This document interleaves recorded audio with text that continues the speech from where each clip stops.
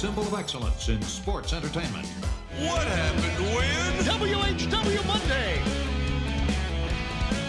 And now, let's go to the ring. And here's your co-host. Hey, it's Conrad Thompson.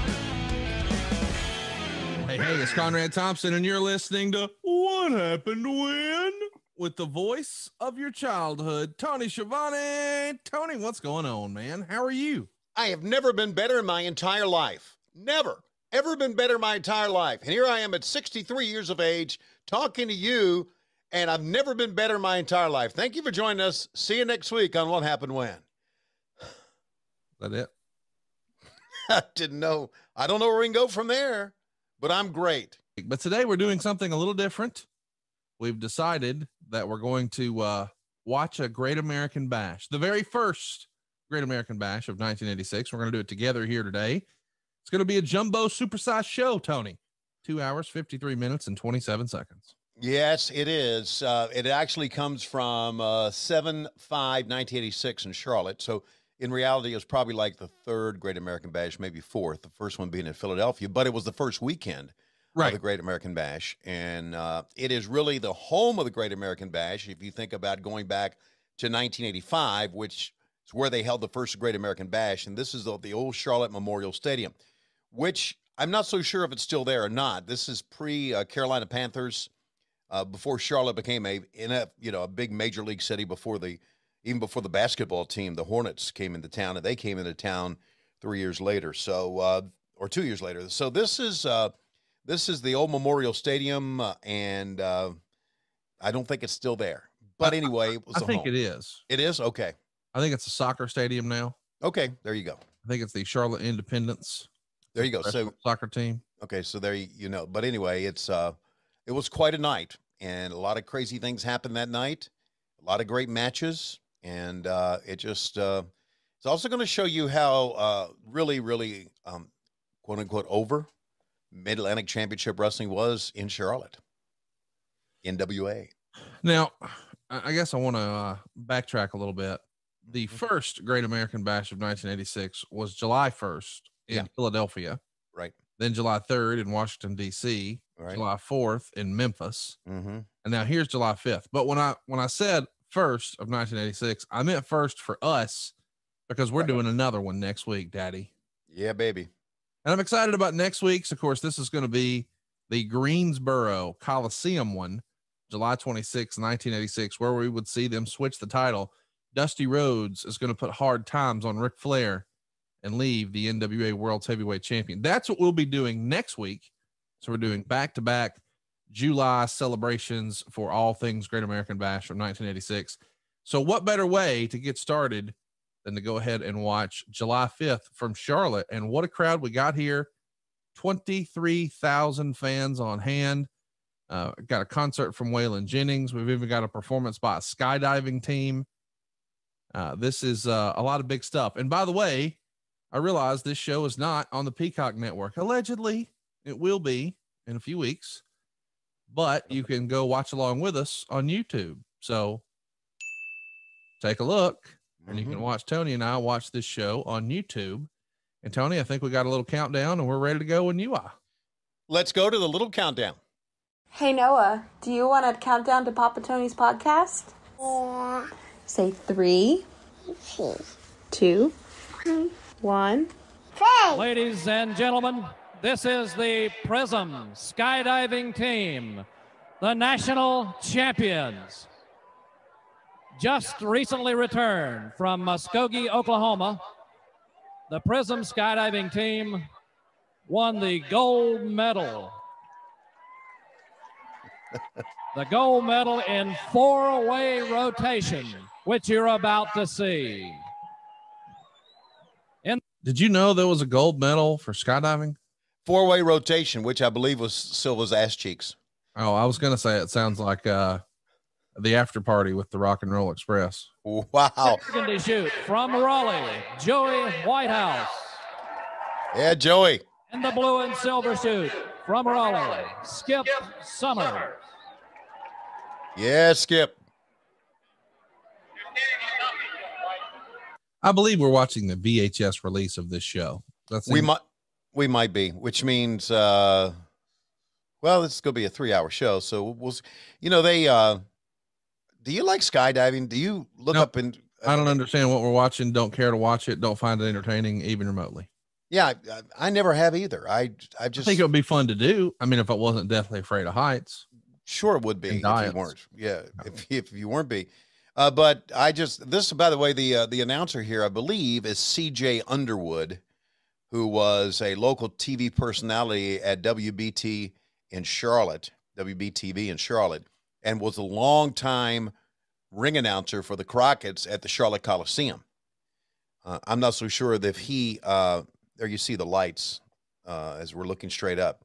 I'm not so sure he ended up being the ring announcer for this event. He may have been. They may have used Truckin' Tom Miller, but we're 2 minutes into this shit, Tony. Yeah, we are. So there you go. This right here is an actual live look at Casio and Silva trying to get in my pool the minute I pull out of the driveway to head to the beach with my family. Turns out this might have been all of Silva's Ninos at the lake house.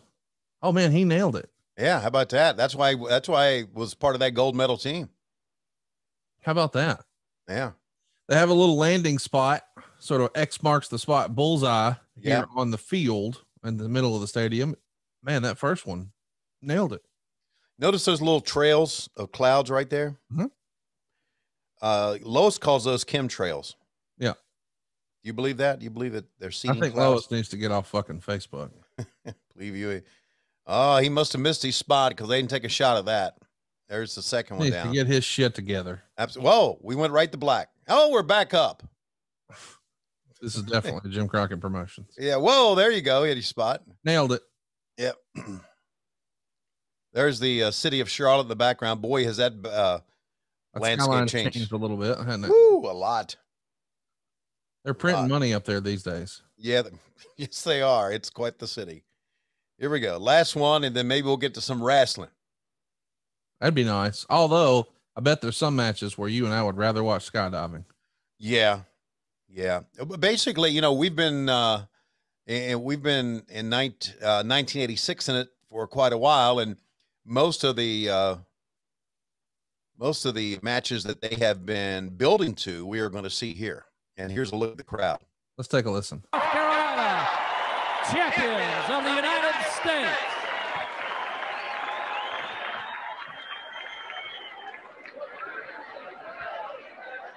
Okay, get off the get off. Congratulations. Woo!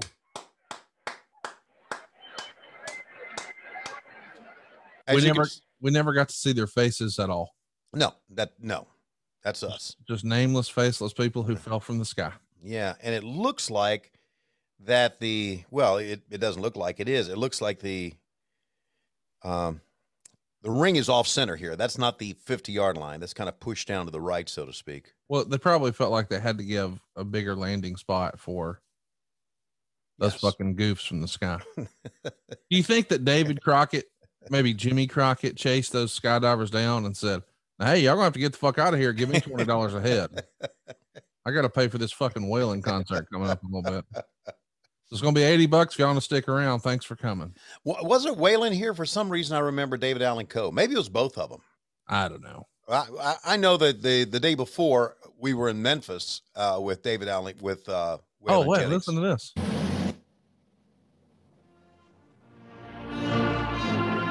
Dude, now you got to do that at a show called Great American Bash. Of course you do. I love it. Everybody's standing up, got their hand over their heart, getting a nice shot of the flag. It's a cool little deal. Well, who's that? Who's the dickhead with the hat on? Won't take his hat off and cross these. It's probably Dave Silva. Yeah. There you go. Cute little girl.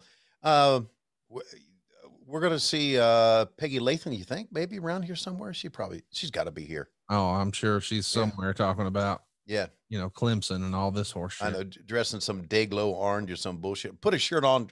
Put a shirt on, motherfucker. Dude, it's so cool to see Aerosmith here to see the show. Somebody got a pipe. Oh, smoking that pop. Well, back when I was a young man. Well, Not too inventive about taking the shots here. Just, well, let's go to the flag. Let's just stay on the flag. Okay, let's go to the girl with the mullet.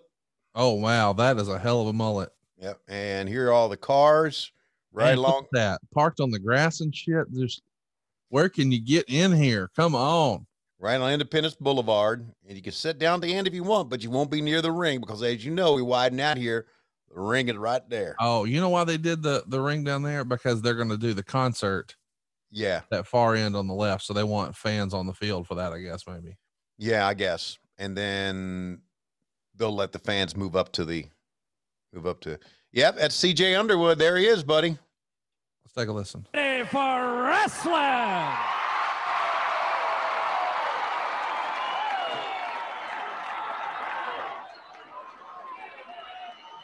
CJ was the guy who didn't show up. Welcome, ladies and gentlemen, to the 1986 edition of the Great American Bash.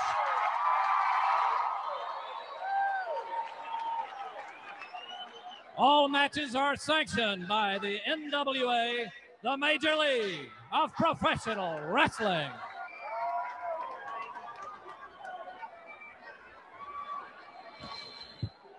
Anyway, CJ did not show up at the Charlotte Coliseum that one day to ring announce, and that started my ring announcing career when he didn't show up and I was in the stands. And that's by the way, you'll see that story in. We've got 10. You gonna see that story went in Butts and Seats. Denny Brown's going to start things, so we're starting off hot. Love you, Tony. Oh, God bless you. Yeah. Oh, God, look at Earl Hebner. Holy shit. Oh, my God, Mr. Electricity. Well, who else could it be? Okay. You got to get this crowd fired up. Get old Mr. Electricity out there. Yeah. You know, I need people to start calling themselves that in real life. Like, can you imagine? Man, look at Hebner. Baby Earl. My God. If you, serious business. Okay. We got to find somebody in our life like Dawkins. Mm-hmm. Or I don't know, maybe Mark Nielsen, Jeff Jewett, Eric Rottencrotch, one of those guys. Yeah. They need to start referring to themselves as Mr. Electricity. That would be good. Rottencrotch has a pretty good name already. Oh, it's a tremendous name. Yeah. Denny Brown is the NWA World Junior Champion, heavyweight champion. By the way, Jeff Jarrett got to meet Eric Rottencrotch a couple of months ago. Uh-huh. And he could never remember his name exactly, right? Yeah. So every time it would be something a little different. So it started with, what was that? Eric Eat My Crotch? And I'm like, no, Eric Rottencrotch. Okay. And so then the next time it would be like, hey, what was it now? Eric Stinky Ding Dong? What was it? Stinky Ding Dong is the best last name ever. Yeah. But I would love like that guy. Mm-hmm. I mean, with that jacket, I need Eric Rottencrotch posted up at some bar at a death metal concert. Mm-hmm. And some heavy set goth chick comes over with heavy eyeliner, belly's up to the bar, literally. And he says, hey, sugar, nice to meet you, Mr. Electricity. Well, you see Jackie Crockett in the foreground, shooting the camera, running the camera. He didn't, obviously Jackie didn't run the camera at the studios of TBS because they use their own people, but he always did syndicated shooting for us. And then of course, when WCW became WCW, Jackie, was a cameraman. Where did you watch this show? Were you in the press box up there? I know I was on the field. Who's in the press box? You know what? I didn't go up in the press box. I don't know. I don't even know if they opened it up to members of the press. But I kind of stayed in the back, hung around in the locker room, and would walk out and watch. Now, if I recall, we didn't notice that here, but if I recall, I think we sent some of the guys came in on golf carts. That's exactly right. There's a famous shot of a young Dustin Rhodes driving a golf cart. Oh, okay. Let's see if we can track it. See what this sounds like.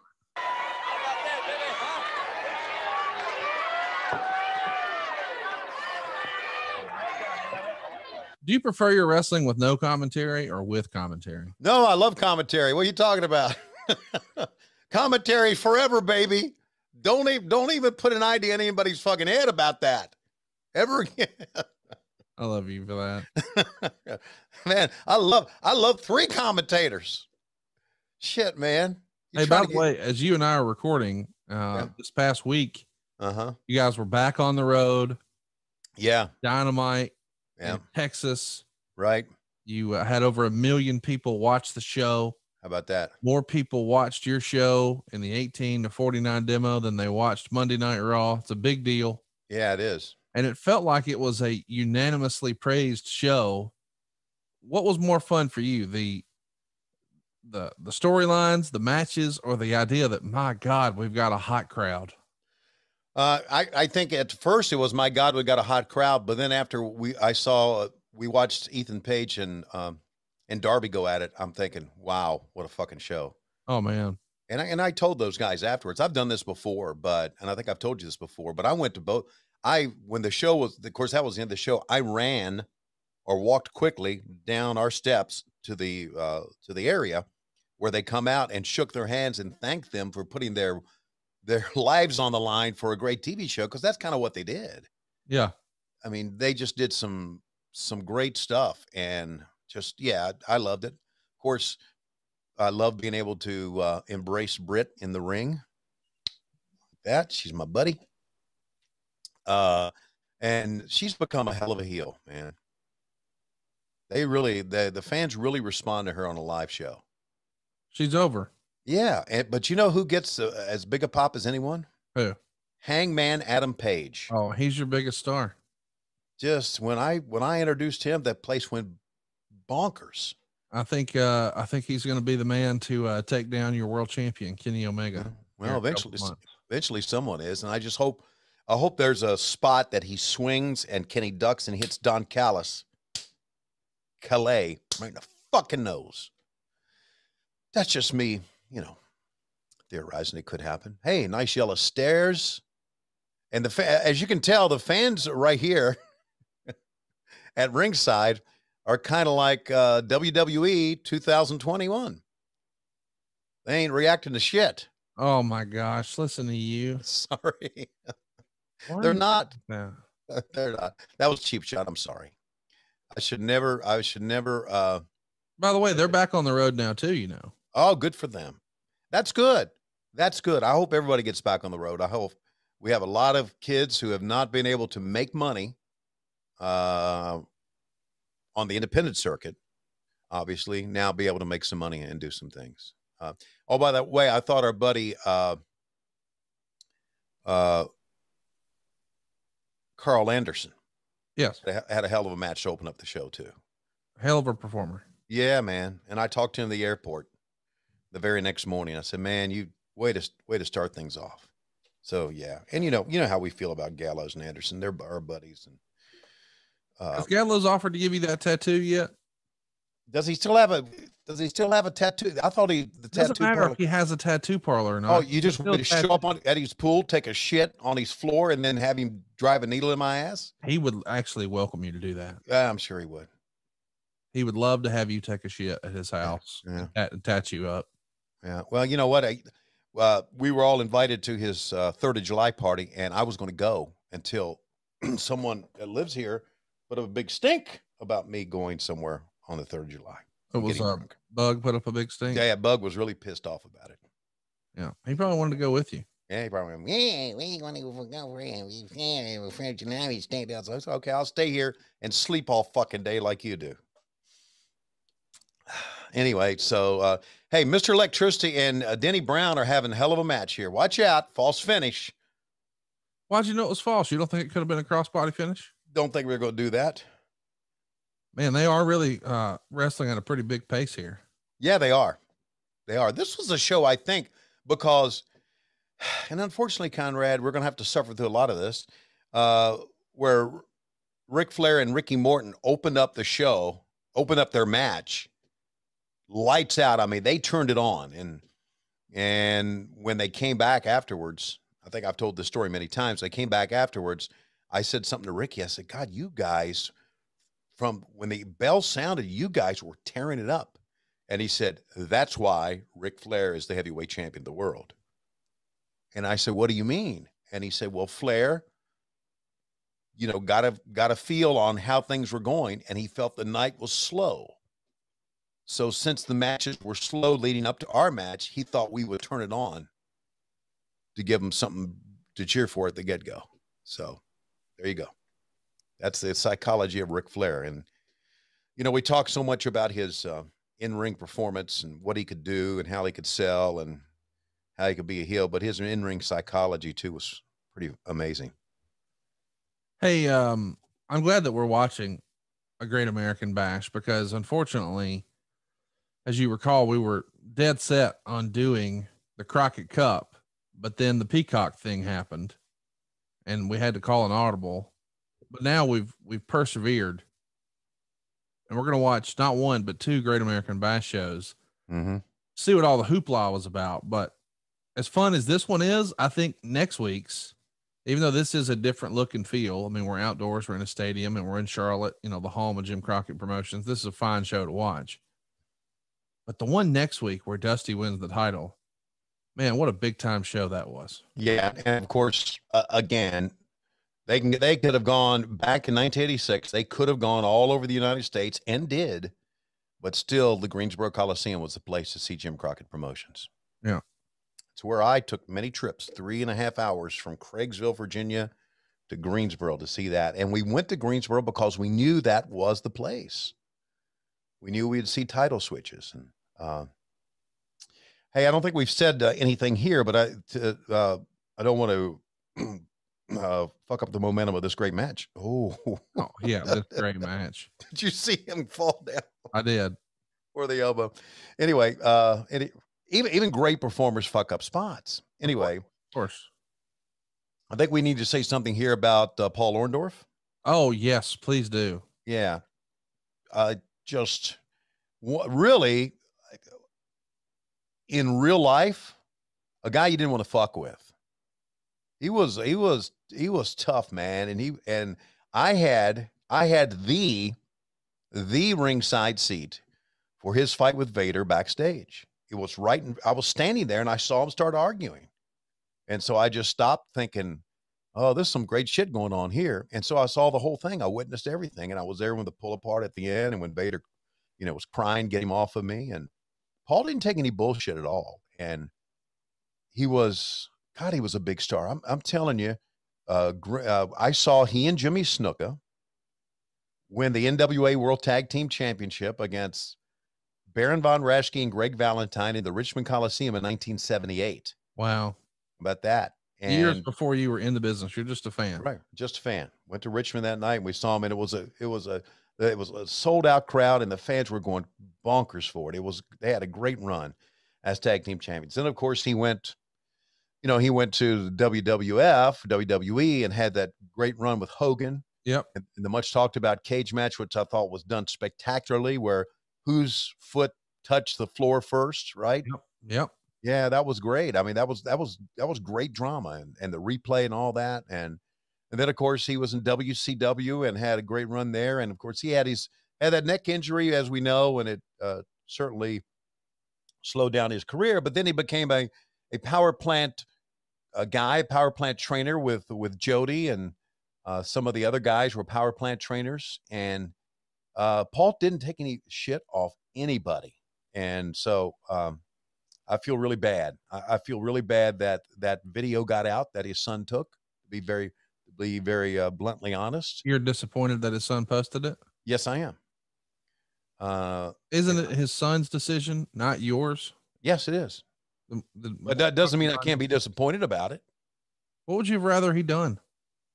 I would not taking it. That's what I'd rather he done. You got to get hot about it. Yeah, I do. So I told my kids, I said, if I ever get like that, which could happen in any moment to me, if I ever get like that and you take a video of me, like I'm going to haunt your ass for the rest of your fucking life. So I mean, let's die with fucking dignity, you know? But anyway, that was I guess a family. I don't know. I mean, I really felt like when we saw the video or the post of him last week or week before last, whenever it was, sitting on a couch drinking a beer, I was like, oh, we turned the corner. Yeah, we're in good shape. Right. Wasn't to be. No, it wasn't. So I feel bad about that, but I'm very, very upset that he's no longer with us, and I didn't get to say goodbye. And that's all-time great. Well, yeah, really one of the all-time greats. Hey, you know what I've noticed about this these fans here? Oh, that girl's going crazy. She's into it, man. Yeah, she's gonna be at the hotel after the matches. Yeah, although most of these guys lived around there. Yeah, but their wives live there too, Tony. There's a spoiler for you. Yeah, that's a spoiler, but some of them still stopped at Bennigan's afterwards. Of course they did. So here's what's unique about this, and I just noticed that I saw a couple of girls looking down, and I thought, oh, they're reading the program. There's nobody looking at their fucking phone here. No, and there's no signs in the crowd. That's right. No signs. No one looking at their fucking phone, and no one texting or tweeting. Just a different society. You liked it better back then, didn't you? I like the world okay now. Okay. Hell, I like the world better now. Well, I mean, because you're always on social media. I'm not on social media at all. Okay. By the way, okay. By the way, thanks to this podcast, as I climb into the ring in Austin, Texas, and stand there, and there's a guy over to my left with a Los Rules shirt on. How badass is that? That's very cool. Yeah, that's very cool. There's a lady behind me says, we were here for Tony Schiavone, and I waved and I blew him a kiss. And then I introduce Dr. Britt Baker, DMD. She comes to the ring, she does the promo, and we told Britt, just stay in the ring and, mug to the crowd or whatever until we're in break, and I'll let you know when we're in break. And this guy to my left with a Los Rules shirt on puts up the sign, Britt Baker fears Lois Schiavone. Oh. And I went, oh my God. And Britt looked at that and she looked at me and I went, hey, and she was pointing at the guy and cussing at him. And I'm thinking, I have nothing to do with that. Okay. Nothing to do with it. But hey, Britt, we all fear Lois Schiavone. Okay. That's what I was going to say. Right. Eat me included. That's right. So there you go.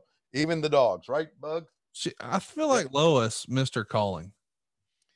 Well, she could get into an industry where you get paid for fussing. Yeah. I think that'd be the move. Or fucking with people. Oh.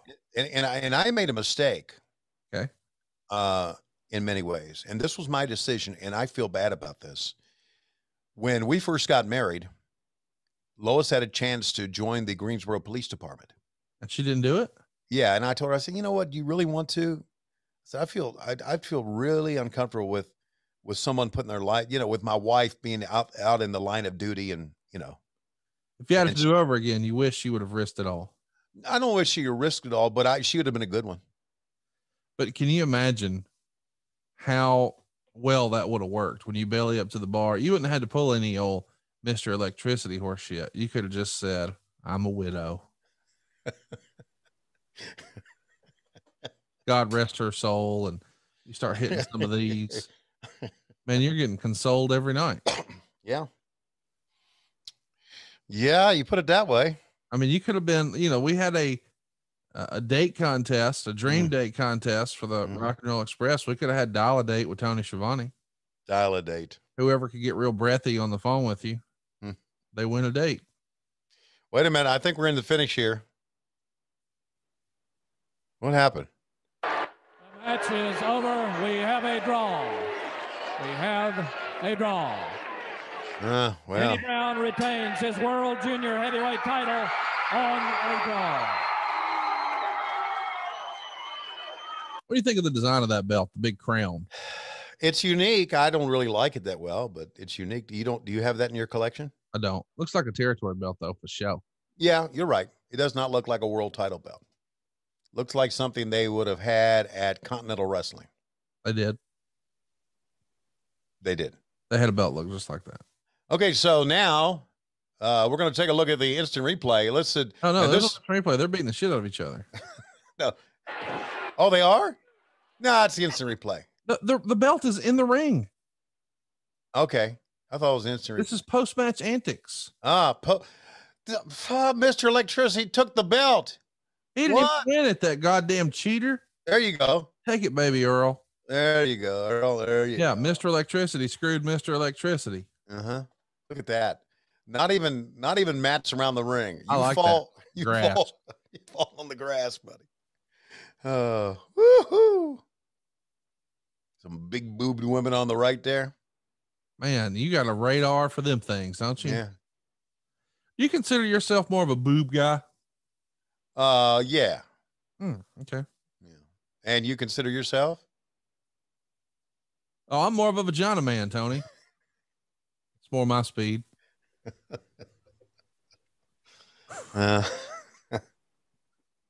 Had a put your hand down. Come on, put your hand down. Had a great conversation this week with Rebel.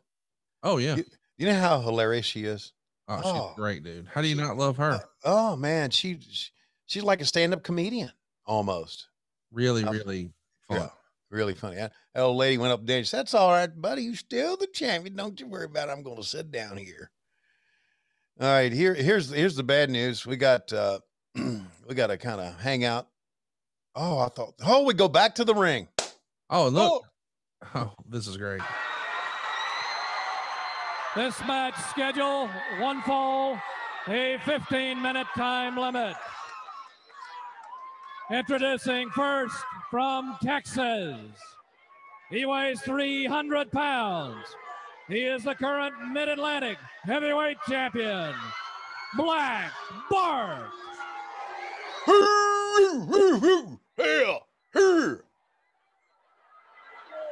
His opponent is from Pensacola, Florida. He weighs 220 pounds. He's a member of the Rock and Roll Express, Robert Gibson. I'm so glad Black Bart is in here. I might need you to we know it's a live event. It's not a TV match. Yeah, but do a Black Bart voice as we're going. But I don't think you can do it like the whole time. Like, I don't want to punish you. You know what I mean? Like, you don't need. I don't think you want to do that for 15 minutes running. No, I don't. But you can have fun with it whenever you'd like. Well, let's walk over here, Robert. I'll put your goddamn ass. Whoa, fuck! I missed. Oh, shit! I think I shit my pants. I missed so far. Get out of my fucking way. Fucking no good piece of shit. Your brother's better anyway. Look over again. There you go. You know what I've been doing all day, Robert? When you've been into, fucking women, I've been chewing tobacco. Oh, oh, are you going to the other side? Oh, Mr. Clothesline. Oh, what did I miss a spot here? I think I missed a spot. I thought I was supposed to catch you and then slam it down. And you know what? I used to rope cattle back in the day, and just like you, Robert, just like you roped women in the day. Okay, here we go. All right, I want you to sell this now. It is true. Ricky can sell better than you dumb fucker. Here we go. In the role reversal, I'm going to fall on my ass for the first time. And whoa, how many women have been there? Okay, how many women have been there? And how many women have stayed here? Oh, my God. Yeah, Robert, I've been told, don't look at me, Hebner. Robert, I've been told you got one of them big, long hogs. Is it true? What? Wait a minute. Is that where did you have it all bundled up in your jock here? I'm trying to talk, okay? I hope we don't go long. Because I've got to get back to chewing some tobacco, and Robert's got to get back to whatever he's got planned. And we know what that is. Okay. Whew. Smells like somebody with pineapple. That got on you. You couldn't even do it. That's tremendous. Smells like pineapple mud flaps down here. Pineapple mud flaps.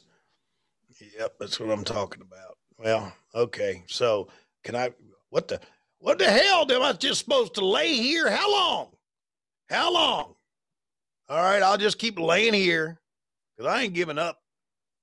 And up on the hands and knees. Watch this move. Watch this move.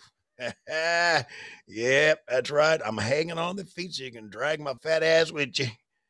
And yep, okay. All right, I'm ready to go.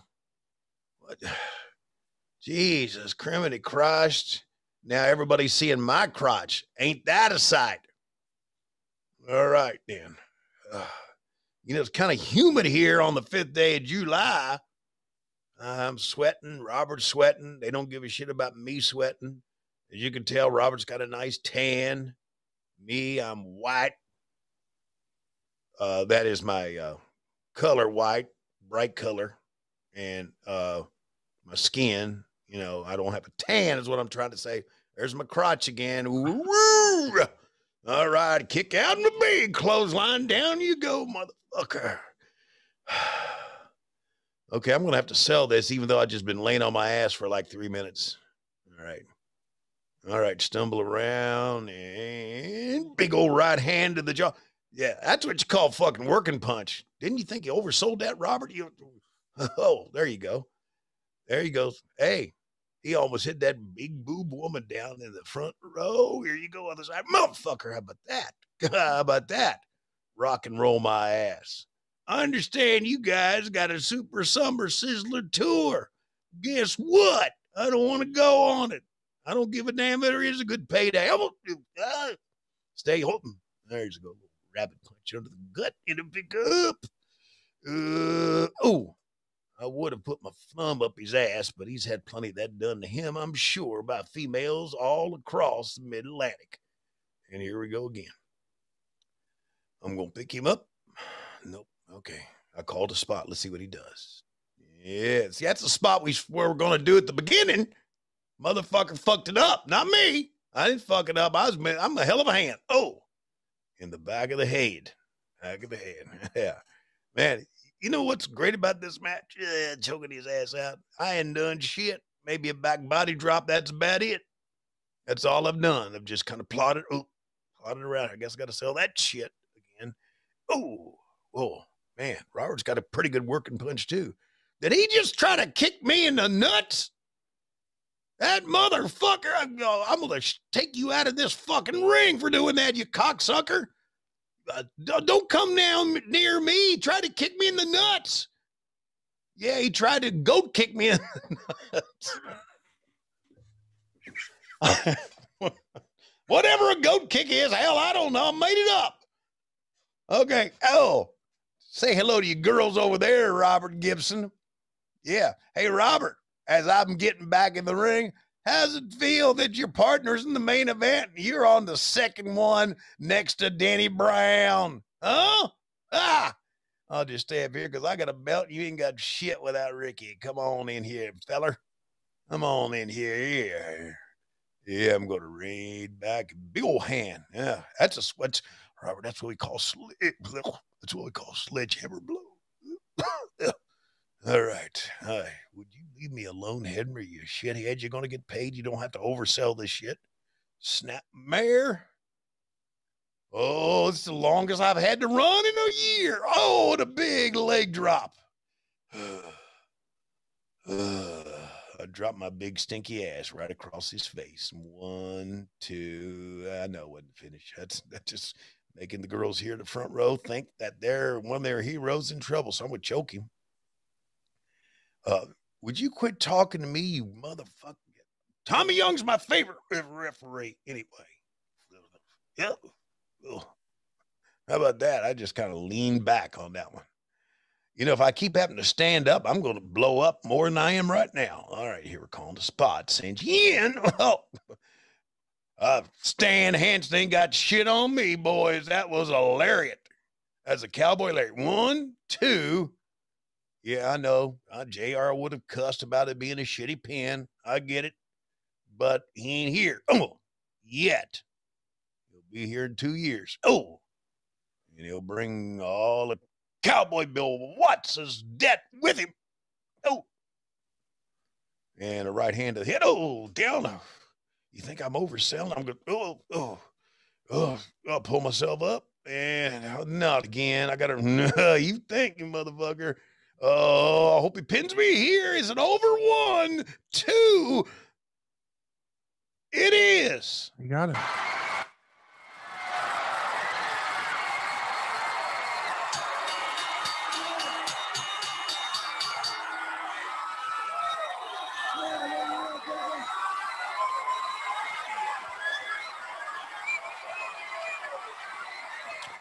Well, they just sure didn't get to the ring announce quick here, did they?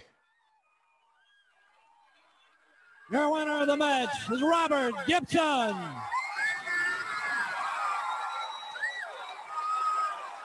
Man, how big was that pop, dude? A big one, man. He's over like a rover. Just a little simple crossbody. And it worked.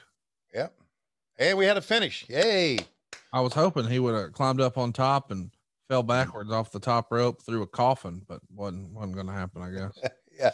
With a piece of armor on his back. You never know what they're going to do these days, Conrad. You never know what these kids are going to do. Oh boy. Look at this. How about that? Ole stepping into the ring, Arn right behind him. Ole looking studly, catching trash and throwing it back at the fans. And Arn's rocking that TV title. Let's take a listen.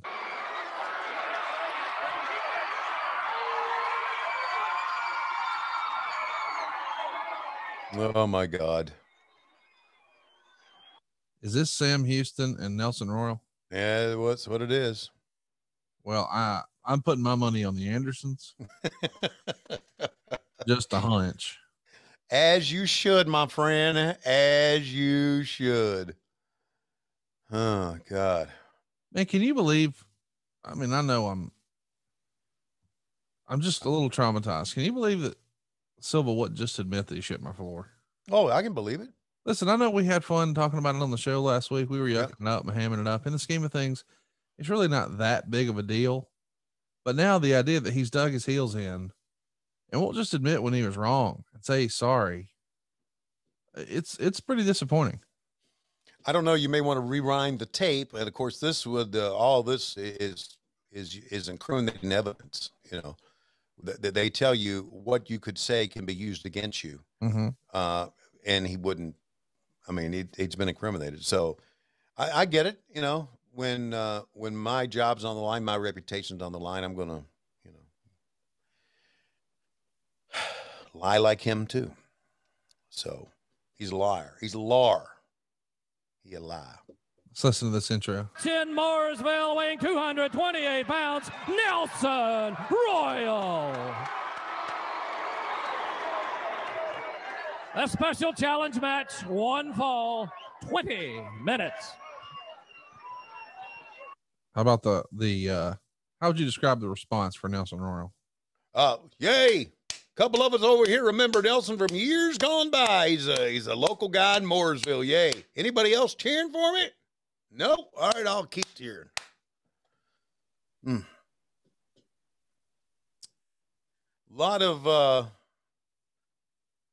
See a lot of Brock Anderson and Arn here, don't we? Or a lot of, I mean, he looks like his kid here, for crying out loud. Nelson Royal looks like he could be Dave Silva's uncle. He sure could.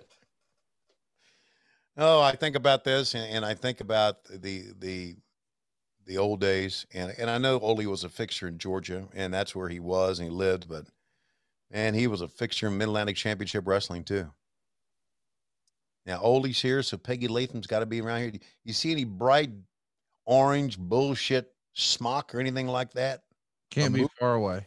A moo with some. Okay, look at him talking to Jackie. Oh God. How was Jackie treated by the quote unquote boys? I think to say David or Jimmy. I think they're all treated the same way. Everybody handled them with respect and dignity. Yeah, I think so. Good. Jackie was a little bit more, of course, when I knew Jackie and actually hung with Jackie a little bit, traveled with him some. When I knew Jackie, he wasn't married, and Jackie was, you know, kind of a free spirit. But yeah, they all treated him with respect. You know, Jackie not only ran the camera here, but I've talked so many times about us and doing those promos all day in the garage. He ran the cameras for those all those years. So, you know, he stayed. Listen, Jackie stayed busy.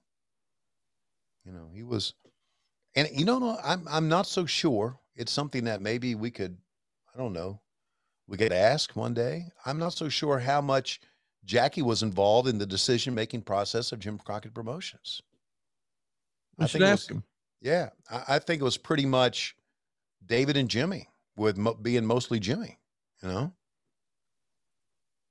So, you know, because I, to be honest with you, I don't know. I mean, Francis, you know, I don't know if the family ever got together, all four of them, the kids. And Mrs. Crockett, the mother, was alive at this time. You know, so I don't know how many times the family got together and made decisions. I don't know. I mean, if you go back to the sale of Watts, it seems like on the surface, this was an idea that Jimmy Crockett's idea, and nobody else in the family wanted to do it. I know David didn't. I mean, that's what I think. David didn't. But so I don't know if it was one man running everything or what, or how it happened. It'd be interesting to hear how that all came about, you know? Did the family get together and say, hey, we're going to buy Bill Watts out? And some of the members of the family said, no, it's a bad idea. And Jimmy said, I'm going to do it anyway. I'm moving to Dallas. Dusty's going to move there too. Just interesting, you know? And, well, as darkness settles here on Charlotte, you know, Nelson was a good wrestler. Oh, for sure. Yeah. And he helped train Ken Shamrock. Did you know that? I did not. Yep. Wow. Here's a question, an answer that you may know and I don't know, and I should. Is he still alive? No. Nelson's not alive. Okay. He did have a here. What's that? We're watching a match that's 35 years old, and as he's wrestling in this match, he's 70. Okay, so he lived to a bright. He lived to his 90s. That's good for him. He was born in 35 and he died in 02. Okay. Oh, wow. Okay. Yeah, Nelson's a good guy, man, and was a very good wrestler. He was a wrestler from the old school to where, you know, I may be wrong, and people who maybe followed wrestling in the 60s, maybe maybe Dick Bourne, who, by the way, recently turned 60. Maybe Dick Bourne knows if Nelson was a main eventer back in the 60s in the Mid-Atlantic. I don't know. I just never did see Nelson as one of those main eventers. But, you know, again, as we said earlier with Black Bart, he's a hell of a hand. He could do a good job putting people over. So there. And he was, you know, he had a ranch out in Mooresville. So he really was and a Western store. Yeah, he was he was a Renaissance man. Yes, Renaissance, very well said. He was even active in Crime Stoppers and drug abuse resistance education, aka DARE. Uh-huh. I mean, he did a lot of things for a lot of folks, and unfortunately developed Alzheimer's later in life and sadly passed away at just 66 years old. Wow. But if he was here today, he'd be well into his 80s, and he'd be reminding us all that Tony Schiavone ain't worth a shit. He also could be, since he's into Crime Stoppers, he could have, if he was still here today, help us out with this Who Shit on Conrad's Bathroom Floor. Oh my God, it would be so wonderful. Yeah. Come in with that cowboy hat on. I really wish we could have done that. What's that? You know, had him do this? Yeah. Investigate the nonsense. Yeah. With our former friend, Dave Silva. I need to ask you a couple of questions about it, just related to this, as we see Arn Anderson working it over with Sam Houston, and he's got those old school Anderson boots we love so much. Oh yeah, right, and the old school Anderson colors too, the maroon, the dark maroon, and I'm sure this is when you found the substance on your floor. Yes. And, okay, the turd. Megan discovered it, but yeah. Yeah, you've told me that story about, Who picked it up? Megan did. She collected the sample. Okay.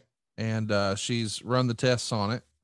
Ah. She knows more information, but she said, you know, do you want me? I said, hey, will you come on the show and talk about it and explain what you found? And she's like, aren't you just going to talk to Dave? And I said, you're right. We should just talk to Dave. So I talked to Dave, and I felt like we were going to be able to come to an understanding today and sort of clear the air. And he was just going to tell the truth, but shitgate, #whodungit continues. Well, here's the deal. If he passed the lie detector test, you know, there are ways around that. How's that? What do you do?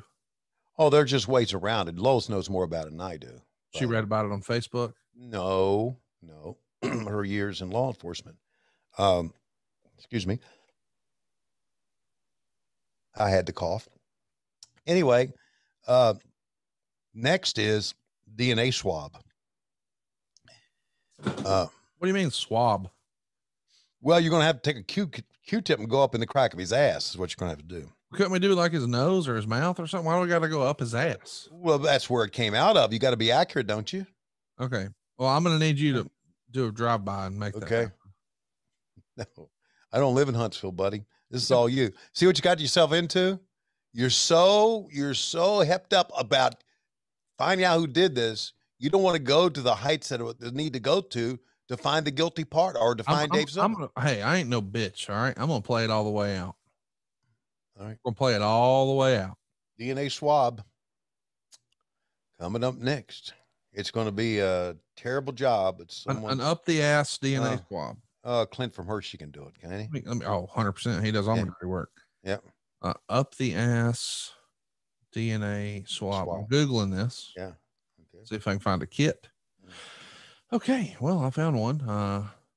Bings immediately. It'll be that easy, but I got it. Okay. You know, I knew Megan could do it, but I thought, you know, I should be able to. You know, have her do it. I'm sure she'd be glad to do it. No. I'm not going to let her stick anything up Dave's ass. Yeah. And here's the key. She can get us the kit though. Okay. Yeah. Here's the key. And because we don't trust Dave. All right. At all. Known liar. Do not let him do it himself. You have to do it. You have to see the sample go from whole to swab to plastic bag. You have to see all of that. Don't let him do it because he'll walk in a bathroom with a swab he stuck up someone else's ass. Whose ass would he stick it up?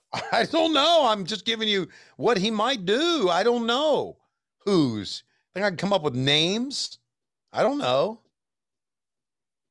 Maybe when someone's, I don't know. So anyway, enough of that. Ole Anderson doing what Ole does best, right? By the way, we've started to get a few comments on social. Here's one. Yeah.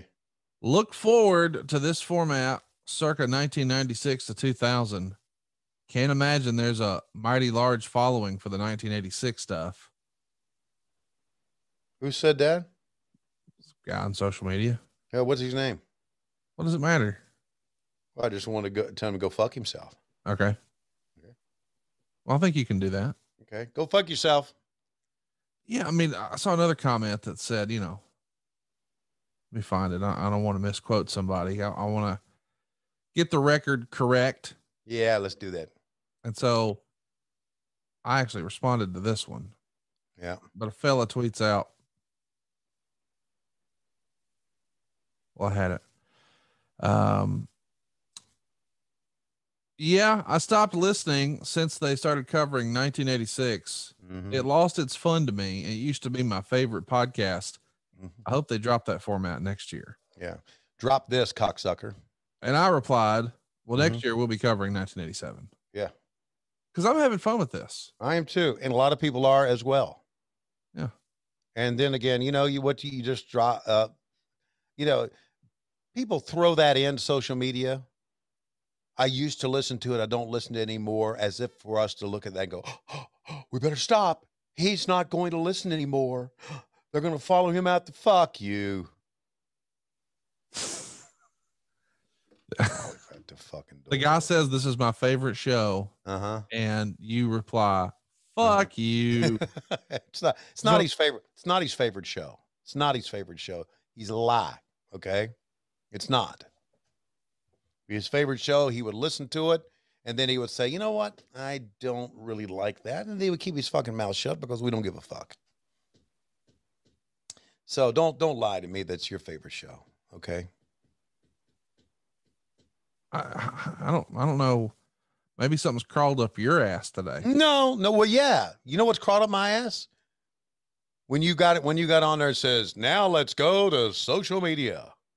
Oh, but I thought you liked now better than back then. The now better than back then? Yeah. I said, you miss those times, don't you? Yeah. No, I like them both.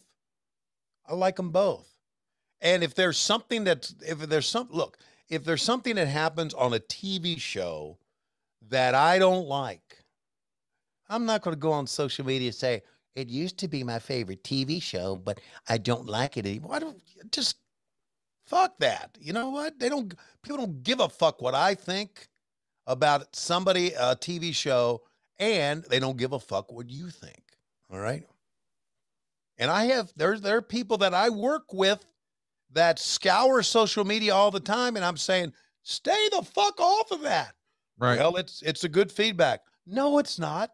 Then give me a good feedback. Your paycheck every 2 fucking weeks is a pretty good fucking feedback. Oh shit, is Arn gonna do the job here? It's impossible. Okay, there you go. Only made this up. Fans really bought into that Bulldog though, didn't they? This is gonna be the finish. Okay. Yeah.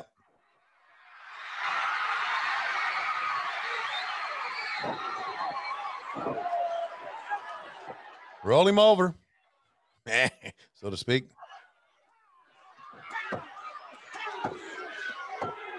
Andersons are victorious. They stole it, man. That's a good heel finish right there. Man, I can't believe Paul Orndorff's gone. It's sad. It's sad. And I hated that Ole's in bad shape. Hated that Arn is 600 pounds. Just hate all that. You're mean.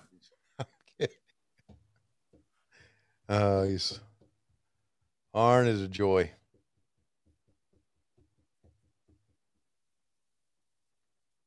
What do you think of the presentation now that it's starting to get darker? You got the lights turning on, the sun has set. Yeah. It feels cooler at night, doesn't it? Oh, yeah. Oh, good God. Track it.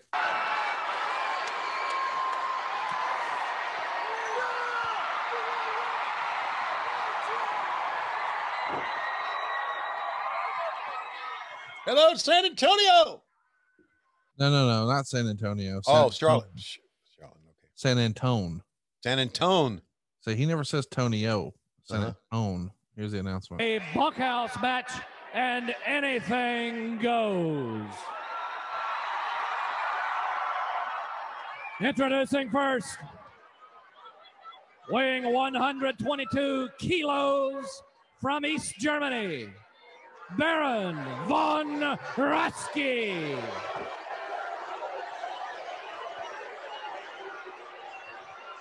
And his manager, Paul Jones.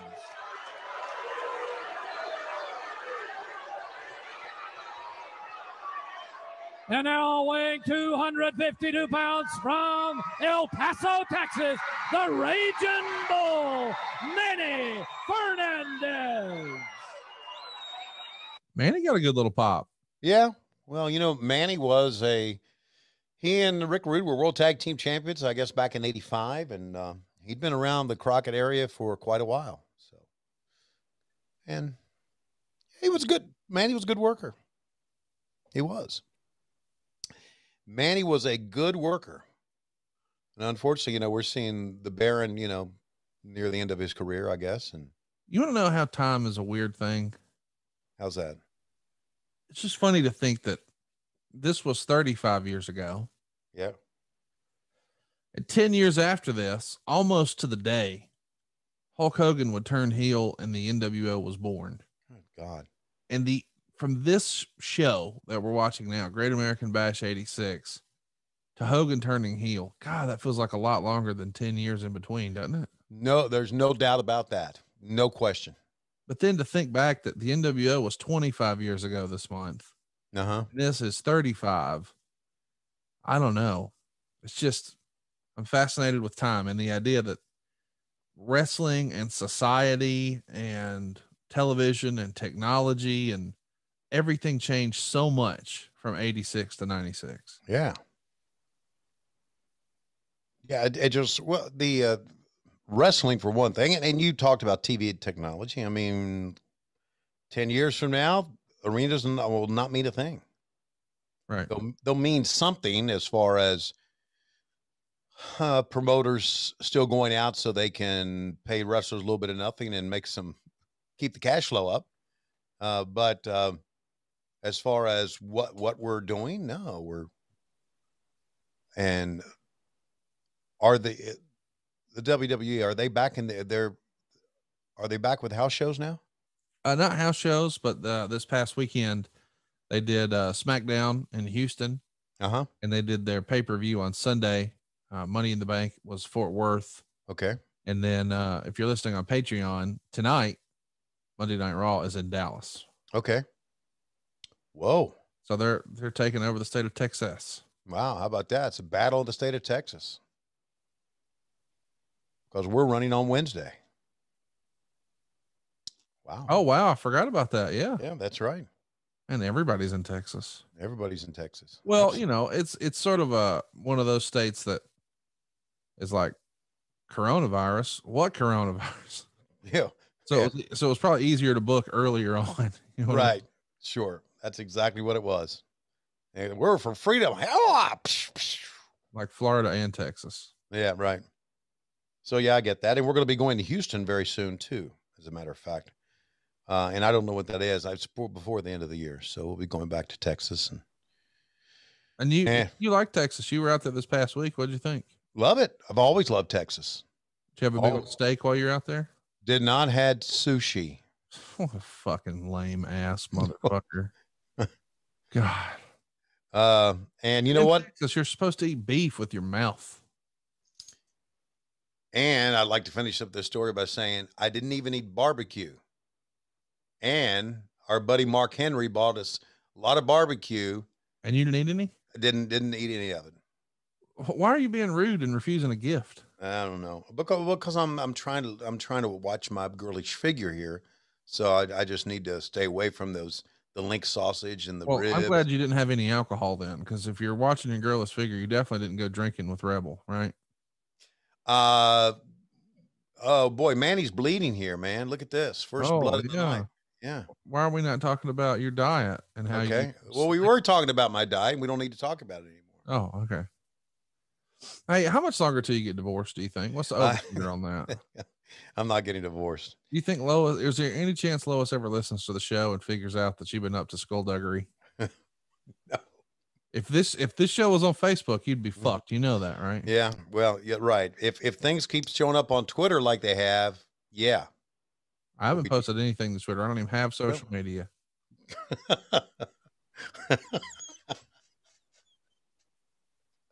Why are you laughing? All right. Now available at loisrules.com and boxofgimmicks.com. You undercover here, Billy. You a lie. No, I told you I deleted it off my phone. It's still off. Yeah, that's good. That's nice. That's good to hear. You're full of shit. Oh boy, he's got that belt. If for a moment he was going to try to hide it back in his pants, but he realized I can use it. Anything goes. And as you can see, Manny had come into this match with a lot of marks on his forehead. And you can see why, because he was not afraid to blade. God damn, Paul Jones. People got pissed off at him. Let's track it here.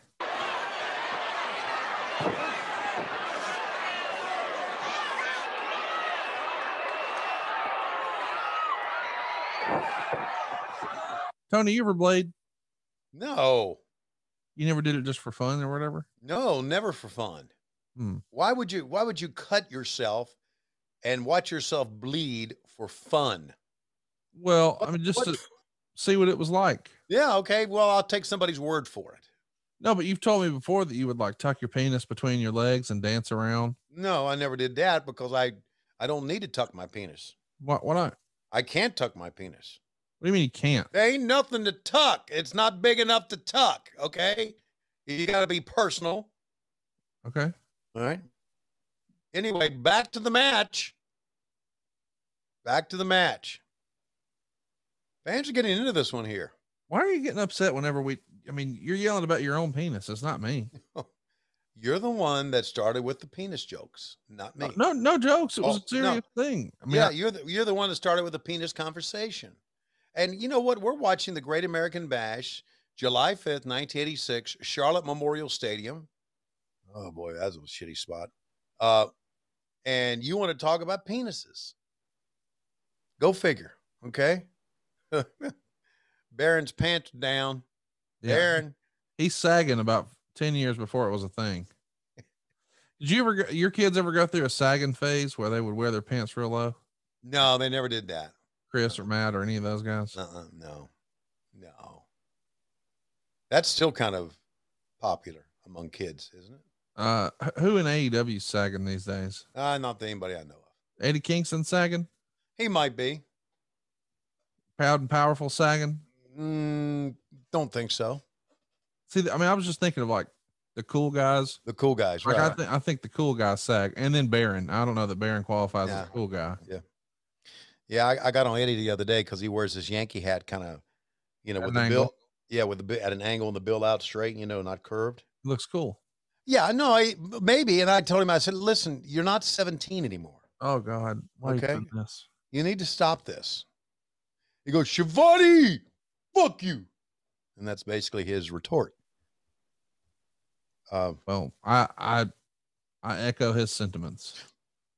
What did I wasn't talking about you wearing hats. I was talking about him. Yeah, but he said, fuck you, Schiavone. And I agree with that theory. The flying burrito missed. And now he's shit on the floor. Here comes Paul Jones. God, what a fucking embarrassment. Yep. That's Paul Jones. The guy with the tie in the background there is the great Wally Dusick, who had a ring crew set up the rings. Oh, that was bad too. Oh, shout out to the Hardy family.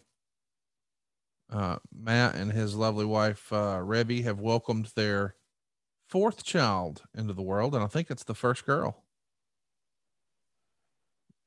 Wow. The Hardy boys and now the Hardy girl. That's tremendous. Matt and Christian had their match. Much talked about match.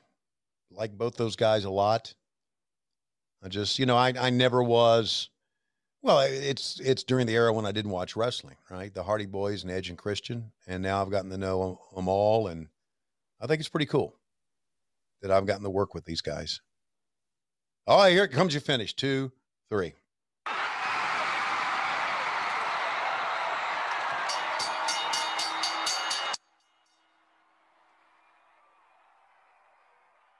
Bull, Manny Fernandez, your winner. Raging Bull. I know that CJ Underwood just did what he did, but ring announcers have come a long way, haven't they? Oh, you didn't like him? No, I liked him, but it just seemed like, that was an exciting moment, and it just seemed like, I don't know, your winner of the Raging Bull. Instead of your winner, ladies and gentlemen, Oh my God. Look at here. Fall to a finish. And listen carefully, fans. The winner must drag his opponent around the ring, touching all 4 corners consecutively to win the match. An Indian strap match, 1 fall to a finish. Introducing first, from Tampa, Florida, weighing 236 pounds, gorgeous Jimmy Garvin.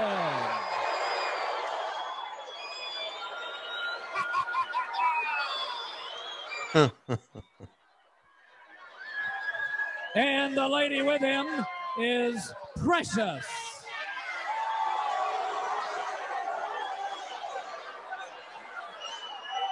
and dude. Indian wrestler of all time. A 10-year veteran of the National Football League from Oklahoma, weighing 260 pounds. Wahoo McDaniel!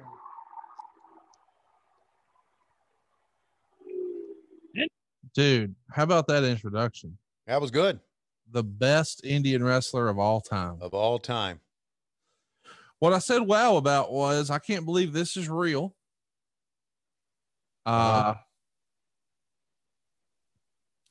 Indian strap match? There's nothing. Maybe I need to read this. I just got an email, and you did too. You're CC'd on it. Let me pull up. I don't really want to talk over a match like this. And we just got a legal letter. What? False and damaging statements. This email is dated or timed at 5:11, as you and I are recording. It's 5:27. So 16 minutes ago, we got an email that says, at the outset, Mr. Thompson, at the outset, let me apologize for the formality of this email. While we have a long storied history on both a personal and professional level, I have been retained by the, and I quote, real brains and engine of the AFS operation, Mr. David Miguel Andrade Estevez Indigo Montoya Guerrero Silva. Dawkins is suing us. Mr. Silva has asked me and the Shoemaker Law Firm to represent him, his interests, and the interests of his family in respect to false, disparaging, and damaging claims made by you and your, what did Mr. Silva call him? Lapdog, lackey, familiar? Oh no, it was ball juggler in chief, Mr. Noah Anthony Schiavone, on your critically acclaimed hit podcast, What Happened When? Wow. There's some slander going on there. After a thorough review of your claims against Mr. Silva, referring to the great summer plopping of 2021, we have no choice but to send you this letter. Your and Mr. Schiavone's comments on the podcast and social media can be viewed as nothing more than false, instigating, and clearly meant to defame Mr. Silva and damage his reputation and goodwill. While the truth and substantial truth with, quote, slight inaccuracies of expression are absolute defenses of any defamation claim, in this instance, you have no defense. There's no truth in this matter, no good faith or reasonable belief in your salacious accusations, and you have presented your nonsensical diatribe on Plopgate as more than just the musings and missives of silly little podcasters, but as stone cold facts. Wow. The actions of you ne'er-do-wells is unacceptable. My client demands the following to compensate for his immense pain and suffering, the damage to his reputation and his family's representation, and punitive damages of your tomfoolery and general no good nicking. I have to admit, Tony, I've never seen no good nicking in an email. No, I don't think it's ever been. Number one, an immediate and public retraction of your harmful statements. Fuck you. Number two, an immediate raise of 75% of his monetary compensation. Double fuck you. Number three, a doubling of his daily food allotment. What's he think? I made a fucking money? And number four, the big gold belt, parentheses, woo. Well, that's a deal breaker. Well, you know what? You're in some shit, buddy. You're in some shit. Further, this correspondence puts you on notice of anticipated litigation, and therefore, pursuant to applicable law, you, Mr. Schiavone, and ad-free shows have a duty to preserve documents, information, and other things relevant to and or discoverable in the potential action. Such evidence may include, but is not limited to, data files, emails, podcasts, logs that are located on your computer networks, logs that are allegedly on your floor, email servers, mainframes, individual computer workstations, and external hard drives, or are located in any of those devices within your control but not owned by any of the parties. We demand that the parties preserve any such evidence within its custody and control and notify all employers and or agents who have such evidence in their possession of this request, as it may be necessary for our client to request such evidence through the discovery request in the future. You're required to take the following steps to protect and preserve any of the information that is in your possession or under your control until further notice. Specifically, you'll need to do the following immediately. Number one, all documents and information relating to Plopgate must be preserved in their current state. All boom booms or caca, as Senior Silva would call them, must be preserved in their original and natural state. And then number 3, preserve any new information that is generated after this receipt of this letter that is relevant to this dispute. We are to understand there have been discussions regarding a lie detector test while my client has nothing to hide. And if you are to believe, quote, no shit's left to give regarding this matter, we must advise you that lie detector tests are inadmissible in a court of law. There you go. These tests are based on junk science. The instruments used for such tests consist of a physiological recording that assesses 3 indicators of autonomic arousal: heart rate and blood pressure, skin conductivity, and respiration. And as you have seen Mr. Silva in person, you know there's absolutely nothing normal or healthy for him about any of those physiological conditions. Yeah, that's true. Nevertheless, my client has agreed to tap dance to this charade and take part in your lie detector test at a place and time of his choosing, using only his pre-approved test administrator. There you go. Be in touch shortly to schedule the test. Good day to you, sir. I said good day. Michael E. Dawkins, Esquire. Dude, this is like a real thing on letterhead and stuff. Like, yeah. Do you think, first of all, he's our fucking attorney. I know. Do you think he is? He can't do this, can he? I mean, he's in a conflict of, he was my attorney first. Silva's never paid a bill in his fucking life. Do you think he cares? Do you think Mike's looking for a quick buck here? I think right? Mike has low-key heat with me is the issue. Yeah. Well, here's what I suggest you do. When you and I just want to back up here and point out Silva shit on my floor and now he's suing me. Yeah. That's why I item 2 of this, Conrad. Yeah. All boom booms, or caca as Senor Silva would call them, must be preserved in their original and natural state. What? Should have left the shit on the floor? Is that what we're saying? Well, counselor? We picked it up. We collected the sample. Well, it's not in its natural state. No, it's gone. Natural state was on the floor. Here's what you need to do. When we sit down with, because this is really directed towards you, not me. When you sit down with Mike Dawkins, make sure an ambulance goes by. Then, of course, he'll turn his attention to that, hop in his car, and chase it down the road. And you won't have to worry about that again. So that's my suggestion. I made that joke to him once, and he was not happy. Oh, good. Because he was driving.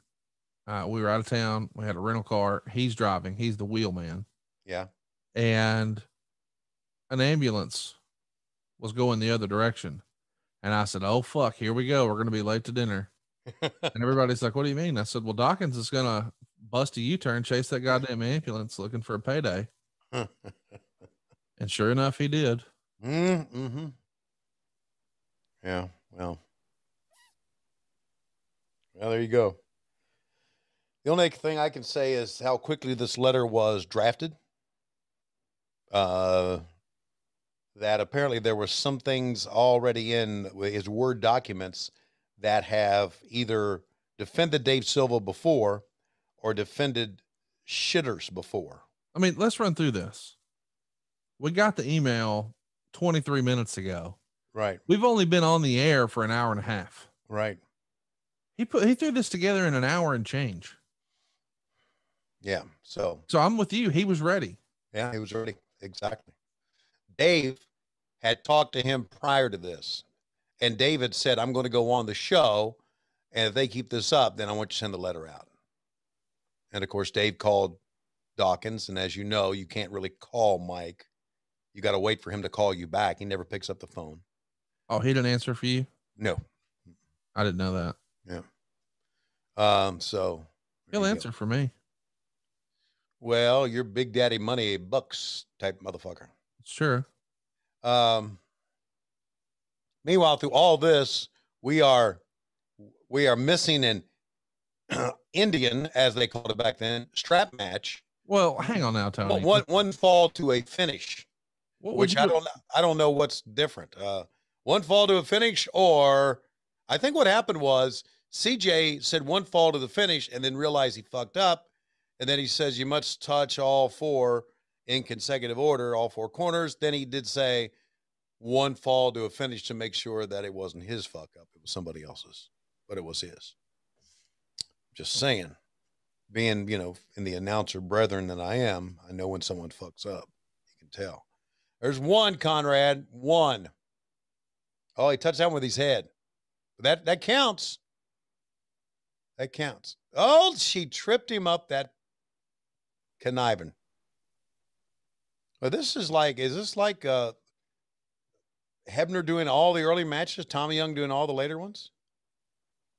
I don't know. You were there. Why are you asking me? Oh boy. This thing with Dawkins got you all snippy now all of a sudden, hasn't it? Well, it's disappointing, bud. Yeah. Well, don't take it out on me.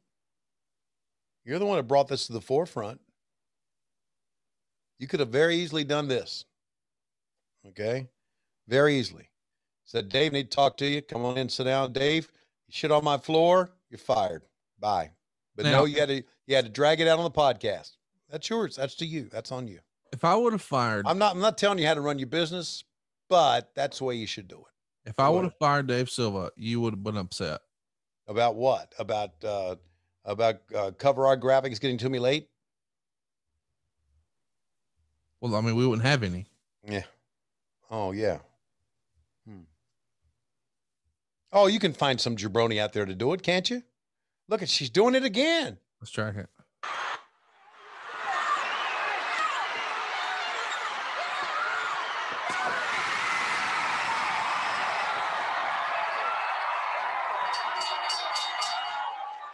Boy, baby faces are having a hell of a day today. Yes, they are. And, you can see how much time they've put into this on TBS and on local TV because the fans really reacted to it.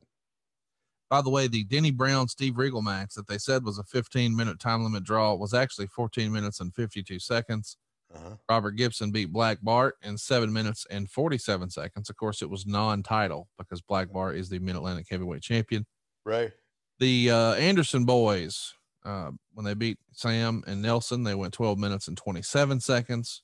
Manny and the Baron in the bunkhouse match went 9 minutes and 9 seconds. And just now, Wahoo and Jimmy Jam, who both bled during this match, 10 minutes and 43 seconds. But coming up next, something a little different.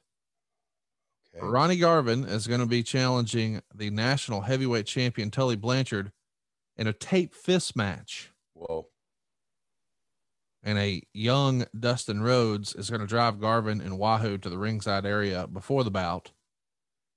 There's supposed to be 10 3-minute rounds for the match with a 30-second rest period between each round. Let's take a listen, see what we got here.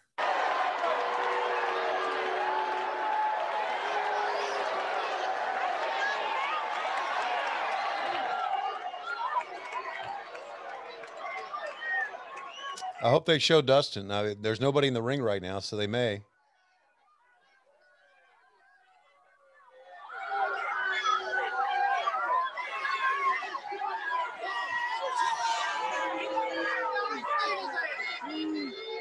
Boy, Tully looked like a star, didn't he?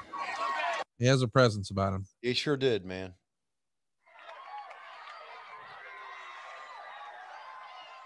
And you see J.J. Dillon's got the bucket there. Not a mental bucket full of nuts. That's in his pants. He's got an actual bucket, a spit bucket.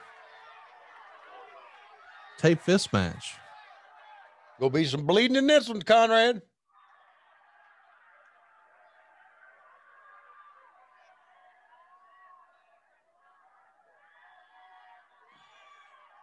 Coming up next, we've got the Road Warriors and the Russians in a double Russian chain match. Oh my God. But another difference between now and then? Porn. No. It was all on in theaters and some video cassettes, some Betamax. No. Now it's just everywhere, Yeah, I'm sure. No, I was going to say when guys bled in the ring, it stayed there all night. Yeah. Right now, we clean it up. I mean, we work to clean it up. Yeah, I mean, WWE changes mats between every match. We do too.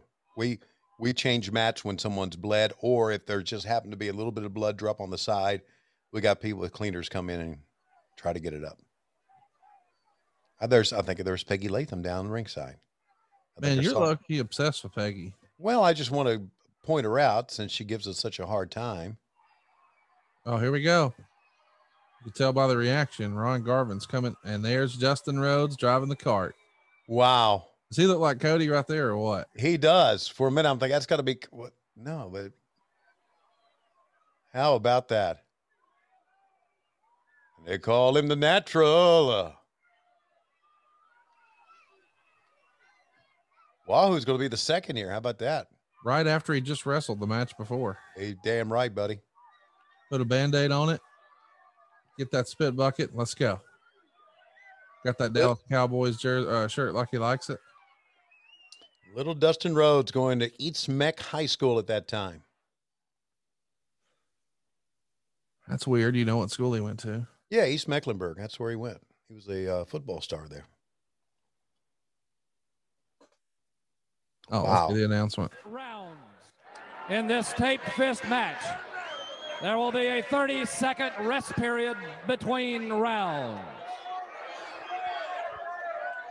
Introducing first, from San Antonio, Texas, weighing 232 pounds, the national heavyweight champion, Tully Blanchard.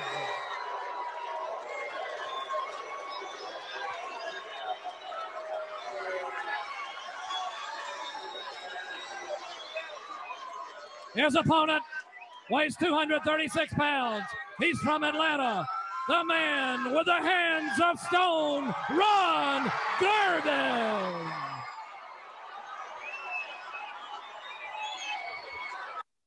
Well, here we go. Man. Hands of stone, baby. Mm. I'm proud to be an American. I think. Tommy Young doing a little introduction. Yeah, look at that, Tommy. Listen. Hands are okay. They're taped.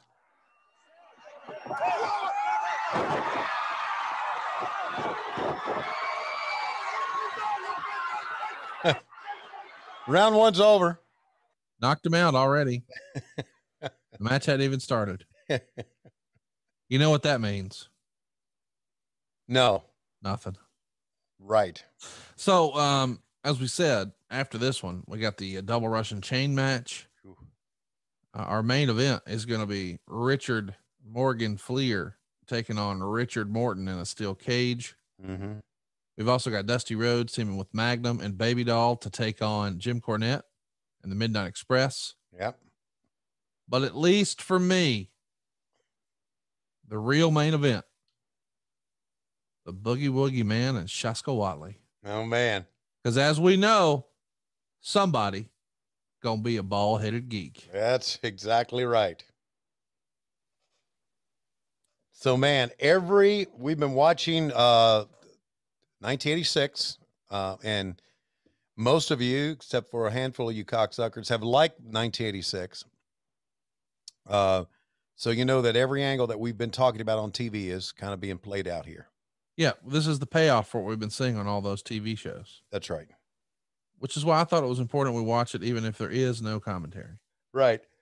So we can all watch it together and see exactly how they put TV shows together and how TV shows were infomercials for what you're seeing right now. And Jim Cornette, I guess, I think you mentioned this last week. He had it. Look at this. He's just fucking slugging away.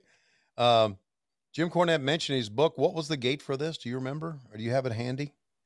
Yeah, I'll pull it up for you and read it right out of my hands here.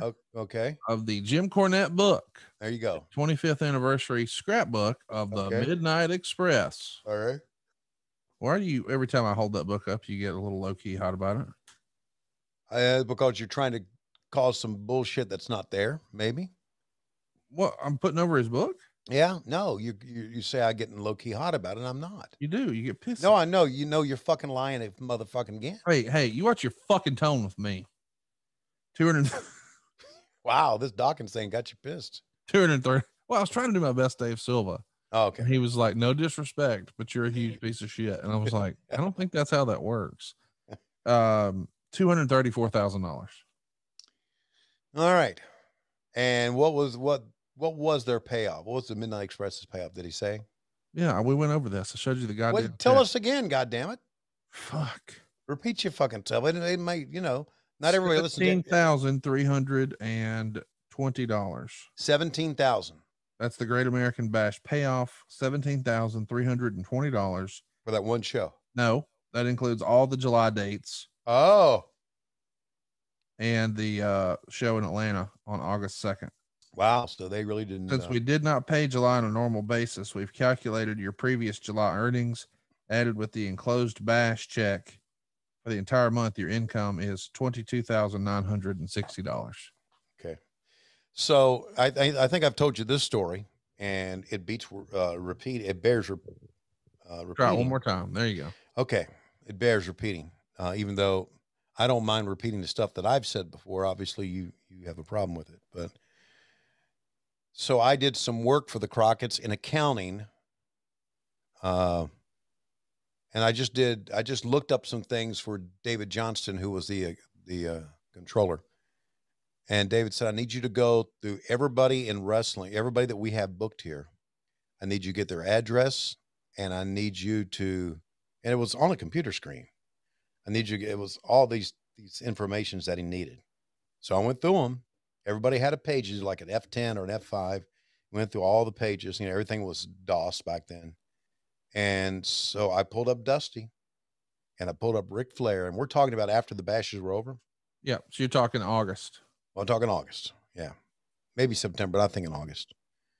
And they had grossed over 500. I remember this because I remember thinking, well, this is something I've got to remember, because this is a hell of a number, especially for somebody like me who was broke.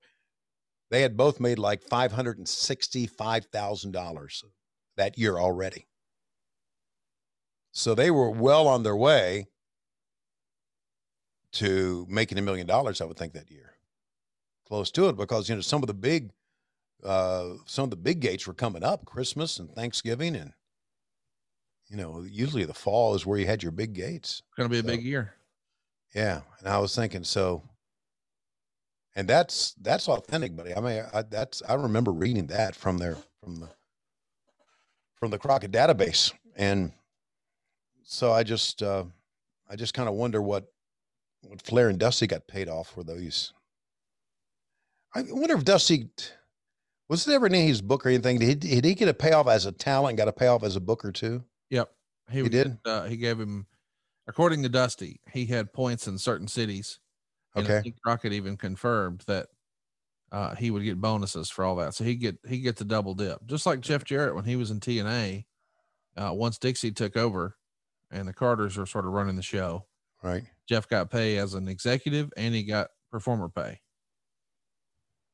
There you go. That's the way to do it. Yeah, get as much money as you can, right? Because they ain't gonna be around forever, man. Tully's had like no offense in this match at all. I mean, this has been all fucking Ronnie Garvin just beating the shit out of him.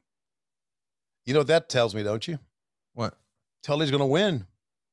No, he's not. Ronnie's gonna go over. It's a babyface show, you know that. I don't know that. Okay, well, it is. Well, Ricky Morton's not going to become the world champion. I know that. That's the only one, though. Let's recap. Denny Brown and Steve Regal, draw. Robert Gibson, baby, over heel Black Bart. Okay, wait, you know what? The heel Andersons beat up. Right. Well, Houston, but come on. They were not going to put in Houston. And Andy Fernandez beat heel Baron Von Raschke. Yeah. Wahoo McDaniel beat heel Jimmy Garvin. Right. I mean, do you think the Russians are beating the Road Warriors next? No. You think Shaska's beating Jimmy Valiant? No, Shaska will get his hair cut, I think. So that's my point. Yeah. It's just the only thing that sends up a red flag for me about this is the fact that this has been all Ronnie, and it's like the thing to where, you know, you walk away from, fans go, shit, he beat him up the whole fucking match and motherfucking cheated at the end of it and got the fucking win. What fucking fair is that?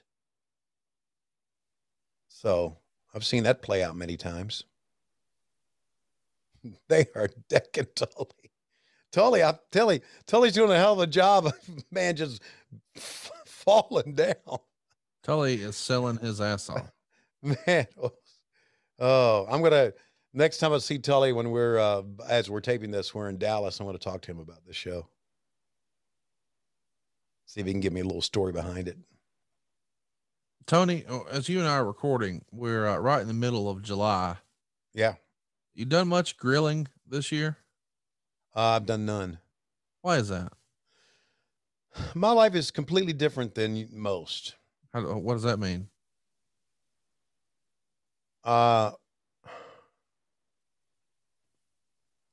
There's not much that goes on here at the house. Well, I know sexually, you and the wife. No. Hallway sex. You've told us that. Yeah, right. But no, it just, it's not been a good summer. How do I say this? I'll say it bluntly. It's not been a good summer health-wise at the Schiavone house for Lois Schiavone. What does that mean? She has severe back pain. Oh. She has severe knee pain. She can barely get around. Is she using CBD? She's using one of our sponsors, Feels. Yeah, we gotta get her loaded up on that CBD. Yep. And it helps her sleep. Really helps her sleep. But she has to get shots for her back and shots for her knees. And she's going to go in tomorrow. I'm going to take her into the county and CDC. Yeah, send her into this. Yes, send her into the spine center and get another shot for her back. So we haven't really done that much of anything as far as, going places or grilling out. Or we did take that long trip during our 40th anniversary, and that really took a lot out of her. That really did. She just a lot of pain. So just a part of old, that's all. But she did have a great time at Jimmy's Famous Seafood. Yes, she did. Even she texted me about that. She didn't even like me, but she was texting me about Jimmy's. Yeah. Man, look at Garvin writhing in pain on the ground. I wonder if he's still proud to be an American as he's on the grass. Why wouldn't Lois like you? Oh, I don't know. I just assumed since you motherfucked me for 3 hours a week. Okay. Well, no, it's not. Your retort can be, if she ever says anything belligerent, unkind to you, your retort would be, how was the reception for your daughter's wedding? That would be your retort. And then she would have no comeback. Because had I got that email in 2017, my daughter would have had to go to Vegas. Coach, Southwest, middle seat, to get married. So here Tully's coming back. You can tell how athletic Tully is, just the way he throws punches. Yeah, he's one of the all-time greats at it. Yeah, he is. God, had a great working punch. I always said Scott Hall has one of the great working punches, but Tully before him, buddy.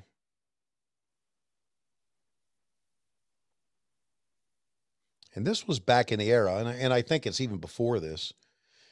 Probably 83, 82, maybe 83. When I first started with the Crockett's in baseball, where Scott Hall and Danny Spivey were Klondike Bill's assistants at the ballpark on the grounds crew. Anyway, that's another story, but here goes Tully. These guys haven't, look at right. the knee sale. The wiggling the knees. That's cool. These boys are having a hell of a match here, Conrad. I bet they really are. I bet when you finally sell Rebel on spitting in her hand, your knees are going to start wobbling like that. Anyway, I know you're going somewhere else, but look at this, man. These guys are just fucking manning up. Sweat flying. Let's track it. Yeah.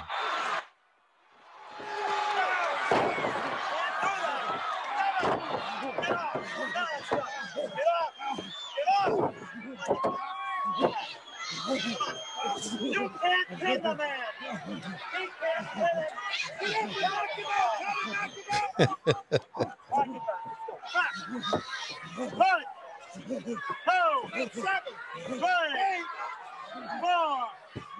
I love, as Tommy's counting, 2, 3. JJ's on the outside. 8, 9. Tommy says, "You can't pin the man." He said, "Well, he knocked him out." Oh, God, I love JJ. Yeah, we're blessed to have everybody. Everybody involved in this is still alive. Yeah, you're right. JJ Dillon just turned 103. a couple weeks ago, and doesn't look a day over 30. Tully Blanchard's hold 39 and holding. Ronnie Garvin. We got to find Ronnie Garvin. Let's call Tommy Young. Let's get Tommy Young on one of these shows soon. Do we really want that? Yeah, don't you think? Because he'll tell one story. It'll be 3 hours later. Yeah. Well, I mean, listen, we can slide our spots right in the middle. Sometimes you and I are looking for ways to, just when you're doing 52 shows of these. Yeah, I know. You every now and again. Just saying.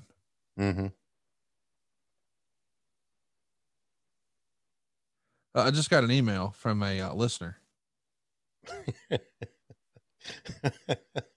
It's my private email. Not sure how he got it. I'm not going to say his name, but it's got his full contact info at the bottom, like a professional person. It's got a real signature. I guess he listens to Jeff Jarrett's podcast. Okay. And Jeff made some sort of comment the other day about how he tries not to use a lot of the language that people were using on TNA pay-per-views. Specifically, Jeff is a born again Christian. He doesn't say GD. Okay. He mentioned that on the show. All right. And the email says, Jeff Jarrett, and Jarrett is spelled Jerrett, worried about somebody saying goddamn in a promo makes me want to piss my pants funny. Fuck him. He's the biggest worker there is. Worrying about somebody saying stupid ass goddamn, he's a huge douche. Oh man. That's not a tweet. That's not an Instagram. It's not a Facebook post. A person emailed that to me. Wow. I can't believe he doesn't say that bad word. Fuck him. He's a huge douche. Well, you can't please everyone, can you? This journey we've had together, creating wrestling content on the internet. Yeah. We've met some interesting characters. Ooh. Would that be fair to say? Yeah. My circle of friends has expanded. My circle of enemies is expanded. Huh. Do you ever both? Ever the what? Do you ever just vanity search yourself on social? Nope. I'm going to do it for you. Let's see. No, you do not. We got a hell of a match going on, and don't vanity search me on social. If you're bored with this shit, let's just fast forward and talk about something else. I'm not bored at all. I love Tully. Let's just okay. Tracking? No, not anymore. There you go.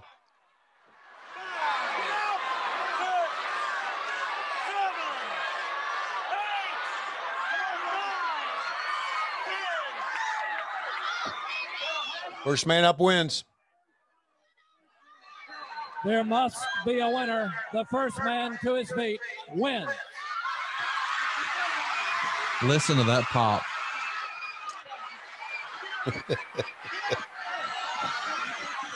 And JJ's in the ring, fanning Tully with a towel. Wahoo McDaniel trying to revive Ronnie Garvin, throwing the bucket of water in his face.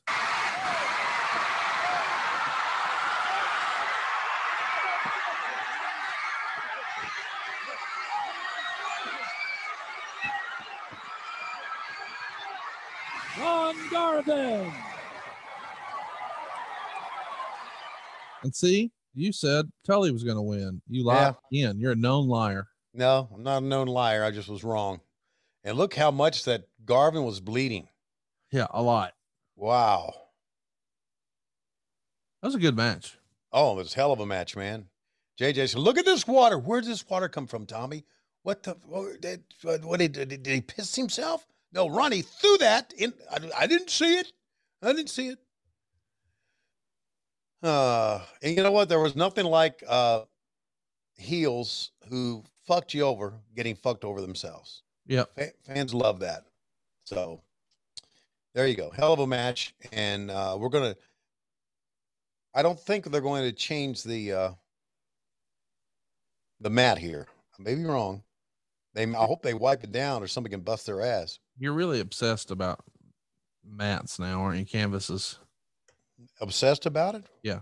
Well, I don't want to see staph infection. I want to see everybody be, of course we're into an era now where we're cleaner and more sanitary than ever before. And I'm Just like to go back and take a look and find out how unsanitary we were back then. Right? Yep. Coming up, it's the double Russian chain match. The Road Warriors with Paul Ellering going to take on Nikita and Ivan Koloff. All right. We still got about an hour to go in this show. Yep. After that, it's our main event, Jimmy Valiant and Shaska Watley. And then it's Magnum, Dusty, and Baby Doll. Yeah.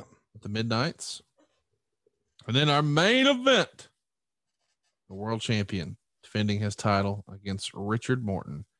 And by the way, this is the famous show where Flair landed a helicopter. Yeah. Which also explains why there's so much space in front of the concert stage. Yeah, right. Exactly. And those fans that you're seeing now, this is those fans that you're seeing, that's an end zone shot. Those fans are a long, long way away. Oh, JJ's doing a little stick work here. Yeah. He wants all these people thrown out. Tremendous. Is he gonna pick up the mic again? Yeah. I'll have your job too. You and Indian both. I'll have you fired. You won't have a shirt on your back. I'll have your job. I'll have you fined. You won't have a shirt on your back. Were you ever worried about losing your shirt? No. Wait a minute. He's not done. Look at this. It's there.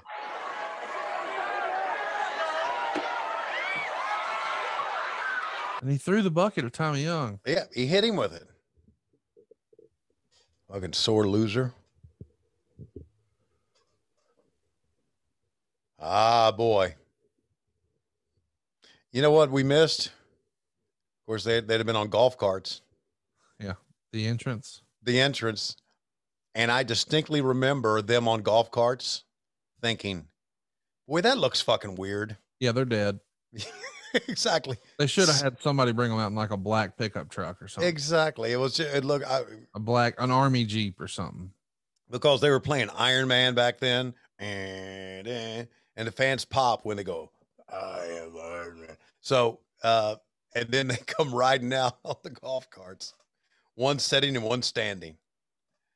And I'm thinking, shit. All right, here we go. Well, still water in the ring. No one even took a towel to try to dry it up. That's Wally Dusek. Oh, fucking the old days. We didn't drive shit.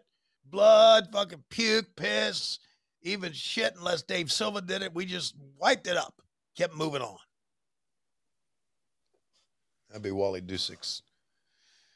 And Wally was fucking old school, buddy. I mean, we talk old school, not like Wally Dusek, man. Wally was crippled, had both cauliflower ears. Told me one time, he says, you ring announce what the promoter tells you to say. These cocksuckers here will say, call me Mr. Entertainment, or you don't say that shit. You say what the promoter tells you to say only. Got it? I went, yes, sir. All right. We'll get along fine then. Okay. And the Duseks were a big wrestling family, old school wrestling family, I believe. Well, let's see how much the Road Warriors bleed here. Oh no. Let's see how much Nikita does not bleed here. Oh, you don't think Nikita's going to bleed? I think that's one of the reasons Nikita got a lot of heat. Because he wouldn't cut his face. Yeah, he didn't like to bleed. I mean, it didn't mean he didn't bleed some, but he wasn't known for bleeding. Put it that way. Help me understand though. Okay. You say you won't cut your head. Right. But you're sort of shitting on him for not cutting his head. Yeah, because I'm not the Russian fucking nightmare, and I don't have never had a chain around my wrist, and was facing the fucking Road Warrior. See, look at this. Look at old school right there. Ivan bleeding already. 30 seconds into the fucking match. But not Nikita. Shatoata. By the way, our buddy who had that sign that said, Britt Baker fears Lois Schiavone. Yeah. He had another sign that said Shatoata Miro. Oh, that's great. So we had a profound influence on that young man. Well, thanks for listening, dude. We appreciate it. We do. Now, I guess we should mention, if you get a ad-free show sign or a Save with Conrad sign on TV, we're going to send you a little swag bag. How about that? So hit us up. My DMs are open. Conrad's DM's open. Yeah. I mean, yours might be, you don't know. You don't even use it. Yeah. Someone watches it for me. Same. Yeah. I got Hancock handling mine. Who you got handling yours? Laurie Schiavone. Oh. And do you realize who's handling yours? Look how much Ivan's bleeding, man. I made him sign an NDA. We're okay. But the real question is Laurie going to be upset when she sees what Rebel sends you? No, Rebel's smart in that way. I mean, no, she won't. She sends it by text, right? I got it. I don't know. I know what you're getting at.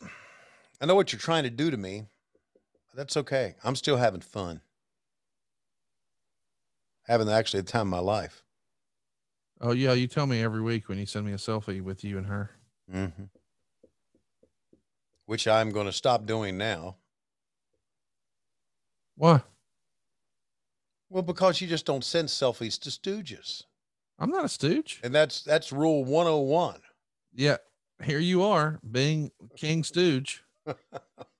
I mean, that's the reason you're even there, right? You're Tony Khan's lapdog. Everybody knows that. Wow. He just sits you. What the hell turned you know what? This letter from Michael Dawkins has really just got you right in the short hairs, hasn't it? And thus you're taking it out on me. I'm sorry, Dave Silva's shitting your floor. Hang on. Let me just ask. Do you think if we had Taz on the line, I just figured it out. And what's that? Dawkins is going to be representing Silva against us. Mm-hmm. I say me and you take it way back to the beginning. What if we have Taz come on as a character witness to what a big piece of shit Dave Silva is? That is a hell of an idea. Just have Taz on the show. You and I can literally hit mute. That's right. Lay back. Absolutely. Just let him go. I'm all for it. It'll be fucking tremendous, dude. I am all for it, man. Wow. Anyway, as I was saying a moment ago, before I came up with that breakthrough, we got to see if we can get Taz on the show next week. Yeah. Taz and Excalibur and Jim Ross and Justin Roberts and Big Show and Mark Henry, collectively, individually, however you want to slice it. Yep. I think they would all agree with the assertion that you are Tony Khan's number one stooge. Oh, Lapdog Jones. No. Lapdance Jones is the night before the show with you and Red, but Lapdog Jones. What's getting into you here? What is this all about? Road Warriors win. And Nikita didn't bleed.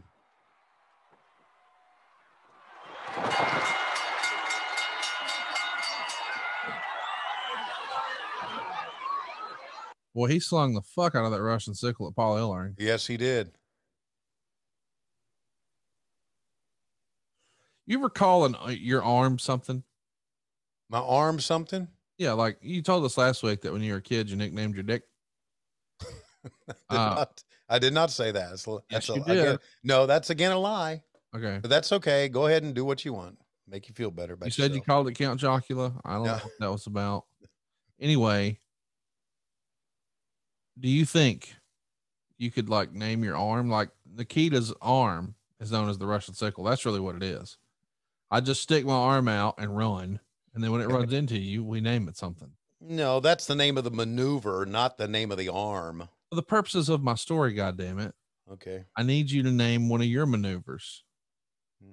What would a Schiavone finisher be called? The fart in bed. Okay. How I came up with that one so quickly, I have no idea. But the Road Warriors win it. Have you ever used the Southern phrase farting through silk? I have not, but I've heard JR use it. What about shitting in high cotton? I've heard, yeah, shitting in high cotton. I've heard a lot. Okay. Yeah. And we go to black, and well, boy, this match already. Oh, check it. It's strutting.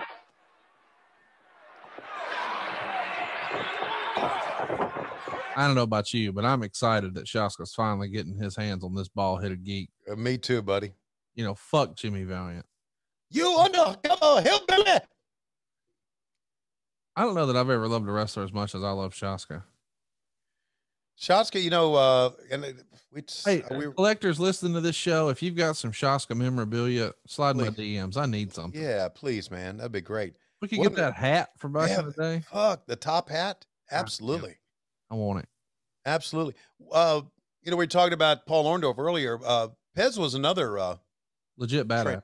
Yeah, but he was another trainer at the power plant too in his later years. Him and Sarge. Yeah, because he was a legit badass. You know, Sarge sent me a note recently, and he may know some Pez Whatley memorabilia because he and Pez were pretty tight. We got about an hour left in the show. Mm-hmm. Coming up next, it's going to be the 6-man tag and then your world championship match. So what do you think about the card so far? If you're now, you dig it? Man, it's loaded. Yeah. You know, the Denny Brown, in hindsight, I might have had a better start to the show than Denny and Mr. Electricity. You know, you got two guys who aren't exactly over, and they're going to a 15-minute draw. I don't know that I would start that way. Yeah. Yeah, and I agree with that. You know, the way we kind of do things now, I mean, like, for instance, this past week we had the IWGP US title. Hot start. And that's the difference between just a TV show and, oh, we already got you money, so this is what we're starting with. Jimmy Valiant. Paul Jones, that fucking motherfucker. This is how Jimmy Valiant sold. He would just shake. What do you think about that? The shaking sell. The shaking sell? Oh, it kind of looked goofy to me. Oh, he's sawing away here. He's tucking it back in his trunks.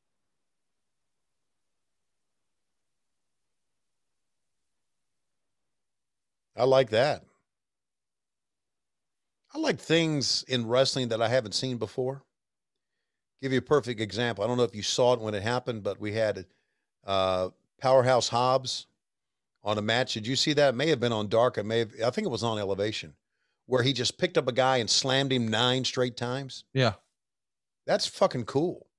It's just something out of the ordinary that you just don't see much. And I like that. I like for kids to think of something like that and then coming up with it. Now, and Pez that time was just doing the headbutts as he had him on the floor or on the mat. That was cool. Hey, Jimmy, see Jimmy, that leg shaking, grabbing Tommy, and see, Hebner, see right here, Jimmy can call a spot to Hebner, and Hebner can relay it to Pez if Pez didn't hear what he said. And that's what teamwork's all about in the ring.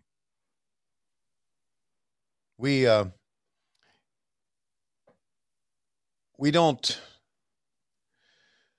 and I'm going to give a thumbs up to all the referees who's ever been a referee in a big time wrestling show, especially all of the kids that we've got in AEW right now. I know Aubrey's a friend of mine. We do the AEW Unrestricted together, but all the referees that we have, Paul Turner and Bryce Remsburg and Mike Posey, and of course all the referees that have gone through WWE. Of course, Kyoto's the one we know most of all and had free shows, but those people do a lot of work. Yeah. They really, really do. And they're instrumental part of the organization and implementation of a match. They really are. They keep everybody up to date on the time. If we're in a commercial break, They are the absolute first. You know, our referees can now talk to Tony and can now talk. Here's a cover. Can now talk to the doc, and they are the first line if someone is really injured. So they have a very important job, and they do it well, I think. And I'm sure that the same thing could be said the WWE officials and NXT officials. And then there's Doug Markham. Yeah, he's a nothing happening motherfucker. Yeah, he is. As we well know. Yeah. How about this? If you're friends with Cassio Kid, you're Yep. suspect at best. Yeah. Exactly. Exactly. I want to mention this is, as we said, July 5th. The next day, you guys did a matinee show in Asheville. And the main event was Flair and Ricky Morton in a Texas death match. We also would see the Road Warriors wrestle Arn and Tully to a double DQ. Then we got the night show, which is the Dorton Arena. It's a TV taping. The following day, again, 2 shows, one in Greenville, South Carolina, one in Rocky Mount, North Carolina. On the 8th, you were doing TV in Spartanburg, South Carolina. On the 9th, you did another bash show, Cincinnati, Ohio, Riverfront Stadium. George Jones is going to be there in concert. On the 10th, you're at the Civic Center in Charleston, West Virginia. You got Waylon Jennings and Jesse Coulter on deck with Flair defending against Ricky Morton. On the 11th, also David Allen Coe in concert, Roanoke at the Civic Center, once again with Flair and Ricky in a steel cage match. And then in Jacksonville on the 12th, you're at the Gator Bowl. Got 10,000 fans there for that one. It's going to be Waylon and Jesse Coulter. It's just remarkable, just day after day. The 13th, you're in San Antonio. Then you have a night show, and it's a stadium show. It's a match that was held during a Cleveland Indians game. How about that? Wow. On the 14th, Wilmington, North Carolina. On the 15th, Limestone College TV taping and TV tape. The 17th, you're in, or Flair was defending his title in Kansas City. Then you're doing TV on the 17th as well. Back at the Coliseum in Richmond for another bash show with David Allen Coe on the 18th. Baltimore on the 19th. Greenville on the 20th. Fayetteville on the 21st with a concert from David Allen Coe. 22nd, you're doing TV. 23rd, you're at Freedom Hall, this time with David Allen Coe. The Norfolk Scope on the 25th. It's remarkable when you think about this. I mean, we're still going. Yeah. Of course, the 26th is the Greensboro show, which we're going to talk about. TV taping the very next day in Atlanta.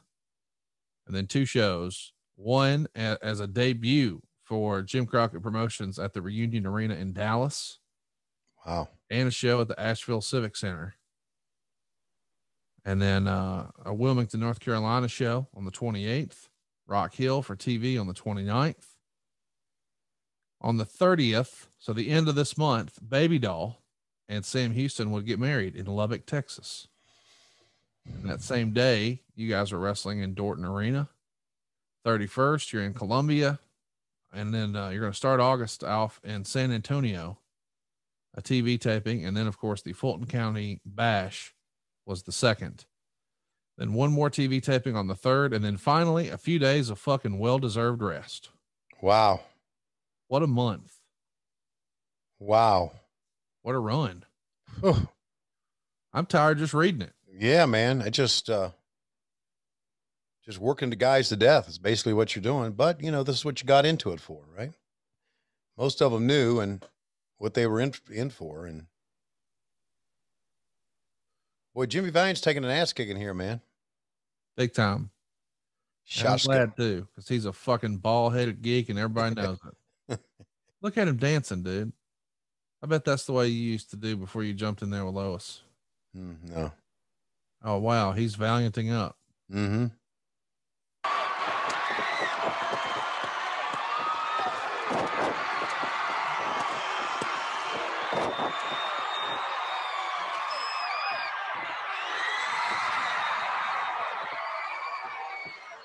Let me give you a little pro tip. If anybody in your life ever thinks wrestling is real, show them a Jimmy Valiant match. That'll end the debate. Well, there could have been a debate back in '86, but I don't think much now. This is it, man. Oh, here comes the Baron. But we're not done. There'll be a little help from our friends. Oh, he's putting the glove on that dirty damn. Here comes the bull. I bet he's got some tape on his head. Just fell on him. By the way, we're not done. There's even more coming.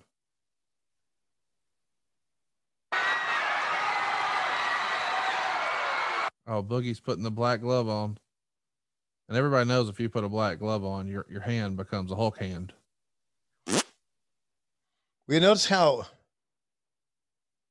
Give me a referee. There it is. By the way, referee Earl Hebner was about 17 yards away when he came to the pin.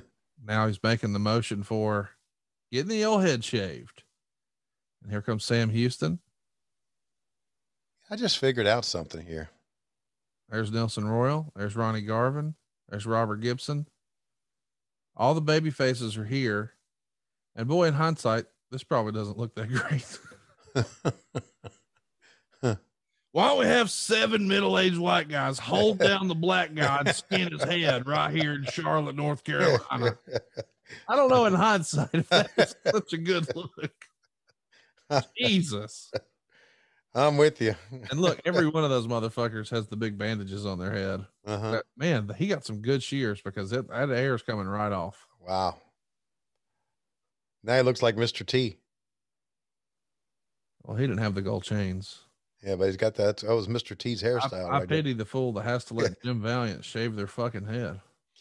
Let me see. Did you realize all of a sudden it hit me? Do you think Jimmy Valiant had a impact on Hulk Hogan? 100%. Because when he grabbed that glove, dude, everything Hogan mimicked and mocked everything Superstar and Jimmy Valiant and Dusty Rhodes.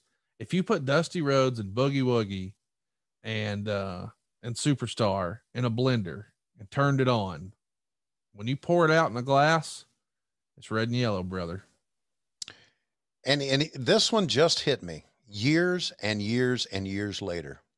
When I first met Hogan and I was working the WWF, he called me Schiavone, which is what Valiant would call me. Absolutely. How about that? And then when I saw Valiant put that glove on and shake his head to the fans, that's the way Hogan used to do, right? Dude, the whole hulking up thing. Yeah. Valiant just did it. Wow. It was so over the top, cartoonish, but it worked. Yeah. By the way, he's dressed like the goddamn Hamburglar today.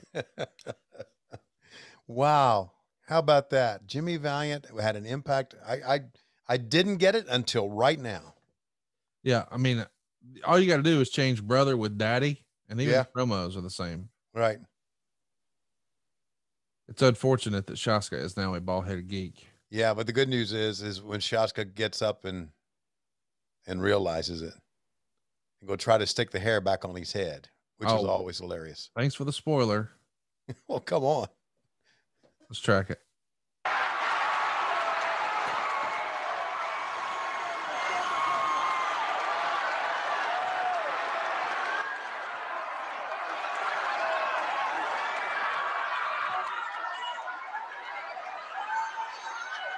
He went from looking like Shaska to Mr. T and now like Mark Henry.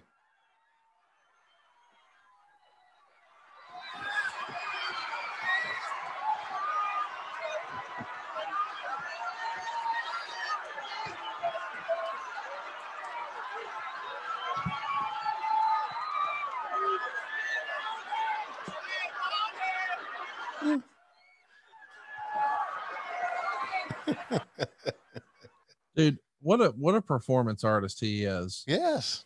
To have the wherewithal to not only have a great performance, but he realizes the payoff is in the post-match response. Uh-huh. So him discovering he's bald and then trying to put the hair back on his head. Yeah. Hilarious stuff. Yeah. I think he looks more like a badass now that he's bald too. Oh yeah. And you know what the great thing about, not the great thing, but I don't know, just something to bring up here is the fact that there was no one in that arena at that time that thought there was too many white men on a black guy. Yeah, it never. It never came up in their mind because to them it was a wrestling angle. Well, we've built the cage awfully quick, haven't we? The cage is up. The Midnight Express are in there, and so is Magnum, so is Dusty, and so is Baby Doll. Let's see if we can get any sort of ring announcing. The American Dream, Dusty Rhodes.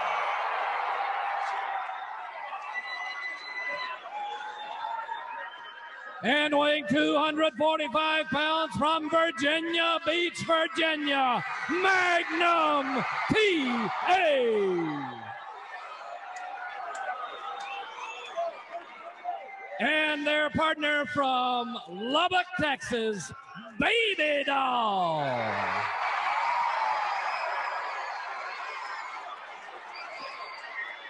One full 60 minutes. 6-man and woman tag team action. Well, this is one of the things everybody came to see, right? Oh, big time. This is one of the major draws. You know, as we've said, this is really the payoff of everything we've been watching this year. Yeah. I mean, Cornette has cut promo after promo, calling her a big fat hog, saying every derogatory thing that he can think of towards her and towards women. So, I mean, obviously got some heat from women, but I got some heat from guys too, because they want him to shut his fucking mouth. And you think he's going to stop? No. Look at him. Look at the way he's dressed. It's tremendous. He knows how to get heat, doesn't he? Yes, he does. I mean, his goal was, I want to piss you off with the way I dress, and he somehow did it. And I'll be damned, Baby Doll hit a snapmare on Bobby Eaton. And of course, Bobby Eaton. Bobby knew how to take it. I love they're going to work a tag match in a cage. I've always been fascinated by that. Like, right. I don't know. Feels like a cage is just going to be mayhem, but we're like, no, we're going to tag in and out. Cornette saw that snap and then he wants to leave. Oh, God. This is good stuff, man.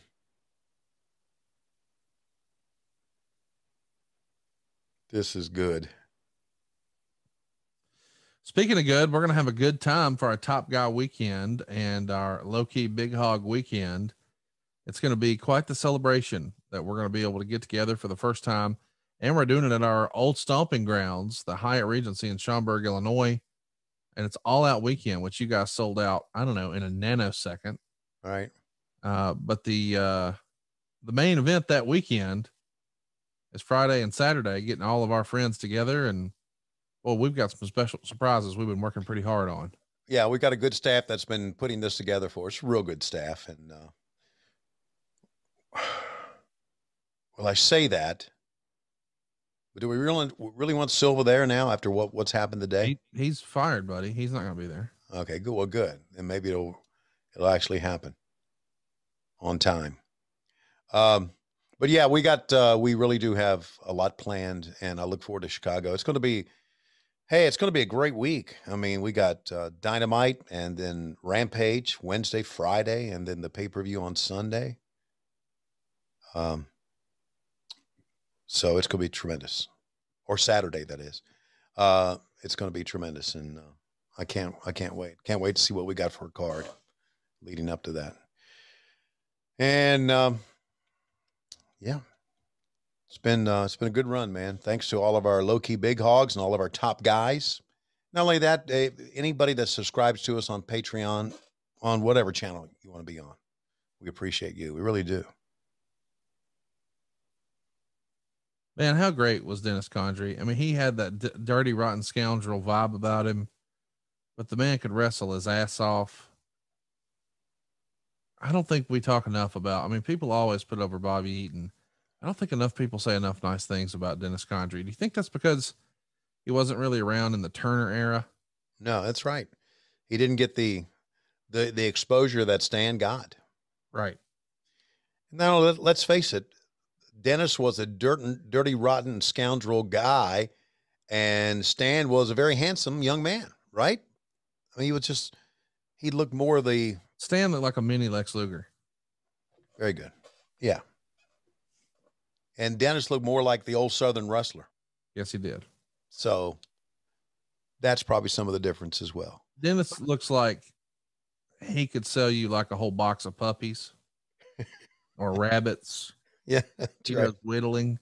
He knows where there's moonshine today. Yeah. He hangs out on Saturday at this filling station. Yeah. Yeah. Yeah. I know those type of guys. And Cornette, Cornette trying to get away. And, you know, it goes back to this. People have asked me, what's your favorite Midnight Express? It's Bobby and Stan. Bobby and Dennis, because that's where it started with me. Just like Ole Anderson, part of the Horsemen's my favorite horseman. And this is the Ole Anderson Horseman era. Did you see that Goldberg is coming back again? I did not. Yeah, they announced that Goldberg will be on Raw later tonight if you're listening on Patreon. So Goldberg's back. How about that? That's pretty amazing. How old is he now? Is he like 55, 54, something like that? I think he's like Jericho's age. Okay. Right. Yep. He's 54. Yeah. Well, Jericho just turned 50, so he's a little bit older than Jericho. Oh no, you're right. I mean, I wasn't saying that to be a dig. Right. I'm saying they've both been around. But both are in their 50s. I get that. Yeah, I'm yeah, Jericho will be 51 this year. So Goldberg's got him beat by a few years. Yeah. So I just wonder why they pulled him out of their bag of tricks. Oh, I mean, I think it's because they're paying him like $3 million a year to do 2 matches or something. That would be a good reason to. Probably time to go ahead and get that match. Yeah, I wonder who they go book him against. That's interesting, isn't it? Well, I think what they're going to do is they're going to try to pull out all the stops for SummerSlam, you know? Sure.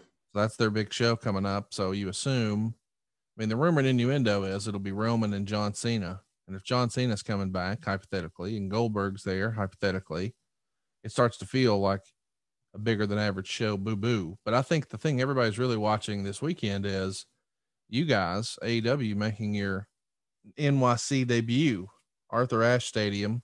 What a cool visual that's going to be. Yeah. And I'm not asking for any spoilers, but the talk is something big's going to happen at that show. Really? That's the talk. Okay. So let me tell you what I know. Okay. Nothing. Yep. Because you don't want to know. That's right. I did not even know that Tommy End was showing up. I did not know that Aleister Black. Is that his name? I thought it was Malachi or something like that. Well, it's Malachi Black for us, but he wrestled he introduced himself to me the very next week. Nice guy. Yeah. One of the few guys I hadn't met. Never met him. And he told me, he said, I grew up watching WCW. You know, some guys told me that. And a lot of guys would say, you know, I didn't watch WWE back then. I watched, Monday Nitro, and I watched WCW. So that means a lot to me when they say that. It really does. So anyway, I didn't know he was showing up. I was told, here's what's going to happen. I said, okay. He said, you're going to start interviewing Arn. And as soon as Arn talks, the lights are going to go out. Cody told me this. And he said, and then when the lights come back on, there's going to be somebody behind you guys. He's going to kick Arn. You take a powder. I'm going to come out. He's going to kick me. And that's all I knew. There's going to be someone behind him. And I said, okay, that's great. And there you go. Cody's really good about keeping kayfabe too. Yeah. There's nothing wrong with that. I love it. Yeah. And I did not see this guy the entire day. So. Yeah. Y'all kept Andrade in a trailer too, right? Yeah. Then I had seen, and I had known about him, but Black, Aleister Black, Malachi Black, I didn't know anything about him. So What I'm saying is, if there's something really big coming up in New York, and I expect there is going to be, then I'm sure I won't know about it. If I find out about it, it'll be the day of. And why not? I mean, I do know that because we're doing, we've got another show on Turner that I do know he wants to expand the roster. So that's exciting. I think it's exciting for the fans to see who shows up. Don't you think so? Yes. Fans love surprises. Right. Like you not being a big piece of shit like we all thought you were for 20 years. When I dug you up, dusted you off, blew the mothballs away, brought you back to wrestling single-handedly. Yeah, and found out I was not a piece of shit, right? Yep. I was obviously misrepresented online by a bunch of dickheads. No. You did it yourself. You blocked wrestling fans. You just didn't want anything wrestling related on you. I mean, if they were talking about Dale Murphy should be in the Hall of Fame, you had time for it. Yeah. But if they talked about wrestling, fuck you. Get out of here. Block. I don't think I really said fuck you. Yep. I did? Mm-hmm. Several times, a lot, actually. Okay. Meanwhile, has Jim Cornette gotten in here at all? Fans, they want to see Cornette and Baby Doll get out of here. You got to wait to the end, Tony. Have a little patience. Jesus. Okay. He can't run. It's a cage. I just a vanity search at Tony Schiavone 24. I don't give a shit. You stop right now. And the word fuck. Okay. Stop. What? Oh, here we go. Listen to him. Baby Doll wearing out Jim Cornette. That's what the crowd wanted to see. Right.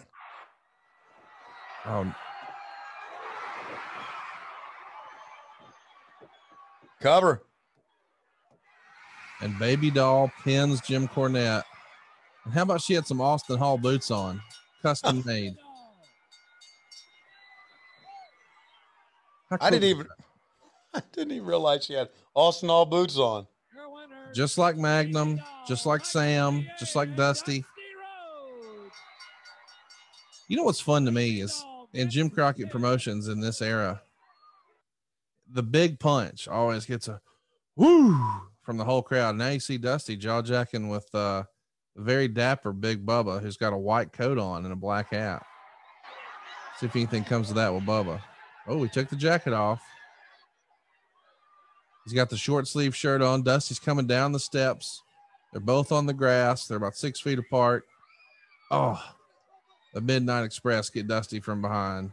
Bubba with a shitty working punch, but of course he's a young kid hitting the booker, right? Yep, not gonna hurt Daddy. No, not at all. About right here, Dusty's probably saying, "Lay it in, hit me for real, you fucker." Yeah.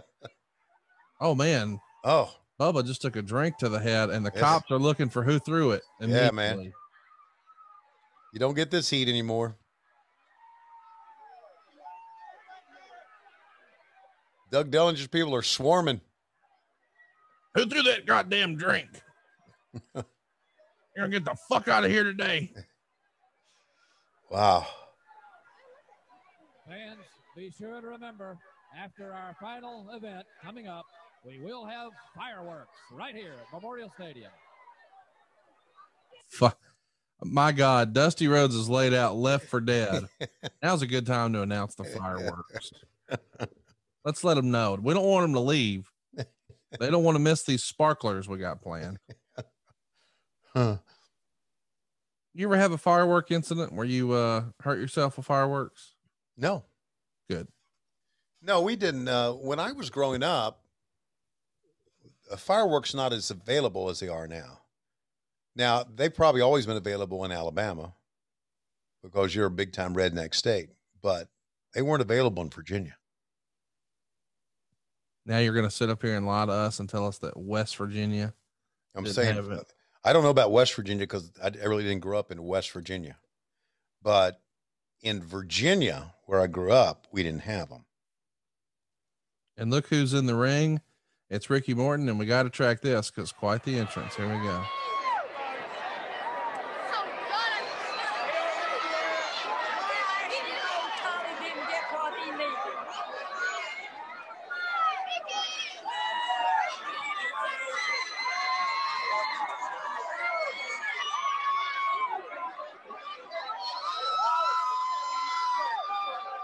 Huh.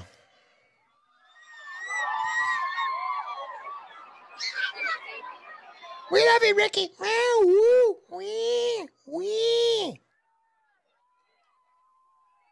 We love you, Ricky. Wee. There it is. Yes, sir, baby.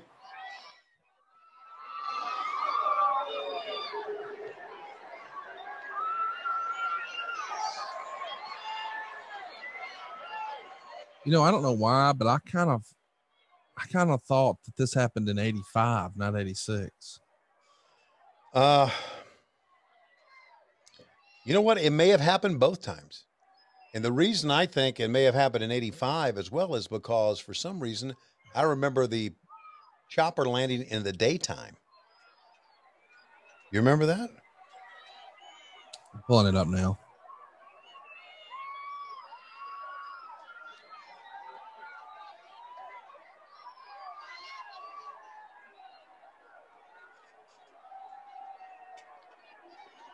Oh man, listen to that.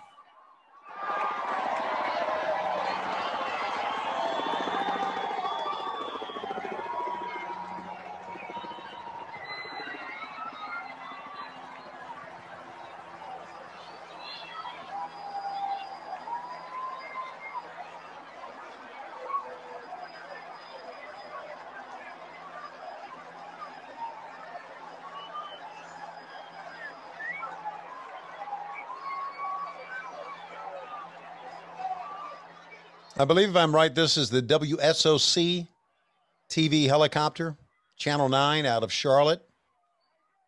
And I believe Harold Johnson is going to come out with him. You're exactly right. WSOC Channel 9. Right. Harold, by the way, is still with us. I believe he ran for political office a few years back. I think he's pushing 80 years old now, if I read that right. And he was a big fan of wrestling. Big fan of wrestling. He used to, on his shows, announce who won at the Charlotte Coliseum. And that's big, you know, because he was #1 sports anchor.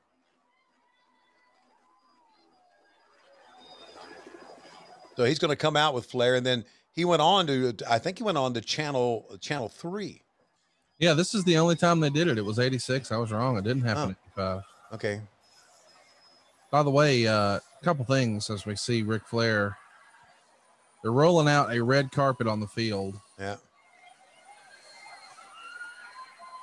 And the doors to the helicopter are opening. And here he is. There's Harold in the jeans and the light shirt, along with Flair. Playing the music, chewing the gum. Got the belt like he likes it.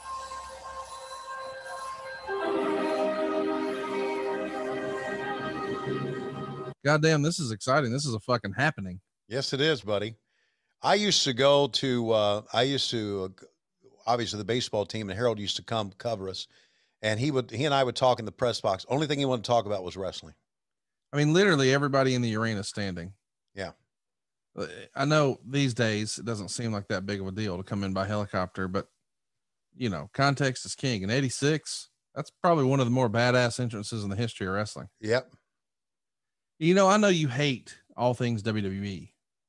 I do not. I like Bruce Pritchard. A couple years ago, Charlotte Flair showed up to WrestleMania by helicopter, obviously inspired by this. Right. How cool is that? It's the best entrance you can have. I mean, it would be like one day, you know, just talking about family and the consistency and keeping up the legacy and tradition. Like one day, if Chris Schiavone married a woman who just let the house be overrun with dog hair, or Matt Schiavone started a lot of things, gave very little effort, and quit most of them. Mm-hmm. Just keep that Schiavone tradition alive, you know? Yeah, I knew you were going somewhere with that. And I found out you were going nowhere with it. Well, maybe one day my kids will bust balls and overeat. Okay, so here we go. Harold Johnson, go do the ring announcing. All right, here we go.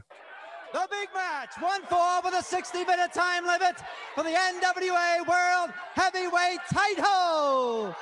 Introducing first the challenger from Music City, USA, Nashville, Tennessee, weighing in at 212 pounds, one half of the Rock and Roll Express, Ricky Morton.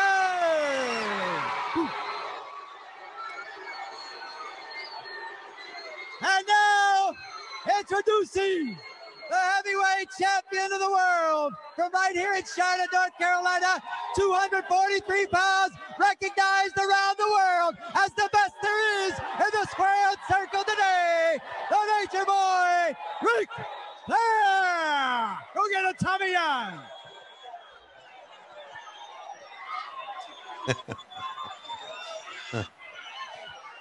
Oh boy. So he's on the chopper with Flair, but Flair's the bad guy. Yeah, right. But Harold was such a mark for him. Didn't care. Exactly. And so there we go. That's how excited was Ricky to have this opportunity? Oh man. So let's see if I remember this correctly. And let's see if they started out quickly. Supposedly, the Midnight Express here have real heat with Dusty Rhodes. Uh-huh. And they feel like he's trying to break them up. Right. Supposedly they even sort of hinted around that they might switch the title and let Ricky be the world champ. And as the legend goes, he didn't want to break up the tag team. Didn't think it was right. Didn't think it was fair, et cetera, et cetera. Right. But I think this is the era, this is the year where the bloom comes off the rose with, hey, we're selling out and we're making a bunch of money and we're doing great, or we're not making as much money as we should. We don't think, because I think that's worth mentioning too. You just sort of laid out that, we'll call it late summer, early fall. Flair and Dusty had both made well over $500,000 year to date. Right. I think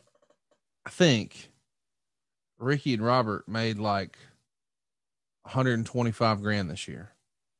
Now I only bring that up, and I know a lot of our listeners probably think, well, yeah, they're not Ric Flair or Dusty Rhodes. I get that. But a lot of these towns, we're running 2 shows. So Flair and Dusty are headlining one, and the Rock and Rolls are headlining the other.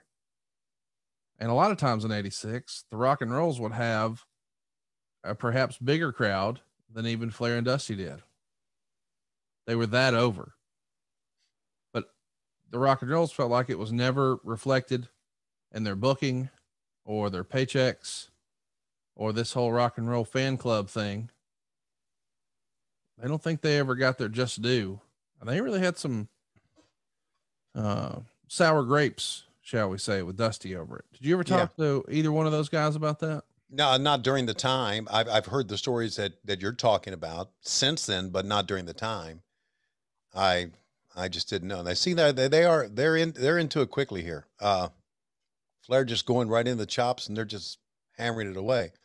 But you know what? It's, to me, knowing what I know about Dusty and knowing what I know about Ricky and Robert, it sounds logical. But that Dusty would take a look at how hot the Rock and Roll Express were and try to make himself as hot. It almost seems like it's been positioned like, hey, go get over, but don't get too over. Right. Cause me and Flair, I'm the top draw, not y'all. Sure. And I don't know that that's accurate, but that's certainly the vibe I get when you hear Ricky and Robert do interviews about it over the years. Yeah. And they specifically said they felt like you personally were holding them down. Really, me? Yes. I put those motherfuckers over. Oh, I'm sorry. Let me rephrase that. I put those motherfuckers over. How does that sound? You lying piece of shit. Why are you fussing at me? Well, because you're lying. About what? That's why. That's not true. I didn't say it was true. I said that's what they said. They did not say that. I'll play the clip. And that's the lie. I'll play the clip. Yeah, go to hell. Oh, hey, can you say, Conrad Thompson, you can go to hell? Conrad Thompson, you go to hell, straight to hell. We're out of here. I've got it down. You know what? You know why I got it down? Why? Because Nick Jackson hits you with it every week. Really? Yeah, every week. Well, you should start ending our shows here. Instead of Tony, it's about that time. Yeah. You should just, Conrad Thompson, you can go to hell. Yeah. Straight to hell. That'd be too easy. And it's hurtful. Mm. Oh, really? What? I'm not the one that shit on the floor in your house while you were out of town. Here's the deal. Hang on. You know, we had a listener point this out to me. Let me pull it up. Because I know that you haven't even thought about this. Okay. I'm going to find it. Hang on. But you shit in my floor. What? I could be convinced that it was you. No, you couldn't. No, you couldn't. First of all, I'm not going to come to your house when you're there. It's true. Much less when you are not. It's true. Yeah. But the point is, someone slid my DMs and reminded me. Slid my DMs. Go ahead. This year. Yeah. You admitted to shitting on your own floor. That happened a couple of years ago. But you talked about it this year. No, I didn't. I talked about it last year. Well, he heard it this year. Oh, well, then all runs together. Well, he's going back in the archives, so he's lying. The point is, you shitted in your own floor. Well, that was by accident, and I cleaned it up. So here's the thing. He brought up a great point. Can we be sure that you weren't the second shitter? Much like, you know, there was a grassy knoll. Right. I guess what I'm trying to say is, are you Lee Harvey Schiavone? Yeah, back and to the left.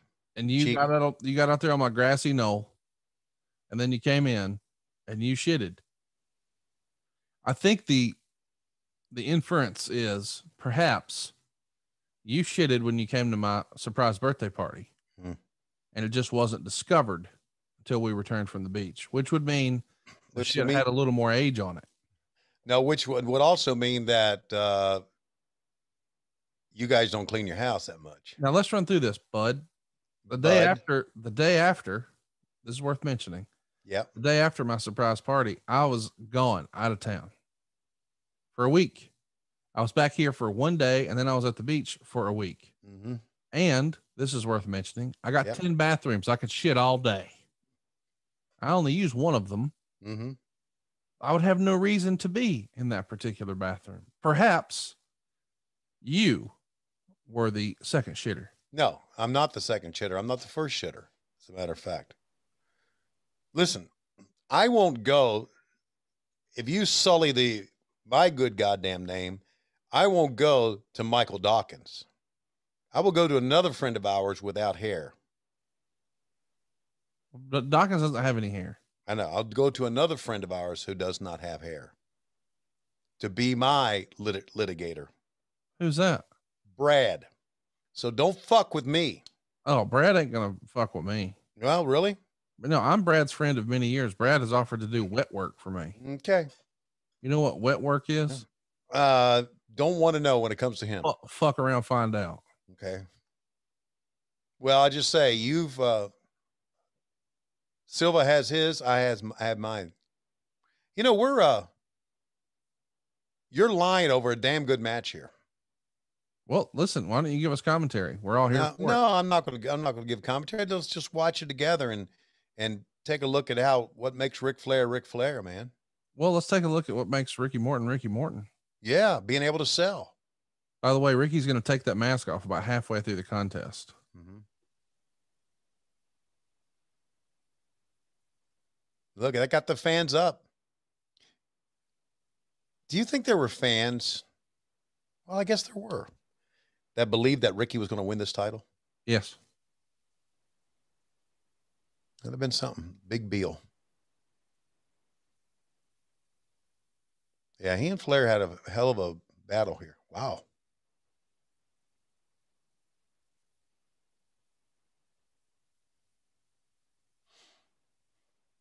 Did you see Ricky Morton tried to get verified on Twitter and they denied him? No, that's a true story. That's a true story. Why did they deny him? I don't know. I just think it's funny that, you know, we got all these goofs that are our friends who aren't verified. I mean, who are verified. Meanwhile, Ricky fucking Morton They won't verify him. He just knows the wrong people. He should ask that nothing happened to Jeff Jones to help. Well, yeah. What's Jeff Jones do besides stooge? Well, he doesn't shut up. Well, he talks a lot and dictates to others. What else? Mm-hmm. I don't know. Gives me shit. Loves to give me shit. I just think that since I've started this podcast, obviously, it has helped out my career immensely. It has resuscitated my life. It's turned my life around. That being said, it has also given people the liberty, Jeff being one of them, to give me endless shit because they hear you give me endless shit every week. So that's my fault? Yeah. So they think, well, if Conrad can do it, let's give Tony shit. So Jeff Jones gives me shit all the time because Conrad does it, and Conrad is our leader. You're the leader of these guys. You do know that, don't you? Yep. Yep. See? So there. So there, Conrad. Help me understand. Do you not think that they understand that when I bust your ball? Oh, look at Flair wearing the mask. How funny is that? That's cool. I'm surprised it fit over his beak. I have a feeling Arn Anderson, if he saw that, would have said the same thing. Oh, did he give somebody a souvenir? Or did he just give it to Wally Dusek? I think he just threw it over to Wally. Oh my goodness. And Ricky Morton has bladed. Yeah. That's how you do the old zip. You got to have a distraction. Right. So let's have Flair put the mask on and strut out, and everybody will pay attention. Right. That'll give me a chance to take this razor and drag it across my face and then hide it. And Conrad, I don't know, man. I get it. I get the blade jobs. Could you, if you were a wrestler, I couldn't do it. I think if I bladed myself, I'd pass out. I don't want to be a wrestler. Well, no, but if you were one, I guess if you were one, I couldn't do it. Man, it's just, when I go to go to the lab for blood, to give blood. You cut your face and let them take it from there. No. Do you think Flair ever did that? No, sir, we're going to need to do some blood work. No problem. No, what I was going to say. You just want to bring a funnel in here, honey, and I'll just lean over. I have to lay back. I have to either lay down or have my feet up or I'll pass out. So they're just. Is that the same thing you tell Rebel? I got to lay back and put my feet out or I'll pass out. It doesn't end with you, does it? What's your pet name for her? Is it Honey? My pet name for Sweetie. Yeah, that's my pet name for all the girls. That's what I call. I mean, that's what I call the lady who rings me up at Publix or at Kroger. Thanks, sweetie. Thank you, sweetie. I say sweetie to all of them. You shouldn't do that. They don't like that. Well, you know what? It's funny. We had a little discussion about that. Oh, good. Yeah, and there was we always have training every week about how to treat each other every week, every year, and they gave the list of names that you probably shouldn't call female coworkers, and one of the names they said probably shouldn't was Sweetie. Bam. And yeah, and I do it all the time. It is not a sexist thing, Conrad. It's a Southern thing. Yeah, but now you can't do that, Tony. You know what else I say? Thank you, my dear. Nope. They're How not you doing, my goddamn dear? You can't do that. Well, what do you want me to say? What's the ma'am? Ma'am. You're allowed to say ma'am. Ma'am. Mm-hmm. Okay, to a girl who's like 30 years old. Yeah. Thank you. Yes, ma'am. Yeah, that's what you said. Sweetie sounds so endearing. It sounds so nice. Thanks, sweetie. Well, help me understand. Why are you so interested in being nice to them? I'm nice to everybody. No, when you answer my phone call, you say, "What do you want, you motherfucker?" Well, gee whiz. My favorite is when you call me. You call me, and then when I answer, you say, "What do you want, motherfucker?" Yeah, well, wonder you why. You called me. I didn't call you. You called me and asked me what I wanted. Well, why do you think that is? Because you're mean and hurtful. Look at this. Look at oh man, Ricky just pressing his face right up against there. Got He's him trying to talking. get over. He's over. 15 minutes. 12 minutes to go.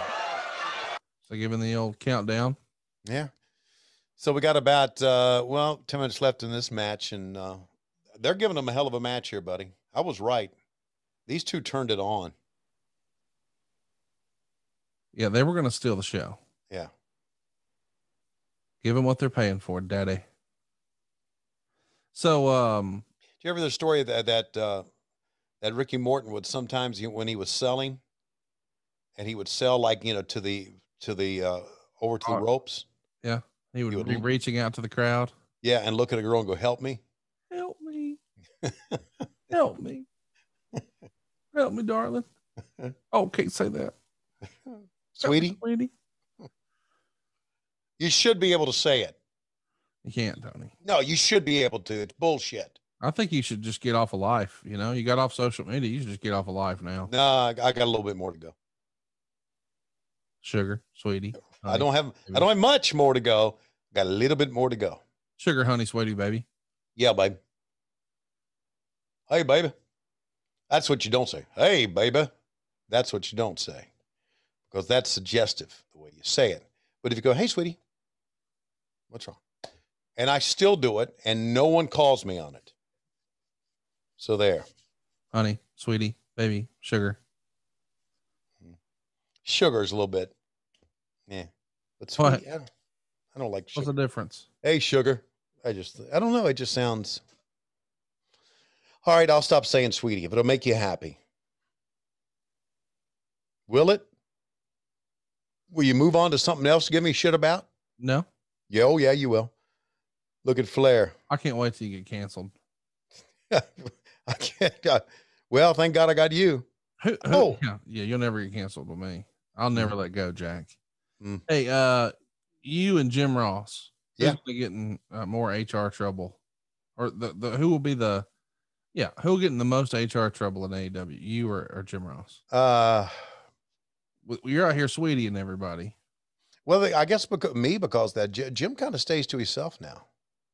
So you're out there rolling the dice, and he's trying to keep his head down, do his job. I don't know if I would put it that way or not. Oh, you don't think he's doing a good job? No, I would put it the way. There's the headline right there. Okay. Tony Schiavone says Jim Ross is sandbagging. Okay, no. Tony Schiavone says Conrad Thompson's a lying piece of shit. That's the headline. If you're going to talk like that around AEW, it's no wonder you're in trouble with the HR department. Look at this, man. I love when Flair does this. I get the HR emails from AEW. I'm sure you do. So I see all your sensitivity training, and I know that it's because of you. Yeah, right. I can only imagine some of the rude things you say. Yeah. Look at this. Big near fall there for Ricky. Man, I love when Flair does that, when he gets on down on top and does that hammer. Yeah. Hammer. That's what he did to Kerry Von Erich, in that classic cage match at Reunion Arena. And he does the noise. He goes, ah! All right. Yeah, that's good, man. Wrestler noises are one of my favorite things. Like for years, my friends and I thought Mankind or Cactus Jack just running around going, out there, just weird random noises. Just awesome. Yeah. We heard it from Ronnie Garvin too earlier. Yeah.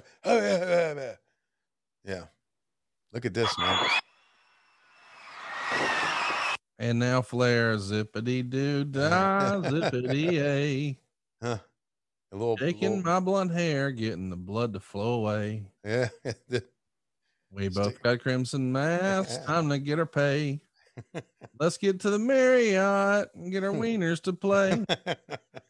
I'm gonna stir a girl's drink with my Peter.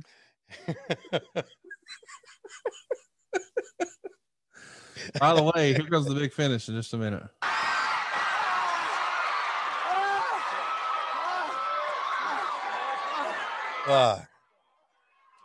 I don't know. Did Meltzer rate this match? Was he rating things back then? I don't think the Observer's posted from 86. Hey, it wasn't. Well, he was stooging back then, so I knew he was around. He was stooging. Listen to you. Hey, man, Ricky, this is good stuff. I thought that was going to be it when I saw Ricky on the top rope, because I know what the finish is, but okay. I thought that was it, but it is not. We still got about 8 minutes left here in the broadcast. Well, you got 8 minutes thinking some more shit to lie about me about. What have I ever lied about with you? No, nothing. I'm just making things up here, you know? Buddy, I try to be entertaining on the show, but I've never lied on you. Hell, I created a fake bidding war to get you more money from AEW. Single-handedly. I'm yet to get my 10% commission on that deal either. Yeah, I know you are. Way I figure I'm about 2 years behind on back pay. I have to get Nam on the case. Oh boy, I'm sure he'll hit that on a timely basis. Nam. You sure it's not Nam? Well, I mean, he's been my financial guy for 10 years, but you're right. I probably mispronounced his name. Well, I called him Nam one time on our Zoom call. Yeah. And everybody laughed. Ha. Silva went, ha, ha, ha, ha. Nam. I said, all right, then do me a favor, Dave. Pronounce this name, S-A-M. Is it Sam or Sam? How about when you go and you eat a half of ham or a half of ham? Let's run through this. You should stop being so fucking racist and inconsiderate. Okay. He is Vietnamese. Okay. And that's the way his people pronounce it. So he was Vietnam, not Vietnam. Right? I mean, you heard it pronounced both ways. You really did. Growing up, I did. I heard it pronounced both ways. So I don't know what's right. You know, he's a little entrepreneur. Yeah, I know he is. So why did we get talking about him? Because you're a racist. No, I'm not. You're an HR nightmare. No, I'm not. You're lying. Because you owe me money, Tony. You didn't give me my 10% cut. And you know what? I'm fine with that. Even though I helped negotiate the goddamn deal, I'm fine with that. You ought to at least get me my fucking 6-man belt. It's a tax deductible gift.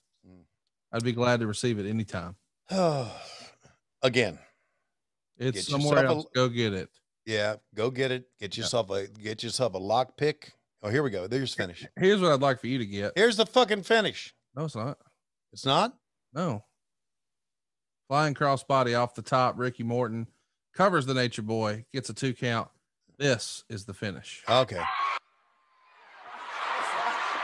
Flair trying to escape the cage. His butthole's hanging out. His butthole's out, Tony Schiavone. Look at him. Look at him, Tony. His butthole's out. No, the same way Dave Silva's butthole was out while you were in Pensacola or Panama City or somewhere in the Redneck Riviera. But Ricky Morton, speaking of rednecks, fighting for all he's worth. Down goes Flair.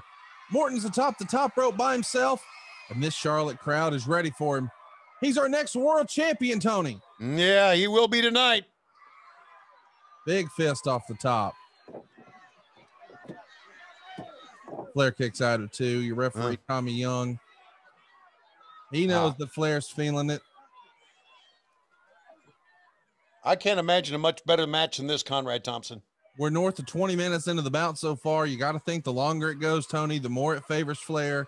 He's used to being in the deep water here. He's the 60-minute man. And around this point, usually Ricky would be looking for a tag, but there's no one there. And Flair takes that big bump. This is apparently before the face first bumps that he's been accustomed to taking.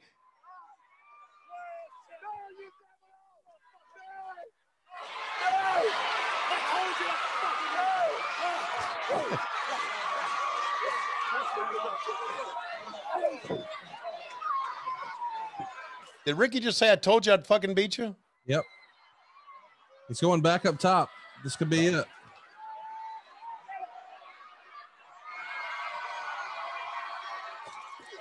Big drop kick off the top rope. That's got to be it.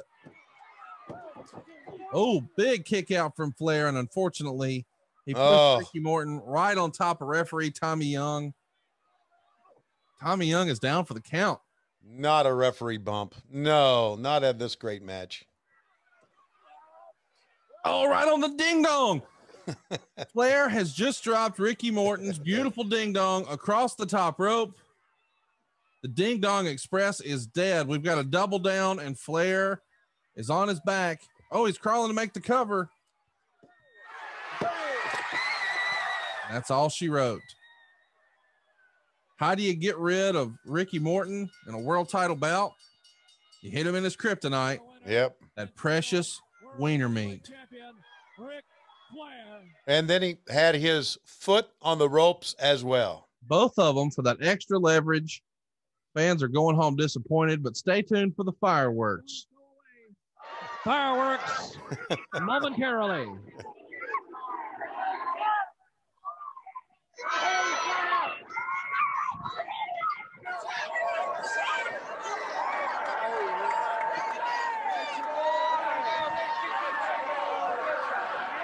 Fans, again, remember, on your way out, get a souvenir program and your Great American Bash t-shirt. Souvenirs of your 1986 American Bash. On behalf of Crockett Promotions, we do appreciate your attendance tonight at a great wrestling event in Charlotte.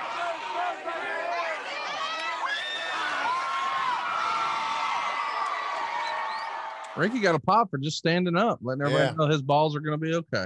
That's why I got the pop. Because they were worried about him. They were. At this point, he'd probably serviced about 10% of the crowd. That's probably undercutting it. Yeah. Yeah. Mm-hmm. And there you see Tommy Young. Oh, and Klondike. Fans are filing out as we see a wounded, an injured, but not dead, not defeated, Ricky Morton. And I think that's every bit of a 4.5-star match. That was a great match. Yeah. I know that you didn't like the ref bump, but listen, it was only to, I mean, he crotched him on the top rope, but I don't know that that's totally illegal. Right. But the Flair's feet on the ropes. That was sure. For sure. Yeah. He had to cheat, but that's what heels do. Heels cheat and Schiavone's lie and do the bare minimum. We all know that. It's been well established, but next week, I think we have something extra special. We're going to watch one of the other more notable Great American Bash shows. We saw Flair make his entrance on a helicopter and so many great moments, including Shaska Watley becoming a bald-headed geek as they whisk Ricky Morton away on a golf cart. With Dustin driving, yeah. Next week, when you hear from us again here on WHW, we're going to be back watching the Greensboro episode of Great American Bash from July 26, 1986, where we're going to have a new world champion. We didn't get a new world champion here in Charlotte, but we will next week in Greensboro, Tony. Should be great. This match was spectacular. It's worth seeing. It is also worth young wrestlers watching to show you how to sell, how to work a match, how to tell a story. It's all the great things that made you love wrestling from that era is wrapped up in this Ric Flair, Ricky Morton match, I think.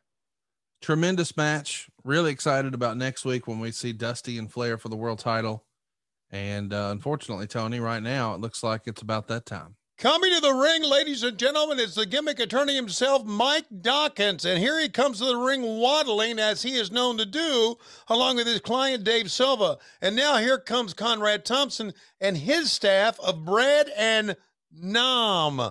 Brad is going to take the lead on this, everybody, and he is going to drive Mike Dawkins in the ground like a tomato post. And that's our answer to you, counselor. Go fuck yourself. And we'll see you next week on What Happened When. We come to you Wednesdays on Westwood One, or now known as Cumulus.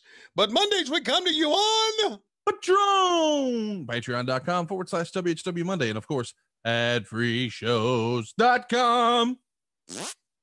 Hey, it's Conrad Thompson, and you're listening to What Happened When with the voice of your childhood, Tony Schiavone. Tony, what's going on, man? How are you? Hey, I'm doing great. Thanks for asking. And how are you doing? Better than I deserve. So excited to be here because today we're doing something that we're pretty excited about. Yeah, we are. It's been a great year for us to be able to go back and watch every year of every episode of 1986 World Championship Wrestling from the TBS studios. But now we're going to take another look at a Great American Bash episode. We looked at the one in Charlotte recently, and now we're going to take a look at the one from the end of August, or the end of July. I'm sorry, the end of July, and this is from the Greensboro Coliseum, and that's one of the exciting parts about this, but another exciting part is about who's going to join us for this broadcast, Conrad.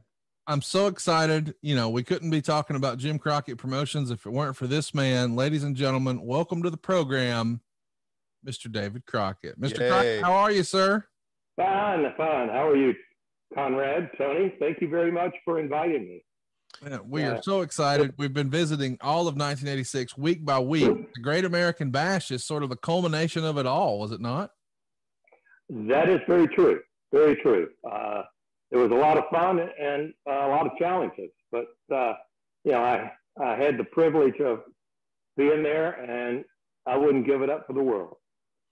Yeah, David, it was really, if you look at the entire year, 1986, it was kind of a magical year for all of us because we all went on tour. We started out in Philadelphia, and we were and, there you go.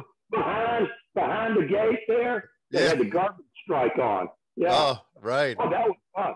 And yeah, and in Philadelphia, the member of the athletic commission that wanted to shut us down because it got into it with Dusty and all that. Yeah.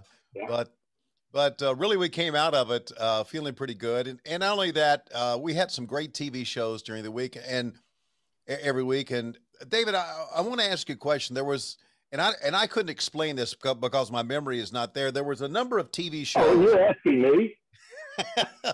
you might know. Okay. You and me did the broadcast, obviously, but there were a number of TV shows where David Crockett was not there. He was kind of on assignment. Do you remember why? Were you out looking at venues, visiting buildings, visiting stadiums?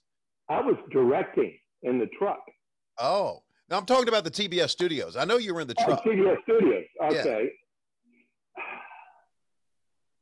Why was I not there? I didn't know. I mean, you know, sometimes Flair would go out to Kansas City or go out to Portland or something like that. I thought maybe that you had to go with him. I didn't know, but there were a number of times, right, Conrad, that I was there by myself. Yeah. And I'm thinking, man, this doesn't work without you, you know? So thank you. I think now, wait a minute. Didn't Gordon Soley come in? No. For part of that? No. It was just me. Yeah. If he did come in, he had gotten into the sauce a little early and didn't. Oh, what are you talking about? On the plane. Going up, I was on there one time, and the first one was vodka and orange juice. Then he said, I just want straight vodka. God bless him. Oh. Yes. What a man.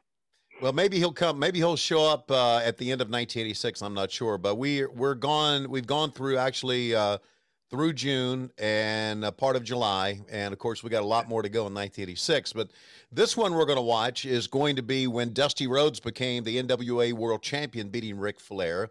When Jimmy Valiant lost his hair in a hair match against Paul Jones, and at the Greensboro Coliseum. David, I mentioned this many times. As a wrestling fan living in Virginia and watching you guys on Mid-Atlantic Championship Wrestling, I would take the trek to Greensboro as a fan back in the 70s a lot. Drive the 3.5 hours from my house to see it because Greensboro was the biggest venue for Jim Crockett Promotions, and that was always something going on there. All roads led to Greensboro. Right. As far as the fan base, we could put the same match in Charlotte, and it would not draw as well as in Greensboro. Right. Greensboro just had that vibe.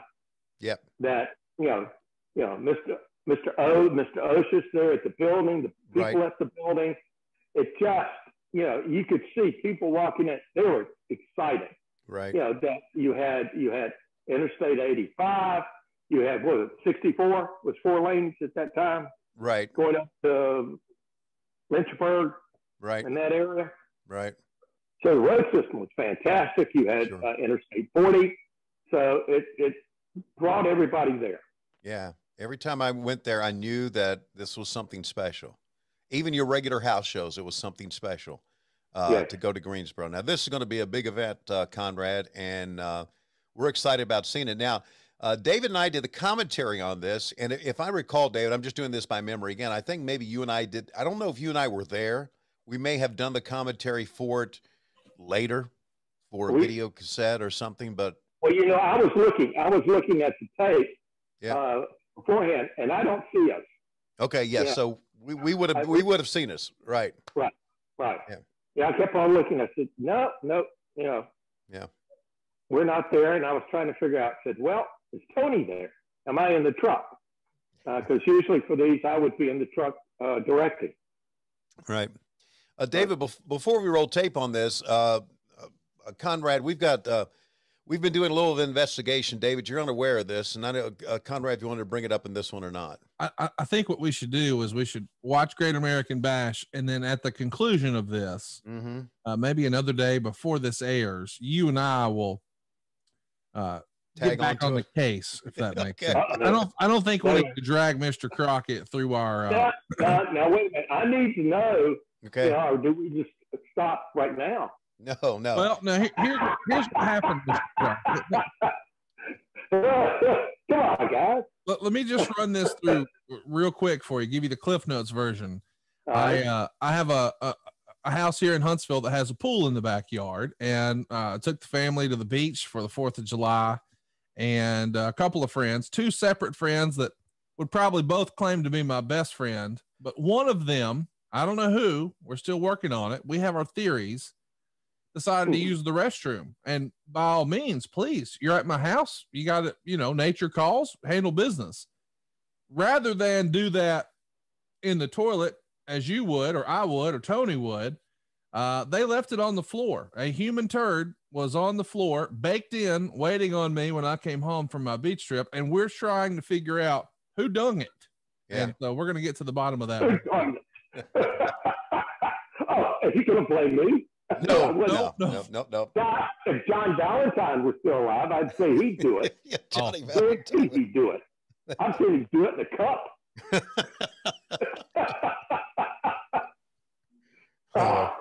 In a cup. Tony, we're off the rails already. I feel like we're peas in a pod here already, right? So let's get to the video. Right. Tony, I think you have a special countdown for us, right?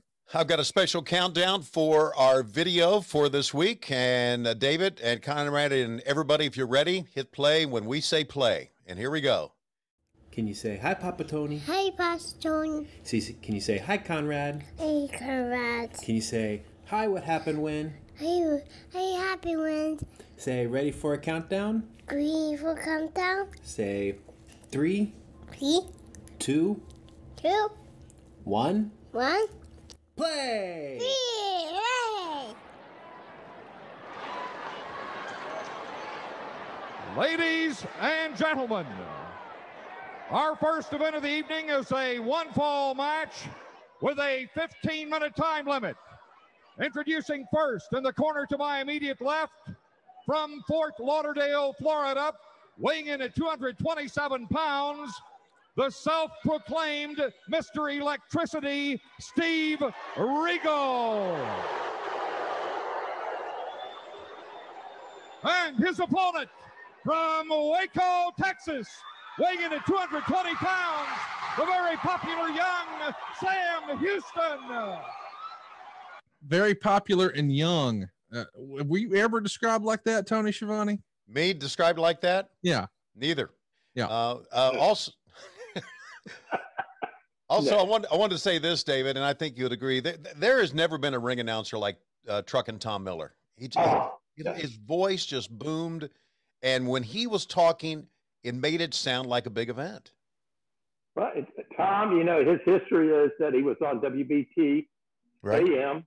Right. It was a Clear Channel station. Right. He was on nighttime when it boomed from New England to the Florida Keys. Right. And that's why they call him Truckin' Tom. Right. All the truckers would listen to him. Right. They would listen to him, all the truckers, and that was a big deal. That was a big radio show, WBT, which was and still is a big AM station. Yeah. All right. First of all, this is 2021. Please excuse the Confederate flag. But we were in a different era back then. And also, you know, David, I didn't realize this at the time, but Sam Houston was very young and very popular. And I didn't realize by this time he had married Baby Doll. I didn't realize that romance was going on at that time. I did not realize that either, or I might have forgotten it. I think actually they got married 4 days after this. All right. So they were very close. Yeah. Right. You could say that. Yeah. So they were very close. But he does look like a kid. I mean, come on. Oh God. He reminds me, his mannerisms, if you watch him, he reminds me of Dusty, a young Dusty. You watch his, look at his boots. Yeah, that's Austin road. Yeah. Mr. Crockett, I think Tony has told the story before that for whatever reason, perhaps her relationship with Sam maybe cut Baby Doll's career short in Jim Crockett. Tony, do you want to catch him up on your theory?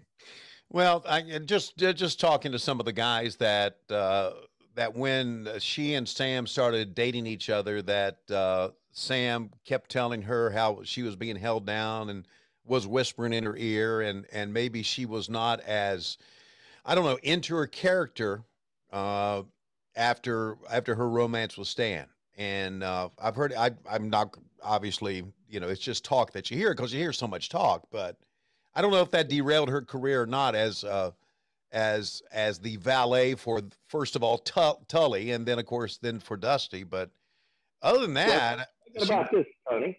Think about this. Okay. He was jealous. He was jealous of her. I mean, fans, they loved to hate her and they loved her too.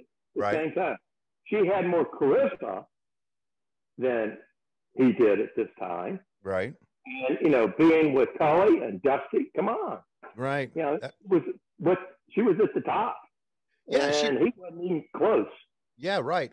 For instance, he's working the opening match here, and she's going to work next to the last match coming up in a tag team, which was a big angle with Jim Cornette. So yeah, she was a big star, and he was not. So I get that. That's probably a good call. Paid more. She's getting paid a lot more money. Sure, she is. Yeah. So I could see him. He's probably also trying to ride her coattails up the ladder. Right. Come on, get them to push me too. I'm your husband. And she's probably saying, cool it. This is a good gig. Yeah. Yeah, I get that. Yeah. I really do. All right, Earl Hebner. Mr. Crockett, I'm sure you've got a lot of details that may be a little fuzzy. Goodness, 35 years later, who wouldn't?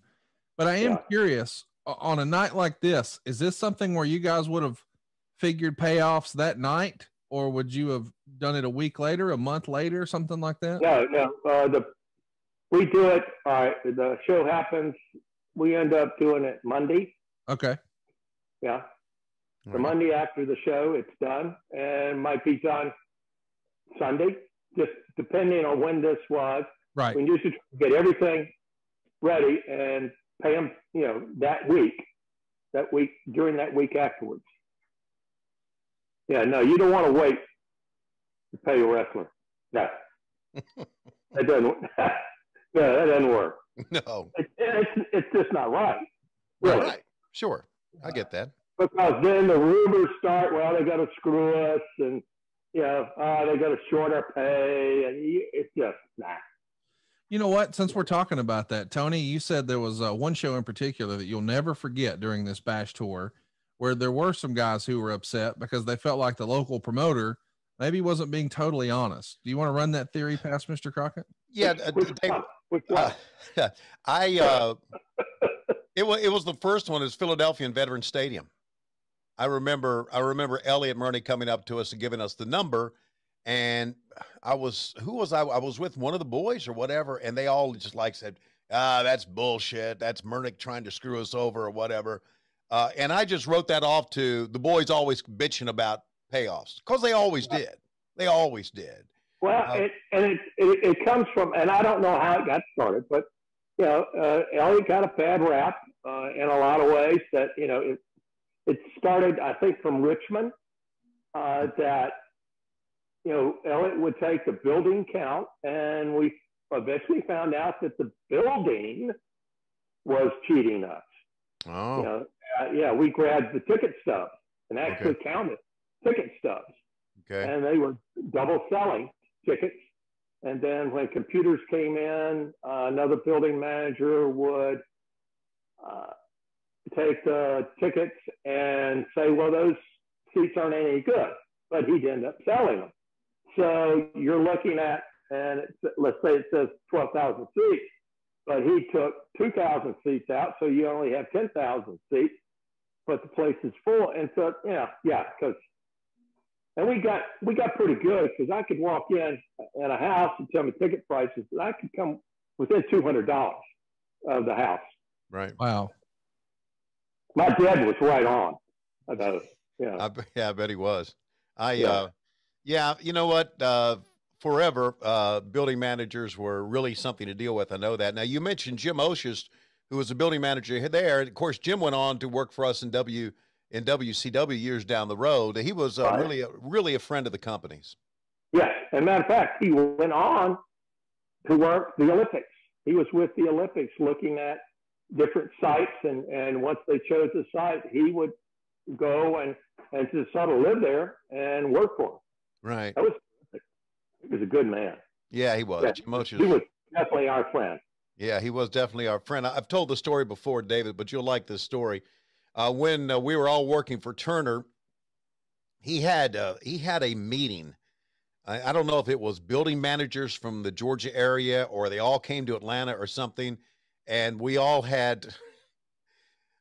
He had worked out to where Dusty Rhodes would come and address this group. So Dusty came in with the tie, and Dusty kind of sat in the back, and Jim Oshist says, "You guys may recognize the heavyset man over here to my right." And that pissed Dusty off so much. Dusty said, "That motherfucker called me a heavyset man. Heavyset man." I never will forget that story as long as I live. Well, you know, his son went on to be the manager of the Omni there. He did? Atlanta. Yeah. Oh, okay. Yeah, his son did.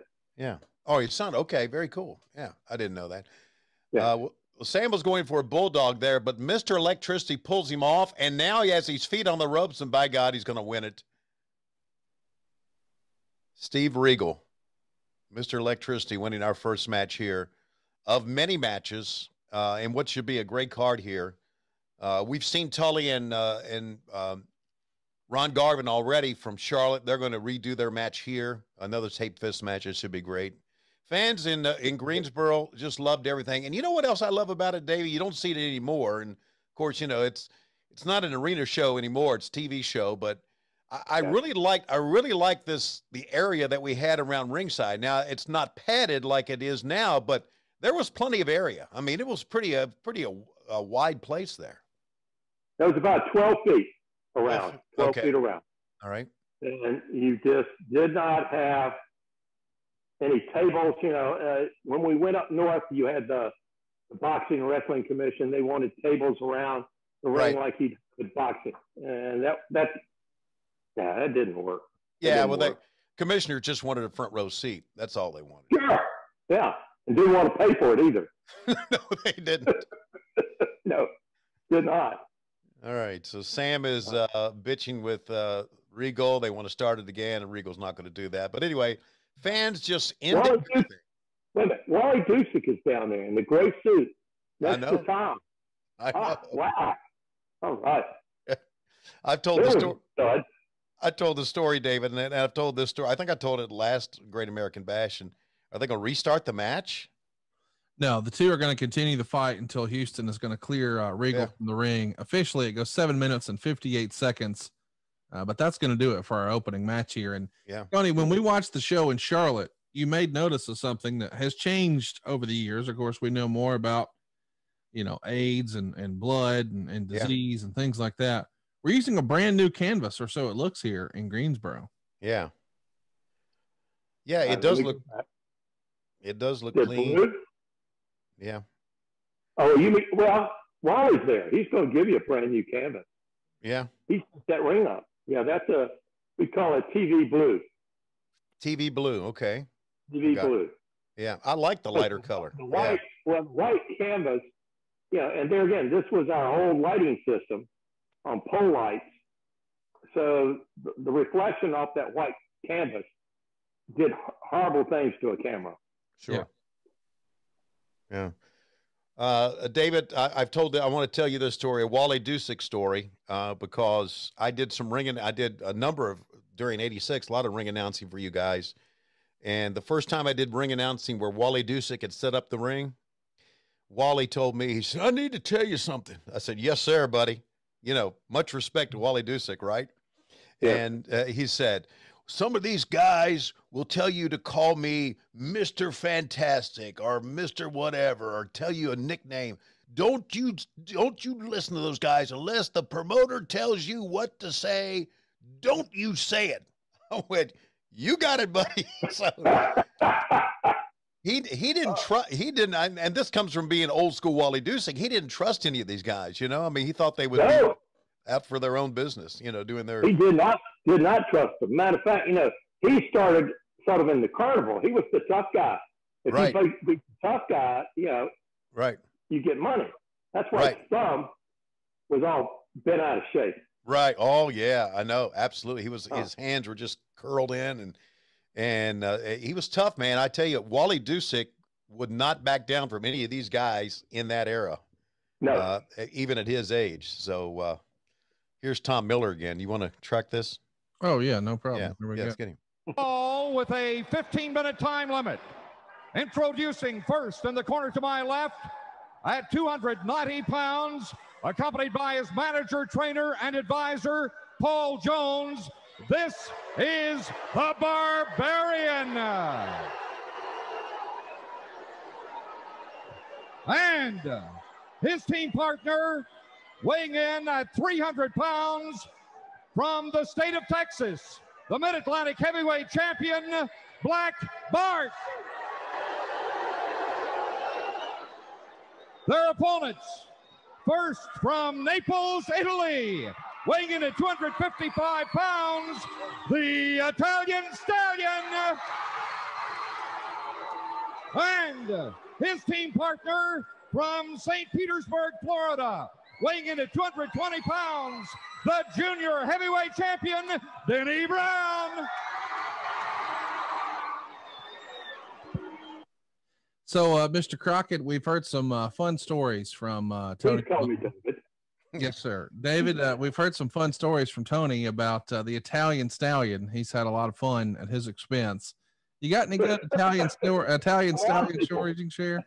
A lot of people. Well, I remember when he first came to us, he challenged Buddy Rogers. Buddy Rogers had the figure 4, and if you could stand it, let's say 5 minutes, you know, we'd give you the money. Well, he almost did it. Mm-hmm. You know, he and Guy Cardona were the only two that ever could do it. You know, get close. Wow. But the Stallion, you know, sometimes I didn't think he had all his marbles. Yeah. Nah, he was a goofball.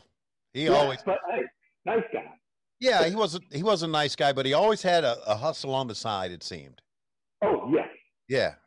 He always had a hustle on the side. He said, I got my own steam cleaning service. I said, you got what? He said, yeah, I go into people's houses and clean their carpets. I said, where do you get the equipment from? He said, I rent it. And I put it in a van. I call it Italian Stallions Cleaning Service. I told him, I said, I would not let you in my house, much less to clean my carpet. I would not let you come through the front door. But he always had something. And then he went on, the Stallion went on, and it's well documented because the Hardy Boys, Jeff and Matt Hardy, who were from North Carolina and grew up big Mid-Atlantic Championship wrestling fans and became big stars in the WWF, they were brought into the business by the Italian Stallion, who, according to them, fleeced them for a lot of money. But that's what they say, not me. So I don't know a lot of these guys, you know, I don't know what's happened to a lot of these guys. I've seen the Barbarian. We were, I guess a couple of years ago, Conrad, remember we were at the Cauliflower Alley, and I saw the Barbarian come by and talk to he and his wife. But most of these guys, I don't know what happened to them. I don't know if you know, Dave, or not. I don't, you know, Black Bart. I was going to ask you if you knew what happened to him. No. But Barbarian, you know, his wife is the one that rules him. Yeah, that's right. Yeah. I remember in Norfolk, police came to arrest him in his hotel room or motel room at that time. Yeah. There were 6 of them. Well, that wasn't enough. And then they started macing him, and he just inhaled it. Right. And just kept on wailing on him. Right. Oh, what a guy. Yeah, he was bad. His wife is the dominant one in his family. That's exactly right. And she was there as well. We weren't really there. Remember, Conrad, we were there for a site survey, but we went over to the, I think, where I can't remember where it was, where they have it. And the Gold Coast Casino. The Gold Coast Casino. They came walking through, he and his wife. And that's the last time I've seen him, I think. Or I think you had him at a Starrcast, didn't you? I'm not sure. I know for sure that we, we did. Yeah, because we did the whole Tommy Young thing. That's right. We did the whole Tommy. How could we forget? That was one of our original gags here on one of our feature events. What's the Tommy Young thing? Show me the Tommy Young thing. Oh, David, you Tommy watched Italian Stallion, water. Allegedly, there was a rumor that you guys had been on the road for quite a while, and Mr. Barbarian was he was out of sorts, and he needed a little help that he usually got at home, and he had arranged for someone to stop by his room and help him take care of some things that needed to be worked out. And unfortunately, that day they wound up bunking together, he and Tommy Young. So while he was in the restroom, Mr. Barbarian was in the restroom, Tommy answered the door and saw that it was a young lady, and she asked for Mr. Barbarian, and Tommy thought this is just a fan looking for an autograph and shooed them away. And annoyed when Barbarian came out, he said, "Wait, where's the girl?" He said, "Oh, she was just a fan. I got rid of her." And apparently, as the story goes, he looked at Tommy and said, "Hard way or easy way, you pick."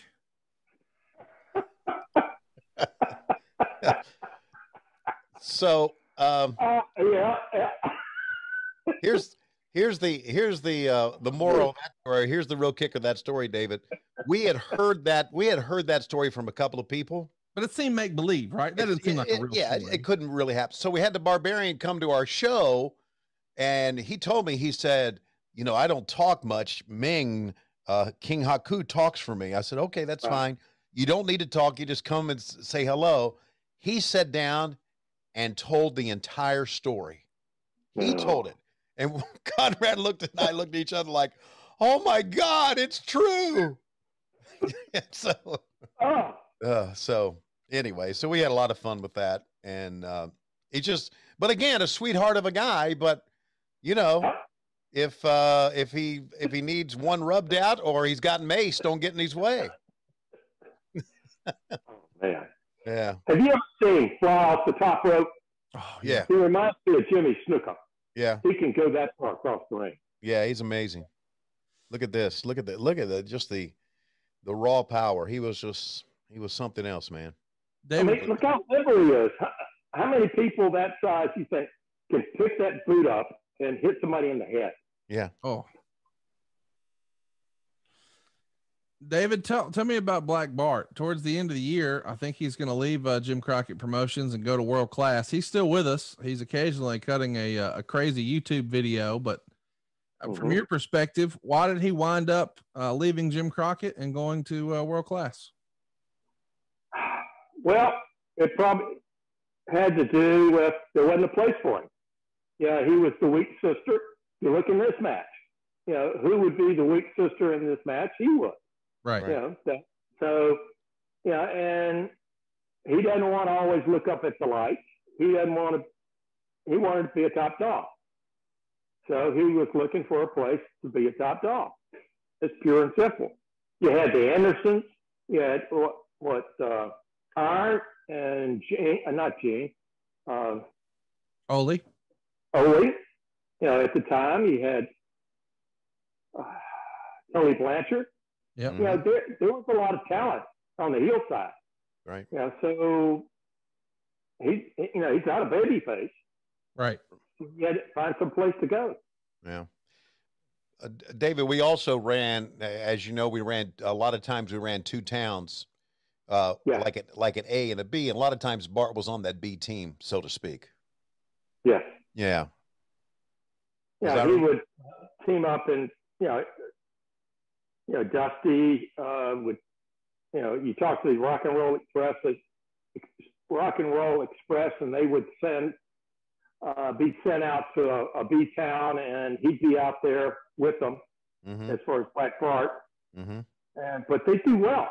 Now, see, he would do well with the Rock and Roll Express. Right. But it's just him. See, he would be better a singles than a tag. Yeah, and of course he was the Mid-Atlantic champion at this time. Right. We saw on here where he had beat Sam Houston to win the Mid-Atlantic title, which was, just a chance to elevate him a little bit, being a champion. And I always did like Ricky. I always did. He always got there early. He always sat in the dressing room. He would get a big trash can, put a dip in, and just spit and watch everybody. And really didn't have much to say, but I always liked him. And I, we brought up this name before, David, you and I, but one of our longtime promoters, Henry Marcus. I knew you'd laugh when I'd say that.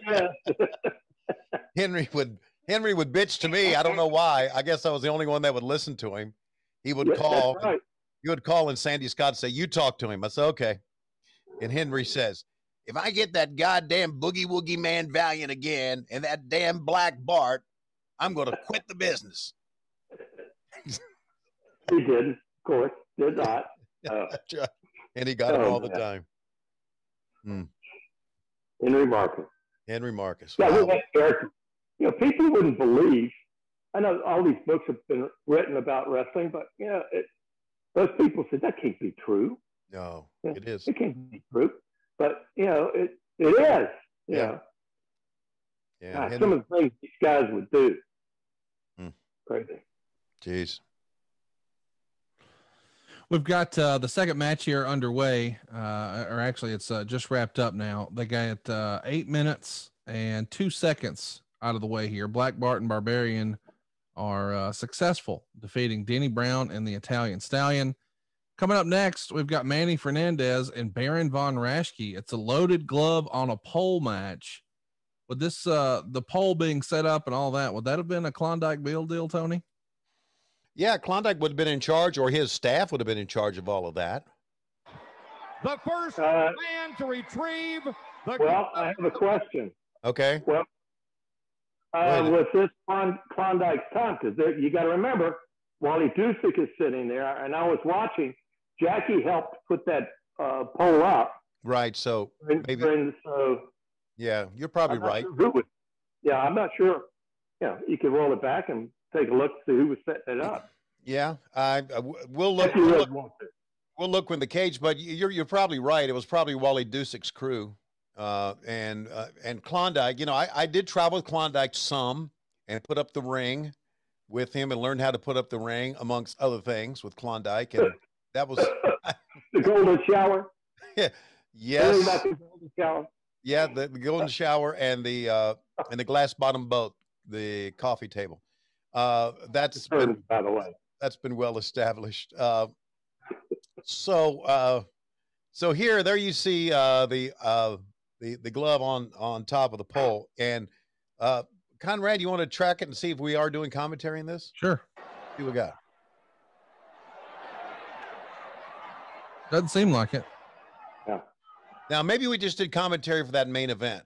I think we did commentary for the main event. So the main event is going to have clips on TV that you guys would air. So it feels like you would have certainly done that since it's a title change. Right. We're quite a ways from the title change, but this is probably one of, if not the most historic show from the 86 tour. Of course, the Charlotte one we saw where Flair landed in a helicopter gets a ton of coverage these days. But whenever there's an NWA title change, especially in 86, it's a big doggone deal.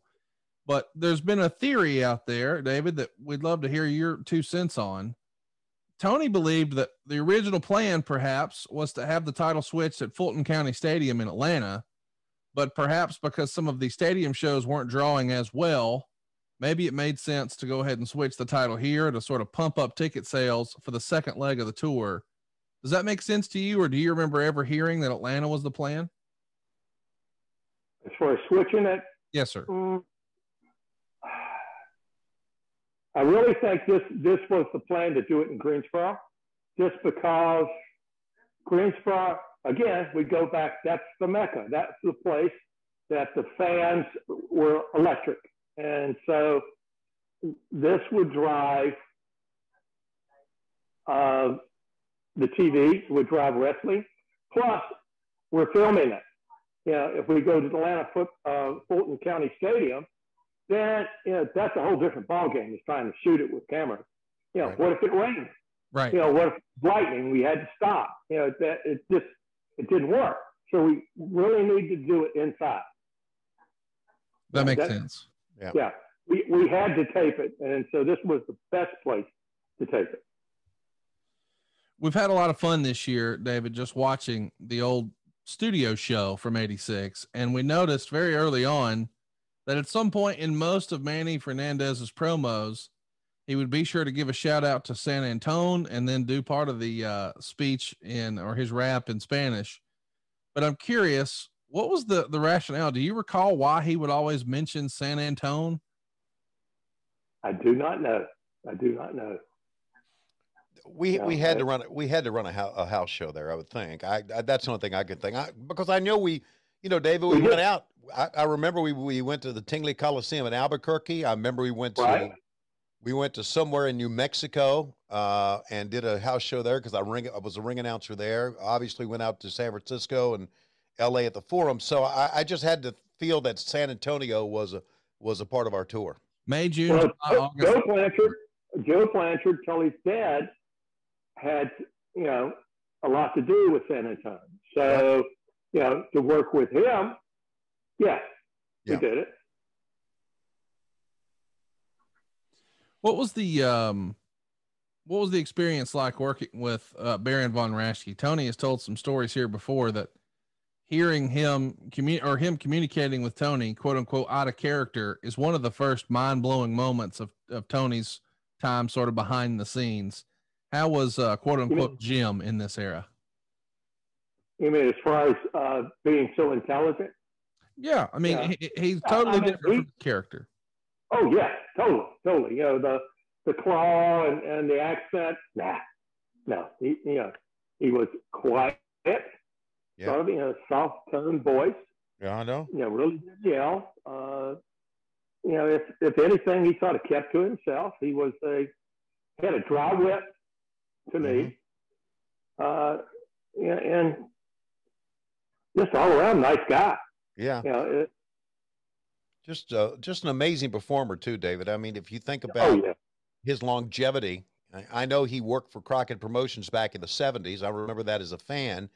And then here he is once again. Of course, he had a big run up in Minnesota at the AWA, and he had that Baron, that Nazi-ish character that was so completely different than who he really was. And that's one of the things that amazed me about him. And I guess you could say the same thing about Ivan Koloff and any of the guys who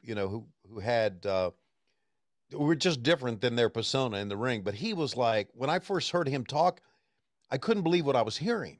I couldn't believe that a man could do this, stomp around with the claw and then be so soft-spoken. But he was an amazing guy, and is. I mean, he's still with us. Oh yes. Now see, the claw. None of the guys like to submit to the claw because it's stupid. They just they just don't like it. They'd rather be pinned than submit. The claw is not stupid, Conrad. You and I have argued about that a long time. My favorite wrestler of all time, Blackjack Mulligan, he used to take the claw and he used to put it on them, and they would go out. Yeah, and then Santa Claus would come visit you. And what about Fritz von Erich and his claw? Huh? What about that? Barry Windham used the claw. Some of the great wrestlers. Look at this. Look what the claw is doing to the face of Manny Fernandez. Okay, there you go. And look how his hands are wrapped around. He's got that little finger across the temple of Manny Fernandez.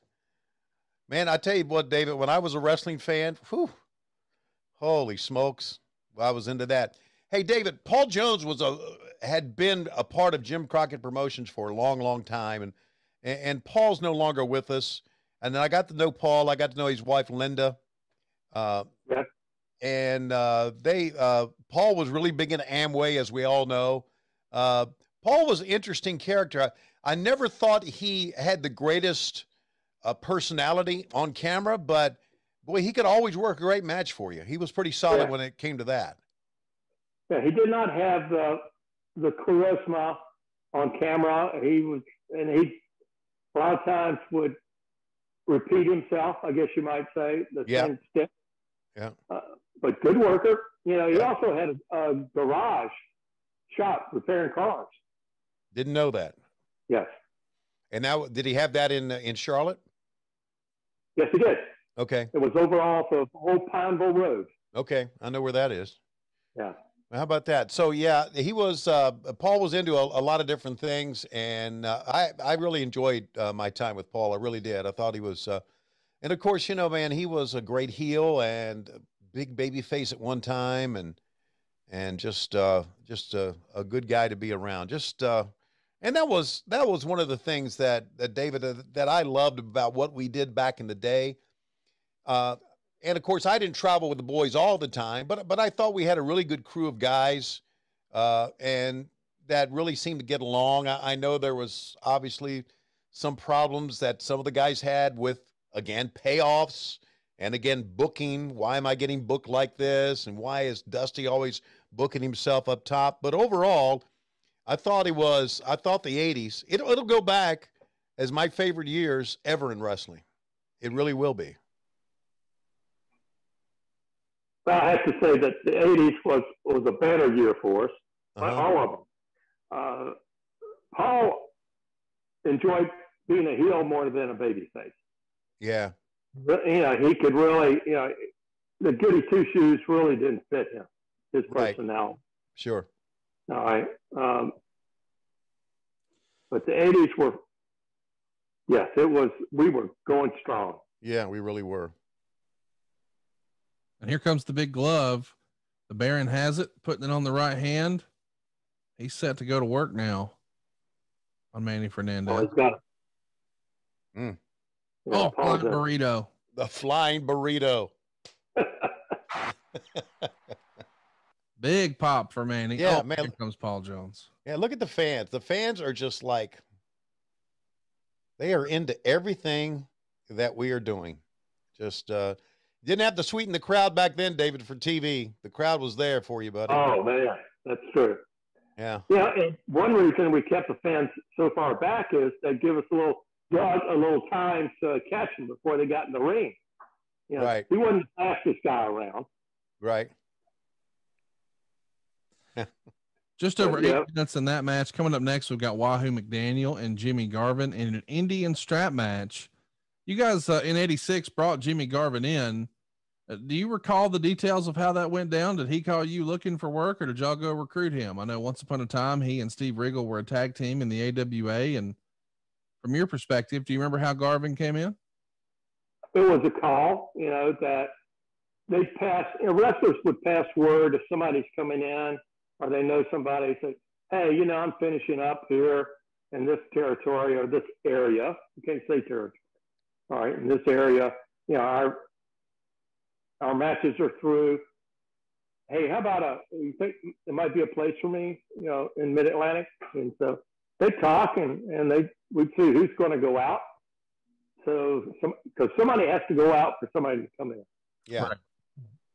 So that's how it works. Right. Here's a good look at the arena and of course the lights that you talked about being on poles. And here's Tom Miller again. I can't get enough of him, guys. An Indian strap match. In order for a man to win, he must drag his opponent around the circumference of the ring, touching all 4 ring turnbuckles in consecutive order. Now, introducing in the corner to my immediate left, from Atlanta, Georgia, weighing in tonight at 235 pounds, accompanied by Precious. This is gorgeous Jimmy Garvin.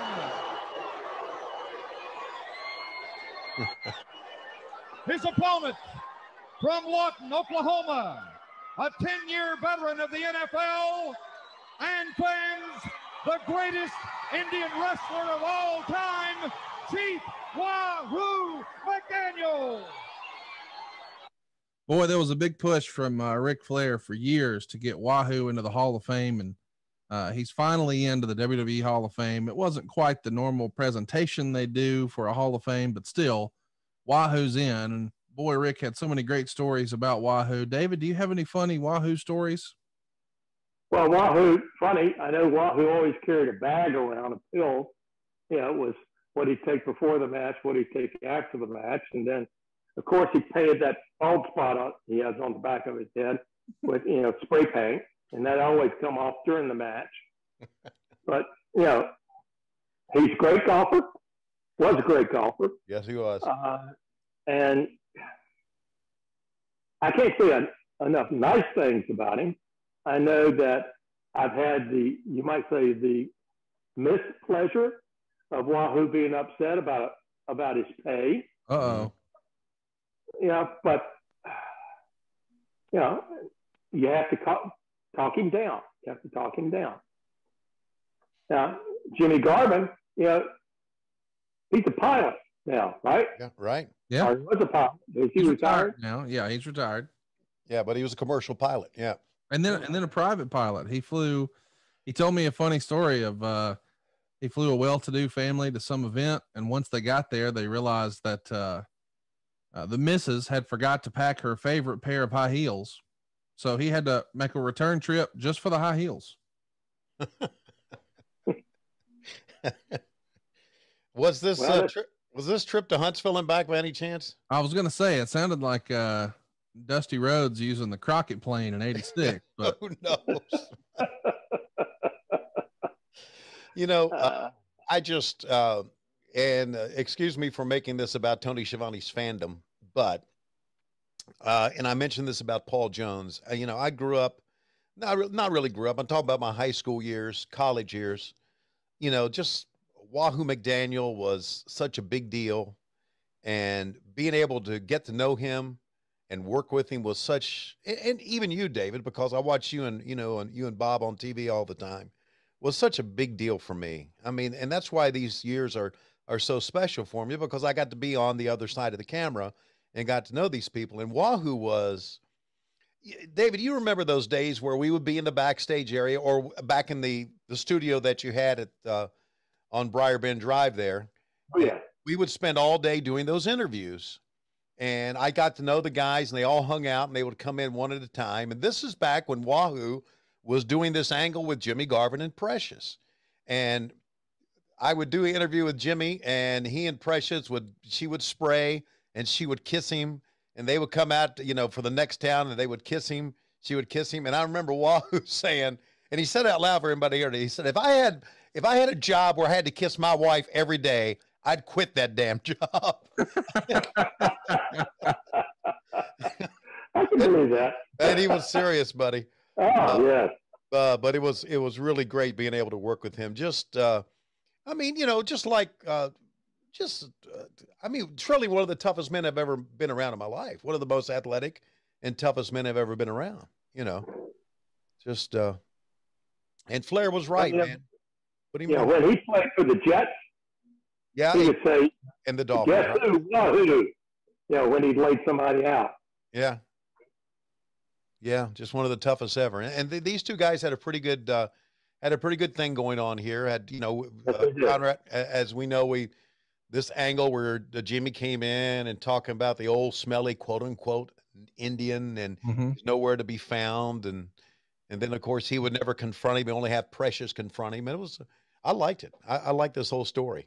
And I think if they do like they did in the Charlotte event, which I'm sure they're going to, there was going to end up being a lot of blood in this one. So. Oh yeah, yeah. With a strap match, you have to have blood. I mean, you know, it's going to be a lot. Yeah, you know, David, Karen McDaniel is still with us, and she came to one of our events recently in Jacksonville, and I got to talk to her, and it was good to see her.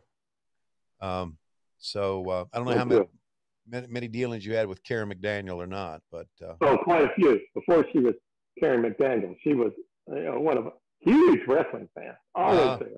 Okay. You know, always at shows in Charlotte and Greensboro, Raleigh. Okay. Yeah. There you go. Special person. And Wahoo actually made some of Ric Flair's early robes, right? What Karen McDaniel did? Yeah, I believe so. Okay. Yeah, I think you had mentioned that before, that she had made some of his robes. The green jungle robe that he wore when he debuted the big gold belt early here in '86 was made by Wahoo's wife. Okay. I did not know. How about that? Right. Yeah, David, Conrad's got all the inside scoop. Oh, I don't know about that. Oh, yeah, you do. Well, David, you set up a lot of the old Nitro, sets and things like that too. I'm curious from just the way you would utilize the space inside the arena. We've got so much more floor space here around the ring. Of course, there's no mats on the floor. It's just a concrete floor. But normally that front row, I mean, gosh, that's what, 6 or 8 feet from the ring. We're a great deal further away here. When do you remember that starting to change? When it became more of a television event. Also, when we started selling more tickets ringside, sure. You have to bring it in. So, we would talk to the building, in this case, Mr. Oshis, say, we need to bring it in. We need to create special seats, special ringside seats, like 3 rows of, let's say, instead of $15, they were $25 a seat, and you got something for it. WCW did it years later, but yeah. Yeah, that's you're right. When it became a TV show and no longer an arena show, I understand that. Yeah, it was just too much space, dead space, and that you wanted the fans to get closer. So really, audio-wise, we could pick the fans up, audio-wise, and make it feel like the fans are sitting ringside, the TV fans. Yeah. The audio is something I don't think I would have thought about. That makes a lot of sense. Did you guys, and I realize, boy, this is a long time ago, but did you guys have such a thing as like an audio engineer back then, David? Yes. Yes, we did. Yeah, we did. We would get the guys from Columbia to come up and the crew that, what TV station, Tony? I don't know what TV station, but I remember Toby was our director. Yeah, Toby Jenkins. Yeah. Toby Jenkins, and Skeeter was one of our cameramen. I think Skeeter's here with Jackie at cameraman. I don't know what station that was. For some reason, I remember it being Channel 8 out of Columbia, or maybe Channel 9. I'm not sure. Channel 8 would have been KOMU. Okay. Nah, we're the CBS station. What about WTLTX? That sounds right. Yeah. Channel 19 CBS. Okay. Mm-hmm. But yes, and I'd be sitting in the truck, and I'd always say, I want to hear Wahoo, hitting, that chest there, and just, watch that sweat just go everywhere. Right. Well, one thing that we had here, and this is something that, with the exception of the WWE, I know this is something that other promotions did not have. We had our own production truck. That is correct. That's right. So we had, it was really back in that era, one of the top of the line production trucks that was in wrestling. I mean, we didn't use it for TBS like we talked about earlier, because that was done at the studio. But every time we went out for something like this, or went out for Worldwide, or went out for Mid-Atlantic Championship Wrestling, we used the truck. And of course, that was Emerson. That was the great Wayne Daniel. Yeah. He lived in Atlanta. Lived in Atlanta. I know he does.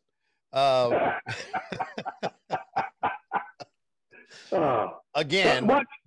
Yeah, go ahead.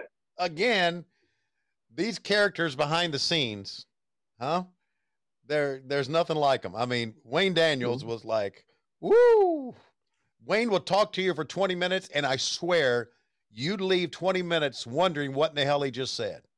That's true. That's true. You had no idea what Wayne Daniels just said. And when he would call me, I'm thinking, oh, my God, what is he going to say? And then Lois say, well, what did he talk about? I said, I don't know. But in the truck, it's the running best. tape, he would grab, he would start grabbing shots for replays. Right. Excellent. Oh, yeah. Yeah. And of course, this was back before we had edit suites that we had at WCW. So the only editing that was done was Wayne Daniel editing tape machine to tape machine. Wow. That's right. And that was that was a talent. That really, really was. And he used to have that cigarette in the side of his mouth. And you say, I'm the fastest tape operator this side of the Mississippi. And I'd go, you sure about that, Wayne? Do you know all the tape operators this side of Mississippi? He said, no, but none of them are faster than me. And so, Wayne was really, really talented. Emerson really was talented. Emerson had an Emmy. Did you know that? He did have an Emmy. That's right. Right. And I know Emerson is no longer with us. And I remember. Really, we could not have done it without Emerson and just all the people behind the scenes. Yeah. Right. It takes a team. It takes a team. Yeah. And no one person could have done all this. No. You see Jimmy Garvin sliding back in here. Of course, he's looking for a little more revenge, needs a little more Wahoo. Wow. And Wahoo's going to nail him with a couple of big chops here. Man, these guys are both bleeding. Yes, they are. Strap is gone. And the war still rages on because, of course, the tour is not over, even though Wahoo's been successful. 8 minutes and 28 seconds. And coming up next, we've got the national heavyweight champion, Tully Blanchard, going to be taking on Ron Garvin. It's a taped fist match.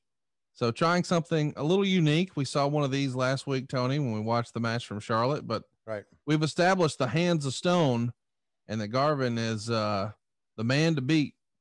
So we'll see what happens with Tully and Mr. Garvin coming up next. Yeah, we saw just a moment there. We saw a Wally and one of his guys that helped him with the ring and making their way back. Yeah, and just some great memories. David, again, I don't want to make this all about my fandom, but I wanted to ask you a little bit about. Yes, you do. Yes, of course I do. I want to ask you a little bit about. I started with you guys in 1983. I can remember the date, the time, or whatever. But prior to that, you guys did TV shows in the studio before Nemo came out. That's right. You did those first in Raleigh, I think, and then you moved to Charlotte with it. Is that right? No, we did it in Charlotte. Okay. At WBT. Right. And then Jefferson Productions was creating so many commercials and so forth that they needed their studios all the time. Right. So we started in Raleigh. Okay. Yeah, WRAL. We were taking the show in Raleigh anyway, so we went on up, and then Jim Goodman, who was became president of the company. Yep. Yeah, he finally said, guys, our production for commercials is going strong. You need to create your own television truck. Okay. And so he gave us time, to start working on that. That's one reason I hired Emerson.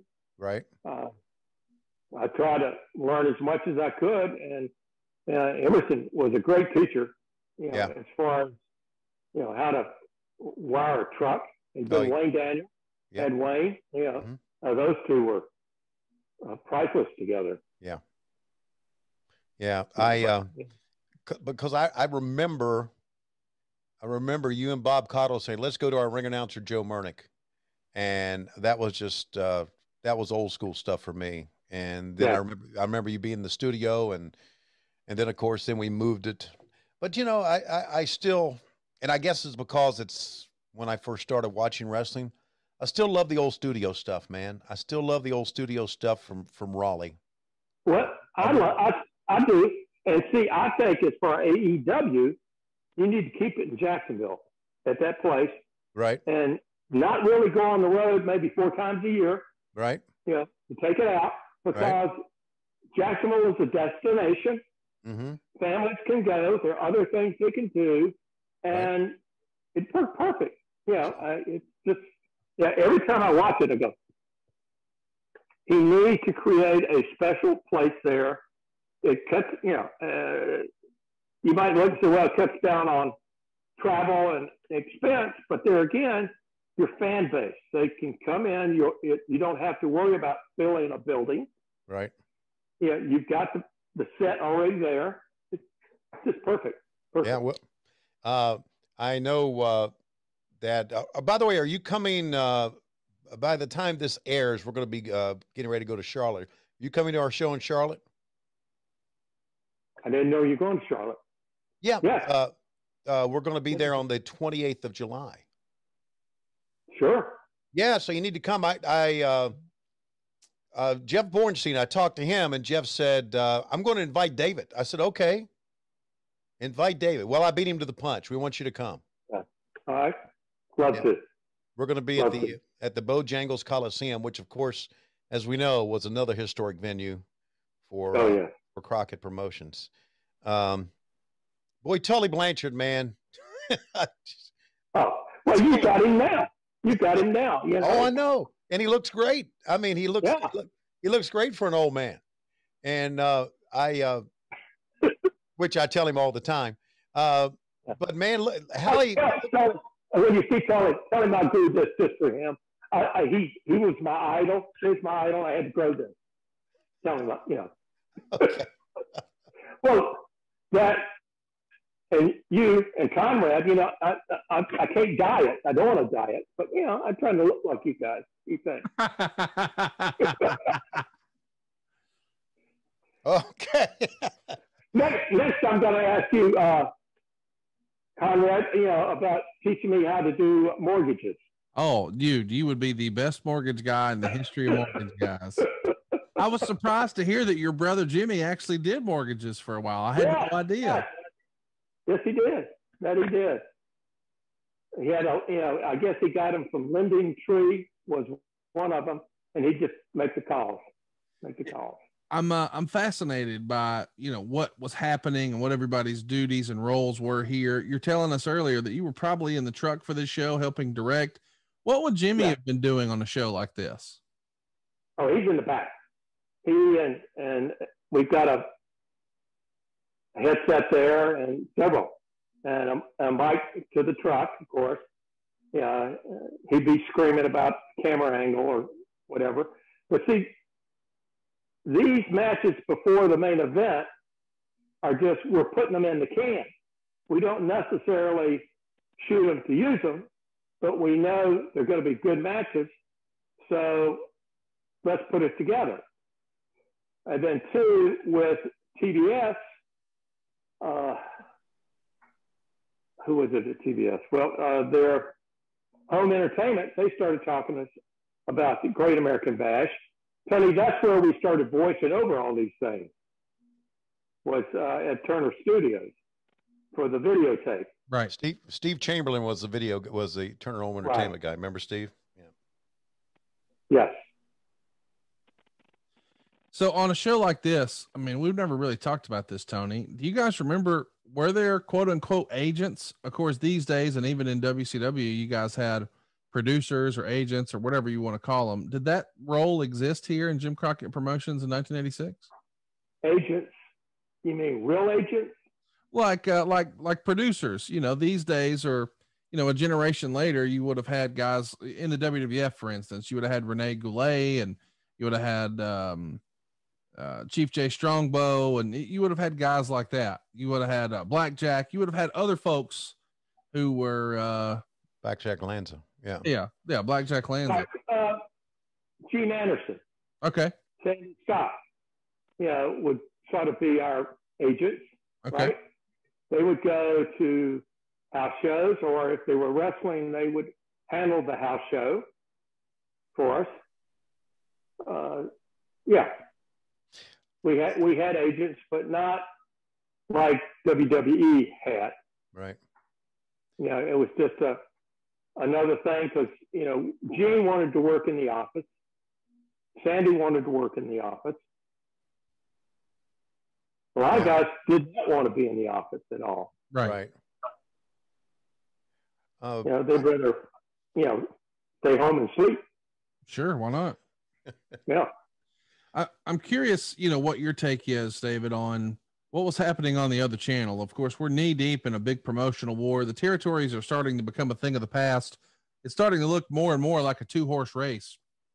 Jim Crockett Promotions and the World Wrestling Federation, or as we knew it at the time, WCW and the NWA. Right. What did you think of Hulk Hogan at the time? Not necessarily Terry Bollea, not the man, but the presentation that we saw of Hulk Hogan, where it was larger than life, but really aimed towards children.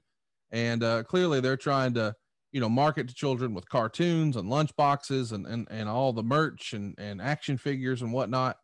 But that is not exactly the way wrestling had been presented in Jim Crockett Promotions. This was more adult oriented, more hard hitting, more serious, more blood, more action. Were you a fan, or could you even appreciate? Go ahead. All right. This was blood in the arena. Right. You really didn't have a lot of blood. It was only special occasions. You would have some, but it wouldn't just be a gory mess. Right. Unless you had Abdullah the Butcher, and we were always scared of him because he'd bleed like a stuck pig. But yeah, that's what we were. It was families would come. We wanted families to come. And well, I have to say, I wish we had thought of, you know, putting one of our characters, whether it was Wahoo or Rick, in cartoons, you know, it's another audience. You can bring them over, you know, have them in movies, you know, Wayne Johnson, you know, look at him in the movies, you know, that's, you know, you're getting the whole spectrum of entertainment. Right. This is entertainment. You know, you can look at it and say it's not, but it is. Look at that whole spectrum and say, okay, why not look at it over in the movies, whether it's another television program or a quiz show, whatever it is, have a wrestler. They know it's wrestling. They can identify. I guess we're not talking about the matches any, are we? Oh, no, listen, we can talk about the match. We're just tickled to have you here to pick your brain. Yeah. No, and to me, you know, you got Ronnie and Tully, two fantastic workers. And yes, Hands of Stone, you know, and Tully is a great ring general. You know, of course, a lot of people don't like him just because of his mouth. Outspoken, you know? Yep. Yes, very outspoken. But there again, if you get to the weeds, he's got a lot of good points. Mm-hmm. I thought he'd be a good booker. I really did. He grew up in the business. Step away from himself. Yeah. You know, that's the problem. A lot of bookers cannot back away and look at the talent and not project themselves on it. Plus, if the booker was wrestling, he's always going to be the one that's going to win eventually. Yes, he is. I think Vince is the only one I've seen that really has done a good job with it. All right. We're seeing Ron Garvin here and Tully Blanchard slug it out. It's a tape fist match. Of course, we've talked a lot about Tully Blanchard. We haven't spent nearly as much time talking about Ron Garvin. How was he to do business with, David? Very easy. Easy. You know, really, you know, this is his match. He does it. Sort of sits in the corner. He does his push-ups, his Hindu squats. He goes when he's not there. Was building trailers, you know, to sell trailers. He was out on Wilkinson Boulevard, Charlotte, up on a hill. Now I think he's in West Virginia, up on a mountain. Yes, he is. Yeah. And it still looks very good. Very good. Yeah, Ron was a good guy, man. Did you ever fly with him in his plane? No. I did. No. Did you? Oh, that had to be an experience. It was. We were flew from Atlanta back to Charlotte after one of our studios, and he said, "See those cars down there?" I went, "Yeah." He said, "Those cars are going faster than we are right now." I said, "That does not make me feel good." He said, "Well, just let you know, it does." I don't know if he's trying to scare me or not, but yeah, he was another one of those pilots. But Ronnie was I just thought this thing, I thought this angle with Ronnie and Tully was great because they were both great athletes. They both made it look really authentic. They both could take punishment and dish it out, and it was just I just like this. Yeah, I like they this. both snug would be the good word. They were definitely snug. They were snug. Very well said. And see how Tully can just bounce up against the Tully. Oh man, I've often said, and I know I'm right on this, it's an art form, more of an art form than ever before back then, and it was just very, very well done. I have to say this: you need to look at our top talent in your videos. They say very little in the ring. They feel each other. They feel the crowd. Sure. And little or no talking. Now, God forbid, you have to plan every second out. Oh, I know. Yeah. Yeah, it's just another example of how the business has changed. And the old there's a lot of guys that would say it's changed for the better, and there's a lot that says it hasn't changed because if guys don't get the spots right, sometimes they get lost. But they just improvise. I remember, one of my favorites is now Tully, by the way, has a foreign object in his hand that obviously will be used. And there it goes. Wow. Speaking of snug. Mm-hmm. And look, you got Wahoo over there. Yeah. Wahoo got JJ. Yeah. And, but anyway, I used to, Ole I really liked Ole, and he and I talked a lot. And he said, back in the day, he said, we'd be in one dressing room and our opponent to be in another dressing room, and the referee ran back and forth between the dressing rooms and say, this is the finish we want. What do you want to do? And he said, all right, tell him we want to do this and this and this. And he'd go back and the guy say, okay, let's do this. And he said, that's how we planned out the match. Right. And to me, that was the magic of it back then, being able to do it on the fly like that. These guys are so creative, to be able to, it's ad lib. You're ad libbing the whole time. Right. I thought it was just remarkable, the stuff they used to be able to do. And still today, I mean, I'm just amazed at some of the stuff that goes on today. But, again, my fandom kicks in here from the Crockett era and just wonderful stuff. All right, so this match is over, Conrad. How long did this one go? Let's check the videotape if we shall. It's 1 minute and 50 seconds of the fourth round. We're doing rounds here. Yeah. Mr. Miller is actually going to announce Garvin as the winner before he has to correct himself. It's actually Tully who picks up the win. Garvin's going to try to collect himself. Wahoo in his corner. And coming up next, boy, it's going to be a treat here. It's Ricky and Robert taking on Ole and Arn. They're going to go to a 20-minute time limit draw. Okay. And the stipulation for that match was that the winners would be the #1 contenders for the tag titles. But man, if you can see Ole and Arn and the Rock and Rolls, this is going to be a barn burner. You just know it. It is. And I'm so surprised that Ricky and Robert are still wrestling today. And it's unbelievable. They're still fast. Let's listen to the pop here. In the corner to my left, from the state of Minnesota, with a combined wrestling weight of 507 pounds, Ole Anderson and his team partner, the NWA World Television Champion, Arn Anderson.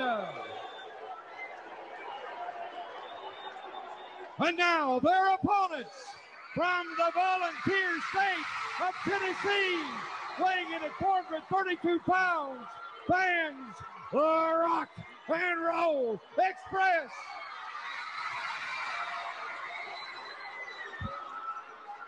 The fans popped here when Tom said, "and their opponents."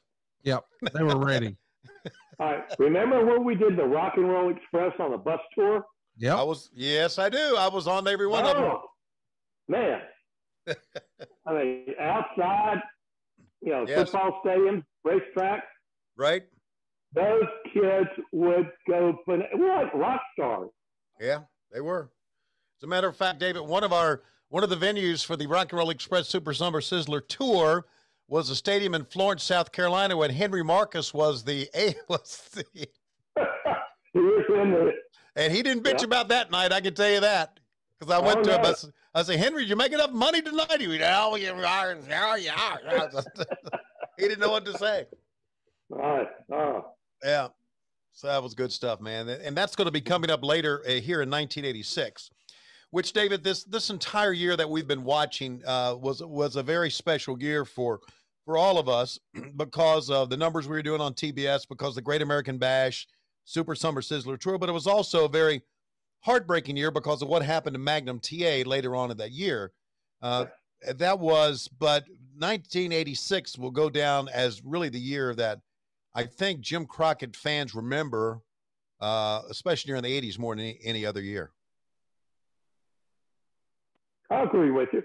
I'm just thinking about the Great American Bash and just all the, we had David Allen Coe, David Allen Cole, right? Yeah, it's Coe. Yeah. Up and there in Charlotte. Right. Hank Williams Jr., right? We had him. We had George Jones. Yeah. Waylon Jennings and Jesse Coulter. We had Delbert McClinton, I believe. Joe Ely may have been a part of it. I'm not so sure. But David Allen Coe was the guy who was with us most of all. He was he loved Dusty, and Dusty loved him, and of course he was quite a free spirit in his own right as well. Hey, remember the interview you did with Willie Nelson? Yeah, with Old Paso. Yeah, you and me and Wayne Daniel and Dusty went out to Texas. Actually, it was old Tucson. Went out there in old Tucson and did that interview. Yeah, that was my first time across the Mississippi River ever. So the four of us went out there, and wow, great memories. Went in the bus and had. That's right. Chris Christopherson. That's right. They were shooting the remake of War Wagon, I think, or one of those old westerns. They shot the remake Lady of. in Red. Was it Lady in Red, the movie that? What was it? No, it was Red-Headed Stranger, Willie Nelson's movie. Yeah. Okay. Based on his song. Yeah, and we watched that in the bus. Yeah. Yeah. Through the cloud. Through the cloud. That's right. How about that, huh? Yeah. Well, Conrad just got a bunch of old folks here reminiscing. Hey, nothing wrong with that. I'm loving it. I'm curious, though. We haven't talked about him a ton. David, how was Ole? I'm sure you've got some fun Ole stories. We've always heard some big gruff, and he was a little. Ole had half a section of land up in Minnesota. He always wanted to retire there and build a house. He had a pond. He just wanted to be self-sustaining. Every time we'd go to Ashlot, I'd sort of drive him up there. We'd stop at Mother Earth magazine, and he'd go in and talk to them and get all their issues. But he was, you look at him, you wouldn't believe it, but he was a mountain man. He just wanted to be out and away from everybody. Yeah. And just raise his kids. Right. Yeah, you're right. Ole liked being sequestered, liked being out in the open, and I think he had a logging company at one time. Yep. And he would tell me, he said, "See those trucks with all those trees on it?" He said, "That's the kind of trucks that we have."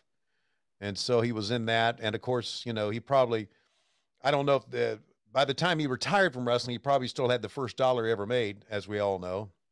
Yes. Because that's just the way he was. But I just, man, his interviews were one of the things that drew you into the arenas, buddy. They were real. They were real. Yes. Yep. He and Gene, and he was the talker. Yep. He was the talker. Yeah, and Gene was the real tough guy. Yeah. Man, tough as they come. Wow. Yeah. What a got a low battery here. Man. Fun time to be a wrestling fan. We see Arn Anderson on the outside taking a little bit of a breather. Oh, Ricky Morton's got something for him. You know, the rumor and innuendo, David, is that Ricky Morton and Robert Gibson in 1986 were, well, what we might call a little bit of a ladies' man. I would agree. I'm not going to touch that. Well, you look at that Summer Sizzler tour. Yeah. Oh. Mm. There were a lot of people in heat. And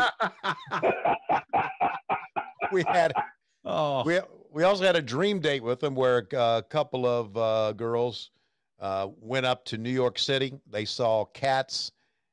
Bill Apter helped set us up, the Rock and Roll Express dream date. And that was chaperoned. Oh, yes. Chaperoned. Chaperoned.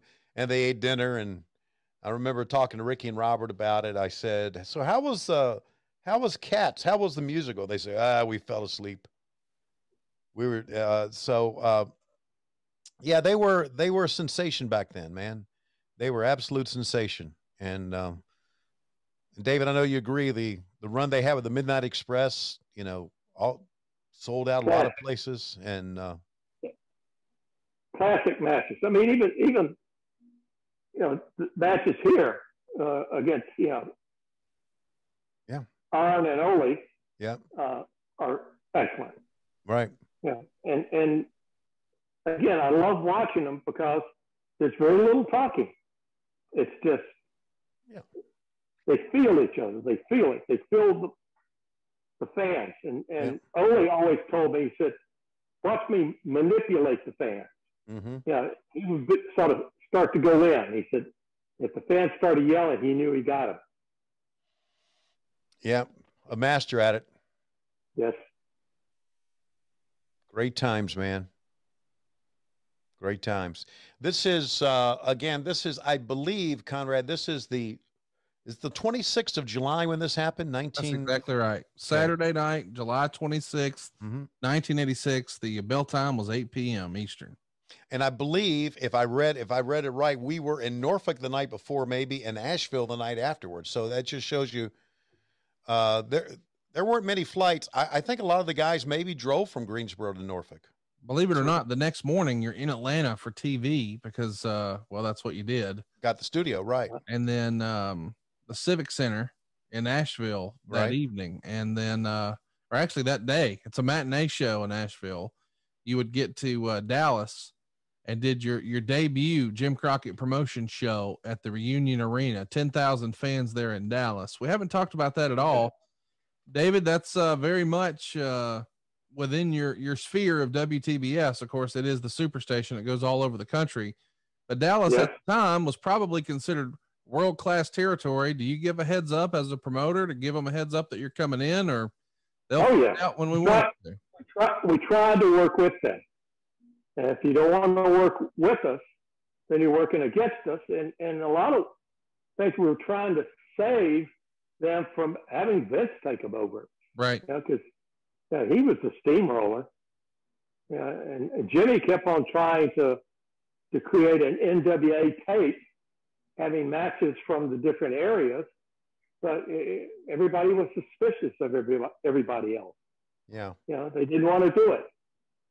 Eddie Einhorn came in and with Byrne and said, well, why don't we do this? And nobody would budge. We had the capability of editing the shows for them, and they could bring talent in with TBS, and we put them on TBS for them. But now, Some would do it for a little while, but no, they just suspicious. Yeah, David, is it fair to say that once JCP landed the Turner deal, that really changed the complexion of the NWA, didn't it? Yes, it did. Because as far as fans were concerned, now Jim Crockett Promotions was the NWA, but before then it was just a collection of promoters that worked together. But now you guys were, just because of TV exposure, were on top. Yeah, and we promoted the NWA, right? You know, the world's best. You know, you had World Championship Wrestling on TBS, but the governing body was the NWA. Right. Yeah, the best wrestlers, the best talent, right, everything. And two, TBS was riding high as the superstation, and everybody loved it because we were the #1 program on the station. Yeah. All the hours that we had, we dominated the hours. Talking about the NWA at the time, in 85 and 86, your brother Jimmy was the president of the NWA. But right before him and after him, it was Bob Geigel. What do you remember about Bob Geigel as the NWA president and a promoter there for Central States Wrestling? Bob, a former wrestler, you know, he had his agenda, you know, like most of everybody else. I had nothing against him. You know, I just think that they were thinking about themselves, himself, his area. He had Harley Race. Right. Right? Yes. And so, and Sam Musnick, you know, all the other old timers, was, you know, we were the young people in there. Jimmy was, even Vince, yeah. Right. He was young, you know, he not the old man, but so, yeah, they didn't trust us. We didn't trust them. Yeah. One thing I remember about Bob Geigel was the Central States Wrestling TV show looked like shit. Because I remember it was like a one-camera shoot almost, and what we put out there was so much better than what they had. That's one thing I do remember. They cared more about their wrestling, but not the production value. Right. Yeah. It was, you know, they might have one mic, or, you know, the same camera that shot the match would spin around and shoot an interview. Yeah. Right. Yeah, I know. Yeah, it was a terrible looking show. Of course, there was Don Owens out in the Pacific Northwest and Portland, and I had a chance to talk to Don on the phone a couple of times. Don told me, nice guy. Yeah, he was a nice guy.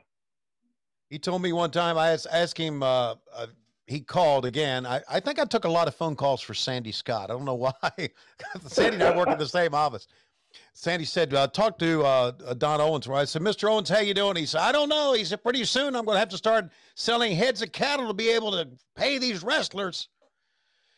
And I thought, okay, nothing I can do for you here, buddy. So, but yeah, a lot of interesting characters that have been in wrestling for years and years. And Mike LaBelle, remember him out in California? Yep. Sure do. Yeah. Yeah.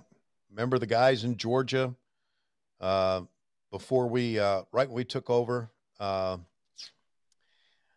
God, who was the guy from down in Columbus? Oh God, he would have was to do that. The promoter? I know that. That Fred. Yeah, Fred Ward, right? Yeah. Fred Ward. Down and they were running Georgia Championship Wrestling. I know there was a promoter named Paul Jones. There was Ann Gunkel. Was right. Just some of the names that you fans who have followed wrestling for years maybe remember those names, but just a lot of promoters who had their own territories. Of course, Eddie Graham in Florida, and there were so many partners with that group in Florida. Dusty was part of it. Right. He thought I had a percentage. Had a percentage of the territory? It was P.Y. Chung. Who was not Matty Suzuki? Who was the other? No, it was Conrad. We had him. He had we had the Weaver Lock. Hiro Matsuda. Yeah. Hiro Matsuda was one. I think was a partner in Florida as well. So they all had it. So David, here's something I always wanted to ask you. When Dusty came from Florida, where he had a part of the territory, and came to Jim Crockett Promotions, that was our first Starrcade in '83. Correct. How did that all happen? Did he approach you guys about coming up and trying to work a deal, or did you guys were looking for a booker and check? We were looking for a book. We were looking for. We knew that we needed some creativity, right, outside the box, right. And Dusty was that person. That he would look at. He'd come up with Purple Rain. Remember that? I sure do. I sure do. Lord. But and with it came some other talent. But we used him because we needed something, some pizzazz. Right. I know that you have a match coming up with Rick and Dusty. I mean, here you have, the two top talent to me, in any area, and they all want to be number one. Right. Here's Ole. He's got somebody's camera. His camera's big. It's probably Peggy Lathan's. No, I don't think it's. Yeah, by the way, Purple Rain, Conrad, what David was talking about, and I may get this wrong, we were in Greensboro, the Coliseum. That's correct. And this was probably after Starrcade. It probably was maybe March or April of '84. And Dusty came out to Purple Rain. They had purple lights on him, and they had the glitter fall down. It was really quite an event. So, yeah, I remember working that one too. Yeah. That's not talked about that much. I wonder, we probably should try to find that on the internet, see if anybody knows that much about it. We got a link to that. I've seen that before. You have? You've seen it before? Yeah. Okay. David, I wanted to talk to you a little bit about another name that we haven't brought up at all today, but when you guys were running through sort of the old promoter names, it made me think, surely you've got a fun Barnett story you could share with us. Jim. Oh, my boy. Yes. Jim was one of a kind. Boy. To me, he was, if you remember your history, Talleyrand, he would sort of move. He worked for Vince. Then he sort of came over to us. He'd go back and forth. And he would always keep in mind, protect Jim at all costs, protect Jim. But, I respected him. I didn't trust him. But, as we talk at some point, I'm going to have to get a cord and hook my phone up. I got a low battery. This is a professional outfit. Don't worry about it. A couple of weeks ago, Tony Schiavone took a shit right in the middle of the show. We'll be fine. So go ahead and find yourself a cord, David. If you do have power there where you are up in the mountains. I'll have to get on my bike. Have to get my bike and generate it. Okay. Jim Barnett. God, Conrad. I just assumed he had a story. Yeah. Here's the story about Jim Barnett. Everybody respecting, no one trusted him. Oh, I didn't know that second part. Right. Yeah. Yeah. God, he was a snake, man. You really? Oh, the worst. How so? Give me an example, Tony. Okay. I heard that. Well, he would. Okay. He just made me mad there at the end. And I'm talking about the end of his run at with this one. Eric was running the show, and we would go out and try to, the booking committee would go out, and I would go out with them to try to, write down, format the show that they came up with. And there was one time that Janie left that booking committee meeting, and there was something we had to ask Janie. So I called her from the hotel because we always had a room at the hotel, a boardroom or something. And she started talking about some things. He jerked the phone out of her hand and says, Janie's busy. She's driving me home, and hung up on me. And I said, fuck him. And I got mad, and I told Eric about it. And then from that moment on, Jim and I were like bitter enemies. And had we been bitter enemies back in the day, I probably wouldn't have survived it. But the fact that he was older now and at the end of his career, made a difference. And Eric, I think about a year later, let him go. Eric called me and he said, I got some great news. You're going to like it. Guess what? He said, I let Jim Barnett go. And I was very excited about it. I thought Jim Barnett in his later years did everything he could to make our job difficult. Really? Yeah. I really think that. I think anybody that worked with us back then would have agreed with me. I think Janie Engel would have agreed with me. I think Kevin Sullivan would have agreed with me back then. Maybe Mike Graham, of course, who's no longer with us, would agree with me. Anybody who was working back then, he just made it very, very difficult. He did all he could to not undermine us, but just to make our job difficult. And that those small things like that. So I didn't have time for him at all. And I mean, I get along with almost just about, I get along with everybody. But if you try to make my job difficult that I'm trying to do, then that's one thing I don't have time for you with. Make sense? That makes total sense. Yeah. So, and this was just an old guy at the end of his career. I don't know, but Eric, let him, next time you and Eric, have you ever talked to Eric about him? Not a lot. On 83 weeks? Cause he's the one that finally showed him the door. So. It's a time limit draw here, but the Andersons are still celebrating as if they won. And of course, the Rock and Rolls were clearing the ring with a chair. And coming up next, because it is time for our next match, it's going to be Paul Jones and Jimmy Valiant in a hair versus hair match.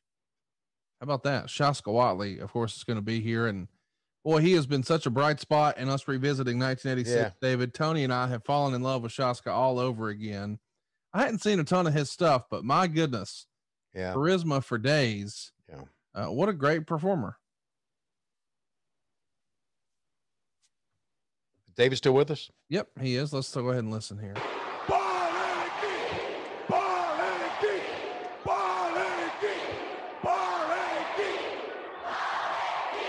Ladies and gentlemen, our next event of the evening is a one-fall match to a finish. One of these men will have his head shaved. The man who loses.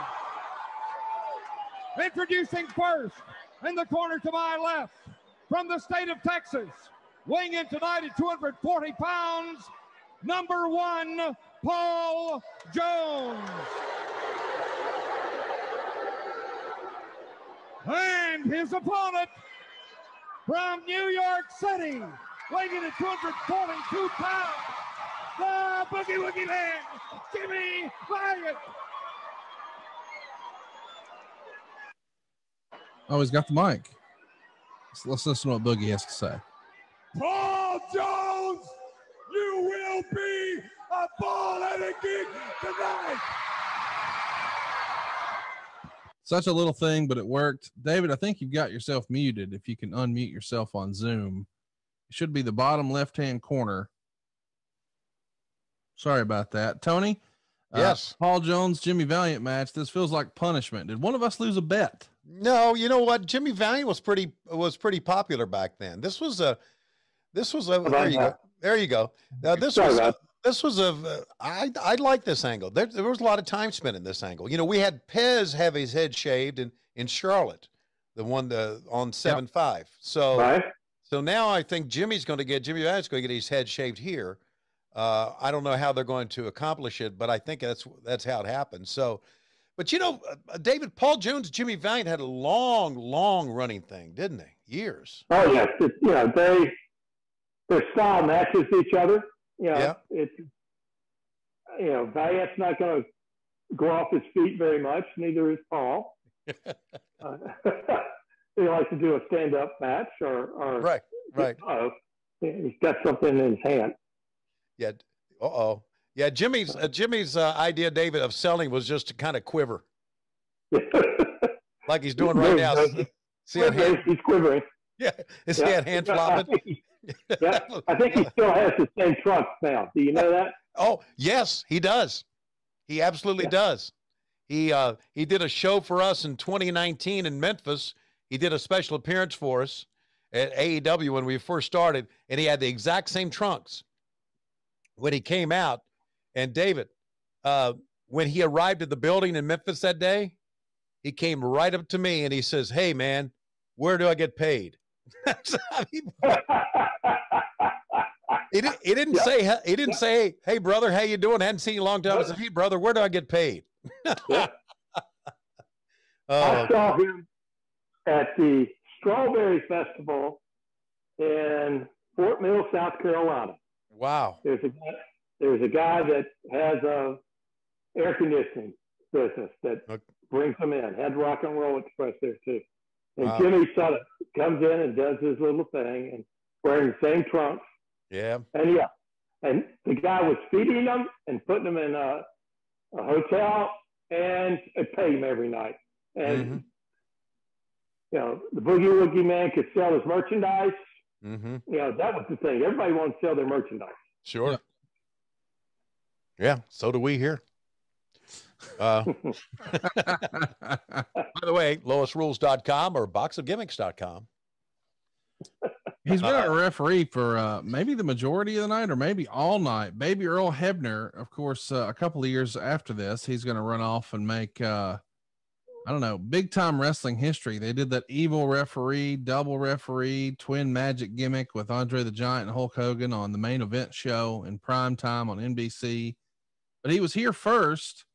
And most people think of him as maybe a lifer with the WWF. But of course, he was here with Jim Crockett Promotions, then Vince McMahon. And of course, these days, I think he's hanging around Impact Wrestling. Got any good Earl Hebner stories you can share with us, David? No, not really. I really don't. He was one of the quiet ones around. Yeah, he was. He'd run back and forth to the dressing rooms and, you know, give him finishes. But yeah, not much going on. But basically, he and Tommy Young were your basic referees back then. I know we had Sonny Fargo. Yeah. We had Sonny Fargo did some refereeing for us as well early, but basically it was Hebner and Tommy Young. Sonny, he was getting up in years, right, and really couldn't do much, right. Look at this. Should have won it. Yep. And here we go. Shaska. God almighty, love Pez. Pez is the best, man. Yeah. I mean, Pez, some of the interviews he did, David, you have to see him to reminisce and remember them, but they were just, and I didn't remember them, but some of the stuff he did as Shaska Watley was wonderful. So now Jimmy Valiant has lost. And Manny Fernandez is trying to smarten up Earl Hebner as to what happened. Yeah. Here comes Sam. Yeah. Yeah. Well. Oh, gosh. So we're going to have Jimmy Valiant's going to get his hair cut. And I'll be interested to see how they do this. Somebody is going to be a bald-headed geek. Yeah. Of course, last time, they held Pez, which was the optics of that weren't that good, but they held Pez. So let's see if maybe he'll just be out, and I don't know how they're going to do it. But of course, the Italian's got to be here. Of course. He probably ran out on his own. Going him. Sandy Scott is going to come investigate the controversial finish. Oh, okay. Well, there's a nice guy. Nice guy. There was nobody like Sandy Scott, man. Nobody like Sandy Scott. Let's track this. Listen to the crowd. See if we can hear them chanting.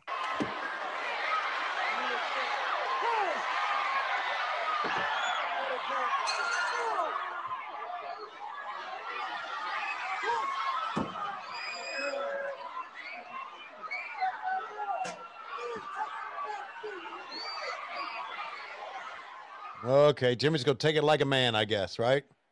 Yeah, Shaska's a bald-headed geek, having lost in Charlotte, and now it looks like Boogie Woogie's going to be a bald-headed geek. They started with his ponytail. Now they're taking his damn hair. I need that hat, man. I got to get some Shaska memorabilia around here. Huh. Oh, God. Wow. I can hear Shaska now. You undercover hillbilly! Oh, God. The stuff he used to say. Boy, I need to listen to some of those tapes. I bet. You do, man. You need to listen to some of that stuff. Is priceless.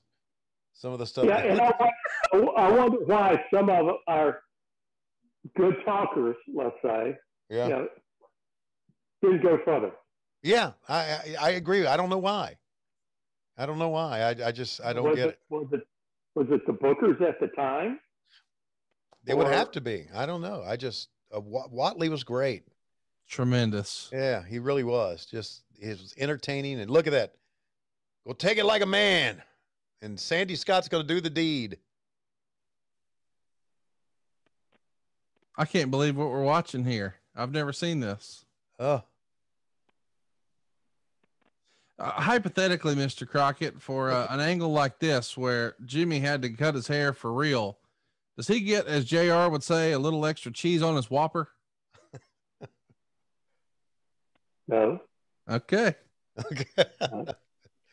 Yeah, just part of it. Part of it. Yeah. Part of your prop. Yeah, I got it. Yeah, it's because it's where he's positioned on the card. Yeah. Now, if he didn't want to do it, he might be in one of the preliminary matches. Right. He might be there with Italian Stallion. The Italian Stallion. I'm not saying to make anybody mad, but it's I get that. just the way the world is. If you don't want to do it, okay, we'll find somebody that will. Yeah. Man, this is one of the better head shaving angles I've seen, Tony. Yeah, this is good. Man. Yeah, usually they just do splotches. All right. Well, if you look, he's sort of like me. He's got a little thin up there. Yeah, he's a little shiny. Yeah, I think the reason that his is a little shiny and yours, David, may be a little bit different. Not sure. But Jimmy Valiant's going to gather up his hair here. Bring everybody back. Come on. That's Tony Schiavone trying to clean up the dog hair before I come over to visit. Yeah. Okay. Oh my gosh, what a great shot. Paul Jones' Army all pointing and laughing. Yeah. The bald-headed geek. What a great line too. Coming up next, as we're seeing this one wind down here, it's going to be part of the best of 7 series for the United States Championship. Magnum TA and Nikita Koloff. Wow. They're going to go 13 minutes and 34 seconds. And our man, referee Tommy Young, will be here.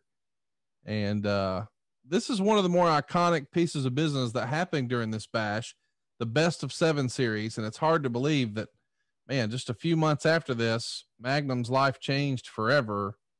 In hindsight, how big of a blow to Jim Crockett promotion was Magnum going down, David? It's devastating. Yeah, he was the heir apparent, to the world championship, the world champion. That we were looking forward to him classic matches, with Rick and him, but it just didn't happen. So it was a shame. Yeah, I think David, before the year ended, I had a feeling that Magnum was going to get a world title run before '86 had ended, and of course, Rick then wrestled Nikita, right, in Starrcade of '86, if I'm right. Nikita kind of took his place, and I remember thinking, man, that should be Magnum, and that should be his chance of becoming the world champion that night. Right. But we were getting ready. We were getting ready for that. We were sending Magnum out to the different areas, to right. Kansas City, to up in Oregon, right, to Texas, to get them used to Magnum Right. And we would actually send somebody with him, if we didn't trust them. Right. So, yeah. Let's listen to these ring instructions. Nikita Koloff. And now his opponent from Virginia Beach, Virginia, weighing in at 244 pounds. Wow. Vastly popular Magnum P.A. Wins your referee, Tommy Young. So again, that was the best of 7 series here. And at this point, I believe it's 3-0 Nikita. Yeah. So at this point, if Nikita wins the match, not only is he United States champion, but it's a clean sweep over Magnum. So the pressure is on Magnum. Right. Notice the pop Magnum got, it was Rock and Roll Express type pop. Unbelievable. Yeah. Just an amazing performer. And he looked the part and he talked the part. And Tully used to always tell me, he said, Terry Allen was only thing he knew how to do when he was growing up was wrestle. That was it. So he was a little bit stiff. so yeah, he was a little stiff. Let's talk about stiff. You got 2 stiffies in there right now. Oh my God. I guess you do, right? Yeah. And Nikita and Terry. Definitely. Yeah. See the hookup, and right now, I mean, that's a snug hookup already, man, between these two. God, he just looked the part. Both guys. Yeah, they did. Yeah. Nikita was a super heel. There was no question. No question about that. Good stuff. Good stuff. And how long are they going to go here? 13? I know it's a silly thing, David, but I do want to ask, how much of the character success of Nikita Koloff do you think was based on Rocky IV? Rocky IV had come out the year before. Obviously, Sylvester Stallone and the Rocky franchise were a big deal. We're right in the middle of the Cold War, so art imitates life. It very much is America versus Russia. Anytime you turn on, cable news, or you open a newspaper, or you flop open a Time magazine, and that Ivan Drago character really drove home the Russian athlete. And now here Nikita is looking just like Ivan Drago did, genetically superior, et cetera, et cetera. That really went hand in hand with what you guys were doing with Nikita, right? Yes, it did. It wasn't Rocky that started it. No. He wanted to be, Russian. And then we put Ivan with him to teach him. You got to remember, he was green as grass. But, he would yell and scream to get his voice hoarse for interviews. And a lot of times because we weren't sure about his interviews, he would let Ivan talk for him. Sure. Yeah. He lived the gimmick too. He lived the gimmick. Yes, he did. Changed his name. Oh, no. Yeah. The Nikita Koloff. Yeah, mm-hmm. Sure did. Legally changed his name, which you either got to really believe in your gimmick or you got to be really nuts. I don't know what the answer to that one is, but I mean, obviously Nikita has gone on to different things now. David, I want to ask you, when Jimmy passed away, obviously you and I talked. I called Frances, talked with her, and I called the great Charles Jackson Crockett and talked to him. And I haven't seen Jackie in a long, long time. Of course, fixture at ringside on the cameras. How's he doing? He has a walker. Really? He either uses the walker or a cane. Mm-hmm. His last checkup, he had a pretty good checkup. Uh-huh. He has non-Hodgkin's lymphoma. Okay. He's had that for a couple of years now. Right. But he's had a good checkup. His liver was giving him problems. Can't understand why.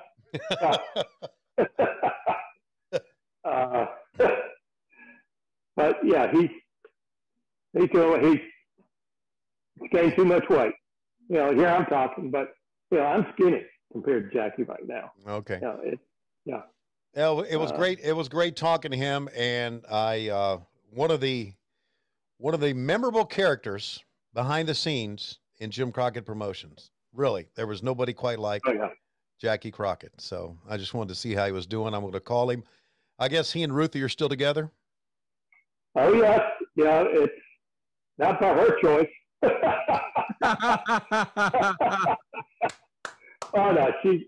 I'd tell you what, he is so lucky to have her. Yeah, you're not kidding. He really can't drive. She drives him all the time. Yeah. But yeah, she said that when he's too much for her, she sort of goes out. They live in her parents' house. Oh. And her dad had a shop. Mm-hmm. And she's very handy, and she goes out and works in woodworking in the shop. Yeah, I know. That, or she makes salsa and blackberry jam. I know.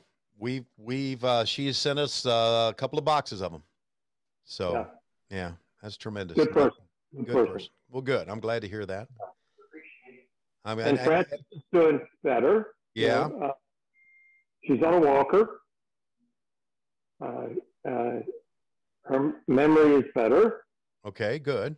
But you know, her girls, well, her whole family, they take turns going over there 5 days a week. Oh, that's good. Yeah, that's good. And I went over there last week, and matter of fact, Jackie and Frances and I had lunch together. And then instead of driving Miss Daisy, I drove Frances. Driving Miss Frances. Took her about an hour and a half through Charlotte, and she's in her place. But yeah, it doesn't seem like that long ago, David. It really does. When you go back and look at '86, and I think about the years of the ballpark, it just seems like it was yesterday in many ways. It really does. Yeah, they're having decent crowds, good crowds out at the ballpark. Yeah, yeah, they are. Good. Well, wasn't like the old wooden ballpark that we all remember. I can tell you that. That was a place, man. That was a great ballpark. Lester Sloan. Wow. Yeah. All right. So Magnum and Nikita. Nikita, I think, is trying to call a spot. Magnum's probably not listening to him. He's probably saying like, "What the hell do you know?" Yeah. But see, Magnum had that. Not only his interviews had the fire, Conrad, his matches did too, man. Oh yeah, just everything. Yeah, just imagine what it would have been like if he hadn't had the accident. Yeah, I know. Yep. Yep. It'd have been a hell of a run with him as the world champion. Yes. And on past that, can you imagine eventually turning him heel? Yeah. That would have been interesting. I mean, it gets to the point where you really have to do that. I know. I get it. But you're talking years down the road. Right. Yeah. But, you know, he kind of gave a heelish interview anyway. Yes, I mean, he never smiled. He always, had that scowl, and he always looked in the camera. He kind of had a look like Jake the Snake Roberts. They had different interviews, I know, the way they did their interviews, but they always kind of looked in the camera, had that serious look about him in the camera. And there we go. He comes up bleeding here. But he was great. And, of course, Tommy Young was so good at what he did. Just I often take a look at these matches, and if you've seen them enough, then you can just watch the reaction of the referees to some of the bumps and some of the things. And, just Tommy was, admittedly, Tommy was a different sort, but Tommy was, but Tommy was great, man. Yeah.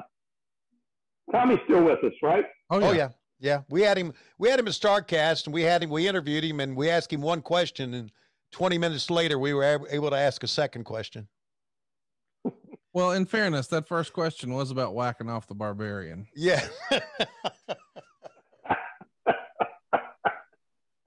Did he admit it? No. Well, but Barbarian told the story word for word the way we had heard it. Yeah, so there was no denying. Nah, we talked to him mostly about his years in the ring, and of course, he was a good guest. He was a good guest, wasn't he? Absolutely. Boy, look at Magnum, man. He's going for the deep cuts on this one. Mm-hmm. I guarantee you, he took a lot of aspirin. Yeah, I bet he did too. Yeah. And Flair used to say that he would drink a lot of coffee, that the coffee would get it going. Right. Would I guess caffeine maybe thin the blood? I don't know. Well, and you know, speed it up. Speed it up. Okay. Yeah. Speed up the blood flow. Mm-hmm. Yeah, we used to, David, you go back and look at those 86 studio shows, you know, the guys had work somewhere on a Friday night, and now we're talking about Saturday morning at the studios at TBS, 9 a.m. or whatever it was in the morning, and you would see Magnum always with like a big, you know, his head was like, you know, either taped up or you could see the marks, and you could tell the guys who had gigged themselves. Yeah, gigged themselves. Look at this, man. Man. That they see this is some serious stuff, man. Yeah. Crimson Mask. Yeah. Luckily, I don't think he hit a vein. Something might have been squirting out. Yeah, I know. Wow. Look at that. Yeah, it's something else, man. Oh man. Look at him open his eyes through the blood. What a look. Yeah, that's good. That's Jackie Crockett camera work there. Jackie. Yep. Yeah, I'm telling you, having one of the owners of the business work camera, ringside camera, had a lot of benefits. A lot of benefits for it. Yeah. He knew what to look for. I always knew that he would do whatever is needed to get the shot. Right. And he could feel the rhythm of the match and the wrestlers knowing what they do. Right. You know, that it fall right in. Yeah, you're right. And and he knew when not to shoot too. He was smart about that. Yeah. So that was good stuff, man. Well, I mean, I can't believe we've talked this long and we haven't talked about David getting nailed with the Russian sickle. What a moment that was. One of the memorable moments, I can tell you that, for me as your broadcast partner, one of the memorable moments I never will forget, especially when Toby Jenkins said to me, or said on the headset, okay, I remember you doing that interview, and I remember thinking, damn, David is, because you used to get on the heels anyway, but David is really picking up the steam here for some reason. I mean, he's really getting on his ass. And then I heard Toby Jenkins say, okay, we're 2.5 minutes into this. Where are we going from here? And I'm thinking, why did Toby say that? And then all of a sudden, boom, down you go. And of course, now I've got to say something. What the hell am I going to say? I had no idea. It was a moment I'll never forget. He clocked you pretty good, David. Yes, he did. Yeah, it was definitely a moment to remember. Yeah. And didn't you tell him to lay it in too? I mean, you told him you need to make it look good. Yeah. Oh, he said, don't worry. He said, this is the highlight of my career. He said, this is for all the bad payoffs, everything. He said, I can't give it to you, brother, but I can give it to you. Oh, man. Wow. Yeah. It might have been in Shelby. I'm not so sure. It might have been in Shelby, North. It was. Wasn't Shelby. Okay. How about that for a memory, Conrad? How about that? I mean, you don't remember shit about Steve Austin's career, but you know exactly what town it was. I know what town it was. Swickle. We were on the stage up there at the old Armory, and David took the bump. Oh, it was memorable time, man. Memorable time. Oh, good. These guys are. I had to lay there and sort of take a count. Okay. Still have my teeth. That's good. Bones are all right. Yeah, a little sore. Head hurts a little bit. Yeah. But I think I'm all right. We're seeing the referee Tommy Young make the count for Magnum. Magnum is bloodied, worse for wear, but he's fighting for his teeth. How he cheated. He kicked his hand. Oh, dear.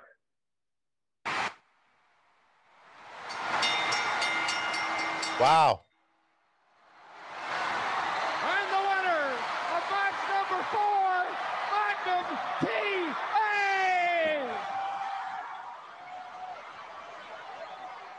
It looked like Magnum was left for dead. He's down 0-3, and I'll be darned in match number 4. Magnum pulls it off. Man, that crowd erupted. Yep. Oh, yeah. And look at the girls wiping his face. They're so excited they've got his blood on their hands, and she's so excited. With it.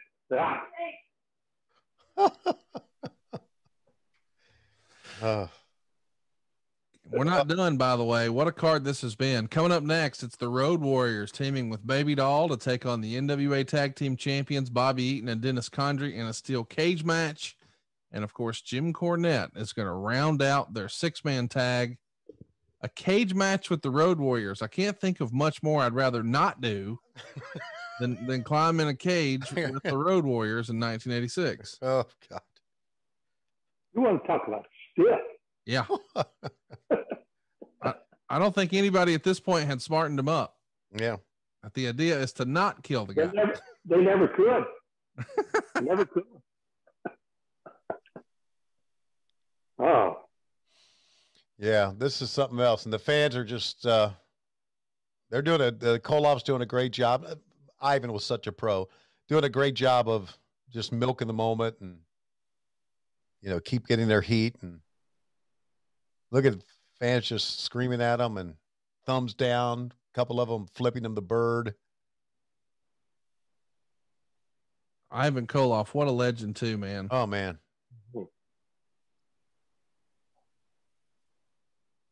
What a different time. They still want to touch it, get that sweat on. Yeah, I know. Absolutely. Yeah, this was a great time. Ivan passed away a number of years ago, and a great gentleman. Oh my God, here we go. Got to track this. You've ever seen in your life.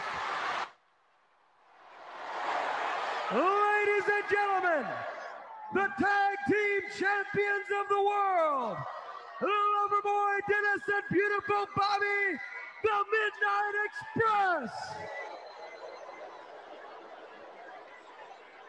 And they are accompanied in the ring tonight by a man from Louisville, Kentucky, weighing in at 196 3/4 pounds, their manager and advisor, Jim Cornette.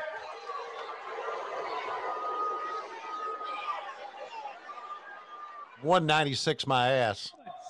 From Chicago, Illinois, with a combined wrestling weight of 585 pounds, accompanied by their manager and trainer, Paul Ellering, the Legion of Doom, the Road Warriors.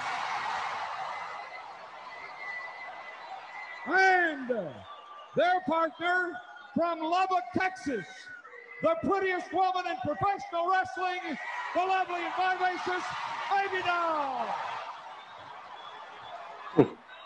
Yeah, big reactions for everybody all around. Yeah, Tom, you had to sell it too, man. Mm-hmm. Truck and Tom. David, let me ask you, before this match gets underway, a couple other things about some of the people that I work with for so long, like Pat and Brenda and Ann, who worked in the front office. Right. Are they still with us? You know? I think Brenda is. Okay. I think Ann is. Okay.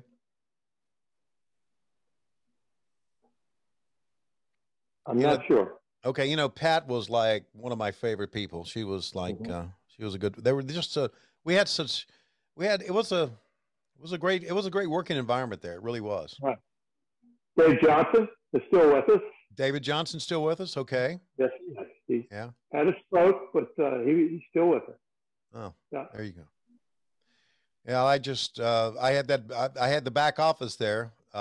You had an office, Jimmy had an office, Dusty had an office, and Gene had an office, and then I shared an office with Sandy Scott in the back there, and that was always just a great place to go back and work in. Just really, really enjoyed all those people. Mm-hmm.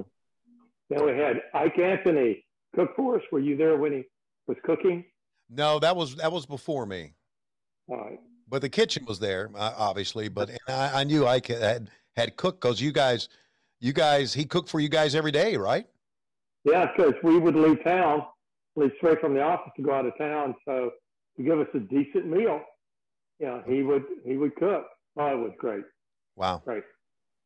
Yeah, he used to be the head cook at the S&W cafeterias in Charlotte. Wow.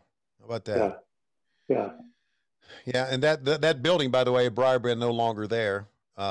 Which it broke my heart. See that building go down. Of course, the old ballpark's gone too. Of course, right. As you know, Charlotte's not the Charlotte we knew. No. Tony, the chicken coop's gone. The chicken coop's gone? Yep. Yeah. So is Mr. K's. Remember Mr. K's? Yeah. That's gone. Wow. Yeah. Yeah, I used to go to lunch there with Emerson a lot. Remember Zach? Zach used to be up on the corner from the office where I've been. Right. Yeah, that's right up South Boulevard there. Yeah. Yeah. Right. Oh, well, I stopped in there long enough to have 5 kids. Thank you very much. And time moves on. Well, the fans here, they're here for one thing. I mean, they love the Road Warriors, obviously. Who doesn't? But they want to see Jim Cornette and Baby Doll. Yes, they do. It's what they want to see. I think we all do. Yeah. We all do. Yes, I think we all did. Because Jim did such a wonderful job of building this up, building this whole thing up. Yeah. Conrad, did you see Big Bubba at ringside? I didn't notice he was here or not. No, I don't see him out there. Huh. That's interesting. Hey, I do want to ask, this is obviously 86 is the year of the Rock and Roll Express, but man, there was even a phrase in the business, the Road Warrior Pop, and what an ovation they got. David, if you had to guess, do you still think the Road Warriors were as popular or at this point had the the Rock and Roll Express passed them in popularity in 86? Different crowd, different audience. Rock and Roll Express was teeny boppers, young kids, the tweens, I guess you might say. Yeah. The Road Warriors were older teenagers, middle America, people that just want to see somebody get the hell beat out of them. Yeah, that's the Road Warriors. They don't have real long matches because they can't do it. They blow up. But yeah. Yes. Well, that's why they're over, right? They're over not only because they're jacked up and they've got a cool look with the face paint and the hair and the shoulder pads, but they're going to come kick somebody's ass in, 2 or 3 minutes and we're done. Well, you think about it, their debut was on TBS. Their matches were 30 seconds maybe, and they would just kill somebody. And that was their claim to fame. And everybody bought it. I mean, definitely snug.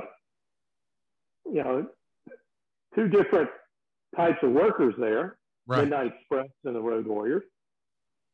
You got Bobby. He's such an easy one. Hey, Conrad, give us a time cue here. Sure. I'm at 2 minutes, 5 seconds, 21, 22, 23, 24. Okay. I said 2 minutes, but I meant 2 hours. 2 hours, fine. There you go. Just want to make sure we were on the same page here. This match is going to go 9 minutes and 23 seconds. Of course, the Road Warriors and Baby Doll are going to come out victorious. And then we've got a 21-minute and change main event, which is still yet to come. Dusty Rhodes is going to be challenging for the NWA World Title.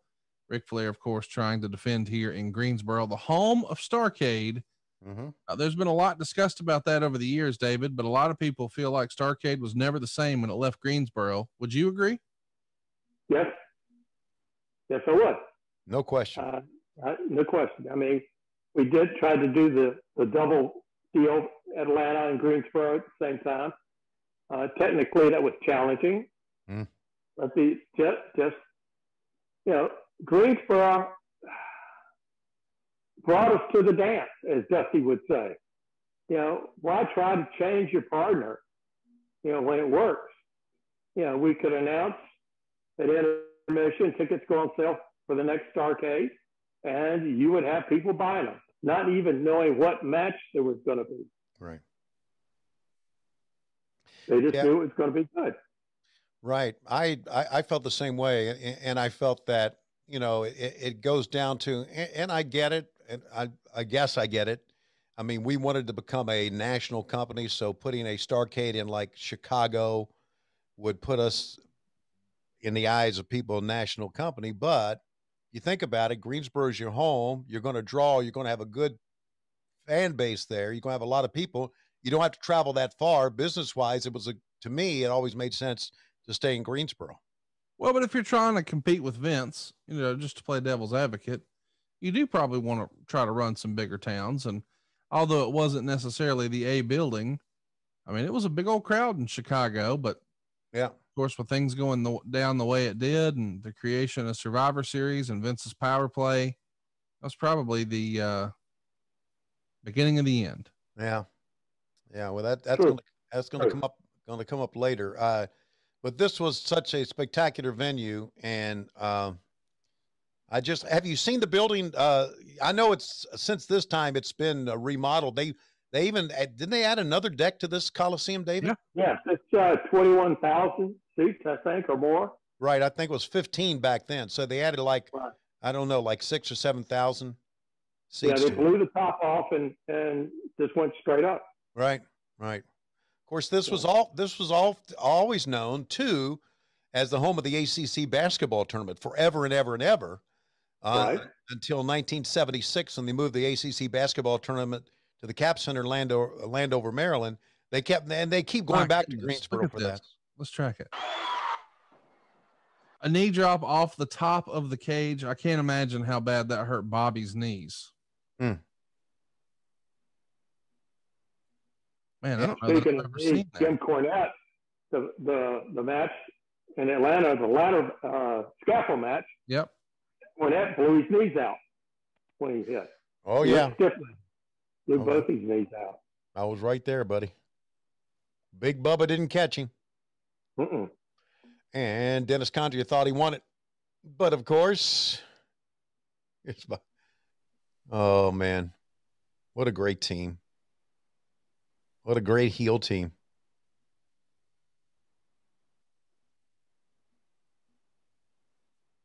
The Road Warriors, of course, neither one with us any longer. Sadly, both Hawk and Animal have passed away, but Dennis Condrey still with us. And man, Bobby Eaton's back up top again. God, he's on top of the cage more than Jimmy Snuka here. Yeah, Bobby man. Eaton, unfortunately, lost his wife just a few weeks ago as we're recording this.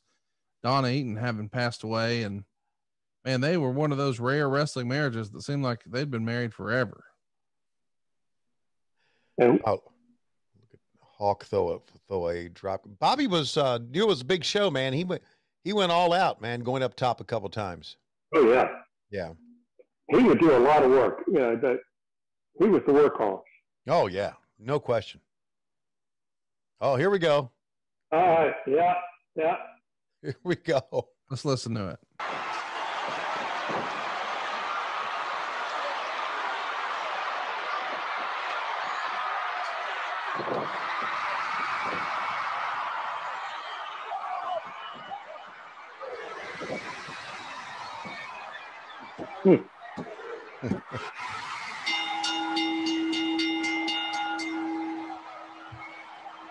My goodness, was Baby Doll over or what? She could do so little and get so much. The crowd was all over it. And there it is. The Road Warriors and Baby Doll are victorious. 9 minutes and 23 seconds. And coming up next, it's the main event. But fans are still basking in the fact that Baby Doll finally beat Jim Cornette. Jim Cornette had been running his mouth for months, attacking and talking trash about Baby Doll. Yeah, here's where Jim Cornette is great. Watch this. The big sell. Big sell afterwards. You want to talk about a guy that's wound tight. Jim Cornette. I think the world knows that by now. Everyone listening to this does, that's for sure. Yeah. When was the last time you got to catch up with Mr. Cornette, David? Pardon? When was the last time you got to talk to Jimmy Cornette? Years. I'd love to talk to him. I really, here's another creative guy, as far as booking. Yeah, I think he's got a lot of good ideas. Oh yeah. Well, there's Klondike. You'd have to. He goes in his tirades, and you have to wait until he comes back down to earth.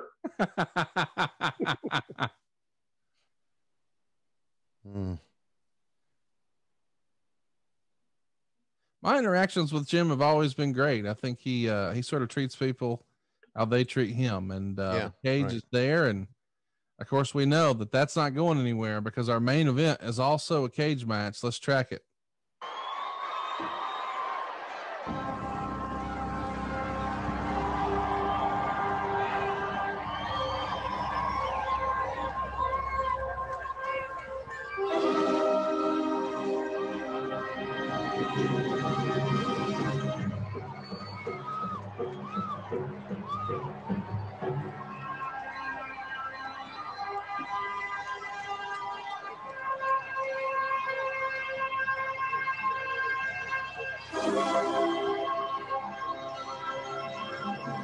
See the police giving the champ an escort to the ring, and this is the only full entrance we get with the full music and the whole deal. And there he is, the Olivia Walker robe, the big gold belt underneath.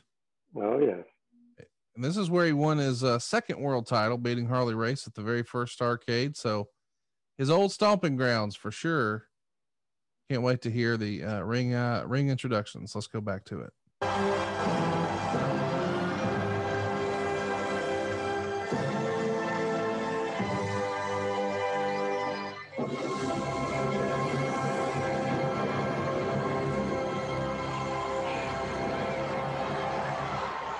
Ladies and gentlemen, our next event of the evening, a one-fall match with a 60-minute time limit for the NWA World Heavyweight Championship.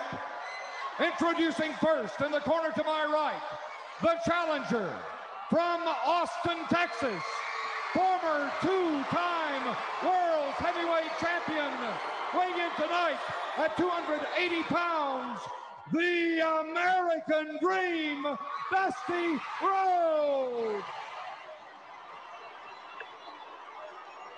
And now, the World Heavyweight Champion from Charlotte, North Carolina, weighing in at 243 pounds, the Nature Boy, Ric Flair.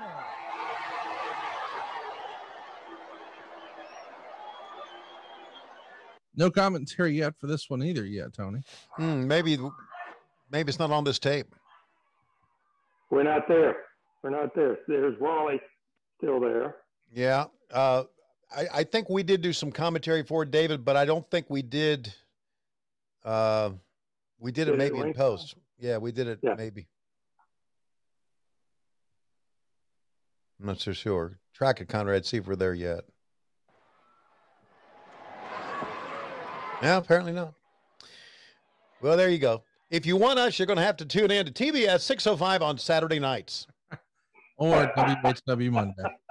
Or WHW Monday. We have such a great time, David, again, with our regular show, WHW Monday, each and every week, and listening to you and the excitement that you brought to the matches was unparalleled. It really was. Your excitement was amazing. I'm a fan. Yeah, that's it. Dusty used to say, David, man, David brings that raw excitement to the show. I said, you're damn right he does. And he gets me going. Well, you could hear that David was a fan. You know, David was enjoying what we're watching just as much as we are. And we've talked about it a lot on the show, Tony. Enthusiasm is contagious. Yes. So when David was getting excited, we would get excited. But if everyone's monotone, I mean, it's not golf. We don't want whispers and little claps. No, cheer your ass off. And just like Dusty's strutting that ass off here. Yeah. God, how much fun was Dusty having right here? Yeah, man. Oh, this was a chess game between the two. Yeah. Who was going to lead? Who's going to lead? Yeah. Rick is taking it into Dusty, but he's going to have to blow Dusty up a little bit to get his way. Yeah, I remember after the match too, them two hugging and coming together, and both of them like, thanking each other for the match and everything. And it was a good match, man. It really was. It was a memorable match. Rick knew how to do it. It just his technique. He's just taking his time. Mm-hmm. He knows that it's not going to be a quick match. Right. Dusty's got to get his stuff in. Mm-hmm. He has to take care of Dusty. Right. That was one of the keys too. You needed to make Dusty look good, take care of him, and and Rick could do that. He could do that. Hell, he could do that with anybody. Yeah. I mean, hell, I remember he's programmed with a junkyard dog. So, he could but Dusty had all those great antics and all great sense of timing with the fans, and knew how to get the crowd going, that dancing that he was doing. See how Dusty would pull away like that and shake his finger. Great stuff. Yeah, man. David, at this point, Dusty's got the magic touch with creative, and it's working. But I believe there were some cracks starting the show and the relationship with Flair and Dusty. And I think your brother Jimmy often had to play mediator because Rick would be upset or Dusty would be upset. They were on again, off again friends, Dusty and Rick. When do you remember that really becoming apparent to you that, man, these guys don't get along the way they maybe used to, or we hope they would? They both were vying for Jimmy's attention. I see. It was his attention. Jimmy was, if it was Jimmy going off with Dusty and Magnum, and not going with Rick and Tully and those guys, well, then Rick would get upset. And then Dusty would be the same way. So Jimmy was, he had to play both sides. Not play, but satisfy both sides. And until Dusty passed away, Rick and Dusty they always wanted to be number one. And to me, they were, both of them, in their own way. They're two totally different talents. Rick could not be a Dusty. Right. And Dusty couldn't be a right. But put them together, I mean, you've got the best combination. Yeah, look how Flair sells that chop, man. Again, he's taking his time. Mm-hmm. He knows he needs to. This reminds me of John Valentine, when Rick used to partner and wrestle with him. Valentine was always backing in the corner and begging off until the right moment, and then he'd go in. Right. Well, Rick learned a lot from him, obviously. Oh, yeah. Oh, yeah. Yeah, sure he did. And when Rick came in, he went straight to top talent, putting wrestling top talent every night. And that's why he's so good. Yeah. It's quite a story. It really is. You got any good Dusty Rhodes stories you can share with us, David? No, Dusty was always with Jimmy. Yeah, always. I was sort of in the background there. Well, everybody's got some fun Flair stories. When's the first time you saw him put on a show at the bar, if we shall? Wow. Which bar? I guess the first time was Baltimore. When we finished, it was a pay-per-view there, and we put the truck to bed, so to speak, and I went over, and Rick was in rare form. Rare form. I mean, was that? I had all the drinks lined up on the bar. Right. Yeah. the kamikazes. Nasty stuff. I remember he had one time in Baltimore, he had rented a suite, and we were all in there. And at the Marriott, and we were in there, and he peeked. He was in the bedroom, one of the bedrooms there. It was a big suite, and he peeked his head and looked at me, and calls me over, and I'm thinking, why me? And he calls me over, and he said, and he's naked, of course, and he says, "See that girl right there? Tell her the champ wants to talk to her." I said, "Okay." I'll go over. I don't know who she is. Said, "The champ wants to talk to you." Me? Yes, he wants to talk to you. So she walks over, and he says, and does something that you could never get away with today. He says, "Darling," and he opens the door, and he's completely naked. He said, "You want to put a sock on this for me?" Oh, gosh. Okay. And she just laughs and runs away. Yeah. She ran away? Yeah, she ran away. I remember him walking out of that door and going up to the couch and hitting a young lady on the head with it. That's probably.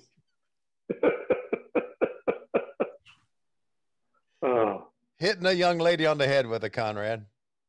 Yep. I think it was even written in his book that I think Jim Crockett was quoted as saying that sometimes he would tap ladies on the shoulder on an airplane, but he wouldn't use his finger. I believe it. I believe it. Hey, he was famous. We had that trip from Atlanta to Hawaii, and every liquor was consumed, and finally started taking the the Kahluas and everything, throwing them in a pitcher and going around pouring drinks. And then he would finally come out in his robe and the belt and nothing else. Well, he was the right man for the right time, because in 2021 they would have had to make an emergency landing and arrest him. Oh, he'd have been in prison a long time ago. Long time ago. Oh, yeah. But it's part of the legend, and another part of the legend is what we're seeing right here. Sold out Greensboro Coliseum in the main event for the world title. But then the real show is afterwards. Oh, he's raking Dusty Rhodes' head across the cage here. Yeah. I think by this time, even though Charlotte was only an hour and a half south on 85, I think probably we still used the planes. Not sure. I don't know for sure, but something makes. Look at Dusty, man. You're right. Right above his right eye. I think Dusty's still got it in his right hand. Yeah. Dusty. Hanging out like Jesus. His arms. Oh, that scar tissue on Dusty's head. Yeah. Look. It looks like Rand McNally. You're right. He still got it.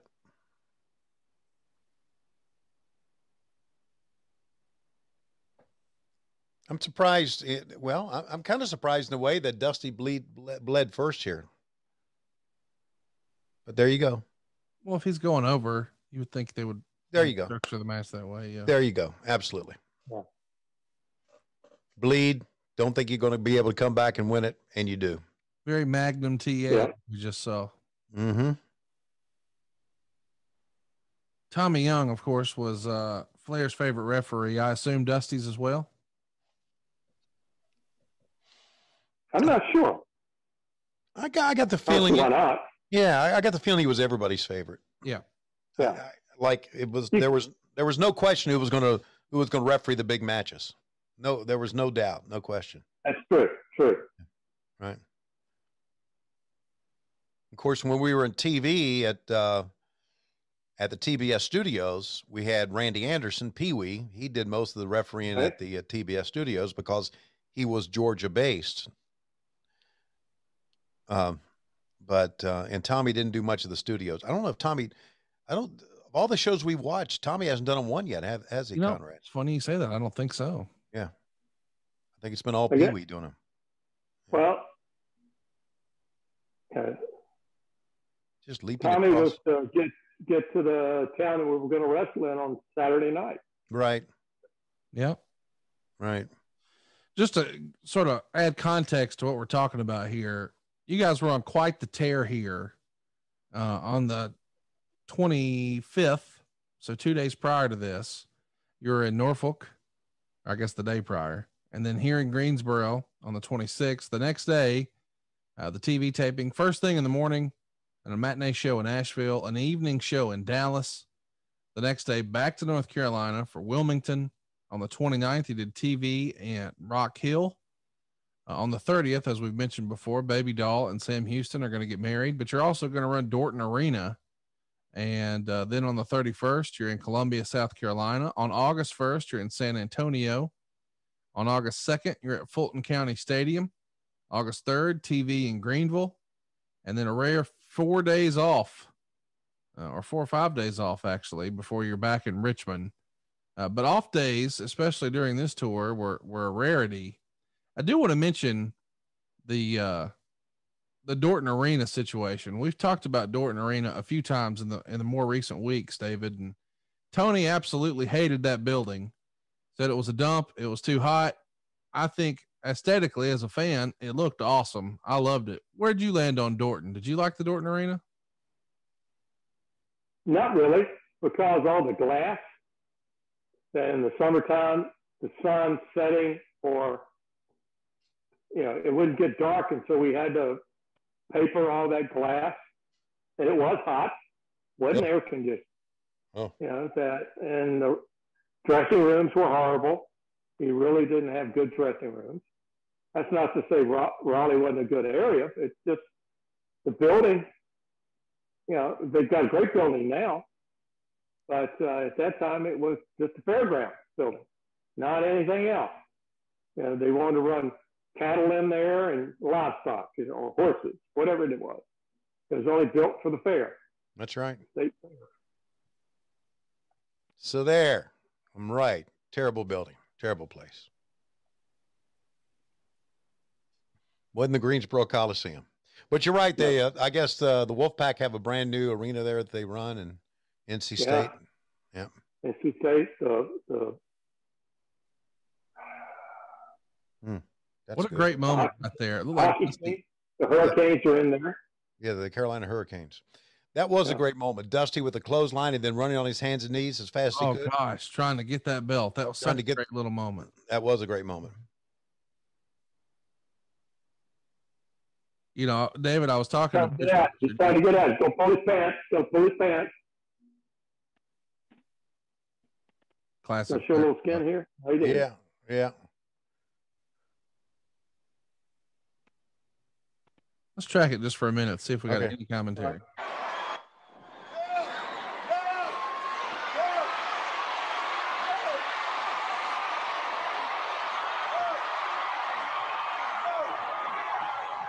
Yet another reason why wrestlers should have long hair. As Rick is shaking his head no, you can see it from the cheap seats. Yep. Here we go.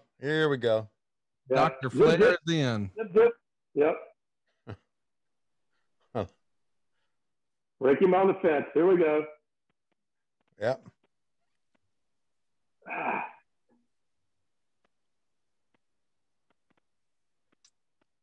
I don't know if it's any way to work that, getting your head scrubbed against the.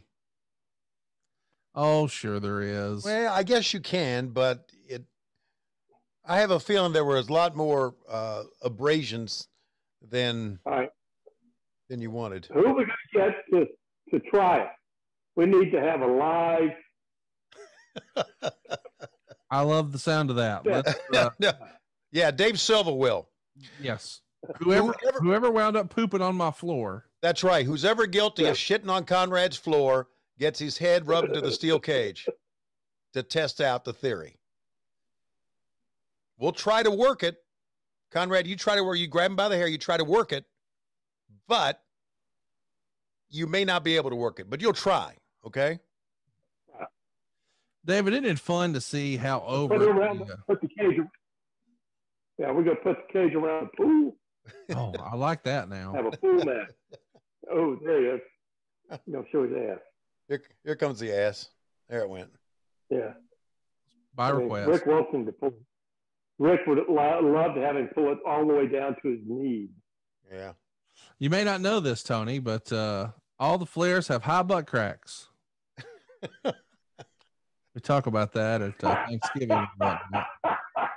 High butt cracks. High butt cracks. High butt cracks. Okay. I've done the research. Oh, Lord. I bet you have, Conrad. I bet you have. Yep.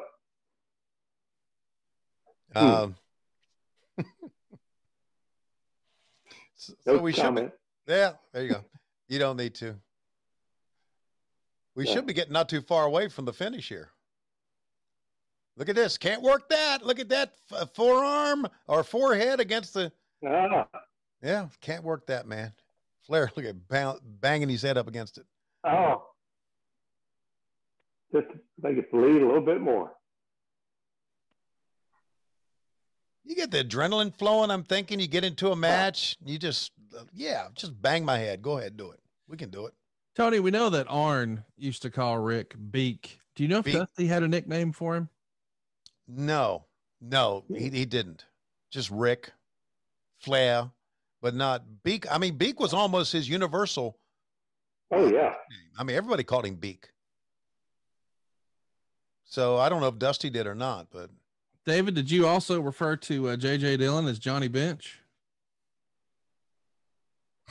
No, I didn't. Okay. I didn't know. I did. Okay. I called Rick Beak. Yeah, that's right. That's funny. Here we go. This is a big moment here. Yeah. Let's see what this sounds like. Let's track it.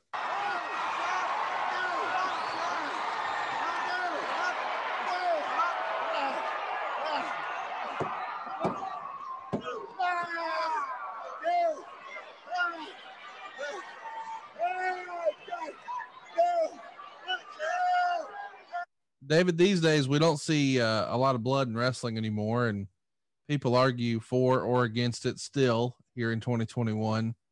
Can you imagine? Could you have imagined back then if someone told you, in the future they'll do cage matches with no blood? That would be hard to believe. Yeah. I had the cage match. Right. What's the reason some consequences have to happen in a cage match? Right. It doesn't have to be a bloodfest, but cages to hold them in, to bang your head against. Yeah, that's right. You've got to have some sort of, I don't know, or you don't need a cage. Right. To me. Yeah. After a cage match now, do they hug each other?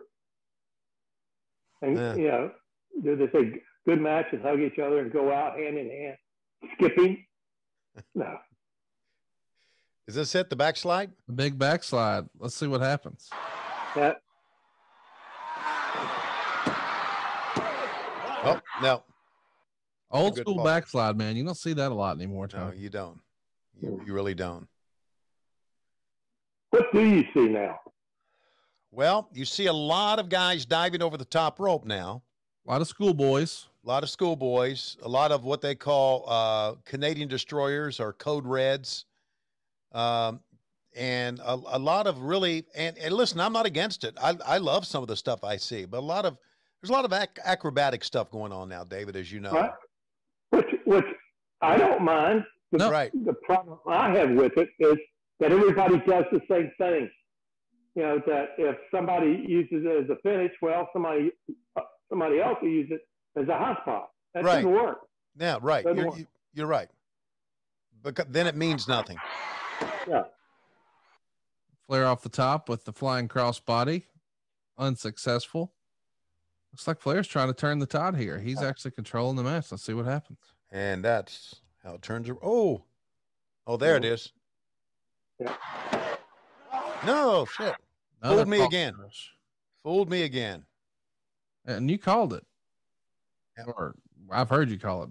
Yeah, but you know. It's going up. Here it comes. Here it comes. Moves. We're getting close, guys. Got to be getting close. Both of them are running out of gas. They're running out of gas. Tony, I'm going to track the finish so we can hear the ring announcer. Here it is. Here it is.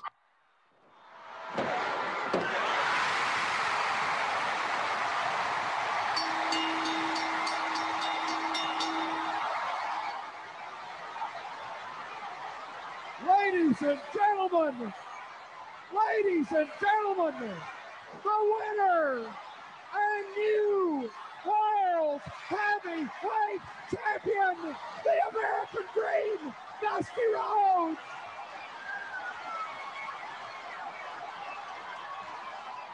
Man, what a moment. What a pop. You can hear it in the ring announcer's voice. All the baby faces are going to come celebrate, including David Allen Coe. Yeah.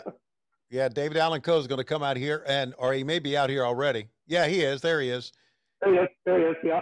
Yeah, and and Tom Miller's voice, ladies and gentlemen, said it twice. Yeah, just help sell the moment. I like that. It was good. Big moment. Of course, Dusty has been NWA World Champion again, but he never held this version of the belt. This is his first and only win with what we collectors call the Big Gold Belt. They would commission a nameplate made for him, but by the time it arrived, Dusty had already dropped the belt. So all these years later, Cody Rhodes has it. And what a cool little piece of history it is. Dusty's first and only win with the Big Gold Belt. And we're watching it here with Mr. Crockett. What a great time this has been today, Tony. Yeah, we've had a great time. David, just talking to you just brings back so many great memories of not only our time together doing the TBS show, but our time together or working side by side. And it's just, as always, wonderful talking to you, buddy. It really is. I'll tell you, it was a pleasure working with you. And even now, it's a pleasure being with you on this broadcast anytime. Thank you. Anytime. Conrad, you too. All right. I appreciate that, man. Listen, I'm like everybody listening to this right now. You two guys were the voice of 1986, and to go back and watch this with both of you guys together, man, this was so special. We appreciate you taking the time to join us and doing so from your trip visiting the family. We've stolen 3 hours of your time today, and we greatly appreciate it. Oh, well, that's fine. The wife's sitting over there watching too, so it's good. Well, I hope Conrad that you find out who pooped.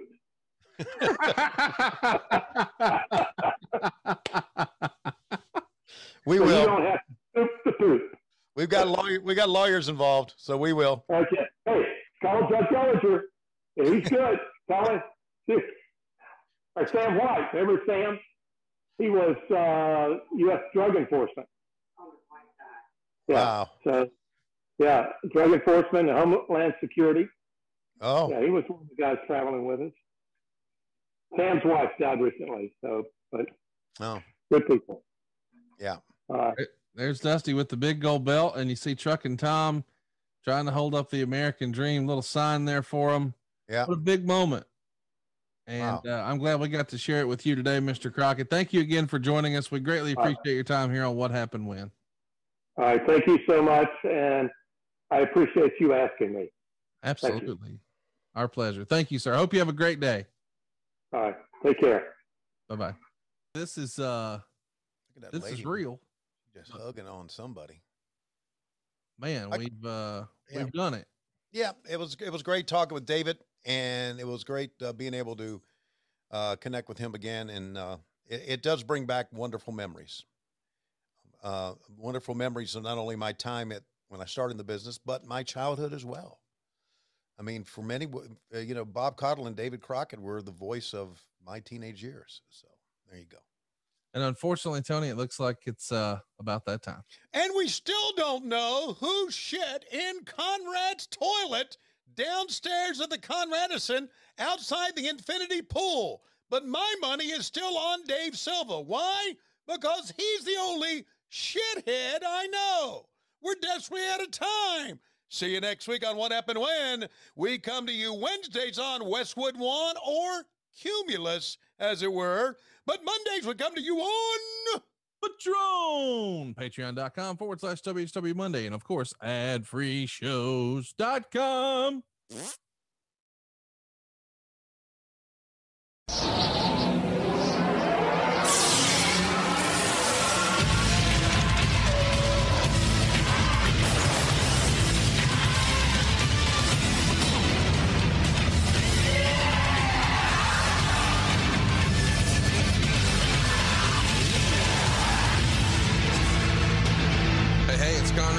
And you're listening to What Happened When Monday, and the man with the plan, Mr. Tony Schiavone.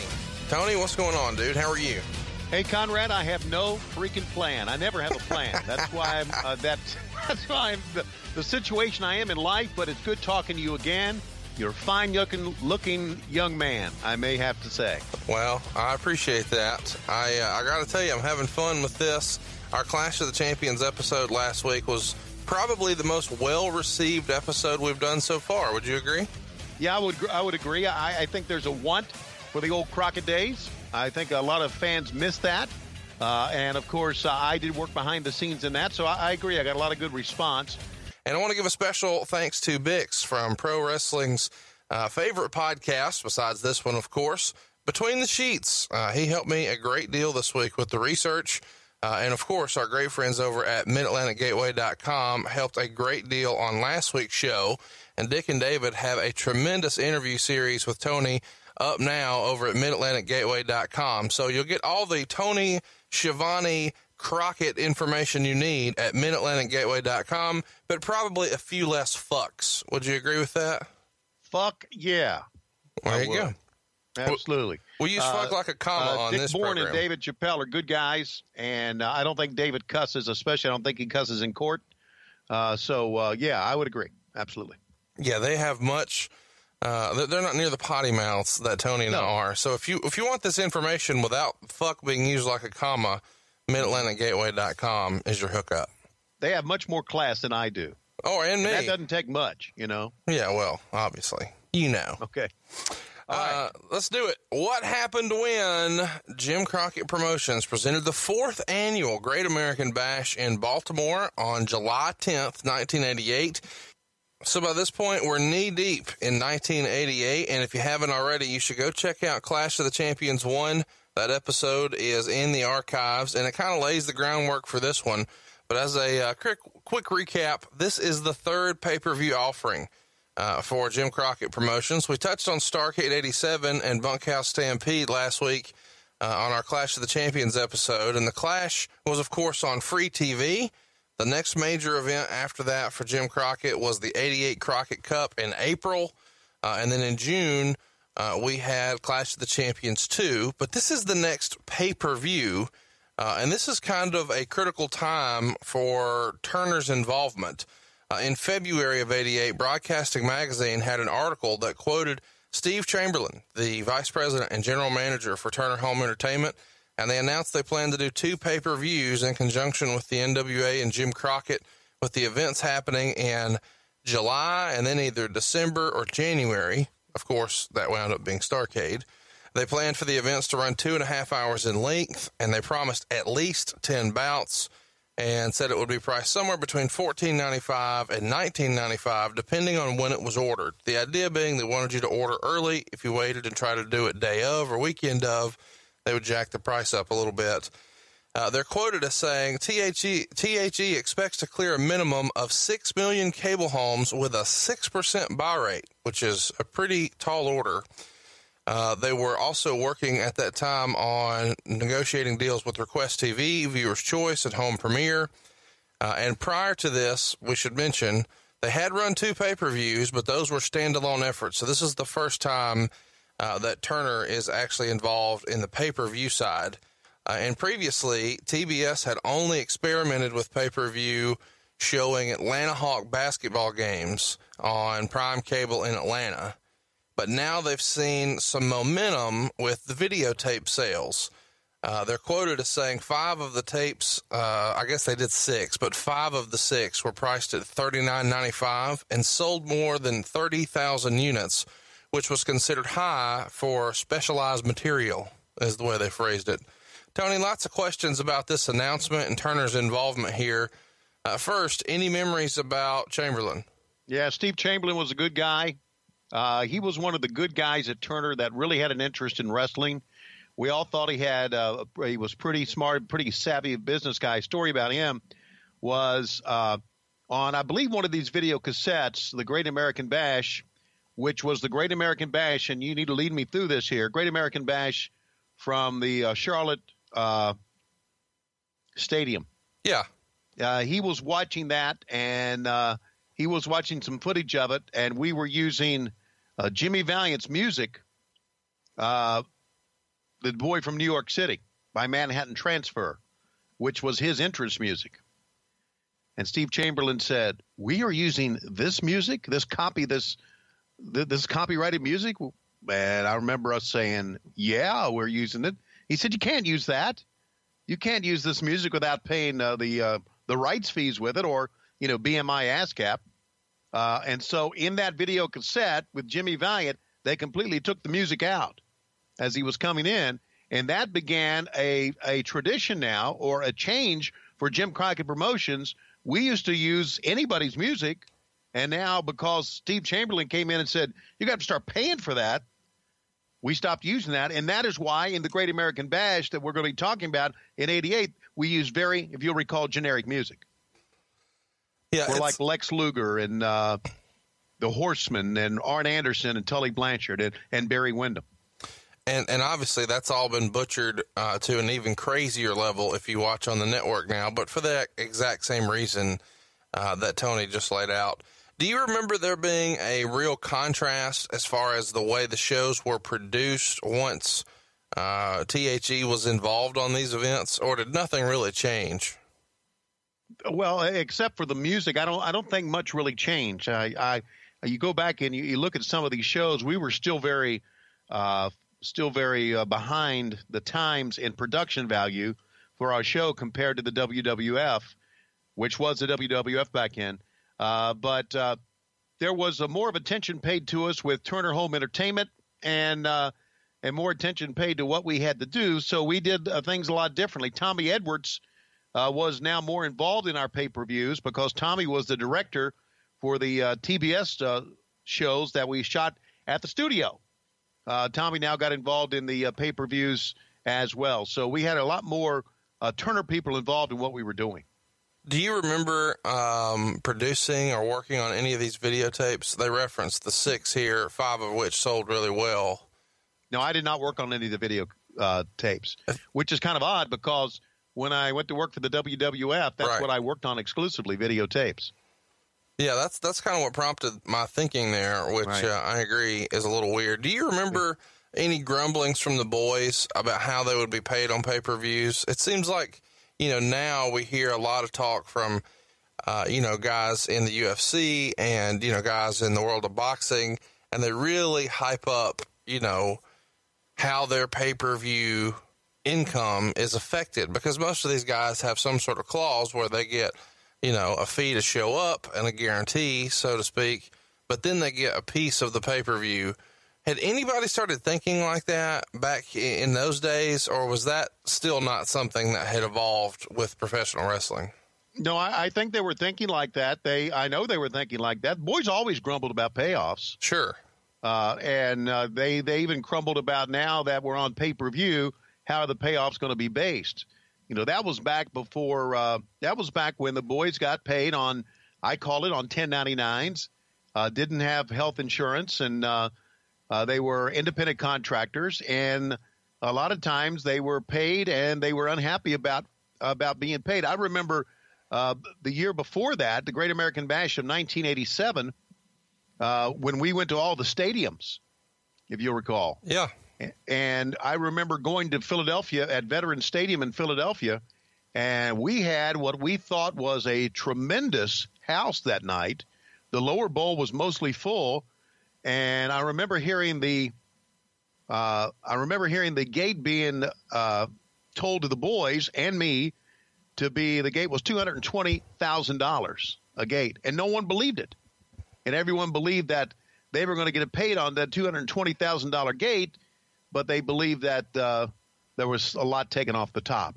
Whether it was or not, I don't know. But, yeah, the grumblings always happened, and they heightened even more when we started on pay-per-views. But keep in mind, I don't think the business realized how much a cash cow a pay-per-view could be back then. And there's a lot going on at this point in the world of professional wrestling. After riding high in 86, the Crockett's business starts to slide a little bit in 87, and that's when expenses get out of hand. The Crockett's buy out Watts, open that Dallas office in 87, and then they start to get into pay-per-view, and that takes the battle with Vince McMahon and the WWF to a whole nother level, and that's all in our episode last week, Clash of the Champions 1. But we're back at it here, and this time we're running a pay-per-view, and finally we're unopposed from the WWF, who are running shows this night in both Las Vegas and New Jersey, neither of which are televised or on pay-per-view. But Vince couldn't help himself and ran Baltimore with Savage DiBiase on top, fresh off of their WrestleMania main event on June 25th, so just a couple weeks prior to this show, and the WWF would draw 7,000 fans or so to that house show. Tony, do you remember there being a sense of relief that finally you guys were running a show that wasn't being counter-programmed? Yeah, there was.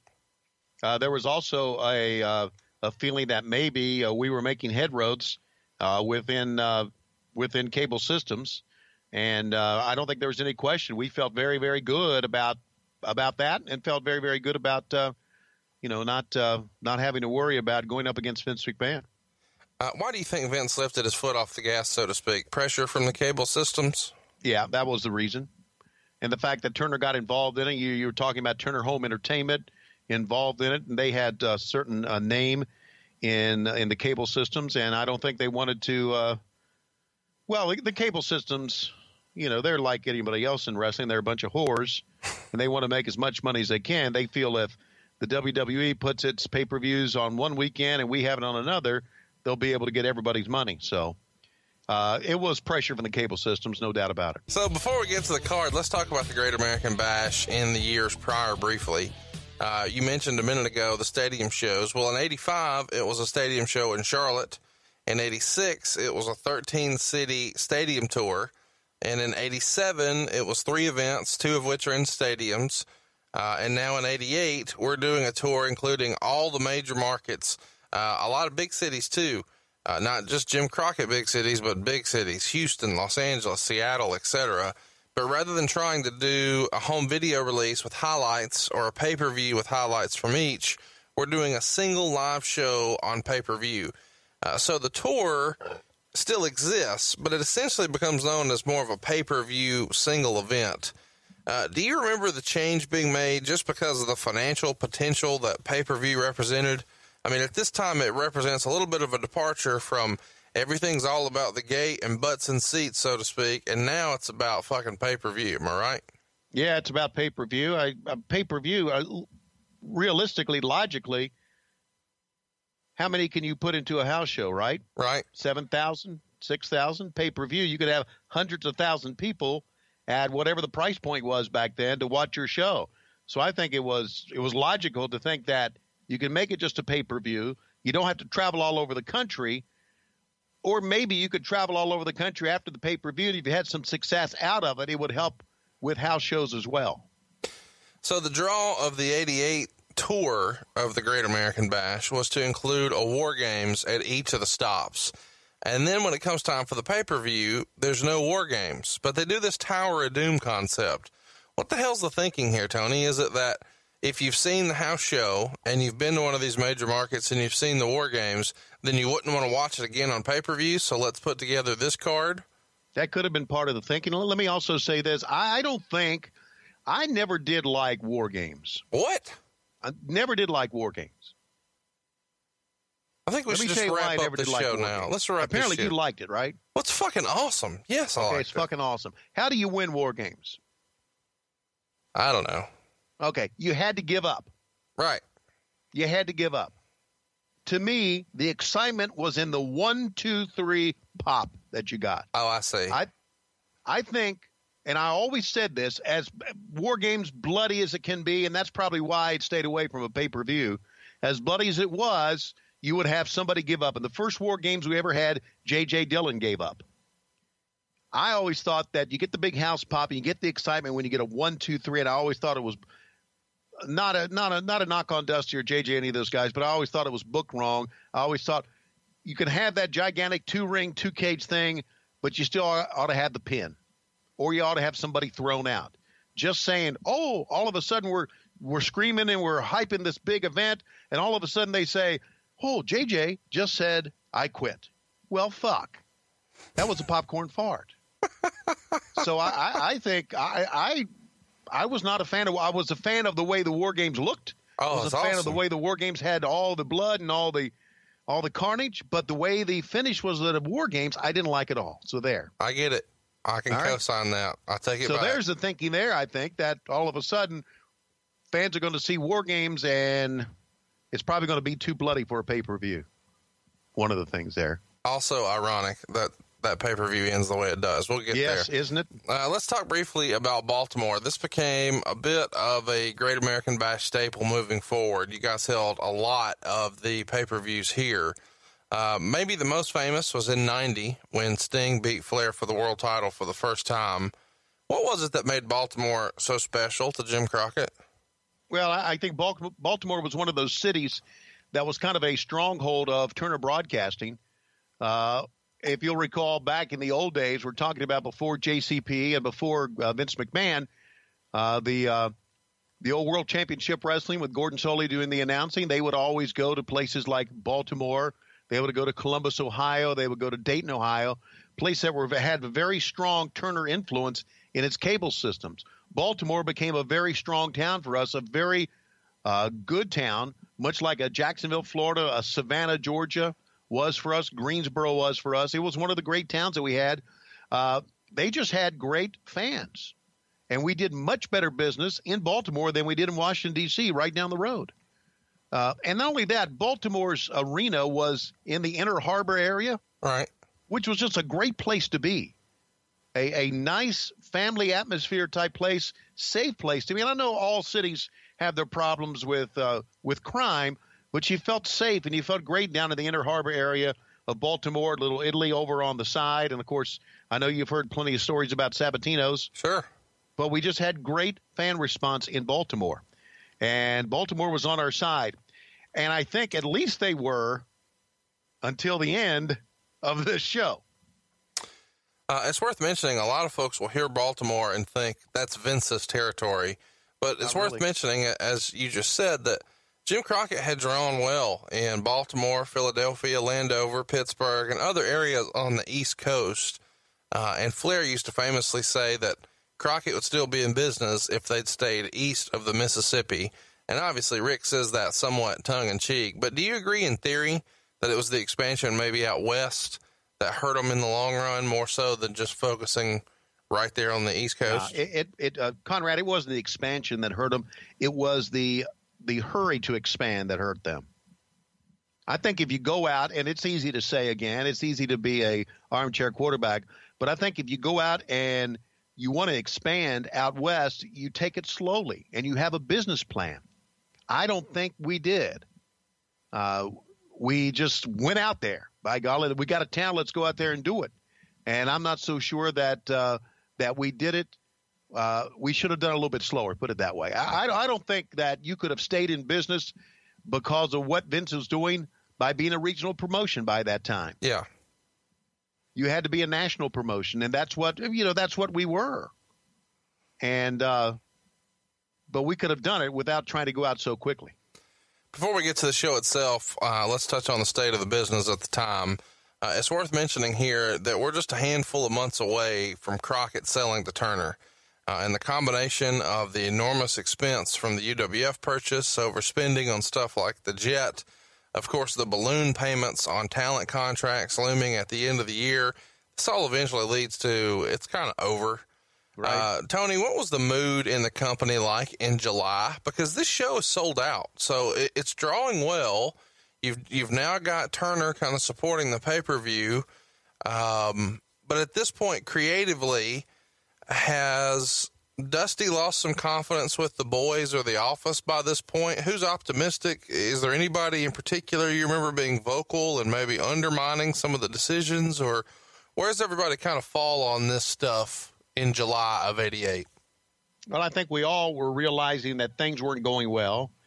I think it got to the point to where because of the UWF purchase, because of those airplanes that you talked about, because we were spending so much money, that it got to the point to where I think a lot of people were pointing at Dusty for making these decisions. A lot of people think in the company, and I'm talking boys and front office people, that it was Dusty that wanted to move back to Texas, and it was Dusty that convinced Jimmy Crockett to buy the UWF so they could move to Dallas, because Dusty and Jimmy did move to Dallas. Right. And everybody else stayed in North Carolina. You're talking about a family, a Crockett family that was well established, well respected in Charlotte, North Carolina. That was their home. With real roots and other businesses and, for generations. Right, generations and roots in the Carolinas. So Jimmy left and Dusty went with him, and that really fractured our business. It fractured our front office. Now, there was a lot of guys being vocal and undermining the direction, like you said. I mentioned Tully last week, and I know Flair was very vocal in it as well. Whether they had an impact into what was going on, I don't know, because still the boys were based in Dallas. Most of the boys, the UWF boys, I know we're based in Charlotte. Right. UWF boys were based in Dallas. But the mood in the company in July was very unsettling, and I really think a lot of it has to do with the fact that Jimmy and Dusty left. Like they pulled up and they left the company behind. I want to read you an article here, or share clips from an article. This is from the Charlotte Observer, and it's the May 25th, 88 edition.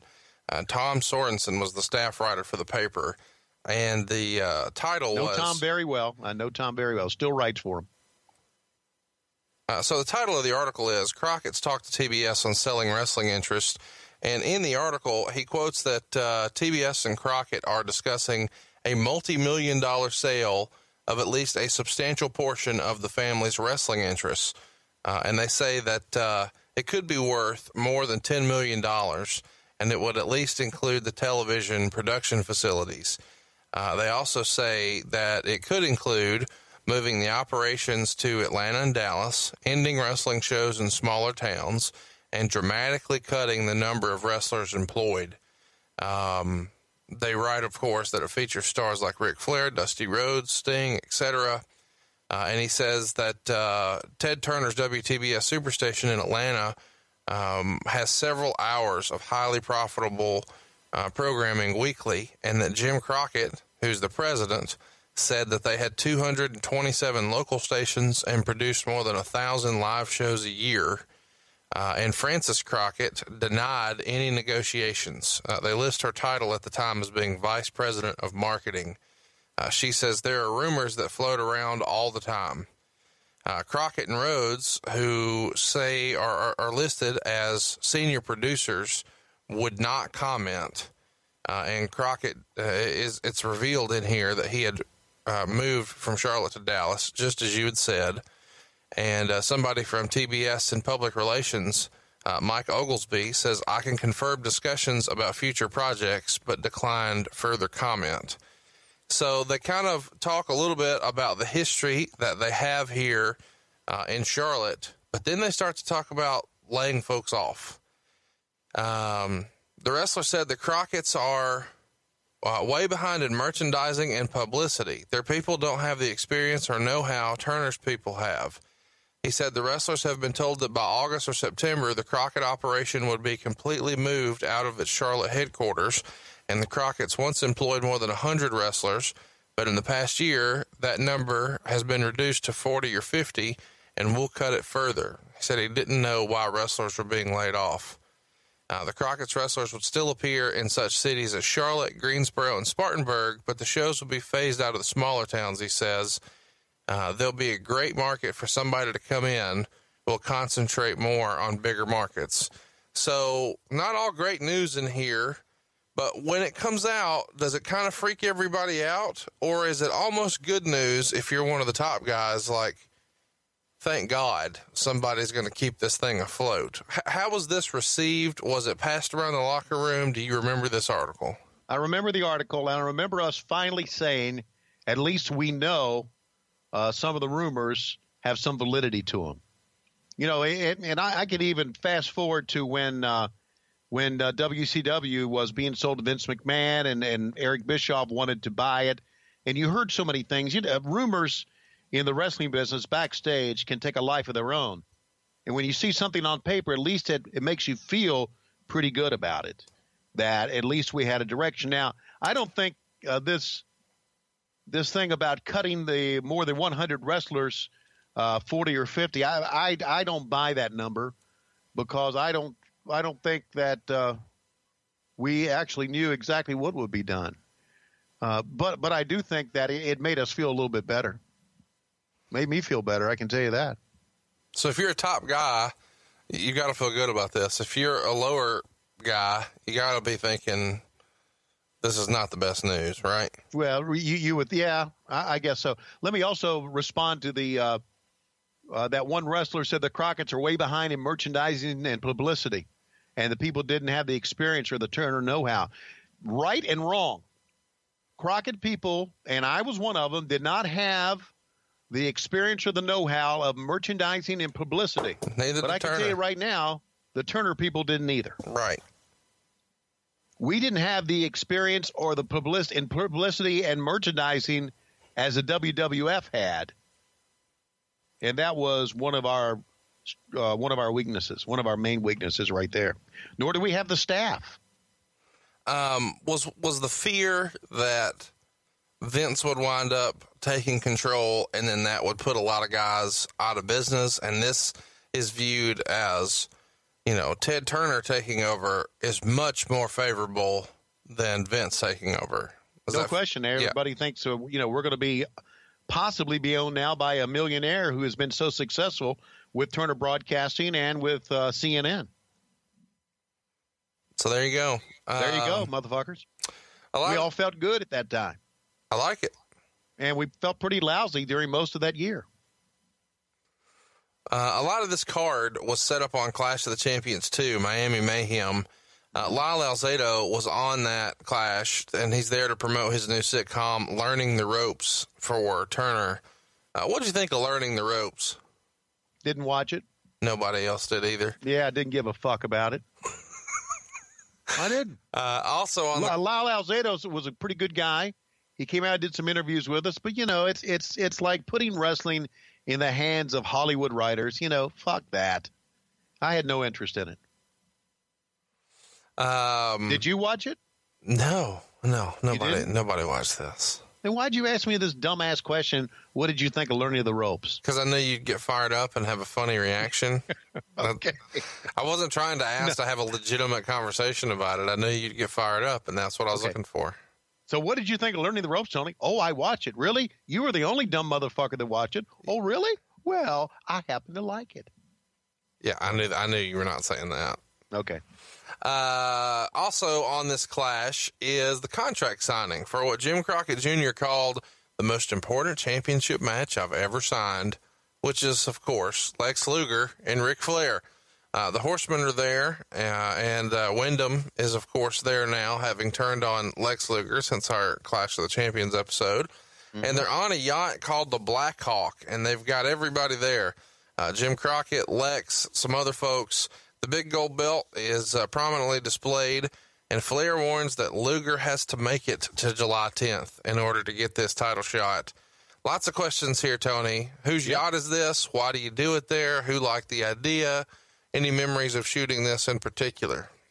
Yes, the yacht was owned by Bruce MacArthur, who was a friend of the Nature Boy Ric Flair's. They went to school together, and his family was part owner of the Chicago Blackhawks. There you go. There you go. That's what it was called, the Blackhawks. He also was known, because he ran around with us a lot, he was known as a general because his last name was MacArthur. So it was his yacht. It was down at Boca Raton. What stands out about shooting that day is two things for me. How much money is down in Boca, that's number one, and how long we were on that fucking boat. I mean, listen, things take time to shoot, I know, but it seemed like it took us a lot longer to shoot things. And we were on there seemingly all freaking day. And when I go back and think about that, you know what I think about, Conrad? What's that? What the fuck was I doing there? with the exception, I guess, was I the host of it that day? Was I? Yeah, I mean, right afterwards, right? They threw it to you in your phenomenal mustache, and you wrapped it up as the Horseman kind of high-fived in the background. Who were the other folks in the shot? There was a lady seated and two guys standing behind Lex. It was just some of Bruce's friends. That was his boat, and that was some of his socialite friends. How much partying was going on that boat that night or after the Clash? I mean, after this pay-per-view?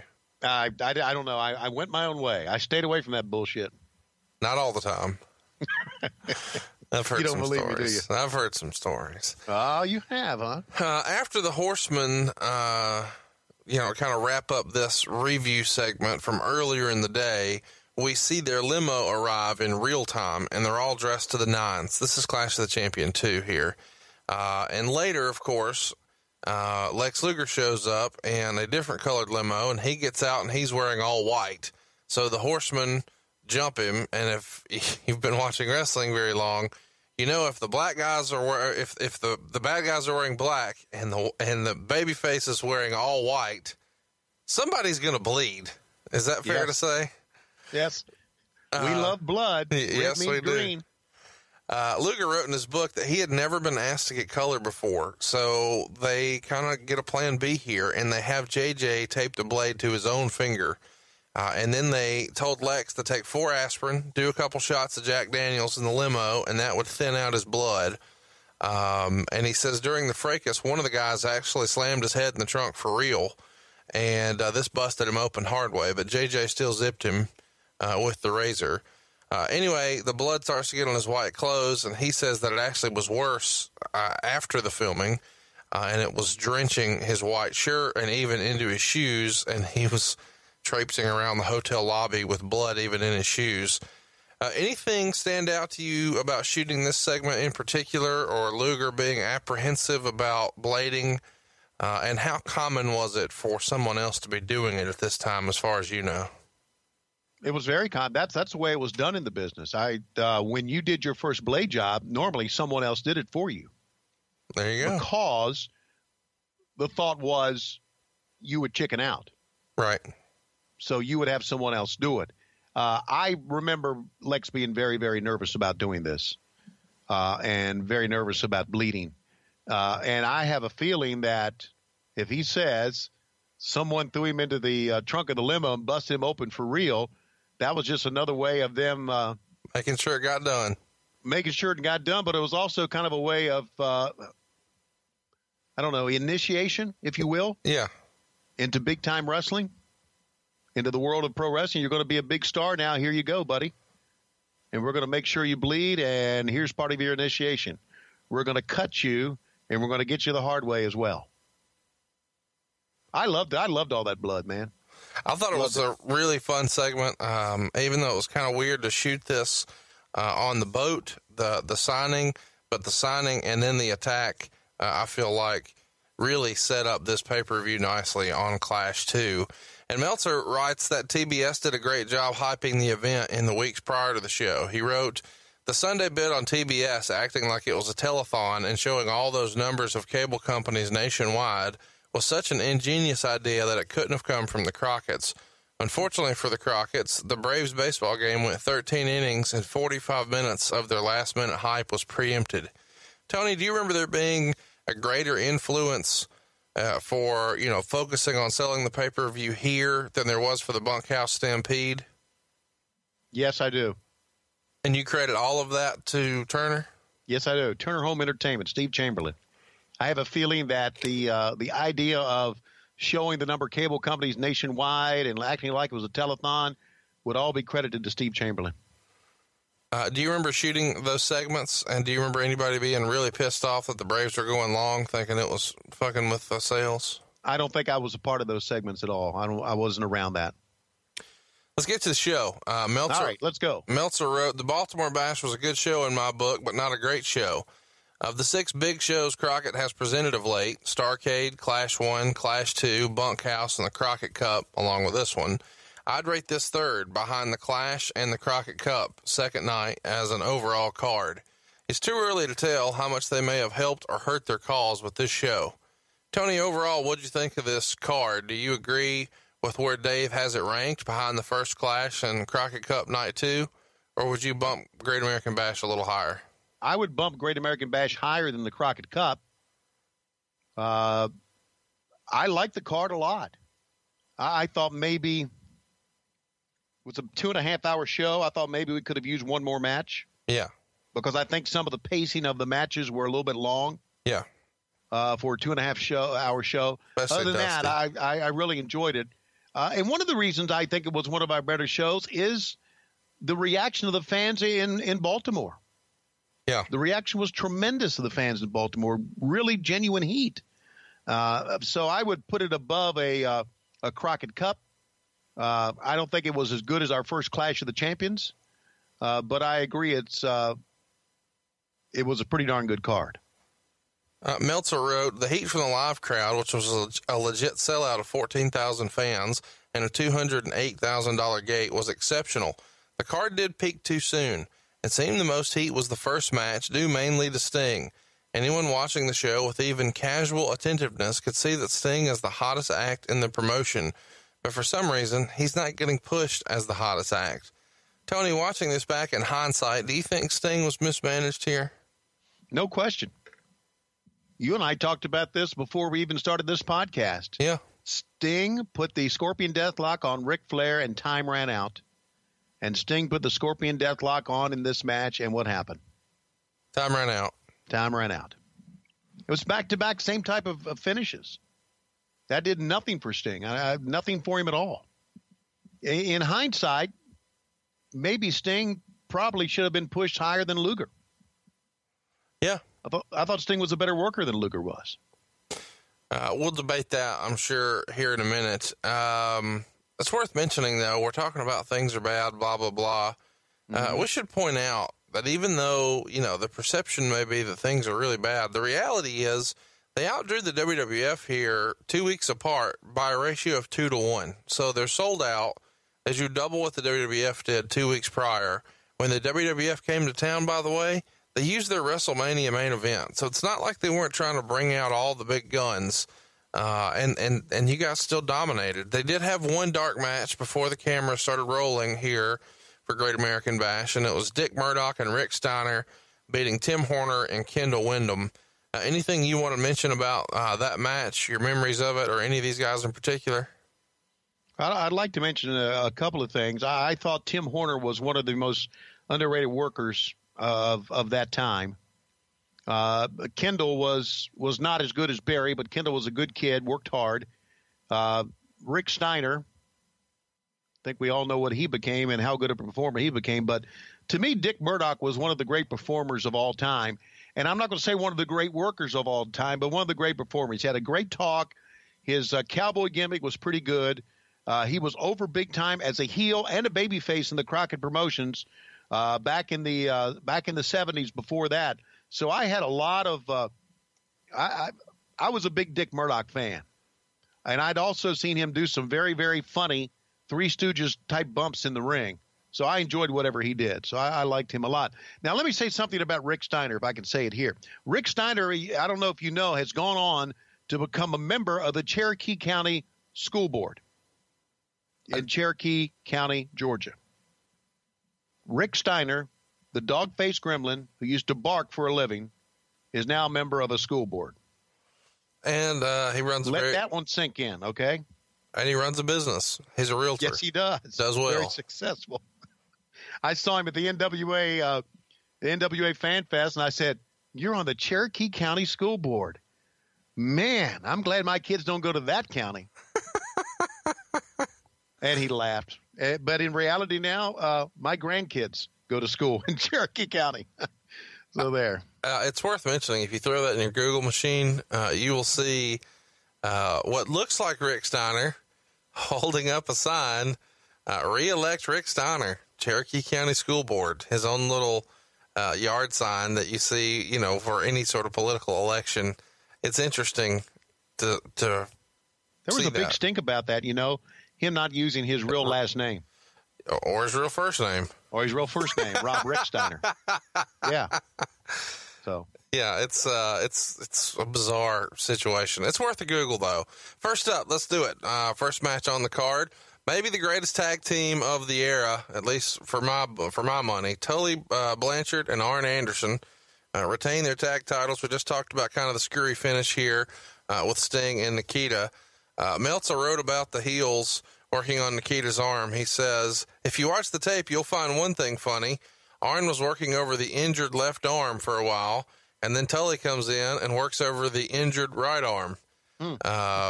Sting eventually gets the hot tag, has the Scorpion Deathlock on Tully, exactly as you described. There's about 20 seconds till the end of the match. Then the bell rings, and Meltzer writes, you know what would be a tremendous finish is if just once they would work a match exactly like this and call 10 seconds left and then have the guy actually submit with 1 or 2 seconds left. Whoops, sorry for that hallucination. I forgot completely that wrestlers don't submit nowadays. I was having flashbacks to my childhood. Tony, given the frequency where we saw this finish, the dusty finish of sorts, was this a fair criticism in July of '88? I think it was a fair criticism. I think it was a smart-ass way to write it. Of course. He's very complimentary of the match, though. He says, overall, this match told the story better than any other on the card.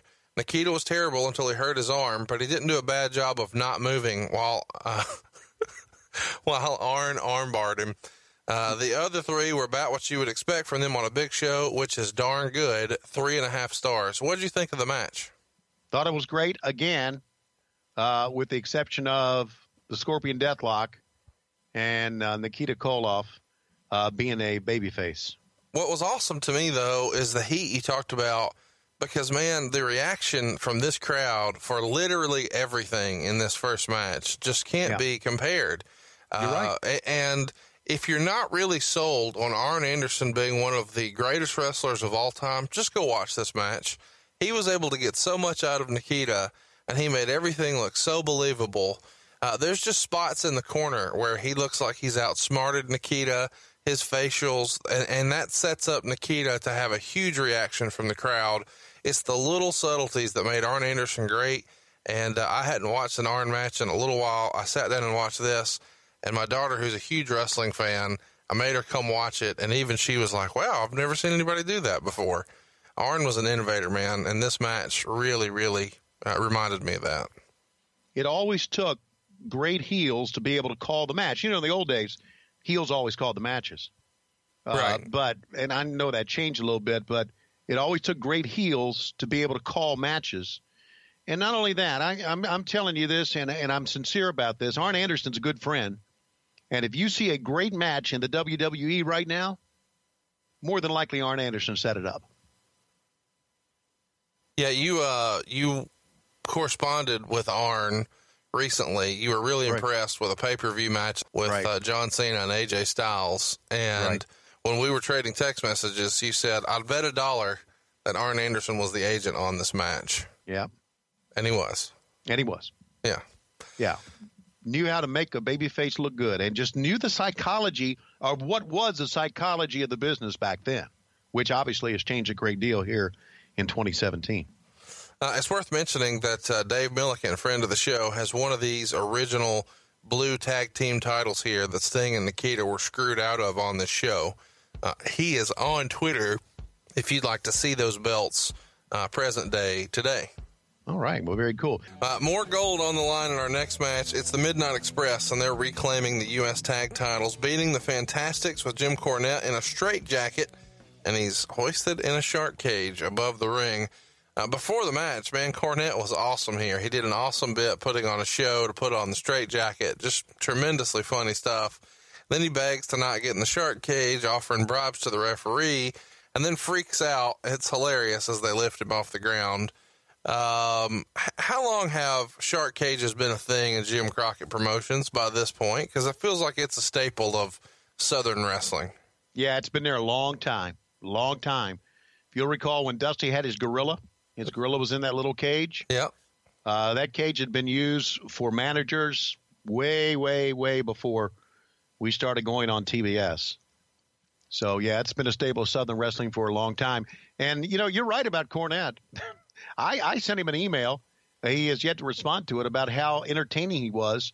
And I really think I have to give the crew a pat on the back for being able to close in on Jim Cornette and all the talk that he did with the referee and all the talk that he did hugging Bobby and Stan and all the crying that he did and all the bribes he was offering. That was good TV. It was great. That was great, entertaining TV, and it's one of the things that made Cornette the man that he was. And him, I really think that him, when the cage was lifted and he kind of sat down on the and didn't stand up, and he sat down on the floor of the cage, I think he legitimately was scared to death up there.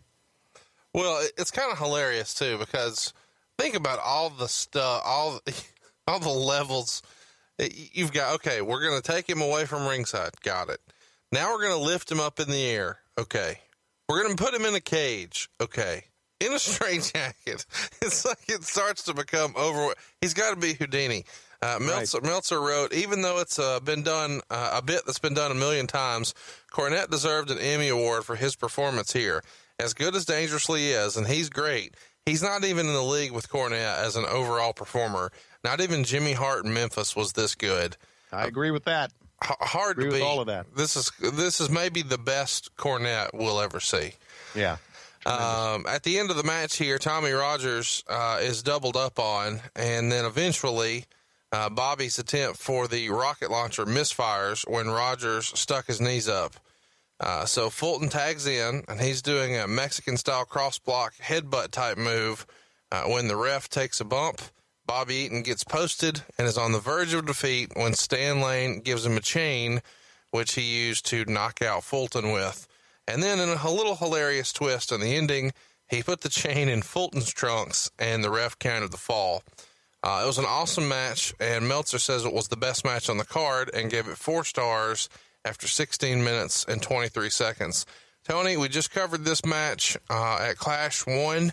And it feels like a broken record here, but how fucking great are the Midnights and the Fantastics? 2 of the greatest tag teams of all time, at least in WCW. Again, it goes back to this. You've got to have 4 great performers, but you also got to have somebody that can call a match and heels who know how to call a match. And I think, not to slight any of these guys, but I think that Bobby Eaton was the unsung hero in a lot of this stuff.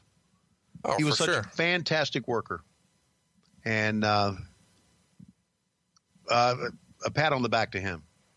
Jim Cornette wrote in his book that the gate that was reported to the boys here was 206,000 with about 13,000 fans in attendance. And he wrote that he knew the Midnight Express was in trouble in paradise when their payoffs were only $1,000. Wow. That was the lowest ever for a major show or pay-per-view. So it kind of is a little bit of insight into the business. By comparison, they got $5,000 each for an $80,000 house and limited pay-per-view coverage for the Bunkhouse pay-per-view. And they worked singles on that show. And Stan's match even got cut, but they still got $5,000. So at the next pay-per-view here now at the Bash, only $1,000. Also worth mentioning, Starrcade 87, their first pay-per-view, Jim writes that they got $10,765, and that house was only $180,000. So now a bigger house, 6 months later, 1/10 of the payoff. Yeah. Was that common, you think? Were they in real cost-cutting measure at this point? Yeah, they were. There's no question. And they were in real cost-cutting measures because they had, because of the Dallas buy, because they extended out west too quickly, and because their overhead was too much. So they had to cut it back.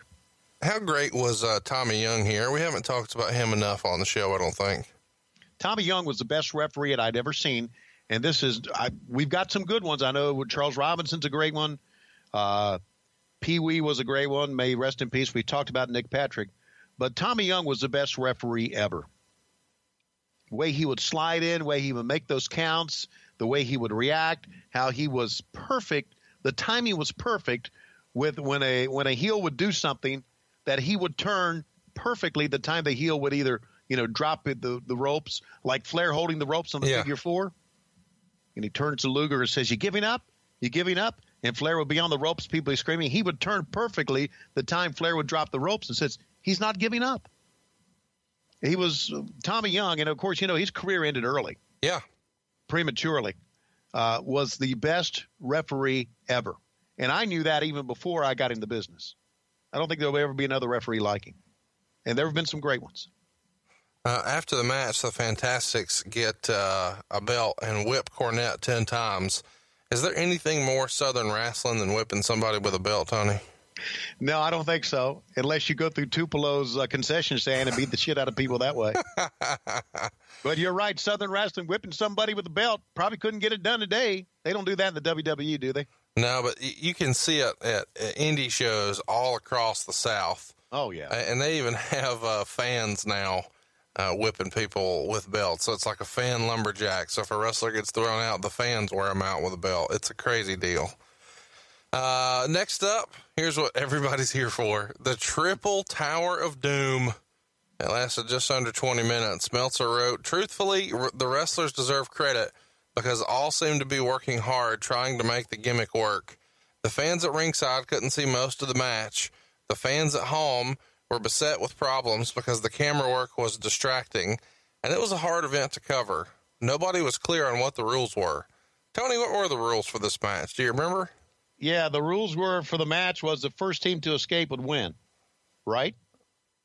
That's what I remember. I think the concept was you had to start up top and then work your way down. Work your way down and escape to the bottom. And that was the concept of it. What did you think of it? Well, I thought it was a gigantic clusterfuck. Mm-hmm. I watched this damn thing, and I watched it again. And after I watched it a second time, I made a phone call. Actually, I sent a text to my good friend Kevin Sullivan, who turned around and called me. And I said, Kevin, what do you remember about this clusterfuck? He said, I remember Tommy Young was shitting his pants, climbing up that ladder at the top and just got down on his knees and was so scared he didn't want to move. And I said, do you realize that the trap door was fucked up? And he said, yeah, it was fucked up. We had to pull it open ourselves because the way the trap door was supposed to be designed, Tommy Young was supposed to crank it and it would open. But if you look back at it, if Tommy Young cranked it, it would close. Right. So they had to open it up themselves. It was one of those things that if you take a look at the Tower of Doom, you go, wow. But you can tell that the guys were unprepared to go through it, and we were unprepared to shoot it.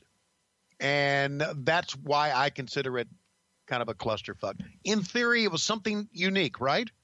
No, it's very imposing looking, and I get exactly. There's the word. Thank you, Conrad. The drawing. There's the word. The blueprint. Imposing. It looked menacing, but yeah. Oh, menacing. Hold on. Let me write down this shit here. Are you an English teacher? No, sir. I'm a redneck from Alabama. Well, I know that, but they're redneck teachers. Who made the cage? Do you remember? Yeah, that was made by Klondike Bill. Tell us about Klondike Bill. Real stories about Klondike Bill? Whatever you got. Okay. Now, I'm not going to say it to sully up the memory of a great man. I don't know shit about Klondike Bill. Was this the prop guy for you guys? He was the magician who made it all happen? Okay. Klondike could do anything. Could absolutely do anything. And he was I set up rings with him for a couple of years. Or for 1 year, let's say, while I was doing baseball, I would set up rings with Klondike. And I got to know him very well. Everybody who knew Klondike Bill absolutely loved him. Absolutely loved him. He was an icon in our business. Trained by Stu Hart. Went through the dungeon in Calgary. Mm-hmm. Born back in 1931. Passed away in 2000. Yeah, while we were in Australia. Hired during the 70s by Jim Crockett to build guardrails and rings for Mid-Atlantic Championship Wrestling, and then was even an agent for World Championship Wrestling. Yeah. So there you go. Yeah. But his name, I mean, his claim to fame was not really what he did in the ring. Yeah. Yeah. He got, I don't know if I could say this word, but I'm going to say it. Okay. Do you mind? Go ahead. Klondike got more pussy than anybody else. How? I have no idea. Because I don't think he discriminated. Oh, I see. Yeah. Regardless of how they looked or what size or whatever. Yeah. There's a phrase, in the South, he don't call nothing. That's it. So he didn't call anything. Yeah. So there you go. He would tell us some great stories. Great stories. See, this is what people want to hear. Should I tell a story? Yeah. Yeah. Really? Yeah. All right. He was saying one time he had this girl at, God bless. This is the shit here. Somebody goes, strike my ass dead. Some lightning is going to come down here tonight and strike my ass dead. Anyway, Klondike said that one time he had this girl, he said she was just crazy. And I couldn't satisfy her. Nothing I would do to satisfy her. And she was like crazy. He said, so I went to the refrigerator and I got out this Polish kibasi. I said, you got to be kidding me. He said, no. And I took it and I ran it underneath the hot water and I got it all limbered up and everything. And he said, and I went at her with that Polish kibasi back and forth, and she still didn't get enough.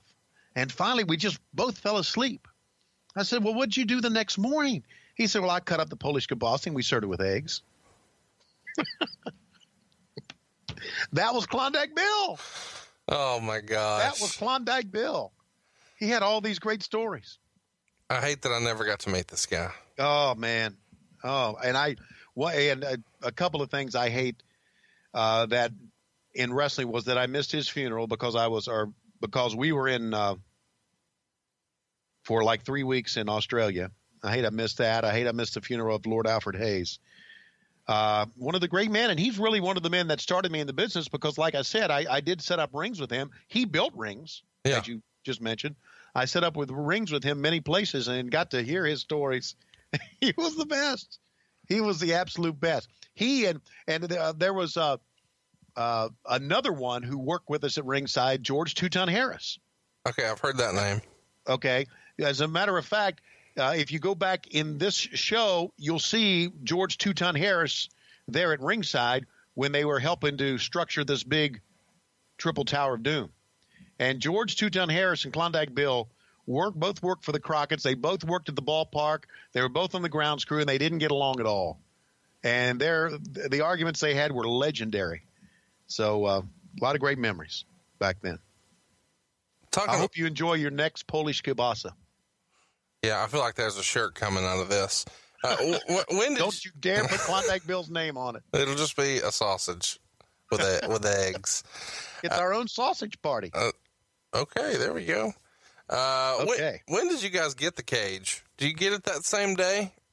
I don't have an answer for that. Did they do like a walkthrough before the show, or does the first time these guys, climb the thing and get in is live on pay-per-view? Well, I think it's pretty apparent that watching them walk out and look up there, that was the first time they walked through it. How crazy is that in hindsight that they've never? It's nuts. It's absolutely nuts. They walked through. But again, it goes back to a lot of wrestling was improvisation, and some of the great wrestlers could go in the ring and work a great match without even talking to each other. They knew what the finish was. But this is different. I mean, what if you climb the thing on paper? But still, it goes back to the old mindset. I understand that. Hypothetically, what would you guys have done if they got up there and the fucking thing didn't support and somebody just fell? What could we have done but screamed our heads off, right? He's falling. Son of a bitch. He's falling. What do you want me to say here? Well, we all saw Mick Foley. I would have said that was the greatest triple cage Dungeon of Doom in the history of wrestling, and somebody's butt just got put on the mat. How does that sound? There you go. All right. You're pulling this shit out of me. You know that, don't you? I'm just saying, this was scary. I'm scared of heights. It was scary. It absolutely was and scary. To see this and thing... I remember thinking when the first two guys got in there that, boy, shouldn't there be like a floor to these cages? Yeah, that's what I'm talking about. Yeah. Right, because it was just a cage. It was just a chain link cage as a floor. And now you've got all this massive humanity walking around chain link. It's got to give eventually. I mean, holy shit. We're lucky no one was really seriously injured here. Yeah. Of course, all the focus on this match was around Kevin Sullivan and Jimmy Garvin and Precious, and the rest of the guys are kind of bit players in that storyline. But for the record, there's big name dudes in this. You've got the Road Warriors, you've got Dr. Death, Jimmy and Ron Garvin, and then on the heel team, you've got Rotundo, the Russian Assassin, Sullivan, Koloff, and Perez. It comes down to Jimmy and Sullivan and Precious, of course, and they're unlocked. And now, Sullivan kind of chases Precious around. Yeah. And then eventually he gets a rope and starts choking Precious. Yeah. And this is when Jimmy and Hawk jump down the cage. And I don't really understand how this works, but Hawk then makes the save. But it should have been Garvin, should it not? Yes, it should have been Garvin making the save. I don't think there's any question. A couple of things I remember about that, and as watching, I didn't remember it necessarily at that time because I was kind of involved in all the excitement of it. But after going back and looking at it, man, you couldn't do that angle today, could you? No, a man choking a woman with Sullivan choking her. No, not at all. Just shows you how much society's changed. And another thing I thought of, and I want to say this, I don't want to say this being funny. I want to say this being legit. And I thought about this that night too, because I remember thinking about this. Patty, wonderful lady, had a great mom, and her and Jimmy, a great couple. I don't know how she stayed in her top that night. Yeah, it was. That was amazing to me, because I remember when she walked out thinking, oh, my goodness, what's going to happen here? Because, she had a very revealing top on.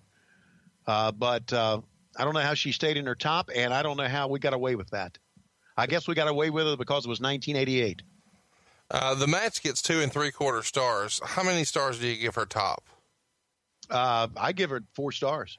4 stars. Now, it was spectacular. It was almost a Deborah McMichael level. See, I know you're trying to drag me down the gutter, and I ain't going to go there. Even though I was in Tuscaloosa last week. Was that the only thing you were in? Yes, it was. Okay. I was there to see a basketball game.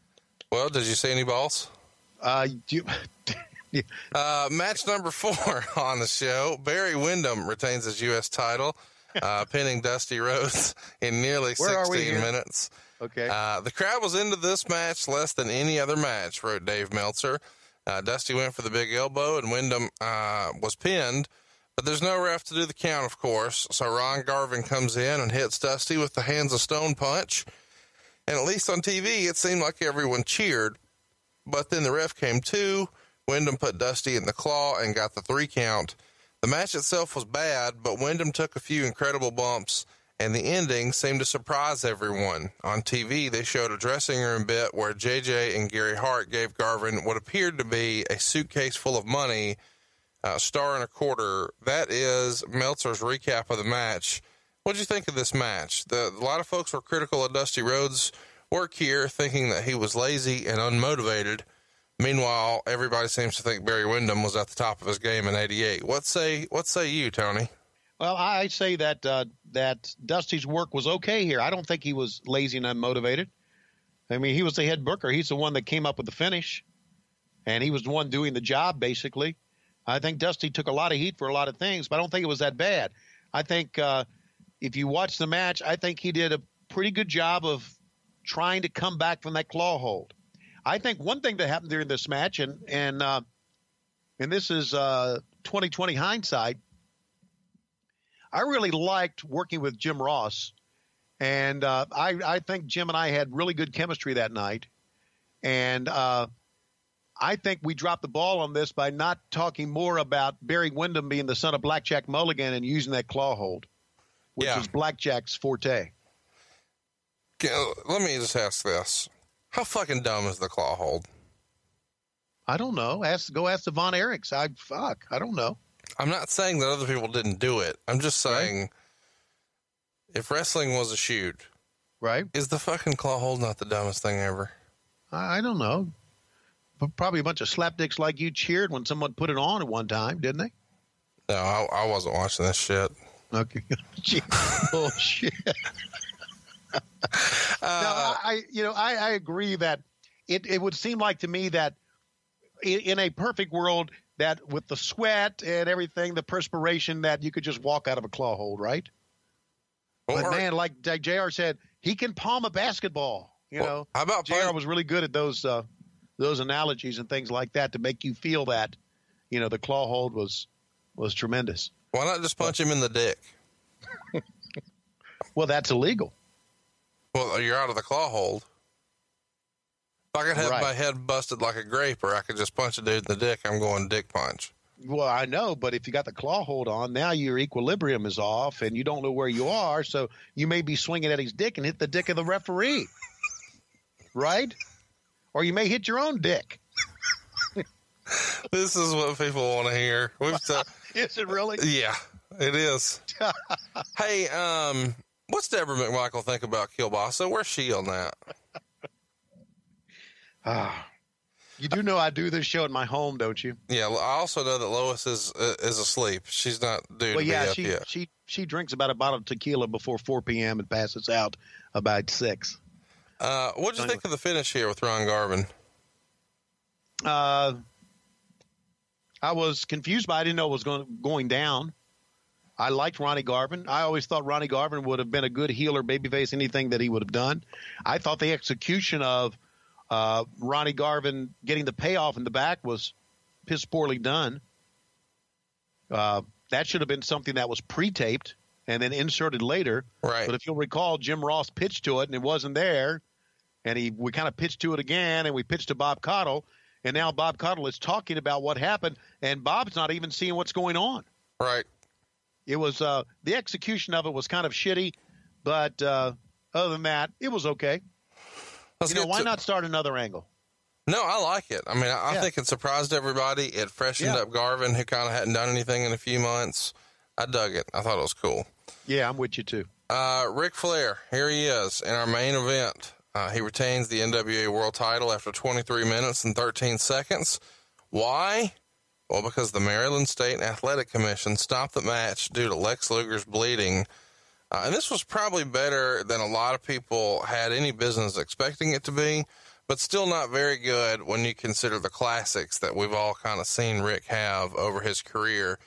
The finish saw JJ post Luger, who takes a comical bump there and then bleeds.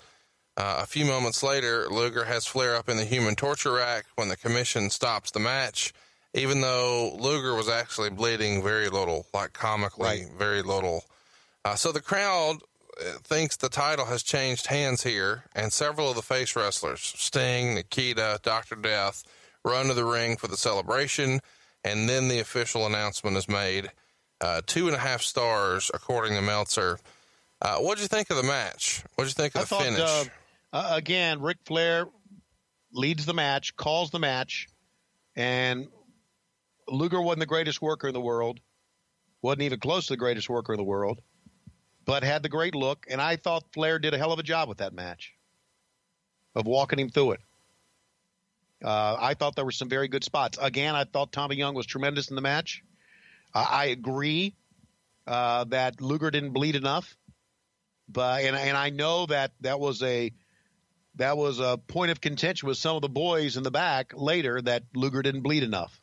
Yeah, that's what I wanted to ask. Was there significant heat on Lex for not bleeding more? I don't know if it's significant heat, but there was heat for him not bleeding more in the match. And he just, Lex didn't know how to do it. So, let's talk about that. Do you think it's he didn't know how to do it, or he was a prima donna and didn't want to do it and wanted to do the bare minimum? Wow. I just think he didn't know how to do it. Put it that way. I'm not saying was he. I mean, was the perception that he was? Yes, the perception that he was. Yeah. I agree with that. So who would have been vocal, kind of being anti-Luger in that regard? Oh, I'm sure it would have been Tully, Arn, Flair maybe. I don't know. Do you think this was too much of a dusty finish, or it was a brilliant finish? It was just fucked up because he didn't bleed more. It was a terrible finish. And let me tell you how I know it was a terrible finish. This is the one thing I remember from that whole night more than any. When JR and I left the arena, when we were walking out, from the ringside area, yeah, fans wanted to kick our ass. They were mad at us. Yeah. And I remember going in the back and saying, Jim, that we've done something wrong here, buddy, because these people are mega pissed. They are pissed. And if you'll recall, when we're talking, and to go back and look at the show, and we're kind of wrapping things up, the fans had left quickly. Yeah. They were pissed. And the fans were legitimately pissed at us. And I remember saying that to Jim, and Jim agreed. And I said something to Dusty, and Dusty didn't really give me a reaction about it. I said, Dream, that's these fans are really upset about this. And he kind of, I don't know if he shrugged, but he didn't really respond to me. But there was legitimate heat on me and Jim leaving the ring. And there shouldn't have been. That's the last thing. It should have be pissed off at us. That told me they were pissed off at our promotion. Yeah. That night. That was a terrible finish. And it was a terrible finish based on the fact that we had gone through battles. In theory, when you think about them devising this plan, it's maybe not a bad idea. We had gone through terrible battles with athletic commissions and blood before. Where they would complain. Give you a story. Same night, I was talking about the Great American Bash in Philadelphia and the arena, the stadium shows that we did. The Great American Bash in Philadelphia, one of the I think Dusty may have bled early. Somebody bled earlier. And one of the athletic commissioners, I know he had his hair sleeved, he had silver hair, had his hair slicked back. Athletic commissioners were seen as, just pains in the asses. Right. Guys who just wanted a handout. And one of the athletic commissioners went in the locker room and said something to Dusty at Veterans Stadium in Philadelphia. And Dusty told him to go fuck himself. And the commissioner said, we're closing this one down. This show is closed down. And I remember being down there, and I remember Jimmy saying, is there something we can do? He said, no. He said, I've had enough of this. I've had enough of this bleeding. He said, we're shutting down this show right now. Have your ring announcer go out and announce that. And finally, Jimmy convinced him to keep the show going on. And I remember thinking, man, this guy is wielding a lot of power. And I remember Doug Dillinger saying to me very calmly, he said, the show would have gone on. He said, we would have locked that son of a bitch in a room, but the show would have gone on. So I can remember the State Athletic Commission of Pennsylvania wanting to shut us down in '87, and that being a problem every time we went to one of these places that had this bullshit athletic commission. And that was the reason that Vince basically exposed the business, because the athletic commissions. The athletic commissions knew it was not a real sport, but they still wanted to lend their hand into it. And that commissioner in Philadelphia, who was going to shut us down at the Great American Bash in 1987, I'm dead sure. Did you ever see the movie Rocky Balboa? Sure. Not one of the greatest ones. But Rocky went to the Pennsylvania Sports Commission to try to get a license. And the guy with his silver hair slicked back in the center of that was that same guy who was going to shut us down. I don't think that was an actor. I think that was a real Pennsylvania State Athletic Commission guy years later. Wow. Yeah. So anyway, that's the backstory of the problems that we had with athletic commissions. And I don't think it was in theory trying to put I think what happened there was we were trying to put the heat on the athletic commission. We ended up getting the heat put on us instead of the commissioner. Meltzer wrote, from what I was told, the live crowd left so pissed off about the ending that you couldn't compare it with any of the screw job endings of shows of the past. He's exactly right on that. One person remarked it was the hottest a crowd had left he had seen in 15 years. Again, they wanted to kick my ass. Dusty's idea with the ending, which is an old Roy Shires ending that we used to see 2 or 3 times a year, but I haven't seen it used by anyone in nearly a decade at this point, was that the fans would be mad at the athletic commission and not the promotions. But I don't think that the fans differentiate between the two, and at a show like this where the fans travel from around the country, a very high percentage know it is the promotion that is responsible for all outcomes. So there it is. People were fucking mad. Yeah, mad at me, mad at Jim Ross, blaming us because we were obviously employed by the promotion. There was no question. And there was no question that this was all part of the decline of JCP. Meltzer also wrote, and finally, they've got to make a change in world champion. Ric Flair is the greatest wrestler of our time, and nobody will deny he's been a tremendous champion for most of the past 7 years. He's still the best worker in the NWA. However, unless he makes a major change, he is so stale in his current role against the same contenders, working the same match and always getting beat by keeping the title on screw jobs, that the title simply doesn't mean what it could. I had thoughts that Luger wouldn't have been a bad replacement short term, but he's not ready. He's improved to the point where he's passable, and apparently his stamina is no longer a problem, but even against the best wrestler in the world in a single, he's not capable of producing the great match that would be needed from a world champion. I'm not sure Sting is the great worker a lot of fans think he is, but he's a lot better than Luger, and he should be the guy thrust into the championship spotlight unless a Flair turn is made, which at least would enable Flair to have fresh matches with Wyndham, Tully, Arn, and Ron Garvin. Tony, is this a fair critique of Ric Flair at this point in 88? No, it's not. Let me say this, and there's a lot of things that Meltzer writes that I agree with. I think we've said that here, right? Haven't we? Yeah. And a lot of things that I don't agree with. Here's what I don't agree with. Let him take the fucking book and book it. There's so many things that go in to having to book a territory or having to book a promotion that you just don't see. Guys not wanting to do this, guys injured, guys not wanting to do that. It's really easy to set and type, and he's getting old, he's getting stale, we should book him with him. Bullshit, you do it. And then it's a whole lot different world once you do it. So fuck that. I love you when you get fired up. It's worth mentioning that the next year, after saying he's so stale right here and being very critical, man. But can I also say this? Yeah. Can I also go back and say this? You mentioned something about Sting, that he is not as over as a greater worker as fans think he is. Yeah. What the fuck kind of line is that? If fans think you're a great worker, you're a great worker, right? Yep. What the fuck? What kind of fucking... He must have been on acid when he wrote that one. He gave Flair a bunch of 5-star matches the next year. You know, people talk about 1989 as being one of Flair's greatest years ever. The 3 matches with Steamboat, the I Quit match from the Clash with Terry Funk.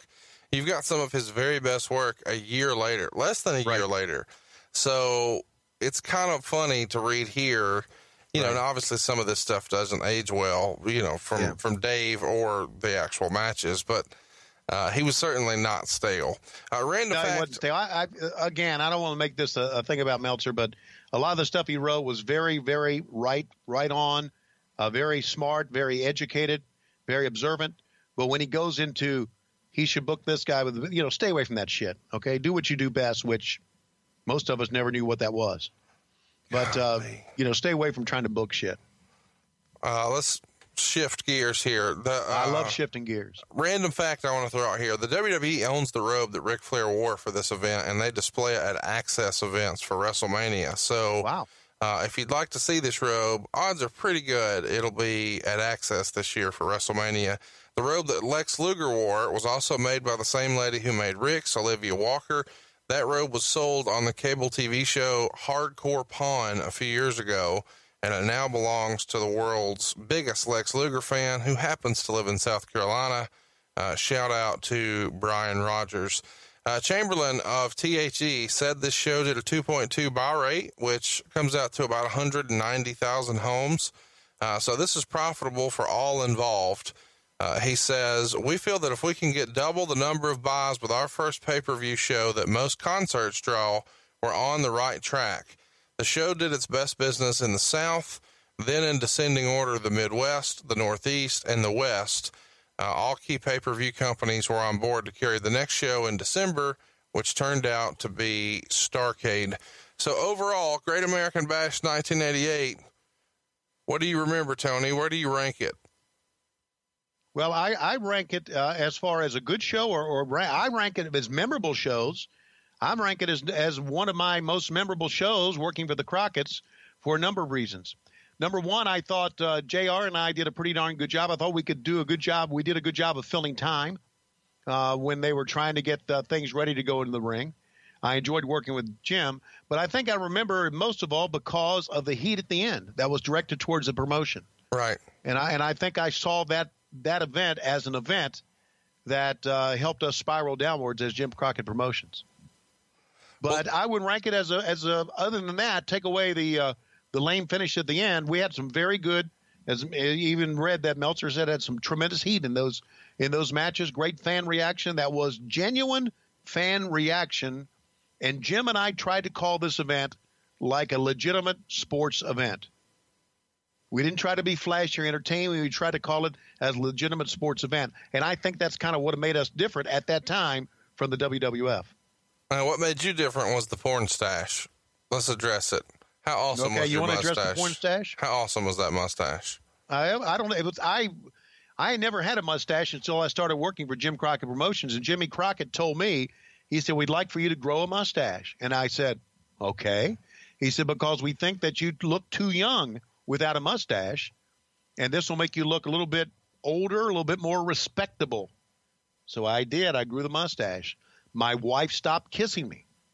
And so there's some good things going out of growing a mustache. But you still have 5 kids. How the fuck did that happen? Well, it seemed, I don't know. She would pop out a kid every time I hit the road. So there. Have you seen my kids? No, but you haven't. I've heard about the water buffaloes that Arn Anderson used to talk about. Okay.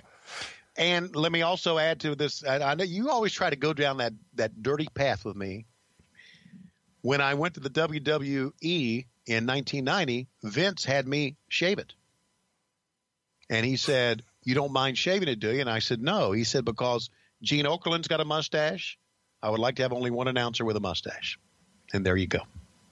So there's the story of the mustache. So, a porn star mustache. And now I've got a beard and a mustache, kind of like my idol, Conrad bullshit Thompson. It's about that time, Tony. Oh, it's about that time? Well, I would like to say, watch out. Klondike Bill has a kibasi. It's wet. It's glistening. It's dripping. And here comes Conrad with a chair. It's above his head. The tape machines are rolling. We're desperately out of time.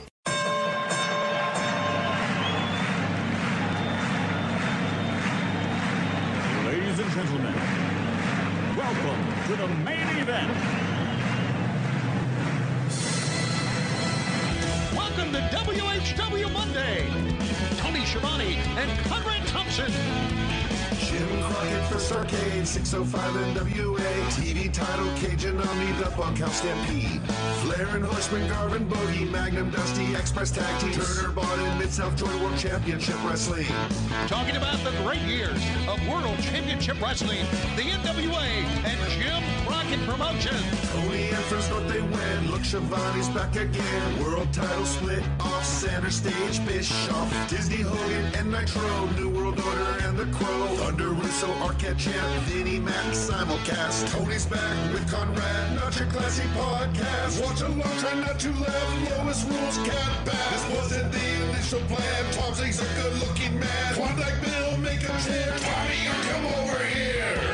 What happened when? WHW Monday. And now, let's go to the ring. And here's your co-host. Hey, it's Conrad Thompson. Hey, it's Conrad Thompson, and you're listening to What Happened When? With the greatest wrestling announcer of all time. Sorry, Jim Ross is not here today. Tony Schiavone! What's going on, man? How are you? Hey, Conrad, it's great to talk to you. I'm really excited that we are continuing the summer by talking about more Great American Bashes. And I'm very excited about talking about one and watching along with one that I was not a part of, 89. Yeah, and that may be why it's so good, because you weren't there to fuck it up, you know? Have you thought about that? Fuck? What? You're full of shit. But anyway, how you been? Okay? I'm fine. And yourself? Fine. Thanks for fucking asking. Boy, you're in a foul mood today. Well, you're the one that jabbed me in the fucking belly just about a couple of seconds ago. Hell, it was a good show, probably because you weren't there. Oh God. Well, listen. Are you in a mood? No, I'm not in a mood. Listen, I think you may be right in saying that it was a great show, and one of the reasons it was a great show was because JR was calling play-by-play. Oh, he's so good. He's so good. Yes, he really is. He really is good. But when I say that, you take offense. I do not. Okay. I do not. I do not. I don't take offense. I take offense that you. I don't take offense to it at all. Stop it. All right. This was a good talk. Fire up your WWE network and let's watch it. Great American Bash 1989. I went down July 23rd, 1989. So yeah, this is going to be fun. We've had this as a request for a long time, and it's finally going to happen today. I mean, seriously, probably one of our most requested pay-per-views that we've ever covered. Well, then there you go. Then we're doing the right thing. Without further ado, let's see if we can't get Lois in here. We'll talk a little wrestling, talk a little Great American Bash 1989. We're doing a watch along, surprise, July 23rd, 1989. Sting and the Great Muta, a War Games match. Ric Flair and Terry Funk for the world title. Come on. All right. Here she comes. I didn't let her walk into the room until we finished talking about Blue Chew because she would have gotten mad about me talking about our sex life. But whoa, here she comes. Here's Lois Schiavone. Whoa, here she comes. She's a man eater. Oh, she's eating it too? No, it's a song. That's the name of the song. Oh, you're just beating it. Got it. All right. Come on in here, Lois. What do you mean, man eater? I don't like Colin Oates. I do like Elton John. The bitch is back, baby. 3, 2, 1, play. What the fuck is this? Is this a horse farm? Let me play the audio for our listeners. To the serenity of the thoroughbred farms of Worthington Valley. Here in Baltimore, the Inner Harbor, one of the great reconstructions of a major city in the United States. Then it's to the action in the Baltimore Arena. Let's go there for World Championship Wrestling. How about the little hype for Baltimore? And now it's time for us to get rolling. I love these old school graphics and the video package. This takes me back, man. Yeah, it's one of those things where they had this little machine that you could take full frames and just, fly them in or use them as gimmicks for the glory days. This is the glory days, Conrad, of the Great American Trash. Oh, look at 2 rings. 2 rings. You know what that means? Yeah, that means they're too dark. They look ugly as shit. Oh my God, you're so negative. They do. They do. Listen, you're wrong. You're wrong to say that those dark ring mats look good. They look horrible. They make it look like they make it look, the barn, the horse barn that we saw right at the beginning, it makes it look like that's where they're wrestling in, the horse barn. Oh man, but that's a pretty nice graphic for those of you who don't know what fucking 2 rings looks like. And by the way, this is presented in the most complete form possible due to original production technical difficulties. In other words, the people that originally put this on were fucked, is what the WWE is trying to say. Did you just say doo-doo? No. You said in the most complete form possible, doo-doo. Technical difficulties. Oh, okay. Got it. All right. I don't get this. Is that about Wild Bill Irwin? Yeah. All right. That's Ron Simmons. He's your world champion. Yeah, I know that. Oh, okay. Okay. Well, also, I'll shut the fuck up then. No. I was wondering what. Okay. I'm completely lost here. Everybody's got a crown. Well, look at Scott Hall. Holy motherfucker. There you go. Wear the crown. That's what I'm talking about. Ranger Ross. He's got it going on. So the 2-ring battle royal for what? The King of the Ring? Did you see Rick Steiner gave his away to somebody in the crown already? Did he really? It's like, I'm going to give mine away. Who's going to tell me not? Right? Yeah. I mean, when you're a badass like Rick Steiner, really, you could do whatever you wanted to do. All right, it's time for the battle royal. Wait a second. They start to fight and we go to dark. We go to black. What the fuck is going on here? Looks like Teddy Long. Yeah. There you go. What's it say? Doo-doo. Yep. It's saying doo-doo. What happened was that no, it's what happened when. It's not what happened was. God damn it. We've been doing this for 3 years. You'd think by now you'd have your shit together. What happened was, what happened when. Time for what happened was. No, wait. When you take Blue Chew, what does WHW stand for? Wow. No. Hard on. Mm-mm. I just said it. You weren't even listening. Well, I heard we. We hard. We hard. We. Hey, can I say something here at the beginning of this show? Yes, I will. How many motherfuckers have to wear black trunks? Oh God, you're just in that fucking cantankerous mood today. No, I'm not. I'm not. How many? Okay, we got Dr. Death's wearing yeller. Yeller. Oh God. Okay. Brian Pillman's wearing a peach. A peach. At least Scott Hall has a stripe on the side, but everybody else is wearing black. Wow. And we have none. We have no close-up shots yet. Oh, there. Thank you, God. Oh, the idea here, Conrad, is to throw a guy out of ring 1. Then he has to go into ring 2 once he goes out of ring 1. And once he's thrown out of ring 2, then he's eliminated. Oh, is that the way it works? Yeah, boy. And you say people love this pay-per-view? Yeah. Well, they probably loved it because of Funk and Flair and Sting and the Great Muta and the War Games match. But there's somebody. Ranger Ross. Take a fucking hike, man. You done. Why are you so fired up today? I get fired up when I watch this stuff. Right. And I especially get fired up when I watch this stuff knowing that, guess what? I wasn't there. I wasn't a part of this bullshit. I kind of wonder, I think this was still the time, if I'm right here, Conrad, it's still the time that, look at WCW. Look at WCW. How dare they? Trying to keep the black man down. Oh my God. Well, that's what they're doing. The first 2 who were eliminated were black men. What are they trying to do?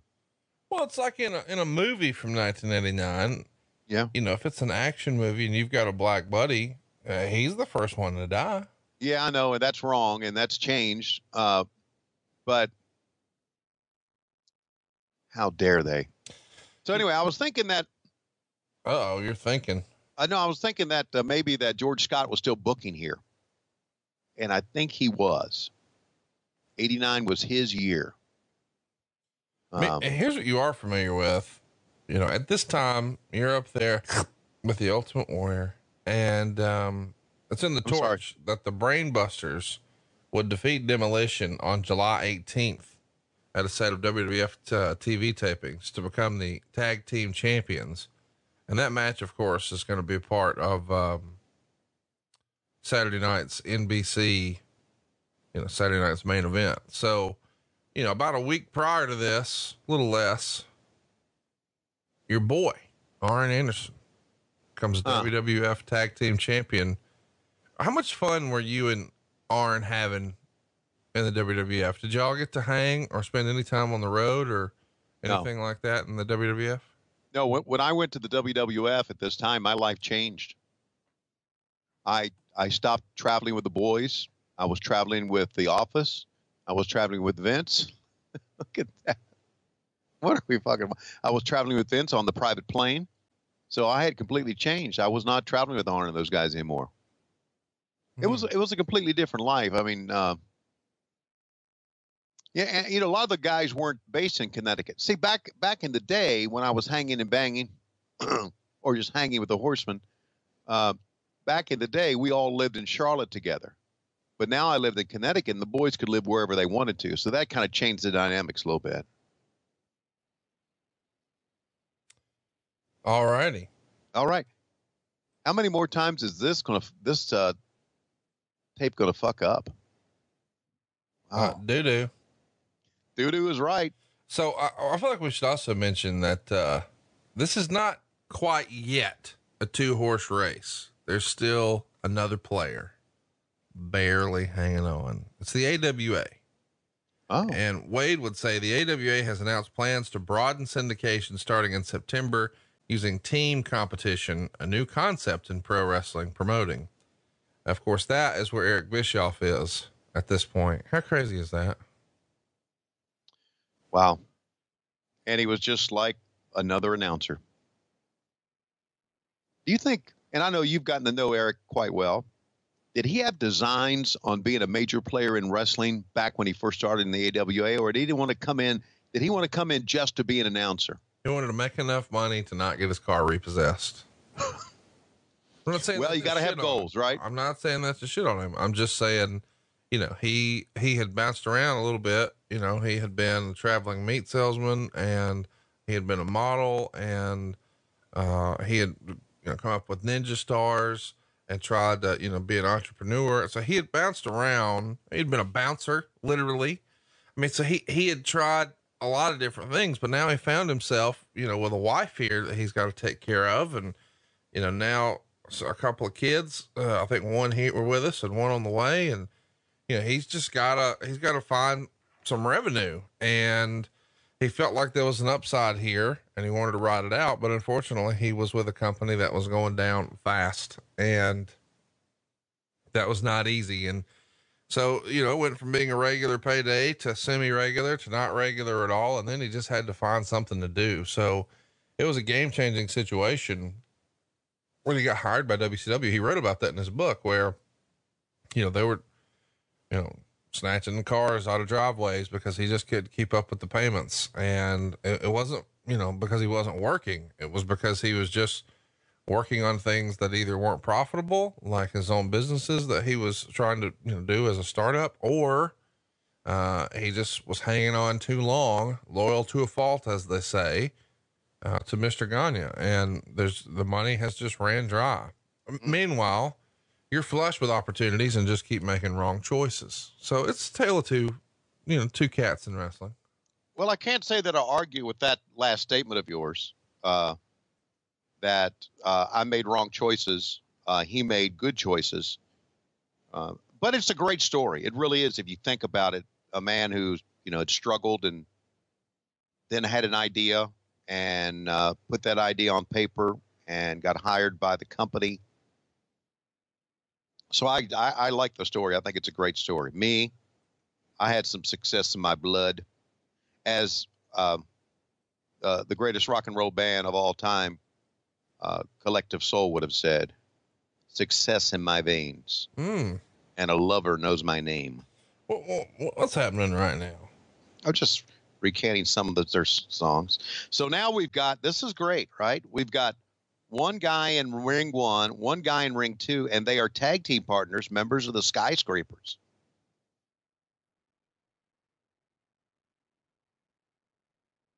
So what happens now? They come back later to wrestle? Look at that. Oh my God. Let's listen to what Teddy Long's saying.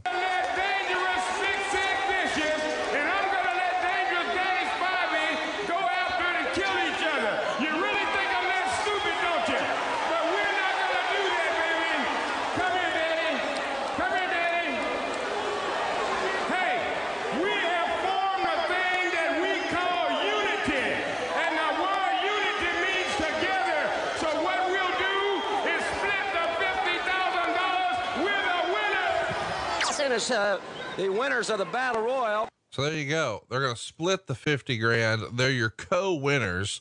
And now we're going to have a second match. And, yeah, a second match, baby. Let's run through what this second match looks like. Are you ready for this? Well, wait, before we get there. Teddy, what about that 50,000?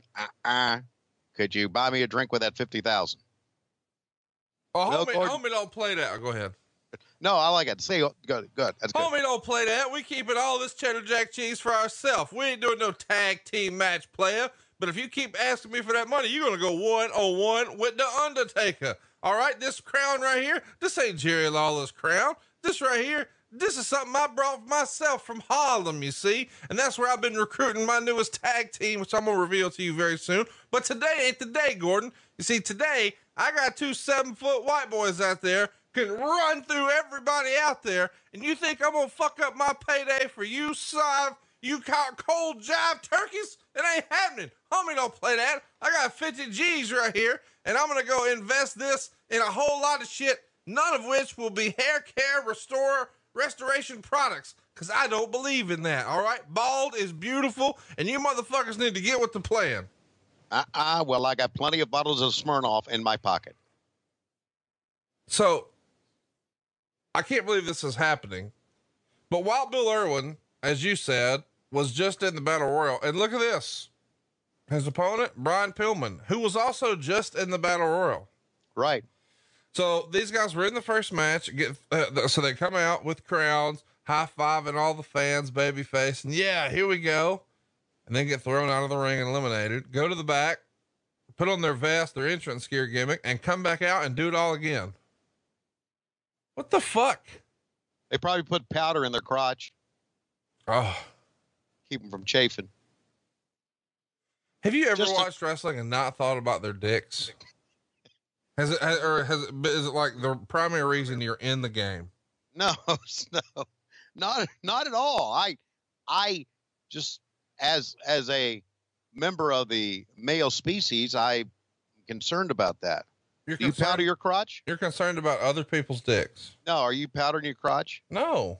You don't put powder in your crotch? No. You need to start. Why? Because you never go back to do anything else again. Well, here's the difference between me and you. All right. I don't have a bunch of dick hair. So I'm not going to get in as many jams as you are. I don't have a bunch of dick hair. You don't, thanks to Manscaped. By the way, when they send us little care packages. Yeah. My wife loves that t-shirt. Yeah. She should. It's an old school shirt. It says Manscaped, your balls will thank you. She thinks it's the funniest thing ever. You know, these guys come back and they wrestle again. I can hear JR saying, God damn, we pay them enough. And big old boys here. They're strong. They can do another match. Believe it or not, they're going to go fucking 11 minutes in this one. And Wade would say that there's nothing special, and Pillman is still unimpressive, and he gives it a C. Oh man. He didn't like Pillman, huh? Isn't that wild? So did he ever get on board with Pillman, or was he always like that towards Pillman? Do you know? I don't know. Is it my job to keep up with what the fuck Wade Keller No, but you always did. You always were a dirt sheet motherfucker. You think just so you're clear, you reckon I was a subscriber when I was goddamn 8? Wouldn't surprise me. Wouldn't surprise me at all. Yeah. Cause you know what? Well, at least one of us was a wrestling fan. I was a big one. Nah. Oh yeah. Oh hell, I was in the WWE, man. And you hated it. I was in the WWE. Here are you talking 5 years after my debut. I'm in the WWE. And you hated it. I didn't hate it. Loved it. I love the WWE. I love everything about it. Crossbody. And a 2 count. Arm drag takedown. Like that, how I'm calling those spots? I do. Keep it going. Let's see if we can't get you a job with WWE. Oh, no. Listen, I'm too old to be one of their announcers. Show them what you can do. I don't need to show them what they know what I can do, and they know what I can't do. What can't you do? Get a job with them. I'm going to hit you with a rap line. Are you ready? A rap line? Oh my God. Sure. Show me what that mouth do.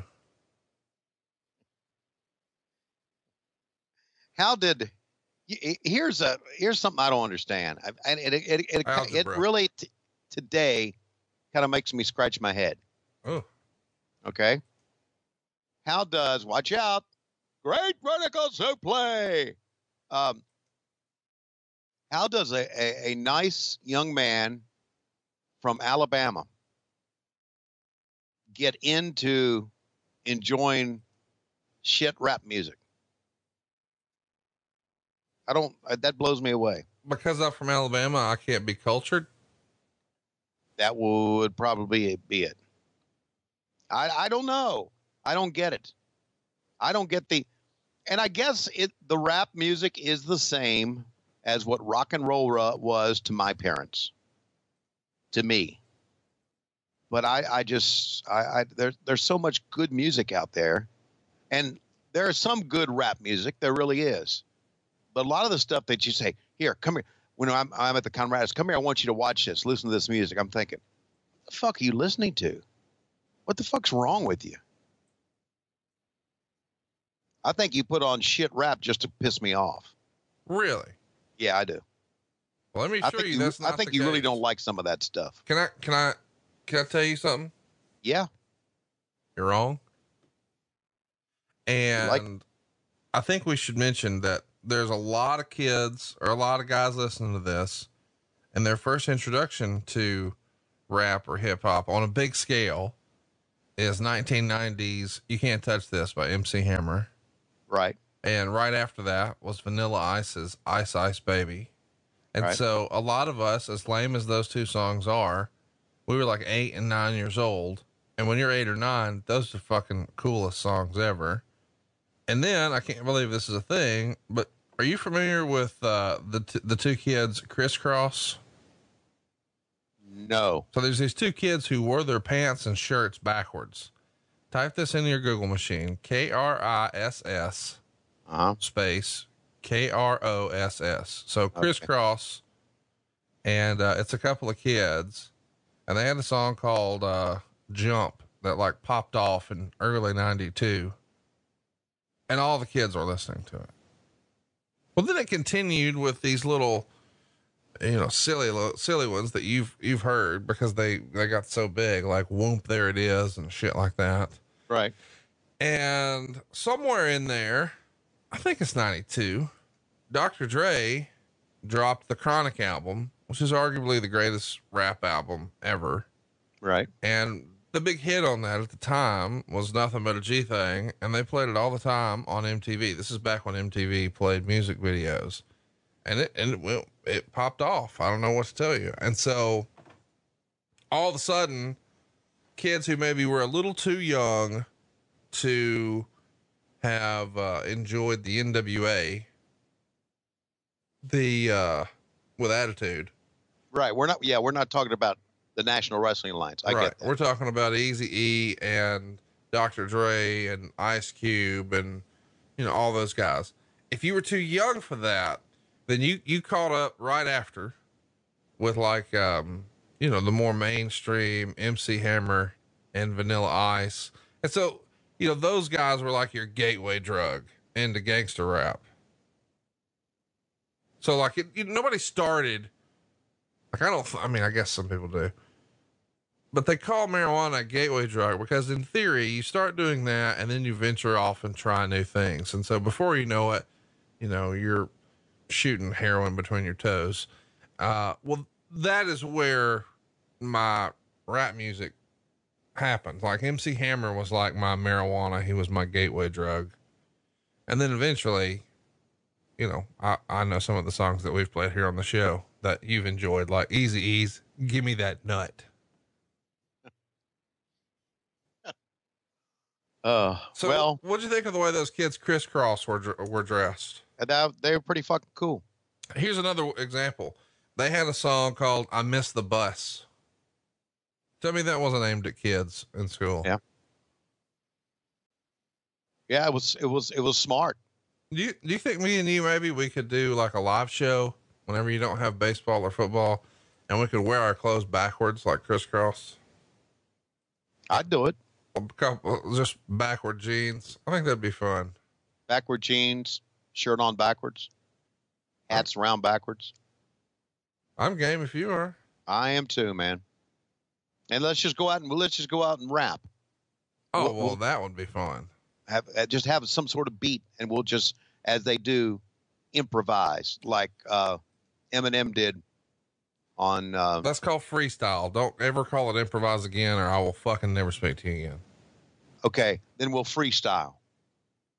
Hey, let me mention too. I think we've talked about it a little bit here on the show, but we got Starrcast coming up.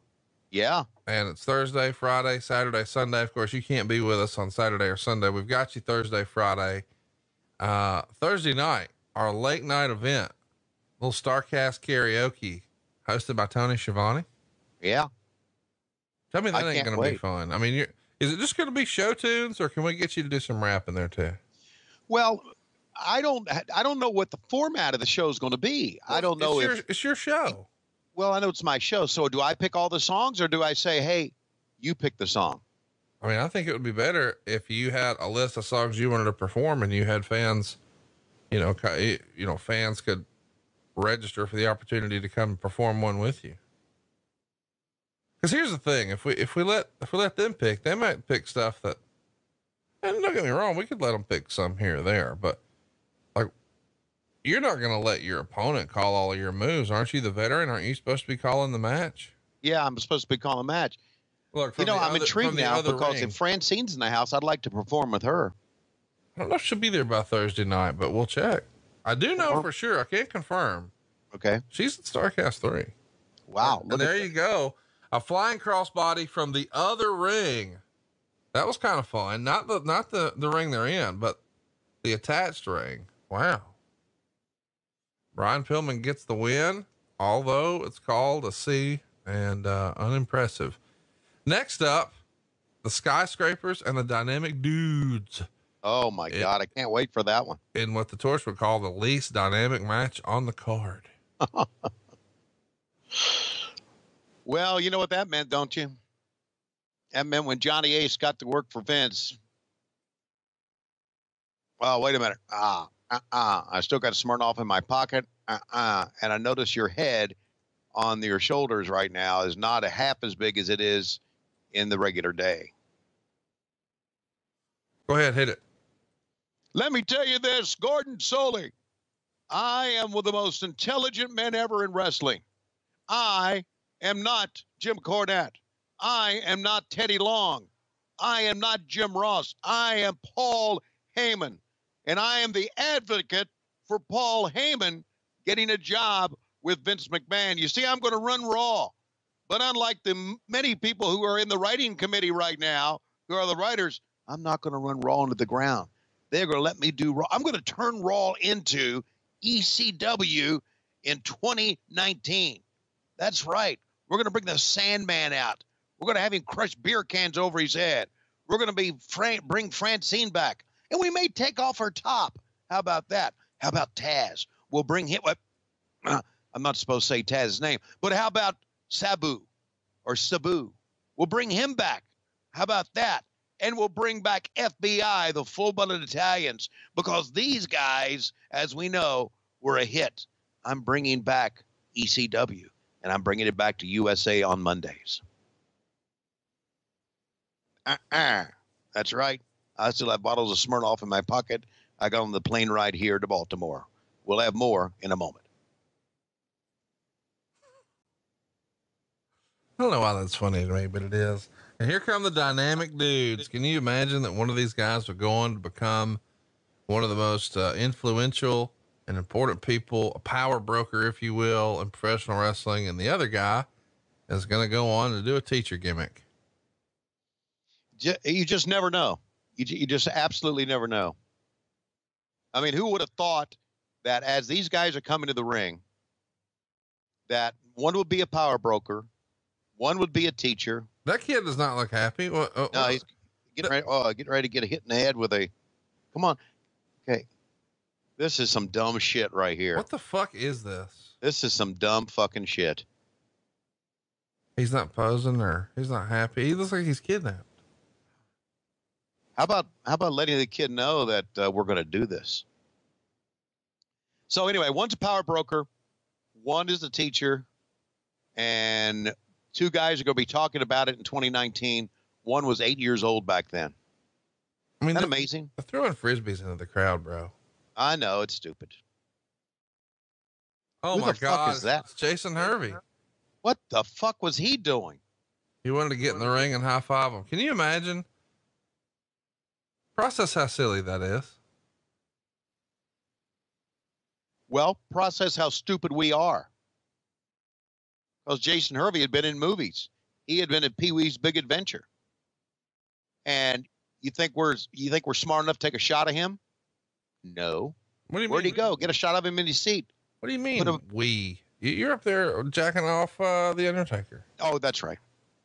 Well, not at this point. I guess at this point you're beating off the Ultimate Warrior. Right. And Brutus the Barber Beefcake. Oh, you jacked him too. Tiny Lister. Now that one makes sense. I mean, he was a big star.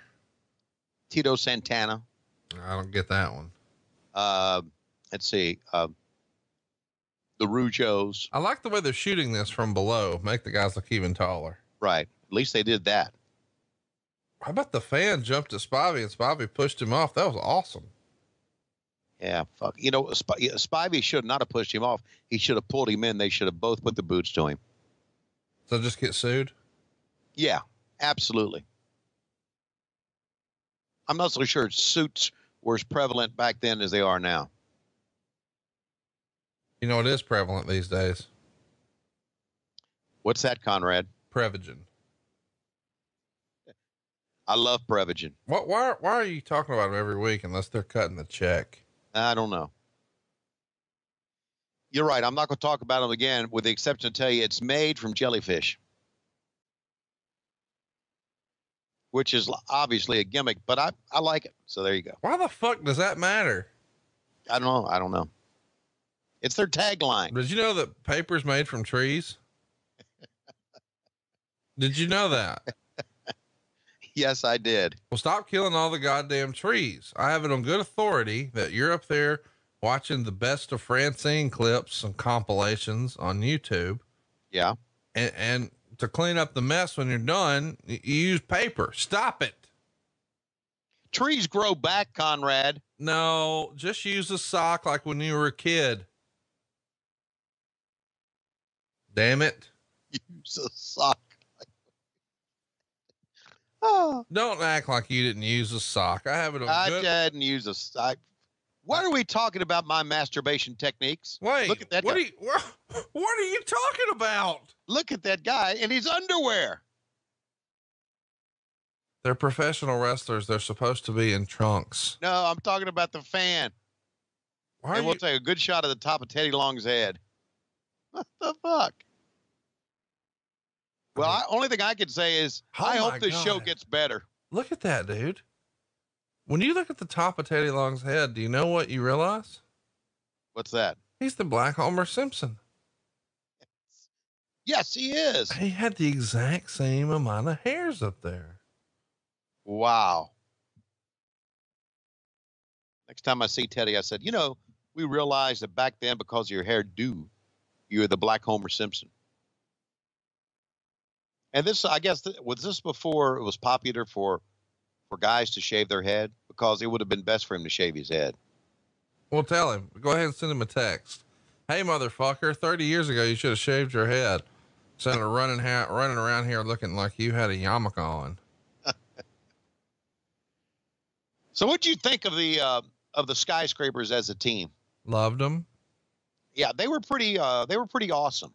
I mean, how about this? As far as believability, you got to think they're up there with like Doom and the Steiners. Oh, there is. You're right. They were just, they were big, strong, and awesome. Teddy was a very good mouthpiece. I liked him. I didn't care much for the dynamic dudes because I just thought it was a stupid gimmick. But I liked the Skyscrapers. Do you think if Dan Spivey was on the juice, Vince would have hired him and gave him a monster push? I mean, I know he eventually gets there, but it feels like it's the tail end of his career. But a real jacked up Dan Spivey working with Hulk Hogan, I could see it. Yeah, I could too. We could probably call him Starship Coyote. No, that's some shit y'all did. Okay, Starship Eagle. That's some shit y'all did. Right. No, I agree with that. I think that Danny could have had a good run. He has facials like and the look, like when you talk about, I'm not talking about, you know, his height or stature or anything like that. I'm just talking about a headshot. He looks like the villain in like a Bruce Willis movie, right? Or a Mel Gibson movie, right? Like if he spoke with some weird accent, he's the fucking bad guy, and he's got a Tech 9. You know what I mean? Yeah, he could have been one of the Russians with a duffel bag and a flak jacket on, and like a bunch of automatic weapons in the flak jacket, and then you hit him, and he just turns around and looks at you. Remember when Gary Busey played that crazy heel character? Yeah, in the late 80s. Right. That was in Lethal Weapon, right? You telling me Spivey couldn't have done that? Of course he could have. And here's the difference. He's a 7-foot dude. Well, not really, but he's significantly taller than Busey. I mean, Busey would fit in Tommy Young's back pocket. We should have been booking movies back then, you and I. Booking movies. That's us. That's what we're doing. That's what our company is going to be doing now in the next couple of years. We'll be booking movies. Well, Vince McMahon said famously on Beyond the Map way back 20 years ago, as he proudly took a big swig of water, we make movies. Yeah. And I guess you're going to be making movies since you're going to work for Vince. Would you stop that? I'm your guy. I'm your guy. Yeah. I'm your guy. I'm your guy. Yeah. Booker T was my guy once too, you know? I'm your guy, not your father-in-law. I'm your guy. He ain't my guy. I know. You remind me every week. Okay. That Pop's not my guy. No. And I still like Pop. We get along Well, you great. should. And you don't want me to like him. No, that's not it at all. You're twisting my words around, and you shouldn't. Well, every week you're on here shitting on Pop. I'm not shitting on Pop. I'm just telling you that that's the way I feel about what had happened. There's tag is made, and here comes another dude. Well, Shane had some blonde locks going on there, didn't he? I was going to say, you know what I wish we had? A guy in this match with blonde hair. What was it about 1989 that everybody felt like they had to be blonde? You know, Wild Bill Irwin, right? Ron Pillman, Shane Douglas, Johnny Ace, Danny Spivey, Sid Vicious, Teddy Long. Oh, never mind. Yeah. Ric Flair. He's not been out here yet. God damn it. Well, I was talking about who's on the card. I was talking about who we've seen so far. God, would you settle down? I'm just trying to be entertaining. You know, I give up. I'm just going to let you do this one by yourself. No, shit. We're a team. That was the Razor's Edge, like 5 years ahead of time. Wow, it was. And even Scott Hall, who came out, had blonde hair, didn't he? No. Who had lighter hair than he would have later on. He also had shoulders that looked like they were mad at you. That was the most jacked Scott Hall. Oh my God. Look. Oh God. It's the Teddy Long 2-step. Teddy kicking him like a girl. What the hell? Look at that one. That's an old woman in the front row. It was like, what the fuck are we doing? She's behind the cameraman across from the hard cam on the far right, like 2 seats over from the yellow security guard. You got to see her, dude. Okay. She's got her outfit like she likes it. She's got her knees crossed, and she just has like this disapproving look. I was getting that a lot in 89 when I'd bring home a B. You know, I'd fucked up and showed my parents I could do all A's, and I got a B in 89, and it was all downhill for me. Wow. Your parents were. If you brought home an 89 in my house, you're getting a spanking. Wow. That's good parenting. Can't spank them today. Yeah, you can. Just got to be low key about it. Nah, you can't. No, I spanked my kid. You know how many times I had to do it? Once. You got it. One spanking ever. And then forever. Don't give me a spanking. I'm thinking, shit, that was 4 years ago. Huh. Well, today we've talked about how you can get your dick card. We talked about how you should parent. What else have we advised you on? Well, I think he's working on a special type of massage here. How would you describe this maneuver?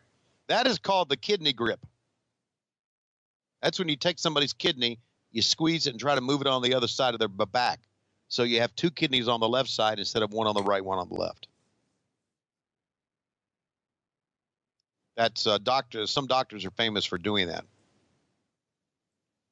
If like you've been in like an accident or something and you've taken a bump and both kidneys ended up on one side, they can take a kidney and move it over to the other side. It's kind of all technical, but I've heard it that it works like that. It's called the kidney grip.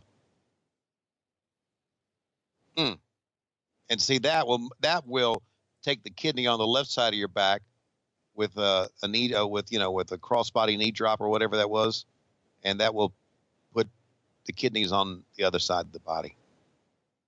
Well, that was a shitty type move. A shitty type move, he says.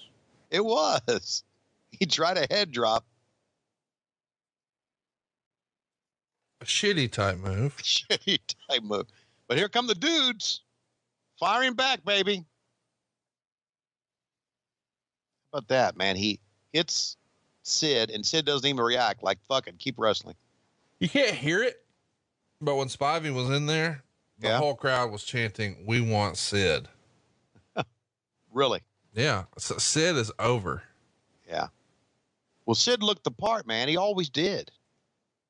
All right, here we go. Finish time. You can always tell when there's four guys in the ring. You told us that. Absolutely. Something's going down.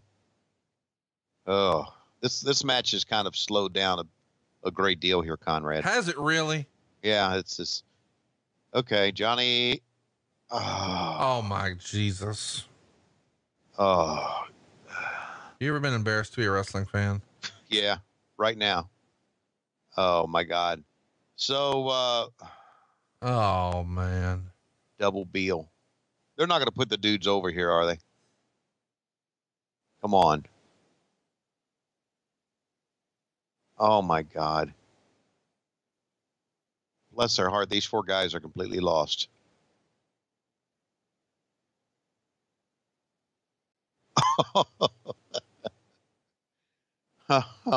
One, two, thank God. Because Johnny Ace was kind of oiled up there a little bit and all lathered up and slick, he almost got his neck broken. Because he picked him up and he slipped and he fell straight down. Sid's not even in the ring for the victory shot. I hope they show that powerbomb attempt on a replay, Conrad. I want to see that fucker again. All right, we got it. You got the crown. You got no hair. Keep going.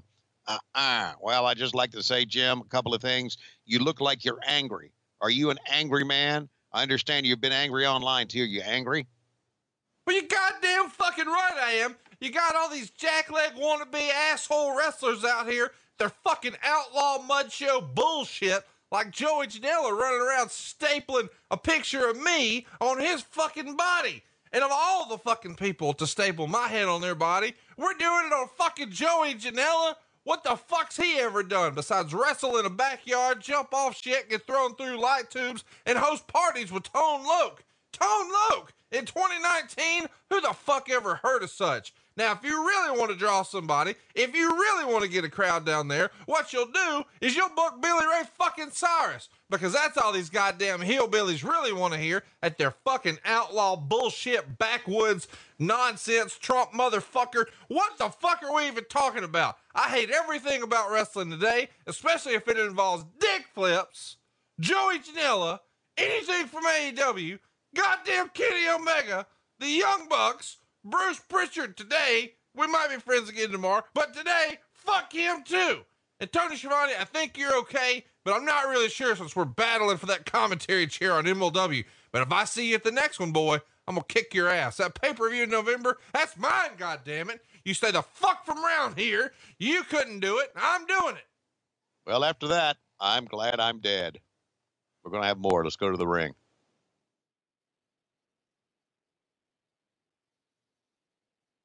Yeah, Jim Cornette is. By the way, I hate carrying the water for somebody else.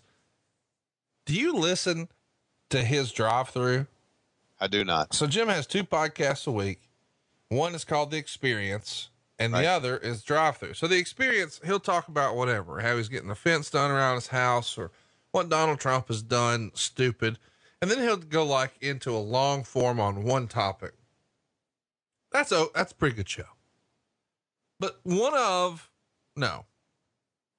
go-to podcast for me when I travel, like the first one. So like if I'm jumping on a plane before I go, I'm making sure I'm caught up on Corny's drive-through, because it is where fans either write an email or send a tweet, whatever, and they have a question for Jim Cornette, and Brian Last selects them, and Jim just sort of gets to bounce around. So he might answer a question, about wrestling in 84 or 94 or 04. It's something else, man. You would fucking love it. How about that? NWA's number 1, WWF stinks, and they have to blur WWF. I don't blame them. Well, but you know why they're blurring it? Because it's the WWF show now. No, because they don't own WWF. Yeah. The Panda took it from them. So here we go. 4th match, Jim Cornette and Paulie Dangerously. It's a tuxedo match. So it's a manager match, and Wade would say it was entertaining, gave the fans what they wanted. Nothing was really solved though. Oh well, and he gave it no grade, but they go 6 minutes here. Tell everybody what a tuxedo match means. Tuxedo match means you wrestle in a tuxedo. And you have to tear the tuxedo off your opponent. So one of these guys is about to get ass naked. Who you hoping loses? I'm hoping that Jim loses. How about Paulie with the big handful of powder? Holy shit, that girl got herself a tuxedo coat, a jacket. How excited was she? He's going for the knee. That's the knee that he hurt, falling off. Oh, he might hit the other knee. Is he wearing wrestling boots under it? He is. Yeah, he's wearing wrestling boots. He's probably wearing knee pads.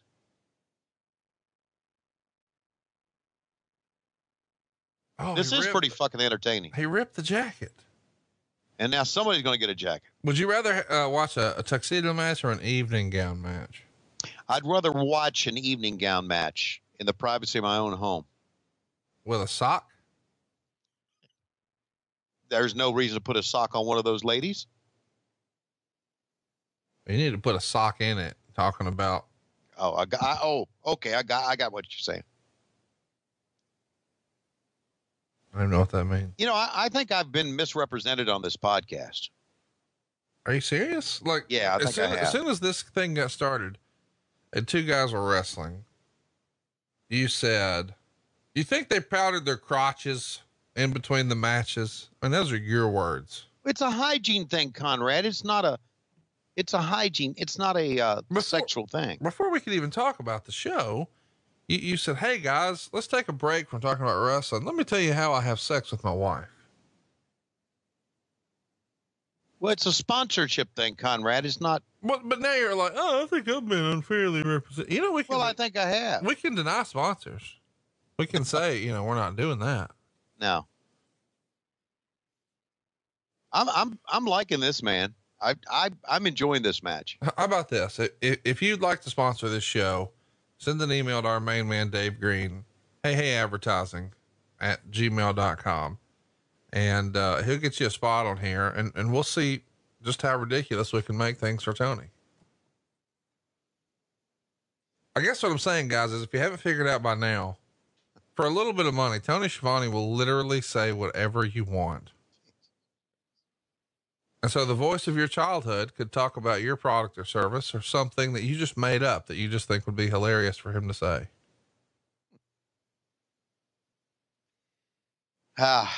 Yeah, that about sums it up.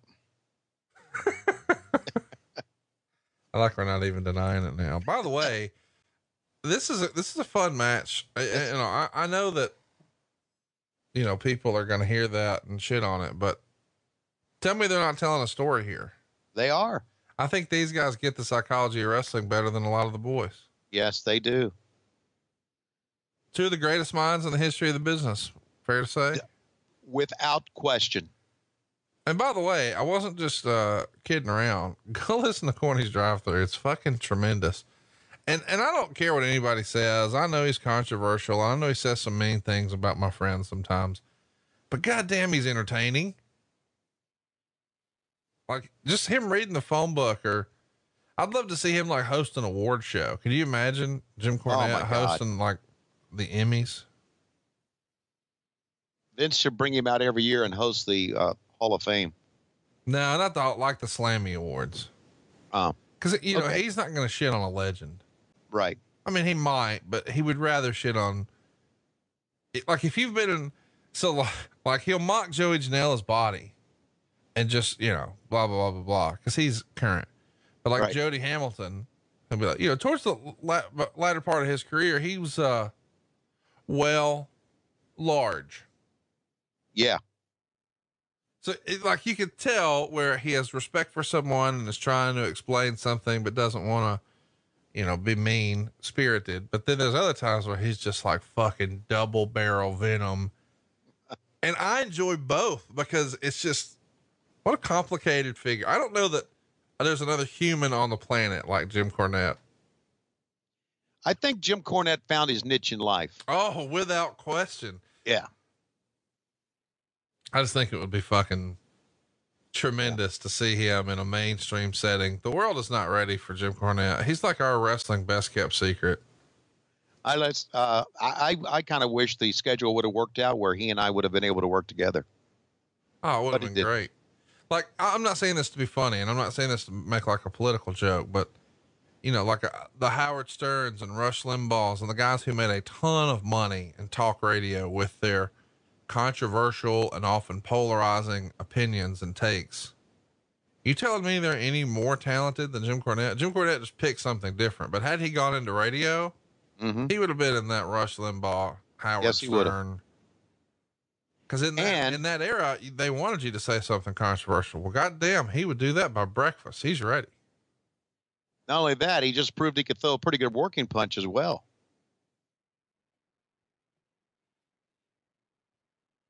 You know, we've talked about the Mount Rushmore situation on this show for a long time, but if you had a Mount Rushmore of managers, both of these guys are probably on the list, huh? Yeah. And Heenan, and who would be the next one? I mean, I think you probably go Jimmy Hart. Yeah.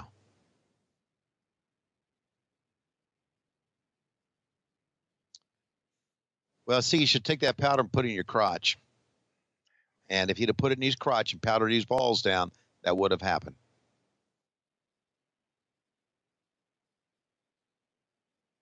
Cornette wins it.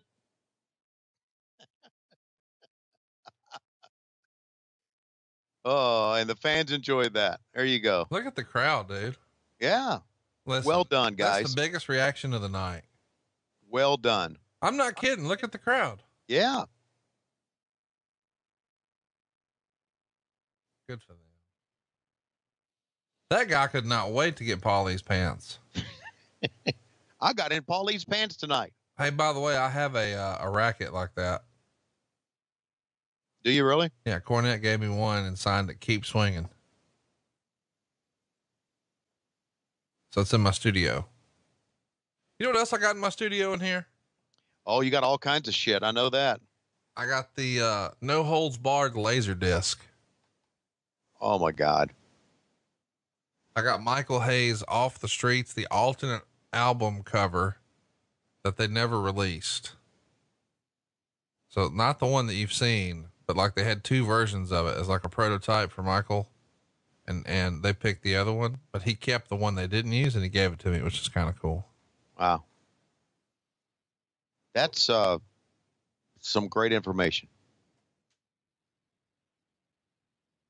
Paulie's scratching his ass as he runs away. I'm just saying, like, oh yeah. What's Gordon saying here? Well, we've seen Paulie, we've seen Jim Cornette, we've seen a couple of gimmicks. Now we're going to see another manager who's done crazy shit as well. Right, Gary? Well, you know what we're not going to see, and that's Court Bauer. because Court Bauer has learned the dark arts of professional wrestling. You see, he enters the pro wrestling landscape again with an emerging market of podcasts. And there he collects a variety of podcasts like Tony Schiavone, like Bruce Pritchard, like Jim Cornette. And slowly he's going to convince them all to work for his promotion, Major League Wrestling. And he's going to have the greats there, like Brian Pillman Jr. Well, we really don't give a shit about Court Bauer. Let's go back to the ring. Oh, that was hurtful. Well, we had to end it. I shouldn't have said that. Court will call me now. Said, "Do we have heat?" And I'll say, "No, Taz, stop." Why? Why are you making my life difficult?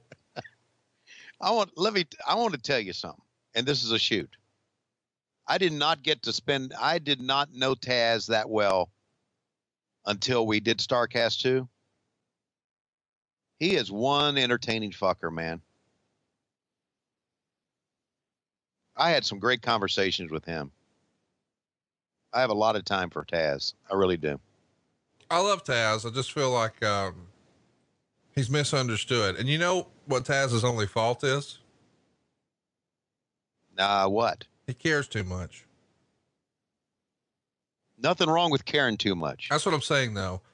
People who sort of mock Taz and say bad things about Taz and sort of quote unquote hate on Taz. All there is to really hate on is, unlike a lot of others, he cares too much, not too little. There's a lot of people in wrestling who don't give a shit.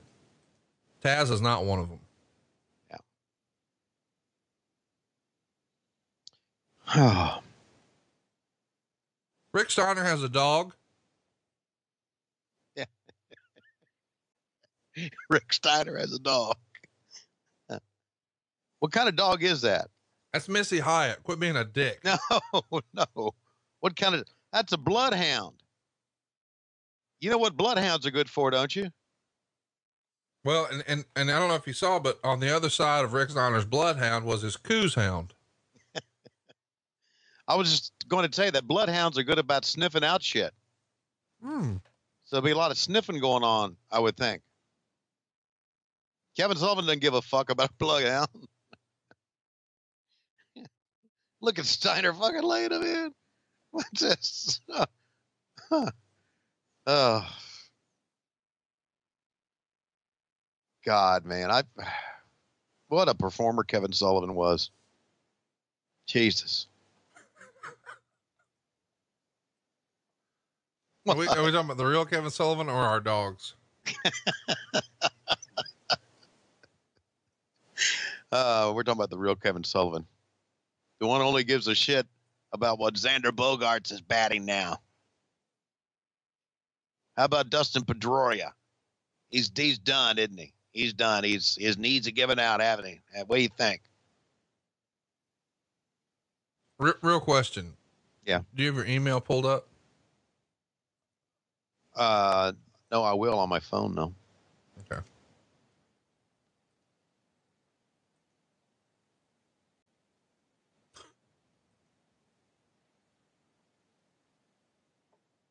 Okay, I've got it pulled up now. You sent me something? I don't know. Did I? It hasn't come in yet.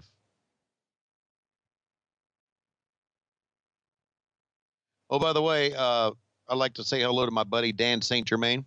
Oh, what's up, Dan? We love Dan. Yeah, Dan. I was on Dan's podcast back in July again, earlier in this month. Where are we? What day are we here? Yeah, we're here. Okay, yeah. So I was on his podcast a second time. Little return match action. Yeah, little return match action. Little return match action.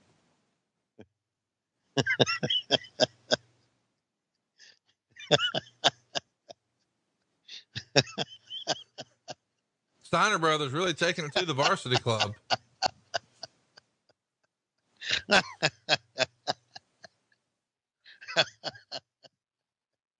Who writes this shit on the Urban Dictionary? Writes this.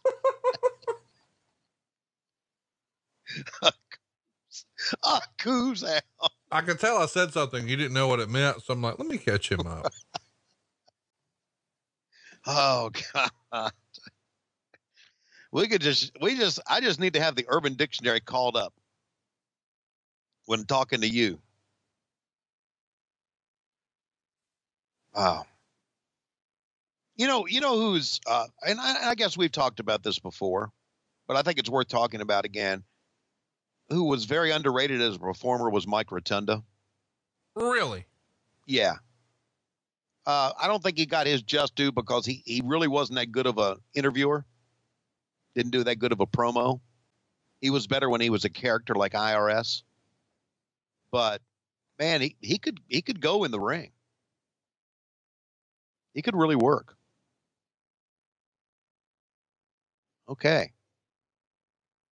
Yes, Tony, I think you're exactly right on that. Look, Kevin Sullivan selling that nut shot. I like that the way you sell a nut shot is you wobble your legs. Yeah, I know.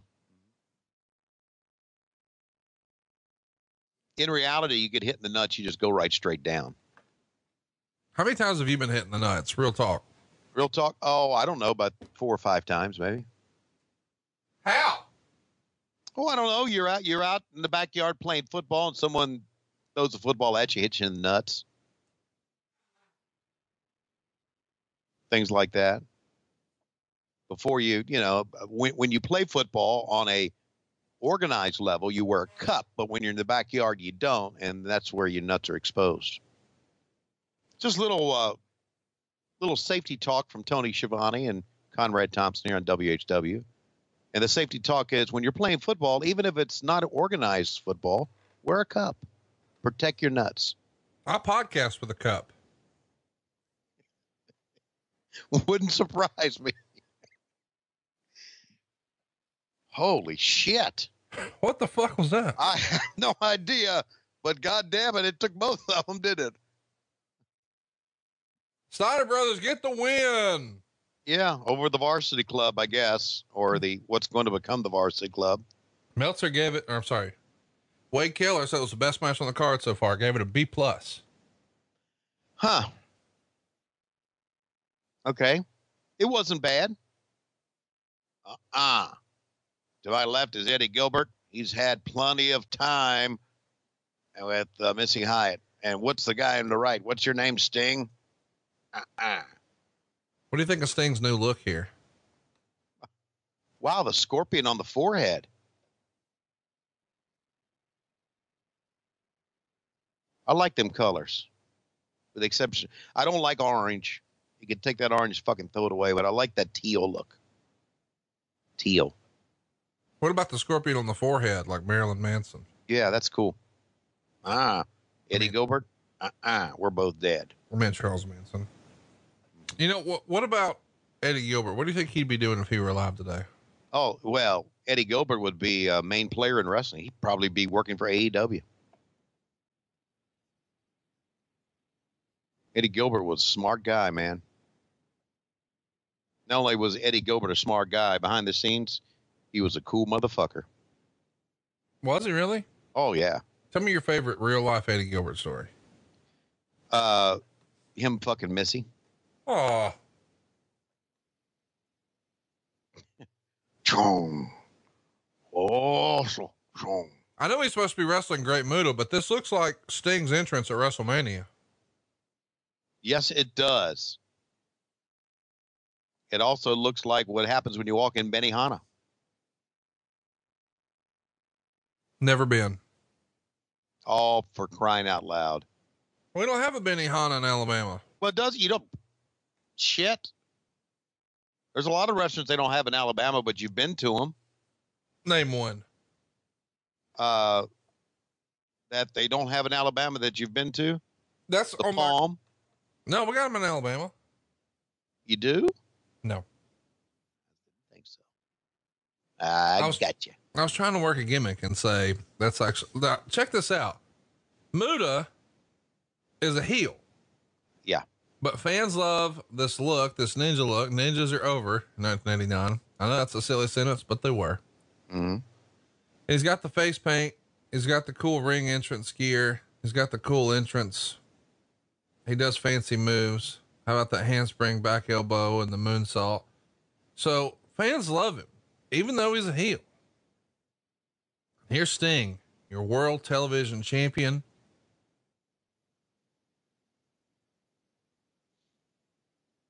I don't understand why Eddie Gilbert's walking out with him. Of course, I don't understand the storyline, and we didn't listen to the interview, but we didn't listen because you were talking about how he was having sex with his girlfriend, which is always a good idea to do. What? Have sex with your girlfriend? Yeah. I mean, I know the thing is, wait till you're married, but I don't agree with that. Who said that was the thing? Well, that's kind of the thing you're supposed to, aren't you? That's the thing down at your Catholic church. I don't think that's the thing for our listeners. If you're listening to this show, you ain't waiting for shit. You're just waiting for somebody to say yes. Which is real life. But that's what your parents always say. Wait until you're married, son. So the great mood of blow and mist here. Wade's going to say that the first few minutes of this feature some moves that would even make Tiger Mask envious. Well, I can't wait. What are they going to do? Stand in opposite rings and jack off? Remember how 10 minutes ago you said you've been unfairly represented on this show? Yeah. I believe so. Come on, Stinger. There you go. I like the bit about we're not doing it in that ring. We're doing it in this ring. No, I'm not leaving that ring. We're doing it in this ring.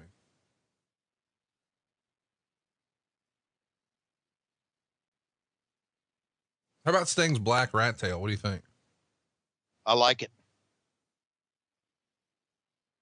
I'm surprised he didn't keep it. Can we dye our hair blonde? You want to? Yeah. I know what would happen. What?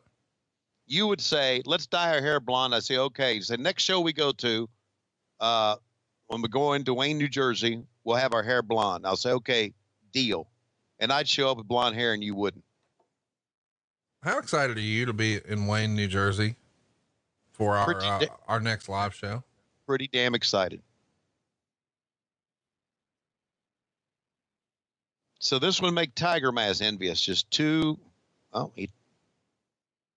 moves from the top. One by Muda and one by Sting over the two ropes. Oh, there you go. That's pretty fucking cool. What did you call that? Over the top? Yep. Look at that. There he goes. See that? You know what? And that brings up another issue here. Everything doesn't have to have a fucking name. I think we get tied up in names sometimes. Every maneuver or move doesn't have to have a name for it. And by the way, names are made up things anyway. Someone first called that a flying clothesline or a flying lariat. Someone was the first person to say sunset flip. Someone was the first person to say suplex. So what does it matter? I mean, I think we get caught up in the names. He's hitting him in the side of the head with his fist. He comes back in the ring and he sends a fist to the back of the head. No, let's call that a spine jabber. Let's call that a scoop slam with a forward roll. And let's call that, I don't know. Oh, let's call that a lateral press with a knee to the goozle. Remember how you said you've been unfairly represented? Yes. I'm just giving opinions here. No, I got you. I mean, I listen to what goes on the day, and I just think that, God, does everything have to have a, like, end of days? What's another one? Swanton bomb. Just, I get it. Just an opinion. I'm getting fired up now. I can tell. Yeah. But hey, so what would you give this show so far? This Great American Bash that people have been wanting to see forever. 7 stars. Oh, for crying out loud. What?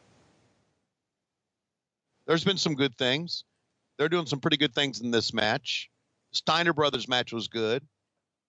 The King of the Ring or whatever they did at the beginning sucked. That was called a battle royale. Yeah, those things. There's never been a good one. Ever.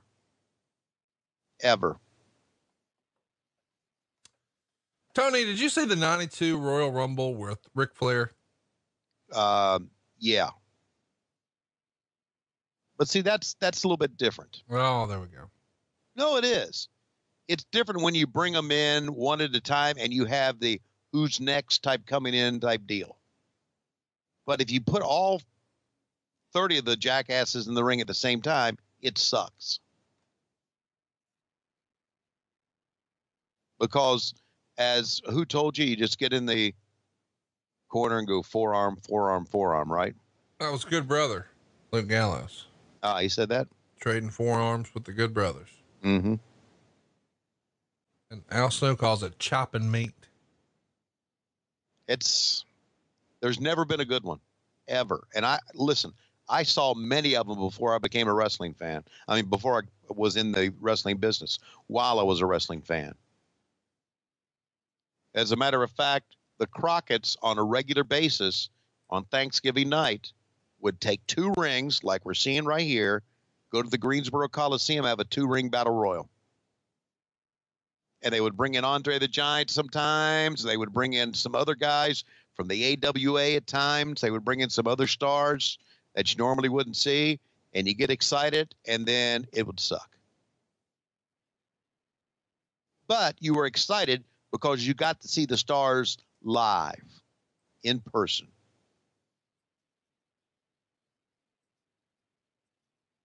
So anyway, back to that, or back to this, the Sting and Muta slowed down here a little bit, but still doing some pretty good shit.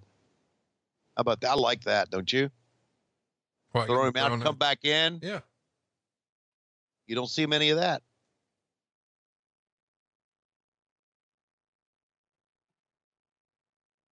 Well, Muta looked good here too, didn't he? Big upper body, thin waist.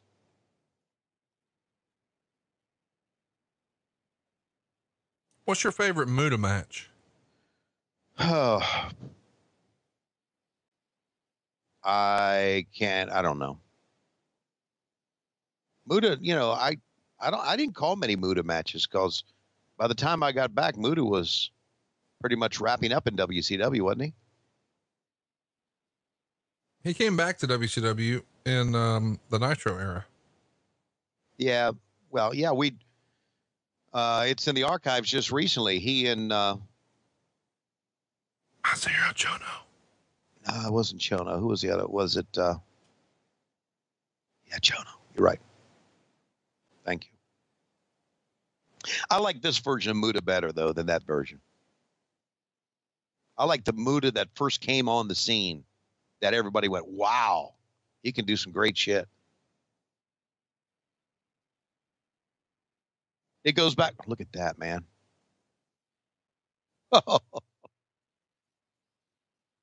That's pretty fucking cool. So the ref bump goes, this is going to fuck up the finish here. Uh-huh. Misses the Stinger splash. Down goes Stinger.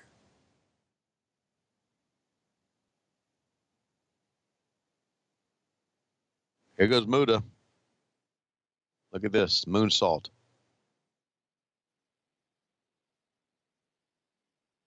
One and 2. Tommy Young came in and said, no, only got a 2 count. Should have been 4. Muta had him beat. It's almost as if that should have been Sting with the false finish there. Since he's the baby face, right? 1, 2. He counts 3, but Muta had the shoulder up.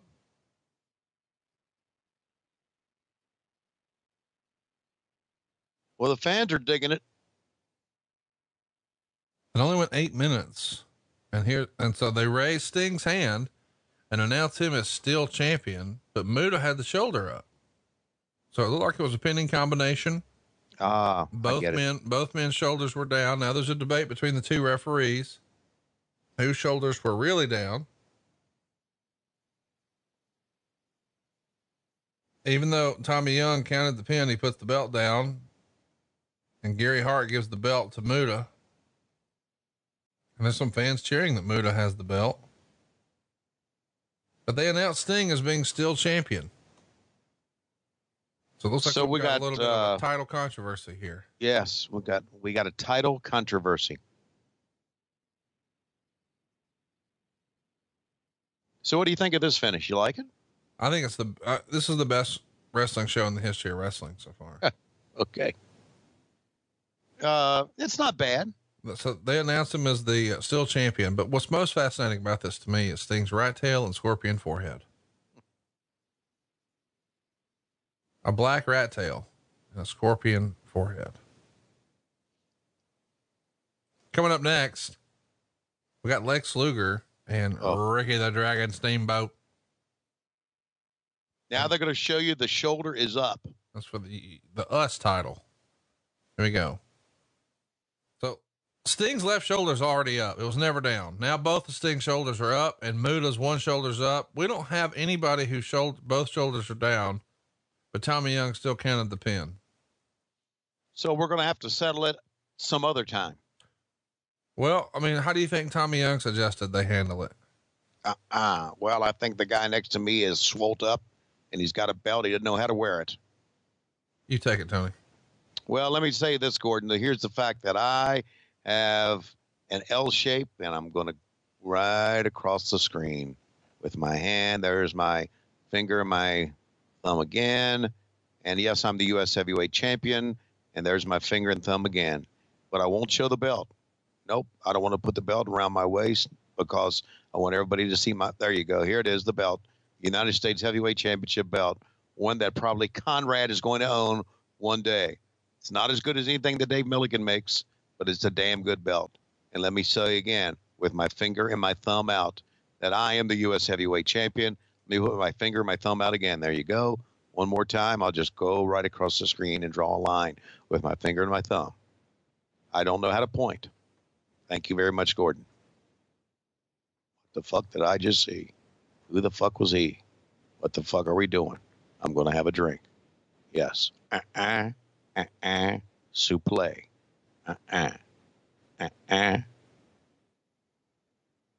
Souffle.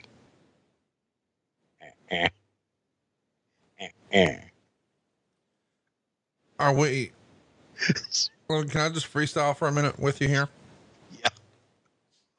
I wonder what it would sound like if Jim Ross had a conversation with Gordon Soley. Playing the role of Jim Ross will be Conrad Thompson. Okay. Playing the role of Gordon Soley will be Noah Schiavone. All right. You ready? Ready. Her. Her. Her. Souffle. Sassafras. Her. Smirnoff. Barbecue sauce. Her. Connie. My boy. So why help me understand what's going on here? Ricky the Dragon Steamboat is standing still on a platform carrying a dragon dressed up in S&M gear. At this point, did you guys know that demolition was so over that we just needed to put this lizard in demolition gear? We had the Road Warriors first, and now they've got these copycats out here with this demolition bullshit. Aha. I've got an answer. Why don't we get a big lizard and put him in some S&M gear? What the fuck were they thinking about here? And look at this platform, how narrow it is. He's got to like surf his way to the ring. I wish that dragon would have pissed and shit on somebody. That'd have been great. This is animal Bullshit. Wow. What a fucked up entrance that was. You notice how Bonnie came out with little Ricky. She wouldn't go nowhere near that dragon. He's done after this, by the way. Is his last match? Last big one. Of course, we've been watching the build on our way here on TV, and Bonnie's out first in a sequined outfit, and she's got little Ricky in his arms, and I feel like somebody's got some splaining to do. I also feel, you know what? I'm not so sure that, I don't know who the director was here. I don't think it was Keith, but they just setting on a wide shot a lot here, aren't they? Yeah. You guys had really Schiavone by this point. No, I wasn't working for them. Get that in your head, fucker. Well, don't worry. You'll be back for RoboCop. Oh, this is my favorite. Look, it stops. He's trying to move it. Turn. The fucking turntable was supposed to spin all the way around, and it got like 3/4 and stopped. And then he tried to like move it with his hips. Like, what the fuck? It's stuck. It's tremendous. Boy, how much were they trying to push Lex Luger here with the turnstile, the pyro? They're trying their best to, this is their best WWF impression, is it not? With these two entrances here. Oh, there it is. And by the way, I don't have that belt. I wish I did. Nobody knows where it's at. It's a famous one. Supposedly it was in, behind glass at Jocks and Jill's, the base of the CNN Center. What do you think, Luger's saying here? Let's play the audio for the fans. Nobody tells me how to defend my belt.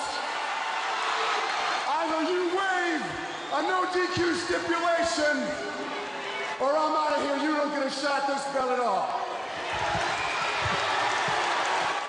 So Steamboat has to decide, waive the no DQ or no shot. Here he's saying again. And what he said right there is motherfucker. I don't know if you heard that. Is that Gary Speaking Juster? of motherfuckers, there's Gary Juster.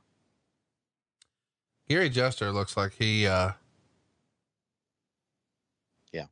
a stamp collection. Gary Juster looks like he used to like burn insects with magnifying glasses.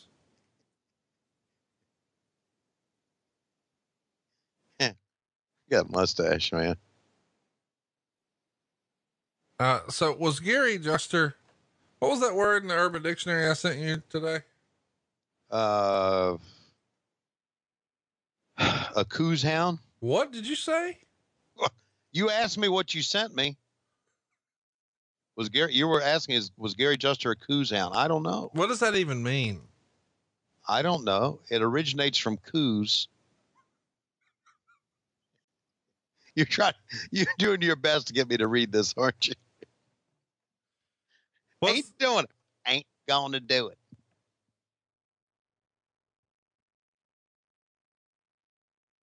Here we go. Come on. I can't wait. Steamboat's last match before he goes north and makes some money. I guess he went and became a fire-breathing dragon after this, didn't he?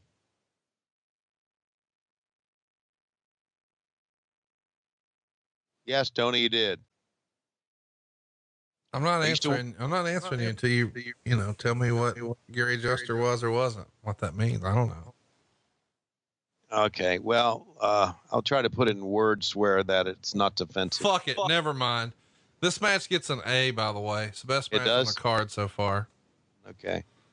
Okay. Let me use it in a sentence. No, just don't. Just fuck it. The match was beautiful as was expected. Both men excelled. Ricky, why bring back the family when you finally got rid of that stigma of an image and to bring a dragon? What's the point?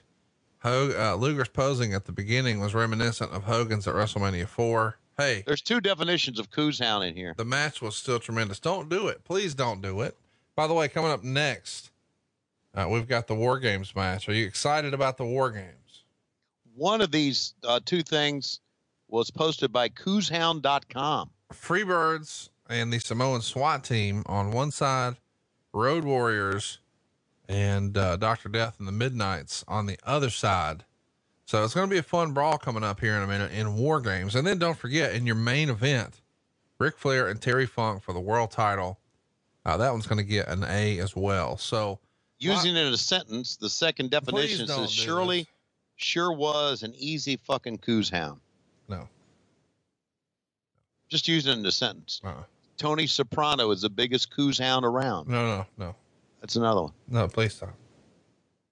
It's not entertaining or funny. It's just like our show. Well, I've enjoyed this. We got to find more Urban Dictionary words to use here. No, I'm just never going to do it again. We'll just call it straight. So this match gets an A, huh? By the way, on the other side, you guys were debuting No Holds Barred. It was the summer movie, which is why I mentioned that I had it on Laserdisc. I was hoping you would talk about it a little bit, but you paid no attention to this podcast. I will talk about it because I watched it recently. I loved it. I don't care what you thought about the movie. I meant the promotion of the movie premieres, you know, what it was like for the company promoting a movie at the time. You'd never done it before. It was great. I interviewed Kurt Fuller. He was in full character. And I interviewed Tiny Lister. He was in full character. I felt like that I was, as Vince McMahon would have said, while drinking a bottle of water, doing movies. So I really enjoyed it. And I enjoyed that at the end of No Holds Barred. I've said this before. I didn't realize at the time, but he kills Zeus. He kills Kurt Fuller, electrocutes him, and everybody cheers. See that table on the outside there, Conrad? I do. Yep. Maryland Commission, Sports Commission. The biggest scam ever perpetrated on athletes. Explain. They were just there to get money. That's all they were there for. Why were you there? To get money. Is that Dave Silva calling right now? I don't know why Dave Silva's ringtone shows up on other guys' thing. You've really done a poor job here. Yeah. Well, call the match here. Well, what were we talking about before Dave Silva? What were we talking about? No Holds Barred. Oh yeah, it was, and I really enjoyed it. It was just a terrible movie that was put out there, and I enjoy terrible movies. Rip 'em. Yeah. Good stuff. So you got it on Laserdisc, huh? Yep. You got a Laserdisc player? Yep. No, you don't. No one's got a Laserdisc player anymore. If you know all the answers, why are you even bothering asking me the questions? Just you take it from here. No, come on. Do you have a VHS player? Yeah. Really? Yeah. You have an 8-track? Yeah. Cassette? Yeah. Turntable? Yeah. Got 45s? Yeah. How about 78s? Do you have those? Yeah. That's what I thought. How about the old Victrola with the needle and the big speaker? Yeah. Well, I wouldn't surprise you if you're a collector. Yeah. Hey, ooh, man, that was pretty good. Fuck. No, Luger doesn't usually throw clotheslines like that, Conrad. Yeah. Fuck. What do you think about that cell jump by Steamboat? Yeah. Stop it. Stop it. Stop it, okay? Yeah. Yeah. Oh, God. Laserdisc. My God. Yeah. That must be worth a lot of money. Yeah. Tony Schiavone must have been your favorite announcer of all time. Nope. Aha.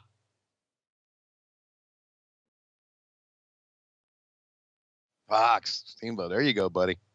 I love those chops. Oh, what the fuck's Tommy Young doing?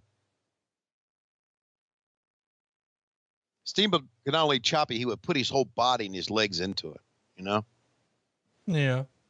All right, get out of that mode. Nope.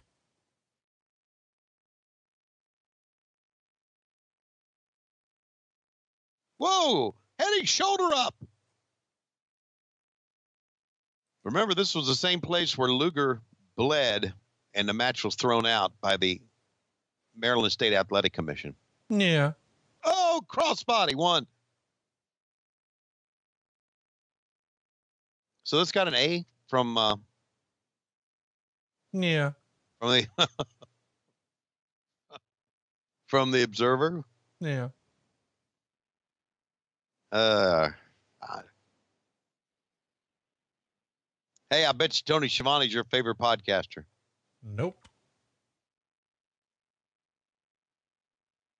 Huh. Oh, really? Huh. Okay. Sassafras. Fuck, these guys are having a good match here, man. This is pretty cool. Of course, you know, anybody could have a good match with Steamboat. But it takes two.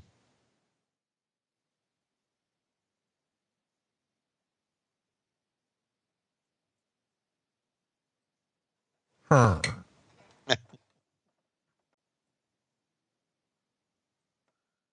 Was JR doing commentary on this? Of course. Why haven't they shown him? It's a great condition that he's in, both physical and mental condition. That's kind of that he's interesting. able to continue to go after the pounding that he's taken so far. Usually you get your play-by-play guys to, you know, set the stage for you, and then haven't seen him at all. Bob Caudle and JR on the call, as you hear there. Interesting. It is weird because normally if JR's doing it, there's 38. JR on cameras. Yeah. Yeah. Huh. I thought JR and Caudle were a great team. I really did. Without question.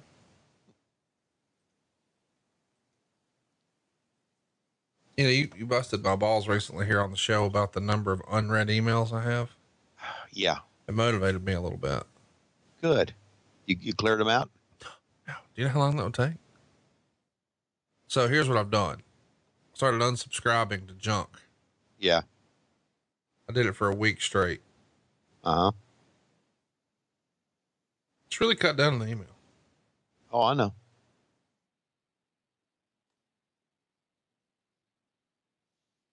As of now, you know, with all the improvements I've made, I only have 136,769 unread. And as you said last week, it was 156 last you saw. So I've got rid of 20,000. That's good, man. Yeah. How come you get mad when I say, yeah?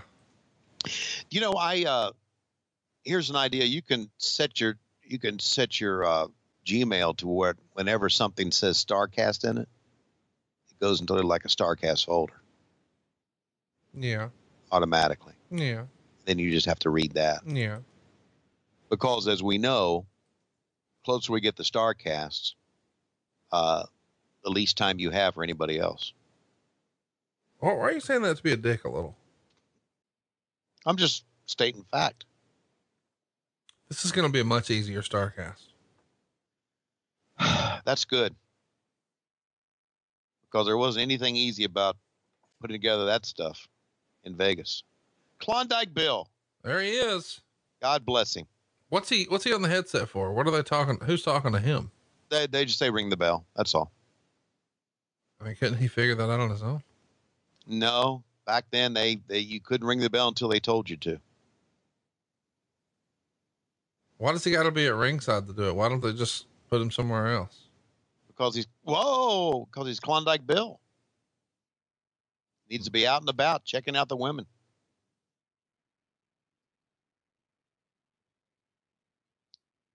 Oh, you knocked down the referee. You can't knock down the referee.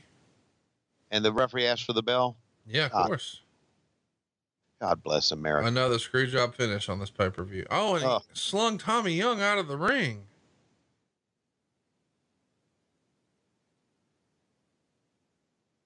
Let's listen to the call here. He wants to mash Luger.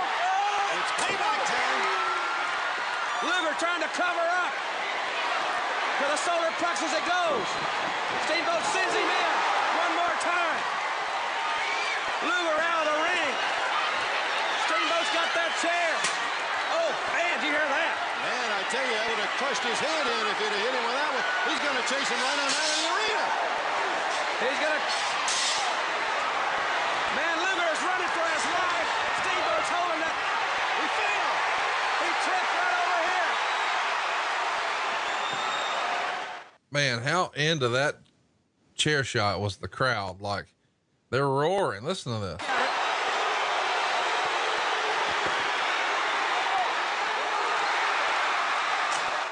What if he would have hit Bonnie with the chair? Wow. Probably been another big roar. I thought it was funny that Luger, during that exchange we're listening to it, Luger got hit with the chair that first time after the DQ. And then he stepped out of the ring, and I guess Steamboat said, no, come back in, because he got hit with the chair and he came right back in the ring. You would think that once you got hit with the chair, you'd run, which he eventually did, but he had to come back in the ring first.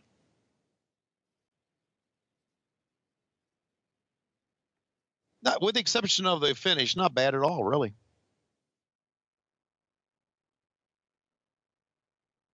Every time I see Steamboat, I'm thinking one of the most amazing performers ever. Really. God, the guy could do everything. There's a DQ. Wild, ain't it? He looked good. He had great charisma. He could show the rage. He could sell. Just, let's go back to the wide shot, please. And just sit on that for a while. Why are you so tore up about it? Oh, there he is. Go ahead. What? WJR. Come on. All right, ladies and gentlemen, here we are at the Great American Bash 1989. Let me tell you, I am the #1 wrestling announcer in the world. You can't convince me any different. You see, I thought Tony Schiavone was gunning for my spot. He's not even the lead announcer for the goddamn Ultimate Warrior. And they don't have the type of action that we've had in these two double rings here.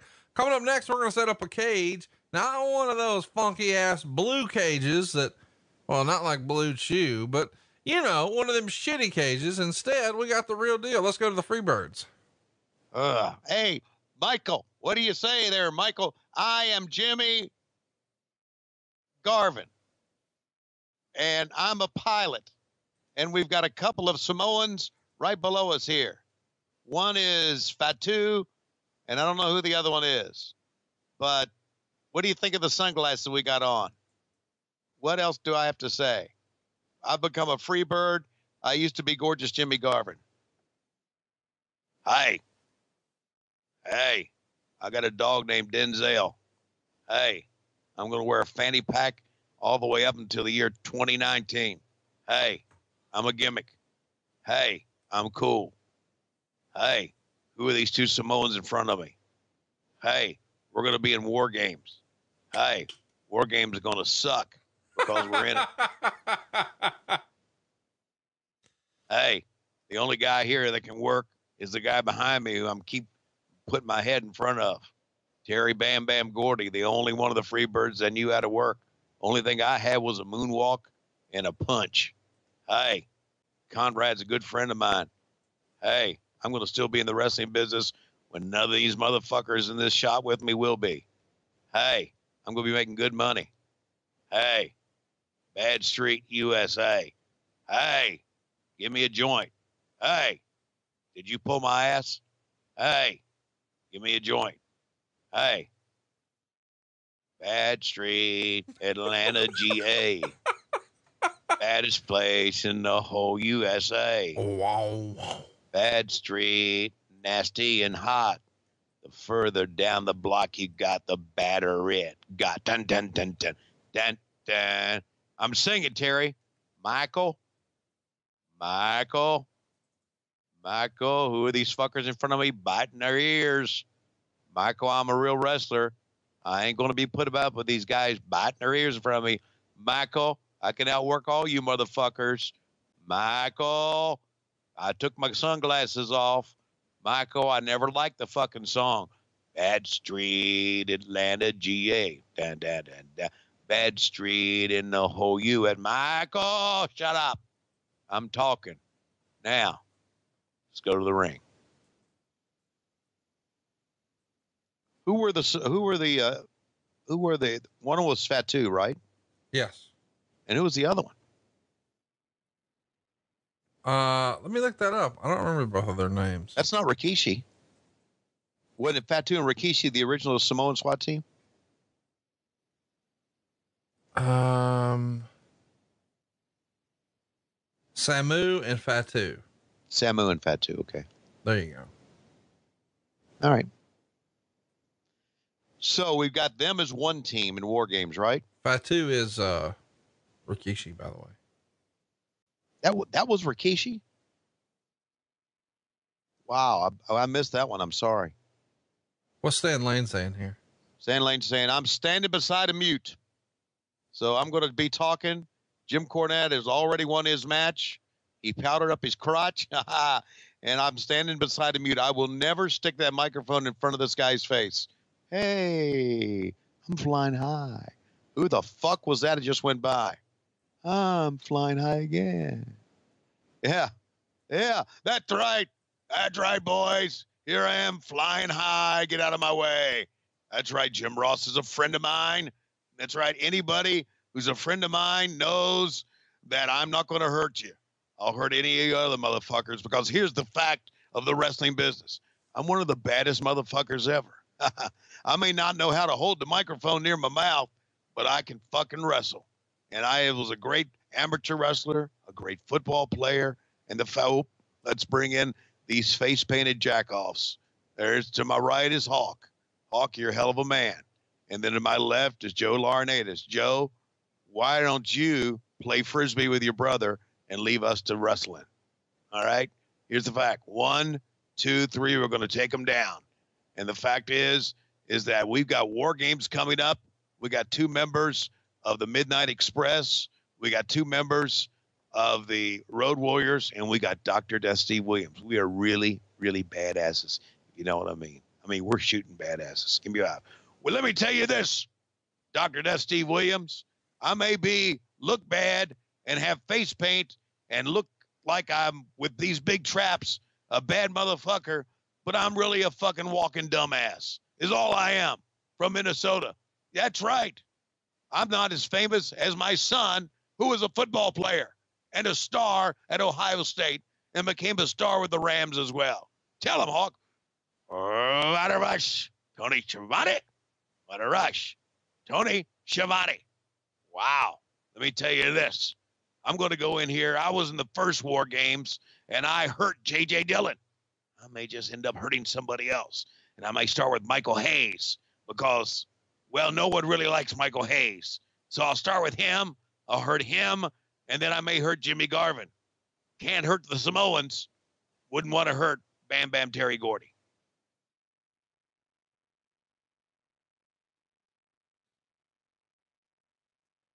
There you go. War Games. There's your teams, man. You excited about it? Well, I mean, it's going to happen. And I like that they had these, God damn. God these fucking white pants. And of course, Michael Hayes right out front with a sequiny shirt and white pants. And they got Terry Gordy dressed up in these. He ain't gonna wear that type of outfit, but he's got the shades on in the back. When they all started running down the ramp, it looked like a fire drill to strip club. Whoa, let's leave. A fire drill at a strip. We can turn the show off. We ain't beating that one today. I don't know about you fuckers, but I am wide shotted out. Okay. Enough. I don't think we care as much as you do about the wide shots. Oh, it just bores the fuck out of me. I mean, yeah, you've got guys with ringside cameras. You got Jackie Crockett down there. You got Tim Smith. You got some great ringside cameramen who have done the job before. Fucking use them. Show a fan reacting. Look at this. This has to be WWE just had to take all the tapes and build their own shots. Let me read you some reviews from the Torch. All right. The Bash had class. I thought it was as good, if not better, than any other pay-per-view I've ever seen. What will they do with the skyscrapers? The fans love Sid and were bored by Dangerous Dan. Paulie Dangerously not only looks like Brother Love's slimmer, pale twin, but he runs like him with colored bloomers on. Sting's new look is great. I like Steamboat, but he should have left everyone home. War Games, put them all in a cage at once and let them brawl. Funk Flair, in one word, classic. Rating 9. Here's another one. The NWA's pay-per-view shows continue to set a pace of excellence. They're setting a pace of wrestling which merges the golden era to the modern era of high spots and circus performers. Like it or not, it's the best out there. They're getting the most out of their talent, and that's great. I am, though, totally sick of hearing about and seeing Ricky Steamboat's family. His family is no more unique than any other wrestlers. I'm also sick of Tommy, I Am the Main Event Young. Pay-per-view seems to be replacing live shows. In a way, I guess it's okay. Though I do love the action in the NWA. I'll remind them of porno rule number 34B. If you get it every time, it gets boring. But for now, let's enjoy. I know I did, but since I got only what I expected and no more, I rated a 6.5. Another one. Far and away the greatest pay-per-view I've ever seen. It would be hard to imagine anything topping this effort by the NWA. Aside from a few technical glitches and a couple of bouts that were not quite up to par, this card should be the standard bearer for professional wrestling. I just hope that enough people saw it to make a significant difference for the NWA. And he gave it a 9.5. And how about Wade Keller's review? It wasn't the same without Dusty Rhodes, Butch Reed, and the Iron Sheik, not to mention my disappointment at the absence of the Ding Dongs, but Jason Hervey's appearance did make up for it. Seriously, I feel at this point that this was the best pay-per-view show of the year, if not ever. From top to bottom, it was a blast without a moment of boredom. Luger's self-bashing move with the chair was the move of the night. I like the Gary Hart, Terry Funk alliance, not to mention Mood is thrown in there too. Thought the crowd was enthusiastic and in most cases reacted as the NWA would have liked. Loved Ross's explanation of why the skyscrapers are athletes and the unnamed Twin Towers are lethargic. Sting's new look is pretty neat, and I think he hasn't been as hot as he is right now since Clash won with Flair. Bob Caudle was much below his normally good job. Actually, he was terrible and embarrassing at times. How about giving Lance Russell more exposure? Thought Soley was nice touch, although he wasn't smooth much of the time. I've watched it 3 times already and probably several more by the time you read this. I give it a 9.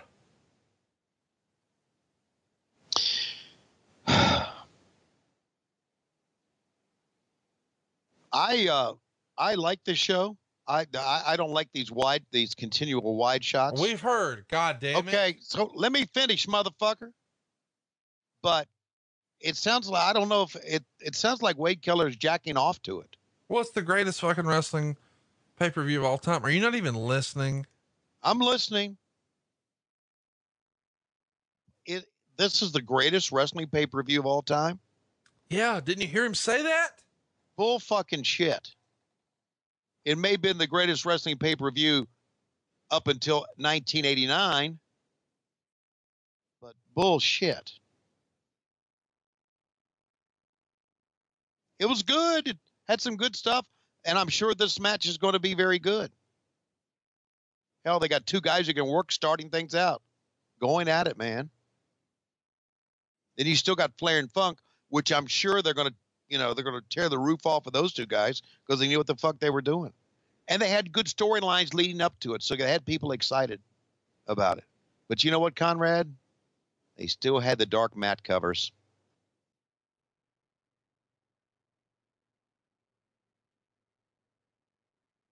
They still had the dark. Whoa, fuck. Do you remember watching this as a kid? No, I didn't watch this shit. Oh, come on. No, What were you watching in 89? Are you serious right now? Yes. You're watching Hulk Hogan. Thank you. I mean, every kid my age was. This was adult wrestling. Yeah. Well, I mean, I guess specifically, I probably in 89 here. Yeah, I was still watching Hulk Hogan. Hulk Hogan was my favorite, but it wasn't going to be long. And then it was time. I feel like this is the music you turn on when you get that blue tube pulsing through your veins.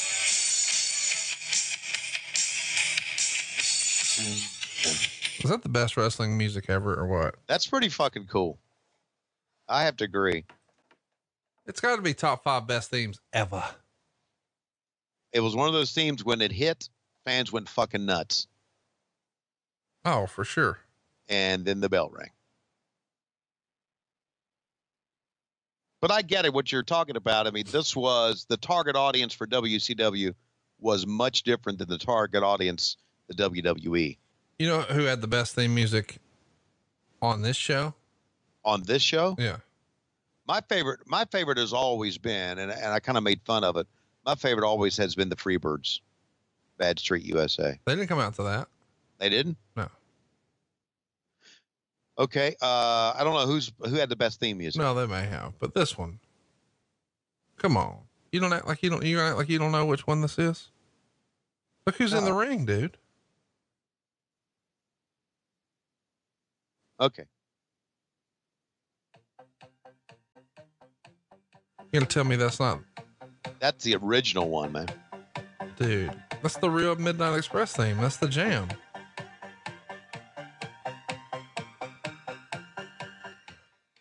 You out on that? You don't like that? No, I like that. That's cool. Bobby and Jimmy Jam going at it here, man. Good shit. The opening of Bad Street was underrated, though. Really?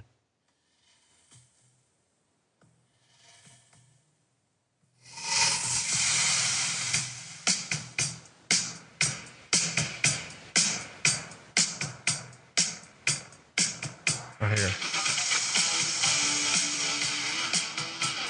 Oh, I gotta tell you, one of the coolest things I did in my little wrestling podcast run here, that's clearly coming to a close. Stop it. Is we did a live show in Atlanta, finally. Bruce and I did earlier this year. And, yeah. Yeah. Michael Hayes was our surprise guest. Oh my God.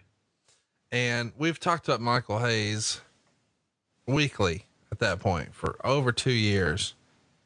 And nobody ever thought he was going to show up. And it was almost like, Bruce Pritchard described it as like, in the movie Talladega Nights, where Ricky Bobby leaves race tickets for his dad to every single race he's ever been in, but his dad never comes. Yeah. Well, every time we did a live show, we were piggybacking WWE, we would invite Michael Hayes, and every time he would say he would try, then he never made it.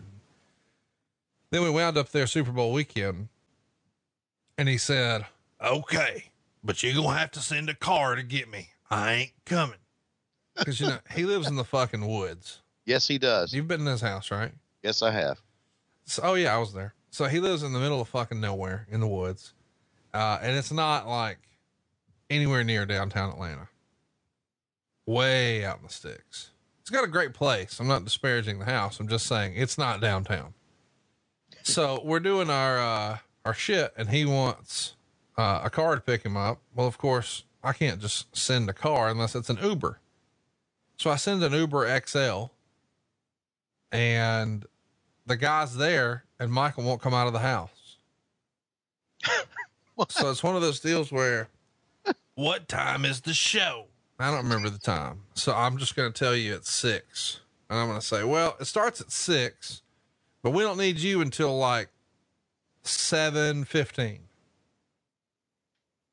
Okay. Why don't you send a car to get me at 7? Well, Michael, you're 45 minutes away. So if he gets you at 7, if there's any traffic, you'll arrive after the show's done. So, well, we kind of want you to be on the show. All right, then 6:45. And I'm like, Michael, it's 45 minutes away. Why don't we just say 6:30? And if you're a little late, that's okay. All right, then. So the guy shows up at 6:25. Michael doesn't come out. So the guy calls me and says, I'm here. And I'm like, hey, you're not picking me up, you're picking up my buddy. I'll let him know you're there. I call Michael from the stage. He doesn't answer. And then the guy's blowing me up and I'm like, hey, he's there. Just hang tight. Eventually the guy fucking leaves. And then Michael calls and says, where's your goddamn driver? I told you I'd be ready at 7 o'clock. I'm early. It's 6:55. We said 6:30. I wasn't ready then. I'm ready now.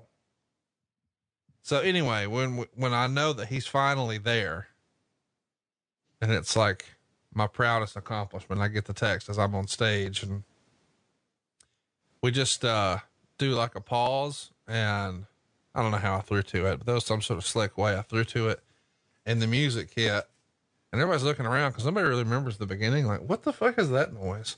But then when the fucking guitar hit, everybody's like, holy shit, that ain't real. And then not only is he hearing his full gimmick, but he danced and pranced the whole way to the ring and then got on stage and sort of showed ass for him for a minute. And then, you know, the further down the block he went, the better it got, sang along with him, and the whole fucking crowd singing Bad Street. It's like one of the coolest. I know that doesn't sound that cool, but when you've got 350 people singing Bad Street USA, and they're doing it because this is this iconic character in wrestling that has become larger than life on our show, because we've talked about it every single week, and nobody expects he's ever actually going to be there. And we didn't advertise him, and he was. And I think that's what's fun about wrestling, is the surprise, which is why whenever we have a live show and we have a guest, I never promote it, because I just think it's better just for it to be a surprise. Yeah, because you get to the point to where they say, gotta go. You don't know who's going to show up. Yeah, but it's also, you know, like if you know they're coming, it's not as fun. No, you're right. Like, oh, they're going to be here, and ta-da, they're here. But like, if you think, you know, like Lois is just going to go to bed without even giving you a kiss goodnight, and then she gives you a little bit of the old, how's your father? You're really excited. Yeah, it's a nice surprise. Absolutely. In our case, I would have a heart attack. Why? If it was her idea, you mean? Yes. You have to initiate?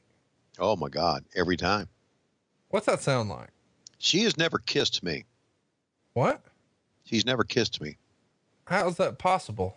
I've always kissed her. And she'll accept it if you do it, but she's not coming to do it. Right. Never. So when She you has guys never kissed me. When you guys go to counseling, do you talk about that? We don't go to counseling. Do you think maybe you should? No. We had gone to counseling when the kids were growing up, and we had 5 kids, and it was kind of crazy, but we stopped going. Got it all figured out? No, we ain't got it all figured out. It was a waste of money and time. So yeah, we had it all figured out. But no, she's never kissed me. Why not? She just doesn't initiate kisses. She never has. You think you have bad breath? Nope. No, I don't. All She just never initiated kisses. Okay. And she's never jumped my bones. That's not true. You told us here on the show that she threw that monkey on you. Threw that monkey on me. Yeah. Don't get cute now. You said straight up when y'all first were dating or whatever, one of the very first days, she threw that monkey on you, and now you're going to act like it didn't happen. This is Fat 2. I mean, this is Rikishi right here. No.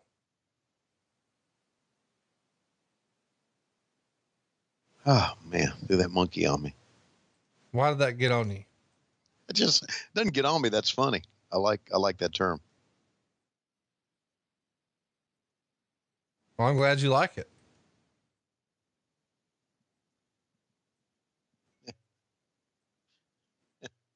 So what do you think about these war games? It's pretty good, isn't it? Nah. A lot of pretty good bumping going on here. It's not pretty good. It's the greatest wrestling pay-per-view ever. That's what all the fans say. Now, I say it's ECW One Night Stand 2005. Have you and I watched that together yet? I don't think we have. No, but that has to be one of our next ones, doesn't it? God damn. We've watched a number of ECWs. Yeah, we just need to watch some more. I agree. I can't get enough of Francine. Would you stop it? I can't get enough of Francine. I'm sorry. Why do you do? Why? I don't understand. She was just. You have like an unhealthy obsession, dude. Well, with Francine, it's unhealthy that I thought she was sexy and attractive and beautiful. That's unhealthy. Well, you're married and you're talking about another woman this way. Maybe that's why your wife doesn't initiate. You ever think about that? You may have something there.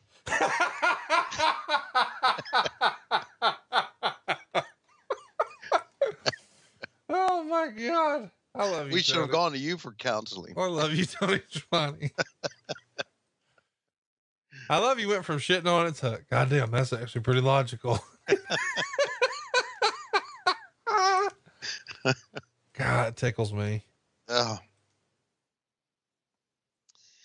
Relationships are funny.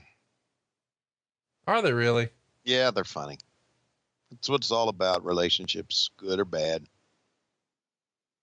Yeah. And you started to give me a little credit for, relationships in your life. Yeah. Shit.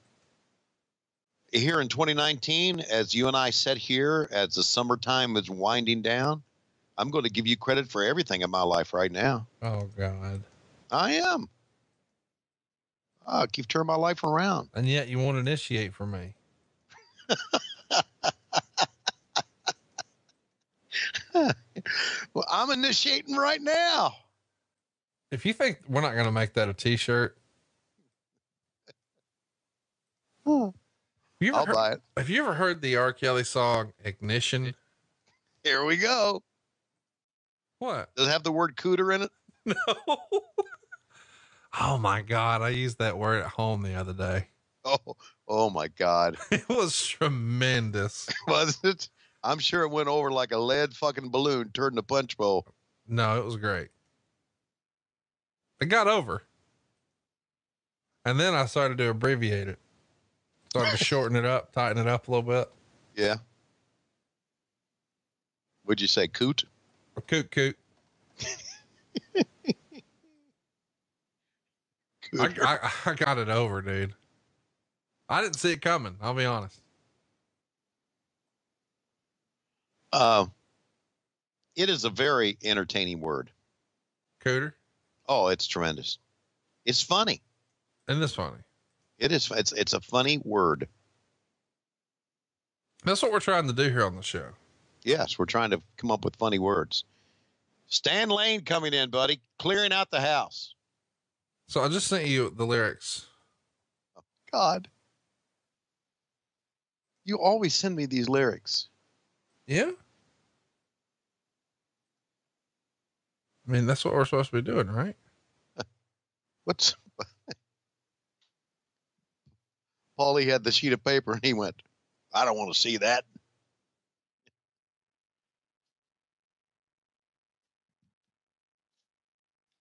So, I guess what I'm suggesting here is that we need to get over initiate.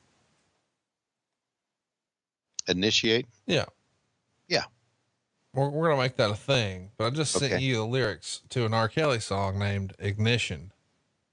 And since it's sort of our deal where you're going to do a song a week now. Oh my God. And we are. It's our gimmick now. I need you to do this one. Now this one is, let me tell you, a lot less offensive than what I've had you reading lately. All right. So I think you'll enjoy this one. Let me know what you think. We're ready. We're ready. It hasn't arrived yet. It's going to arrive here in a minute, though. You got business internet. Click refresh. God damn it. I am. There it is. There we go. There we go. Pretty excited. Okay. Here's Paul Lee saying, "No, I'm not trying to be rude, but hey, pretty girl, I'm feeling you.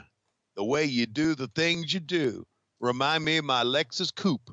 That's why I'm all up in your grill trying to get you to a hotel. You must be a football coach. The way you got me playing the field. Now give me that toot toot." And I'll give you that beep beep. Running my hands through my fro, bouncing on 24s, while they say on the radio, this is the remix to Ignition. Hot and fresh out of the kitchen. Mama rolling that body, got every man here a wishing. Sipping on Coke and rum, like so what I'm drunk. It's the freaking weekend, baby. I'm about to have some fun. You ready? Bounce, bounce. Bounce, bounce, bounce, bounce. Bounce, bounce, bounce. Bounce, bounce, bounce. Bounce. Bounce, bounce. Bounce, bounce, bounce. Bounce, bounce, bounce, bounce, bounce, bounce. Now it's like, once you get out of them clothes, privacy is on the door. Still, they can hear you screaming more. Girl, I'm feeling what you're feeling. No more hopping and wishing. All right, hoping and wishing. I'm about to take my key and stick it in the ignition. So give me that toot toot, and I'll give you that beep beep. That's enough. We're good. Okay. Thank God. Oh, God. What do you think my favorite line in the whole deal was? Your favorite line in the whole deal was, give me that toot toot, and I'll give you that beep beep. Scroll down until you see 2 question marks and read those 2 lines. Can I get a toot toot? Can I get a beep beep?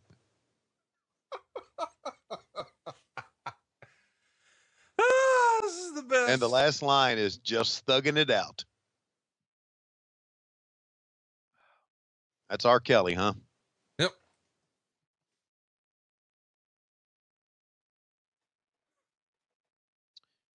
Well, God bless him. You and I could write songs. You and I could write lyrics for rap songs. This is what I've been trying to say for weeks, and you always shut it down, but I want us to do rap. Oh, you want us to do our own rap? You want us to do our own rap song? Yeah. Come up with lyrics. Okay. We can. Listen, he got over toot toot. You telling me I can't get over coot coot? I know I can. Coot coot's way more over than toot toot ever was. Let me get some of that coot coot. See, that's the tugboat version. Oh. Why is this so much fun? Let me just tell you, it's a lot more fun than watching the Freebirds in a war game. Yes. Because the name of our group is going to be called the Coos Hounds. We can't do that. Oh, stop it. We can't do that. Jesus. I mean, here's the deal. My mom's going to want to come to my concerts. She's very supportive. I have a very supportive mother. I know. She might know what the word coos means. I can't do that. Here's the deal, Conrad. Don't invite your family to your shows. I don't. They just show up because they want to support me. I have a supportive family. We've got, we're going to be in Wayne, New Jersey. Yeah. Mom's not coming to New Jersey. She says if America needed an enema, you'd put the hose in New Jersey. Well, and I said, Mom, they have enough hose in New Jersey. She thought that was funny. Gave me a high five, made me a burrito.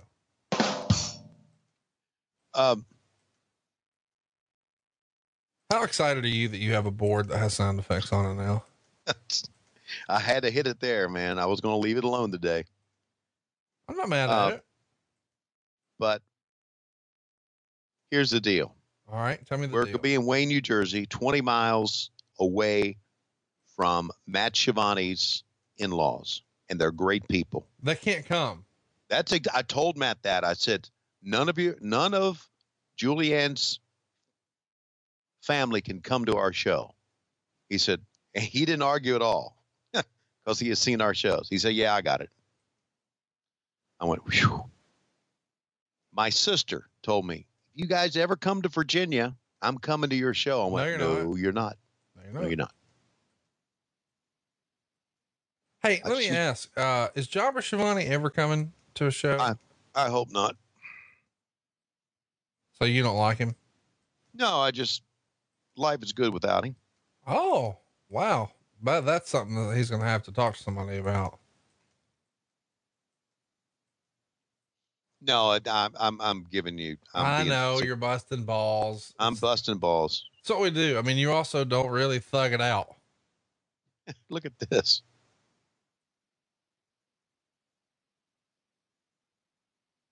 Wow.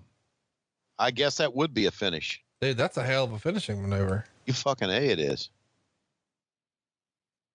And so, chat me up about this. Wade Keller had enough of Tommy Young. Yeah. Why? I don't know. I have a theory. Okay. And what would that theory be, Conrad? No, I don't know. It's like when we said the other day, or I guess it was a few weeks ago. Remember that Easter egg that was on Monday Night Raw? Yeah. Oh, well, it's about that rumor. And that got everybody stirred up. They don't know. Yeah, we were just making shit up. Like none of that really happened to guys. We just wanted to sound interesting. Like we had inside information. Sort of the same thing here with when I hit you with, I have a theory. You were supposed to say, oh yeah, I get it. And then we get a bunch of tweets, but instead you were like, well, what was it? Fuck. I was making it up. Nothing. Oh, no, you're talking about that theory. Yeah. That one. Oh, I get it. I mean, everybody knows that, Oh, yeah, I know. I knew that. I wasn't working there at that time, and I knew that. Sure. Why wouldn't you? Yeah. Well, it was common knowledge in wrestling. I agree. Totally. Isn't this match over? Well, I mean, just because the door's open and they rang the bell. Yeah. It doesn't mean they're going to stop. It's a post-match angle, Tony. You ever heard of those? Yeah. What was the grade that Wade Keller gave this? B. Yeah. No, I'm sorry. He gave it a beep, beep. I think he wanted a little more toot, toot. We're here with one of the all-time greats, the master of the suplex, perhaps in his most beautiful robe ever that now hangs on the Conradison, as does the big gold belt. We have it on good authority that before Conrad Thompson started collecting your family members, he collected your old memorabilia. Well, that's right, Gordon Soley. I'm going to try to do a babyface interview here as best I can. People don't like when Ric Flair does a babyface interview because I don't get the wild-eyed and I don't go, woo. The fact is, I could do a babyface interview. I can be low-key, and I can still get pussy tonight. Well, I have it on good authority that that's not your primary focus tonight.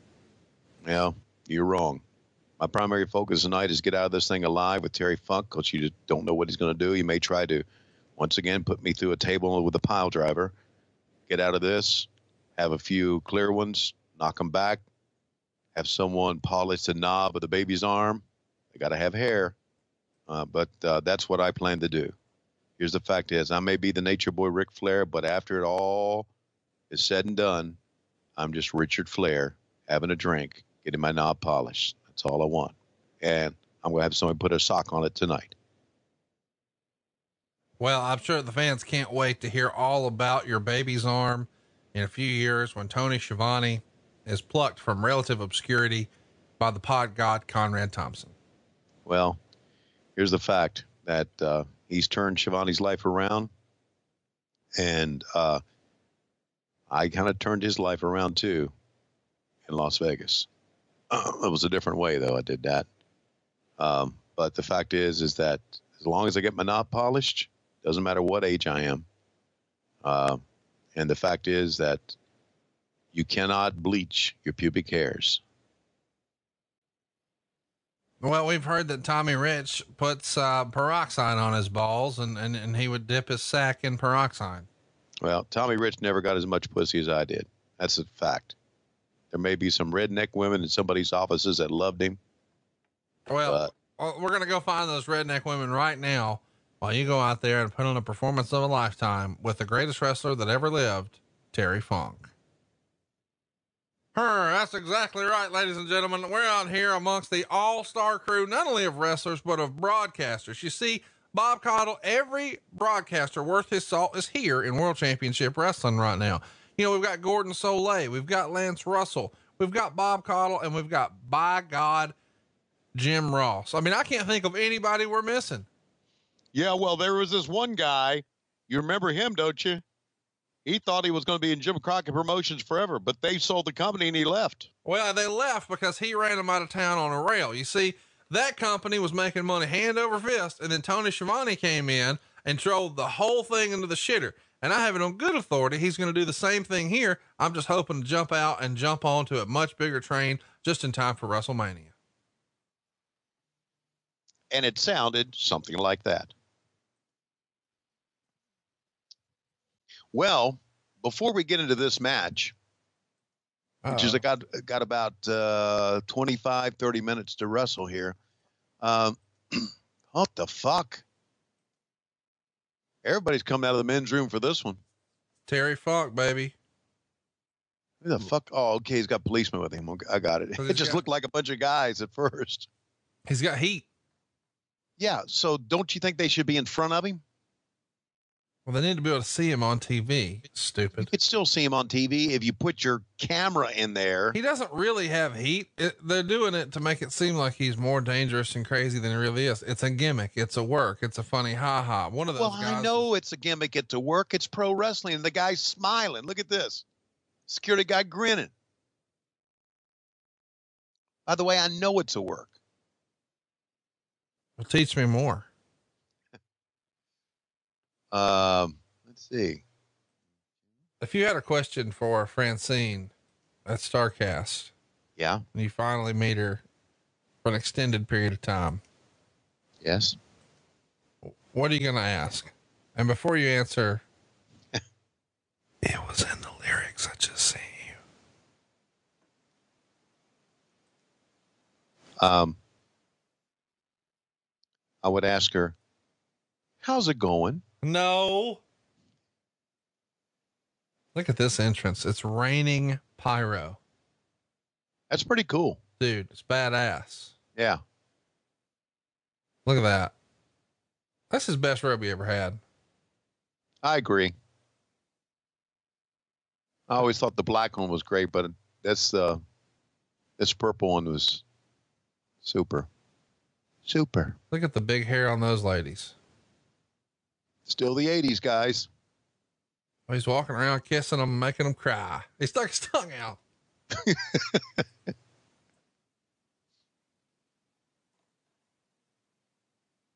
See, now this is the Ric Flair we know, not the one that was talking to Gordon Soleil in the pre-tape moments ago. How fired up is Rick right here? Wow. You know, here's the thing too. It takes two to tango, and as many good matches as these guys have had separate, when they were working together, it was magic, Gold. dude. Yep.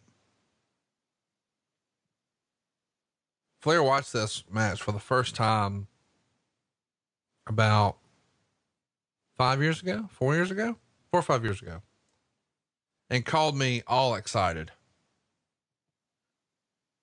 And was like, God damn, I was good. He had never sat down and watched any of his stuff. And I made him watch the match in Chicago and he loved it. And then he just on his own went and found this one and was like, man, this was great. He didn't remember what show it was. And that's the reason he called me. He's like, hey, when did I wrestle Terry Funk in 2 rings? I'm like, what? He's like, I was wearing purple shit and it was 2 rings. I was like, oh, I was Great American Bash 89. He's like, God damn, I was good. Wasn't I? I was like, what do you mean? He's like, I just saw it. Like, I hadn't seen that match ever. He's like, man, Terry Funk was on his shit that day, man. He was so excited to watch this match back. And I was like, yeah, but that wasn't as good as the New York Knockout one. He's like, which one's that? I was like, the I Quit match. He's like, oh yeah, that was better. I said, I've never seen this one. I never watched this one. I get it because, I would have never gone back and listened to my shit over again had I not. No, what's funny is I didn't get that.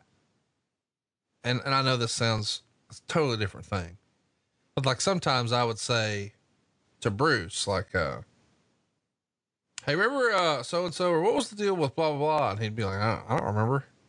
And that would annoy me. Like, what do you mean you were there? Blah, blah, blah. And now, on our podcast, was people discover them really for the first time. Cause there's a lot of listeners who've jumped on the train with us. They weren't here at episode 1. They joined at episode, 48 or whatever. So they're going back in the archives and like, oh man. And then they'll send me some sort of tweet about something we said. And I'm like, fuck, I don't even know what he's talking about. Right. Cause it just runs together. I mean, at this point for me, I'm doing 4 different shows a week, every week. If I'm trying to get ahead, it might be 5 or 6 or 7. So the only way to have any idea what they're talking about is it'd be brand new or something that really stuck out in your mind. And if it was, like there's probably 20 moments in the show that you and I could describe in good detail. Like, oh, I love this. But outside of that, it's just, fuck, it's another one, Right. And so this to these guys was just another one, like, just another, oh, we had that match in Baltimore with Terry Funk, and that's it. Just on to the next one. Right. It's like going to the office every day. Yeah. Yeah, absolutely it is. You see this, I don't know if they're going to show her again or not. Oh yeah. I know what you're talking about. The girl in the black. Oh yeah. Yeah. We know what we're talking about. Do you know who she is? No, but I think she worked, if I'm right, she worked for Bruce Springsteen. There was a girl that was like Bruce Springsteen's publicist or worked in his PR department or whatever. And she sticks out like a sore thumb here. She sticks out like a sore thumb, and she was a big wrestling fan. You think she got entertained that evening? I'm sure that she was there for more than one reason. I was going to say, I don't think she just really wanted to have a ringside seat for that Samoan SWAT team match. No, I have a feeling that she was intrigued by the baby's arm. Really? Yes. I almost feel like you're implying that my father-in-law at different times in his life could be unfaithful in his marriage. I don't think that. I never saw that happen. How'd you clear your throat? I had some phlegm in it. Hey, did you ever see Road Warrior Animal in an Asian massage parlor? No. Okay. Cause he saw you there once. Let's see, what can I say to get you off this shit? What's the latest with Diamond? Diamond Dallas Page? No. Diamond Dallas Page doing great. The performer in Vegas that you told us about, right? Oh, I don't know any. What? What? Huh? What do you? What? I think the term is Lady of the Evening. Lady of the Evening? Yeah. Hey, I'd like to say hello to Whitney Wright. Oh, what's up, Whitney? Yeah, there's no way she's really listening. I don't think she's listening. She has a person in her life who listens. Well, I want to say hello to him because. Wait, I didn't say it was a him. I want to say hello to her. Why does everybody? I want to say hello to this person. Thank you. Because Whitney follows me on Twitter, and how great is that? That's I'm kind of like, you're familiar with the term shock and awe? Yeah, that's me when it comes to her. And have you seen any of her performances? Just what she tweets out. Oh, well, that's enough to get a taste for things. Yeah, boy, is it ever. It's but anyway, she was one of the girls that I met when Blue Chew sponsored the after party in Vegas, and she's a nice girl. What do you think about Tone Loc? Oh man, after party this year. Funky Cold Medina, baby. Now that I like. He didn't want no Oscar Mayer wiener. It's one of my favorite lines. And he also was in the first Ace Ventura movie. Where are you at on Oscar Mayer? I'm for him. Okay. Although I don't eat hot dogs much anymore, on this diet. But there's nothing really good as fuck. What's he keep pointing at his throat about?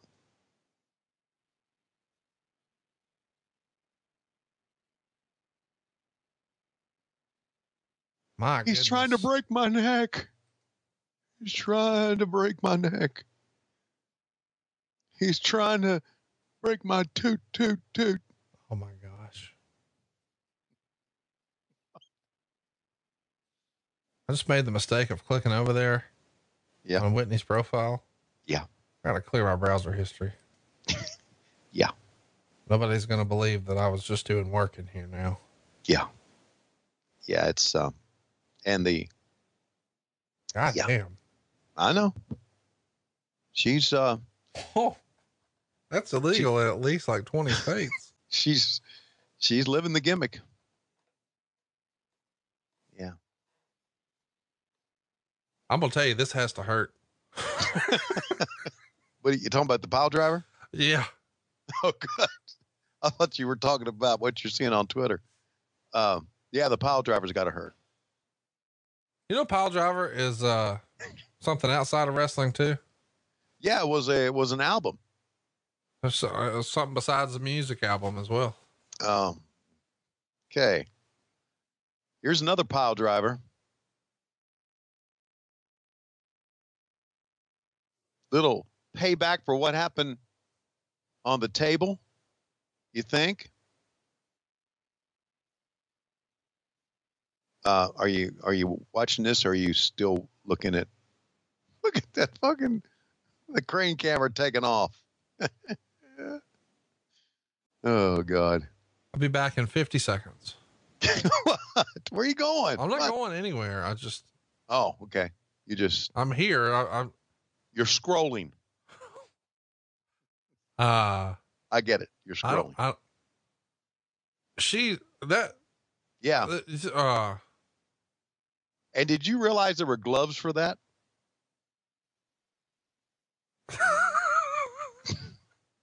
But what a novel idea. I didn't even tell you what I was watching, and you knew exactly what I was watching. Exactly. I did. I don't think you can get those on Amazon. 1, 2, got a 2 count. Get the fuck out of here, Tommy said. I got to get some of those gloves. Oh God. Belly to back suplex. Is Terry Funk in the best shape of his life right here, you think? He looks great. He absolutely looks great. I think Funk was in the best shape of his career from like 89 to 94. Yeah. Look at him. That's the best shape Funk was ever in. Can I tell you, I was watching a movie the other day that I forgot that Terry Funk was in. Did you ever see The Ringer with Johnny Knox? Oh, he just nailed him with the fucking branding iron. The Ringer? Yeah. Oh. That's where Johnny Knoxville competes in the Special Olympics, even though he's not special needs. Oh, okay. So it's called The Ringer. Okay. It was just on as I was flipping through the channels the other day, and Terry, the reason I stopped, not because of The Ringer, but I saw Terry Funk and I'm like, wait a minute, what is this? So it was The Ringer from 2005. And I think I've seen that movie before, but I whether I have or haven't, I don't remember Terry Funk being in that, but there he was. And now Terry Funk has got Ric Flair busted open. If you're going to watch one match this week only, if you're, don't have a lot of time in front of the TV or, only have a few minutes to devote to wrestling in front of the boob tube this week, this is the best 25 minutes you can spend. Ric Flair and Terry Funk from Great American Bash 1989. You got to go see this one. Flair is busted open after being hit in the head with that branding iron. And I think it's amazing that we're talking about a year later after they stopped the Lex Luger match. Yeah. That there's blood there. I think back then you had to let the commission know that these guys are going to bleed. Flair knew what he was doing too. I don't know if you saw, but as soon as they got going, him and Funk went and started brawling on the commissioner's table, and the commissioner got up, and you just make them feel special and they'll let you do what you need to do. Exactly. And I know they still have them, and I'm sure as things have changed all over, the fact is that they were not good guys. Most of them weren't. I see why. I see now why Wade Keller didn't like Tommy Young, because he was trying to, pull Terry Funk off, and I get it.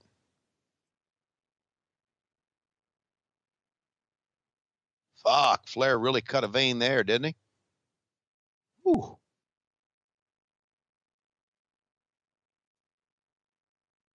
That's some fucking blood.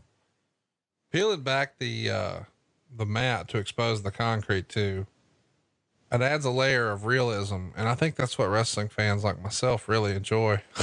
I love Funk. I want him bad. And he totally misses, but we're going to sell it. But the idea that, okay, now this is real, right? Where you can get me to suspend my disbelief just for a minute.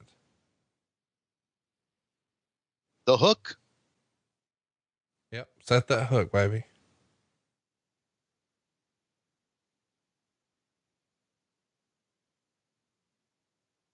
Where's Terry Funk in your all-time list? Top 5? Top 10? Top 10. Again, you got to qualify the list, right? Top 10 workers, top 10 gimmicks, top 10 performers. I don't know. Okay. Top 10 favorite people to work to get to know in wrestling. That's definitely maybe top 5. Well, here's my thing. I think when you get super granular, we're just sort of overthinking it. Why don't we just say instead, top 10 people I'd like to see on a pay-per-view, top 10 people I'd like to see on a wrestling card. I mean, are they on the show? That's the thing. Yeah. And Terry Funk would be, I think, in everybody's top whatever list. How about Jason Hervey just ringside the whole time chilling? I know, but we're not taking a shot of him unless he just so happens to get caught in the hard camera. It's not a bad shot right there. I like it. It's different. Yeah. That's from the, something that always got me that I feel like should have been handled in production. Uh-huh. I don't know if you saw earlier, if you remember the sequence, but Flair has finally locked the figure 4 on Terry Funk, and everybody knows, hey, that could be the end. That's Flair's signature finishing maneuver. And then from the outside, Gary Hart throws the branding iron in play again, but he throws it into Funk. Funk rears back, nails Flair with it. And then immediately Gary Hart has the, of course he had the referee distracted right when he threw that in, but then Terry Funk goes over and starts interacting with the referee as well. And then I don't know how to properly explain this, but they're doing a distraction to get your attention away from Flair. So they've nailed Flair with the branding iron, and now they've got a distraction planned to get your attention away from Flair. So the idea is, if you're in the crowd, you're watching the action, and if all of a sudden Funk is fucking with the referee, you're supposed to be watching there. You're supposed to not be watching Flair while he zip. But you guys didn't shoot it that way. You just shoot both of them so you can still see all the action. Why isn't there a conversation with production to say, hey, there's going to be a part in the match where Gary throws the branding iron in. I'm going to hit Flair with it. And when I do, I'm going to go fuck with the referee. Shoot me fucking with the referee.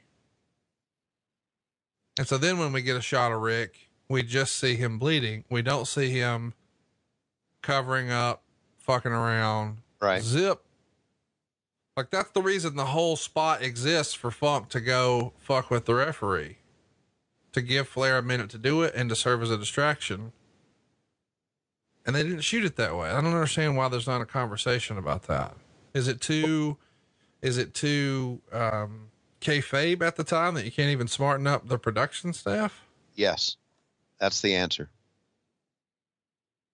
Even in 89. Even in 89, it was, and it may have been. There's your finish. Wow, that's pretty good. The inside cradle. Funk applied the maneuver. Flair reverses it. And it's a regular wrestling maneuver that gets the win. And boom, he attacks Gary Hart after the fact. And you know what that means. You can't attack a guy's manager. No, you can't.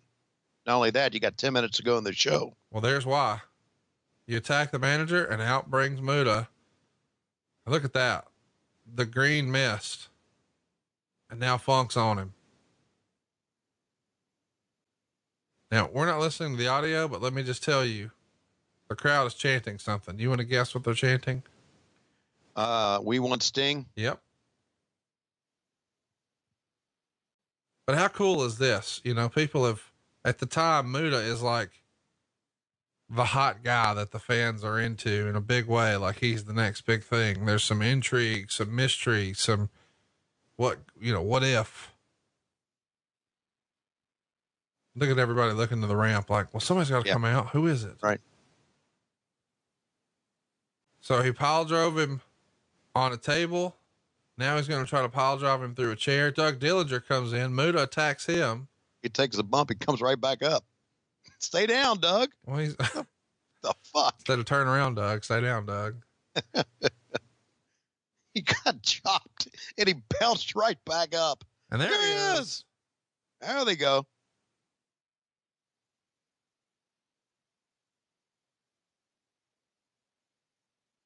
How about the way Terry Funk's swinging? Just windmills. Fucking Sting coming in. This is good. This is a hell of a scene at the end. Stay down, Doug. How about Flair jumping over Doug? And now Tommy's like, roll the fuck out, Doug. I know they were mad at you because you didn't sell the first thing, but now you're in the way, Doug. It is funny though. It's like, there's 2 goddamn rings. Right. We're not competing for space here. Just scoot over, guys. Oh. So that's how we finish here. That's pretty cool. Jinx. Yeah. Look at this. Throwing the fucking stairs in. Wooden stairs too, baby. Yeah, man. So overall, what'd you think, man? There's a lot I liked about the show, man. I don't think it's the greatest wrestling pay-per-view of all time, but I like the show a lot. I like this finish, especially. Thought the War Games match was good. Well, what they're doing here too, in case you're asleep at the wheel, is they're setting up the next pay-per-view, which is October 89. Think about that too, guys. This pay-per-view happened in July.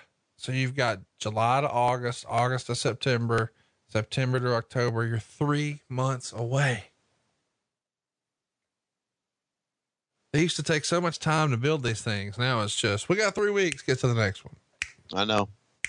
The main event, of course, Ric Flair and Sting taking on Great Muta and Terry Funk in a Thunderdome match. Bruno Sammartino will be your special guest referee. I think most people remember that's when shit caught on fire and Muta had to blow it out with the mist. And how about a bloody Flair here? Tommy Young's going to give him the world title. And I think we're going to have a pretty crazy promo from Rick here in a minute with the belt and the blood. But you want to play it for us? I'm going to. Okay. It's not, I want to hear it. Hadn't happened yet. Oh, I know. I noticed it hadn't happened yet. How about Muta carrying around like the school chair?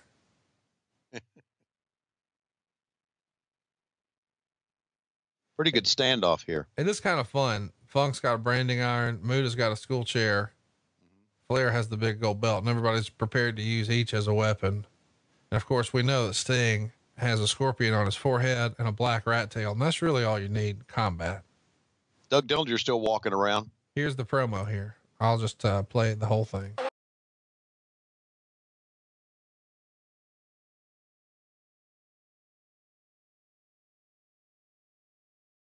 Hey! Whoa, Mood and Flair. Right here behind us now. Mood and Flair. Steve, good God, we're going to get out of here. All around us and into the crowd. They are not. This one is far from over, as we said. First got that dadgum branding iron. Now Flair's got the branding iron. Somebody's going to get hurt, and who did? Need to throw it on the concrete floor here. Branding iron. Across the chest of Muda. Flair is a man possessed. Oh my God, what a battle. And they are right here on us. Whoa. What? Ladies and gentlemen, we're just about, I know you've heard this from me many times, but we are just about out of time. And my pipes have just about had it. Yeah. And they're still beating the heck out of each other over there. They just refuse to quit. They're They will determined. not stop. I don't know how much more time we have left on the satellite transmission. Boy, this is going to be a night we'll never forget.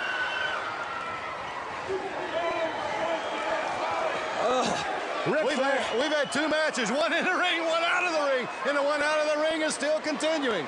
I think, fans, we can very easily say that the war between Terry Funk and Ric Flair is far, far from over.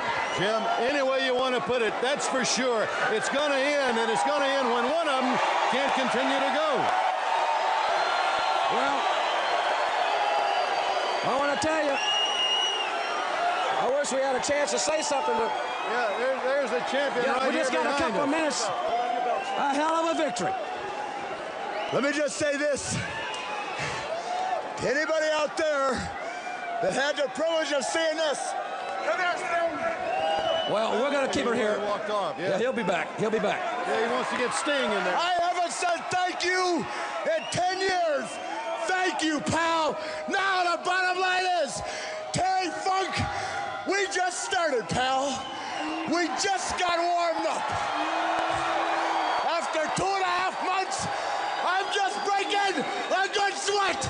So wherever it is, and pal, it'll be again soon. I'm gonna tell you something.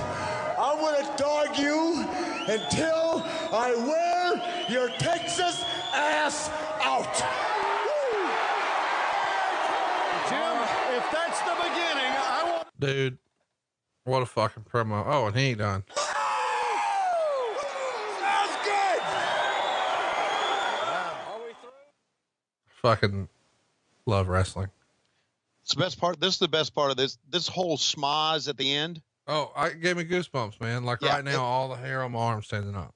It's it's schmoz at the end, and that promo the best part of the entire show. And you know what? This is how you need to end a pay-per-view. Because you convince people that a mediocre pay-per-view is the best pay-per-view of all time. Right.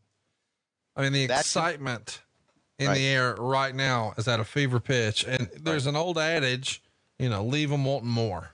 Right. And if you leave them wanting more, they'll keep coming back. And we're guilty sometimes of doing fucking 4-hour shows. So we're probably not the best example of that, but this show here, holy cow, it leaves you wanting more. And man, I want to fast forward. I want to watch fucking Halloween Havoc 89. Thunderdome. Bitch. Great shit, man. It really is. And here's the, spinning toe hold. You see, he's going to go down from that. Looks like Flair's going to try to set up the figure 4. And this is where we would see the inside cradle, same way that Ricky the Dragon Steamboat got him, but Flair manages to roll him over and reverse it. And there it is. There's your finish. I like when the finish is a real, quote unquote, real wrestling move. Yeah. Just something simple. A counter move. It adds to the realism of, these guys are just trying to win, the match, not necessarily quote unquote, get their shit in, just win the match. Right. Sometimes I think, there's the thinking of, oh man, the miss was right on time. Wasn't it? Perfect miss. Jim Hurt gets a bad rap because everybody says everything Hurt ever did sucked. This didn't. This was great. No, this was a way to end the show. Home run. And see, this doesn't work for me. We talked about this on a previous show. Fuck the credits. Just go off with showing the guys. Don't put letters in front of their faces. Show the heat. And then just do at the bottom, it's a television company, Tony. What? It's a television company. Well, then they didn't know how to fucking do wrestling. Well, they did when they got you, because you turned it all around for them, right? No. And here we go. Oh, they don't see him get it back up. Fuck. I was hoping we'd see him pop back up again. Well, we're going to pop back up this time next week, right here on What Happened When. That means do your thing, Tony. Oh, it does. I thought the term was, when I look at my clock, it's about that time for a little toot toot. Okay. All right. Hey, I'm about to have me some fun. Bounce, bounce, bounce, bounce, bounce, bounce. It's Sting. It's Flair. Bounce, bounce, bounce, bounce, bounce. Once I get you out of them clothes, privacy is on the door till they can hear you screaming more. We want more. What happened when? On the MLW Radio Network. And always on Mondays on Patron.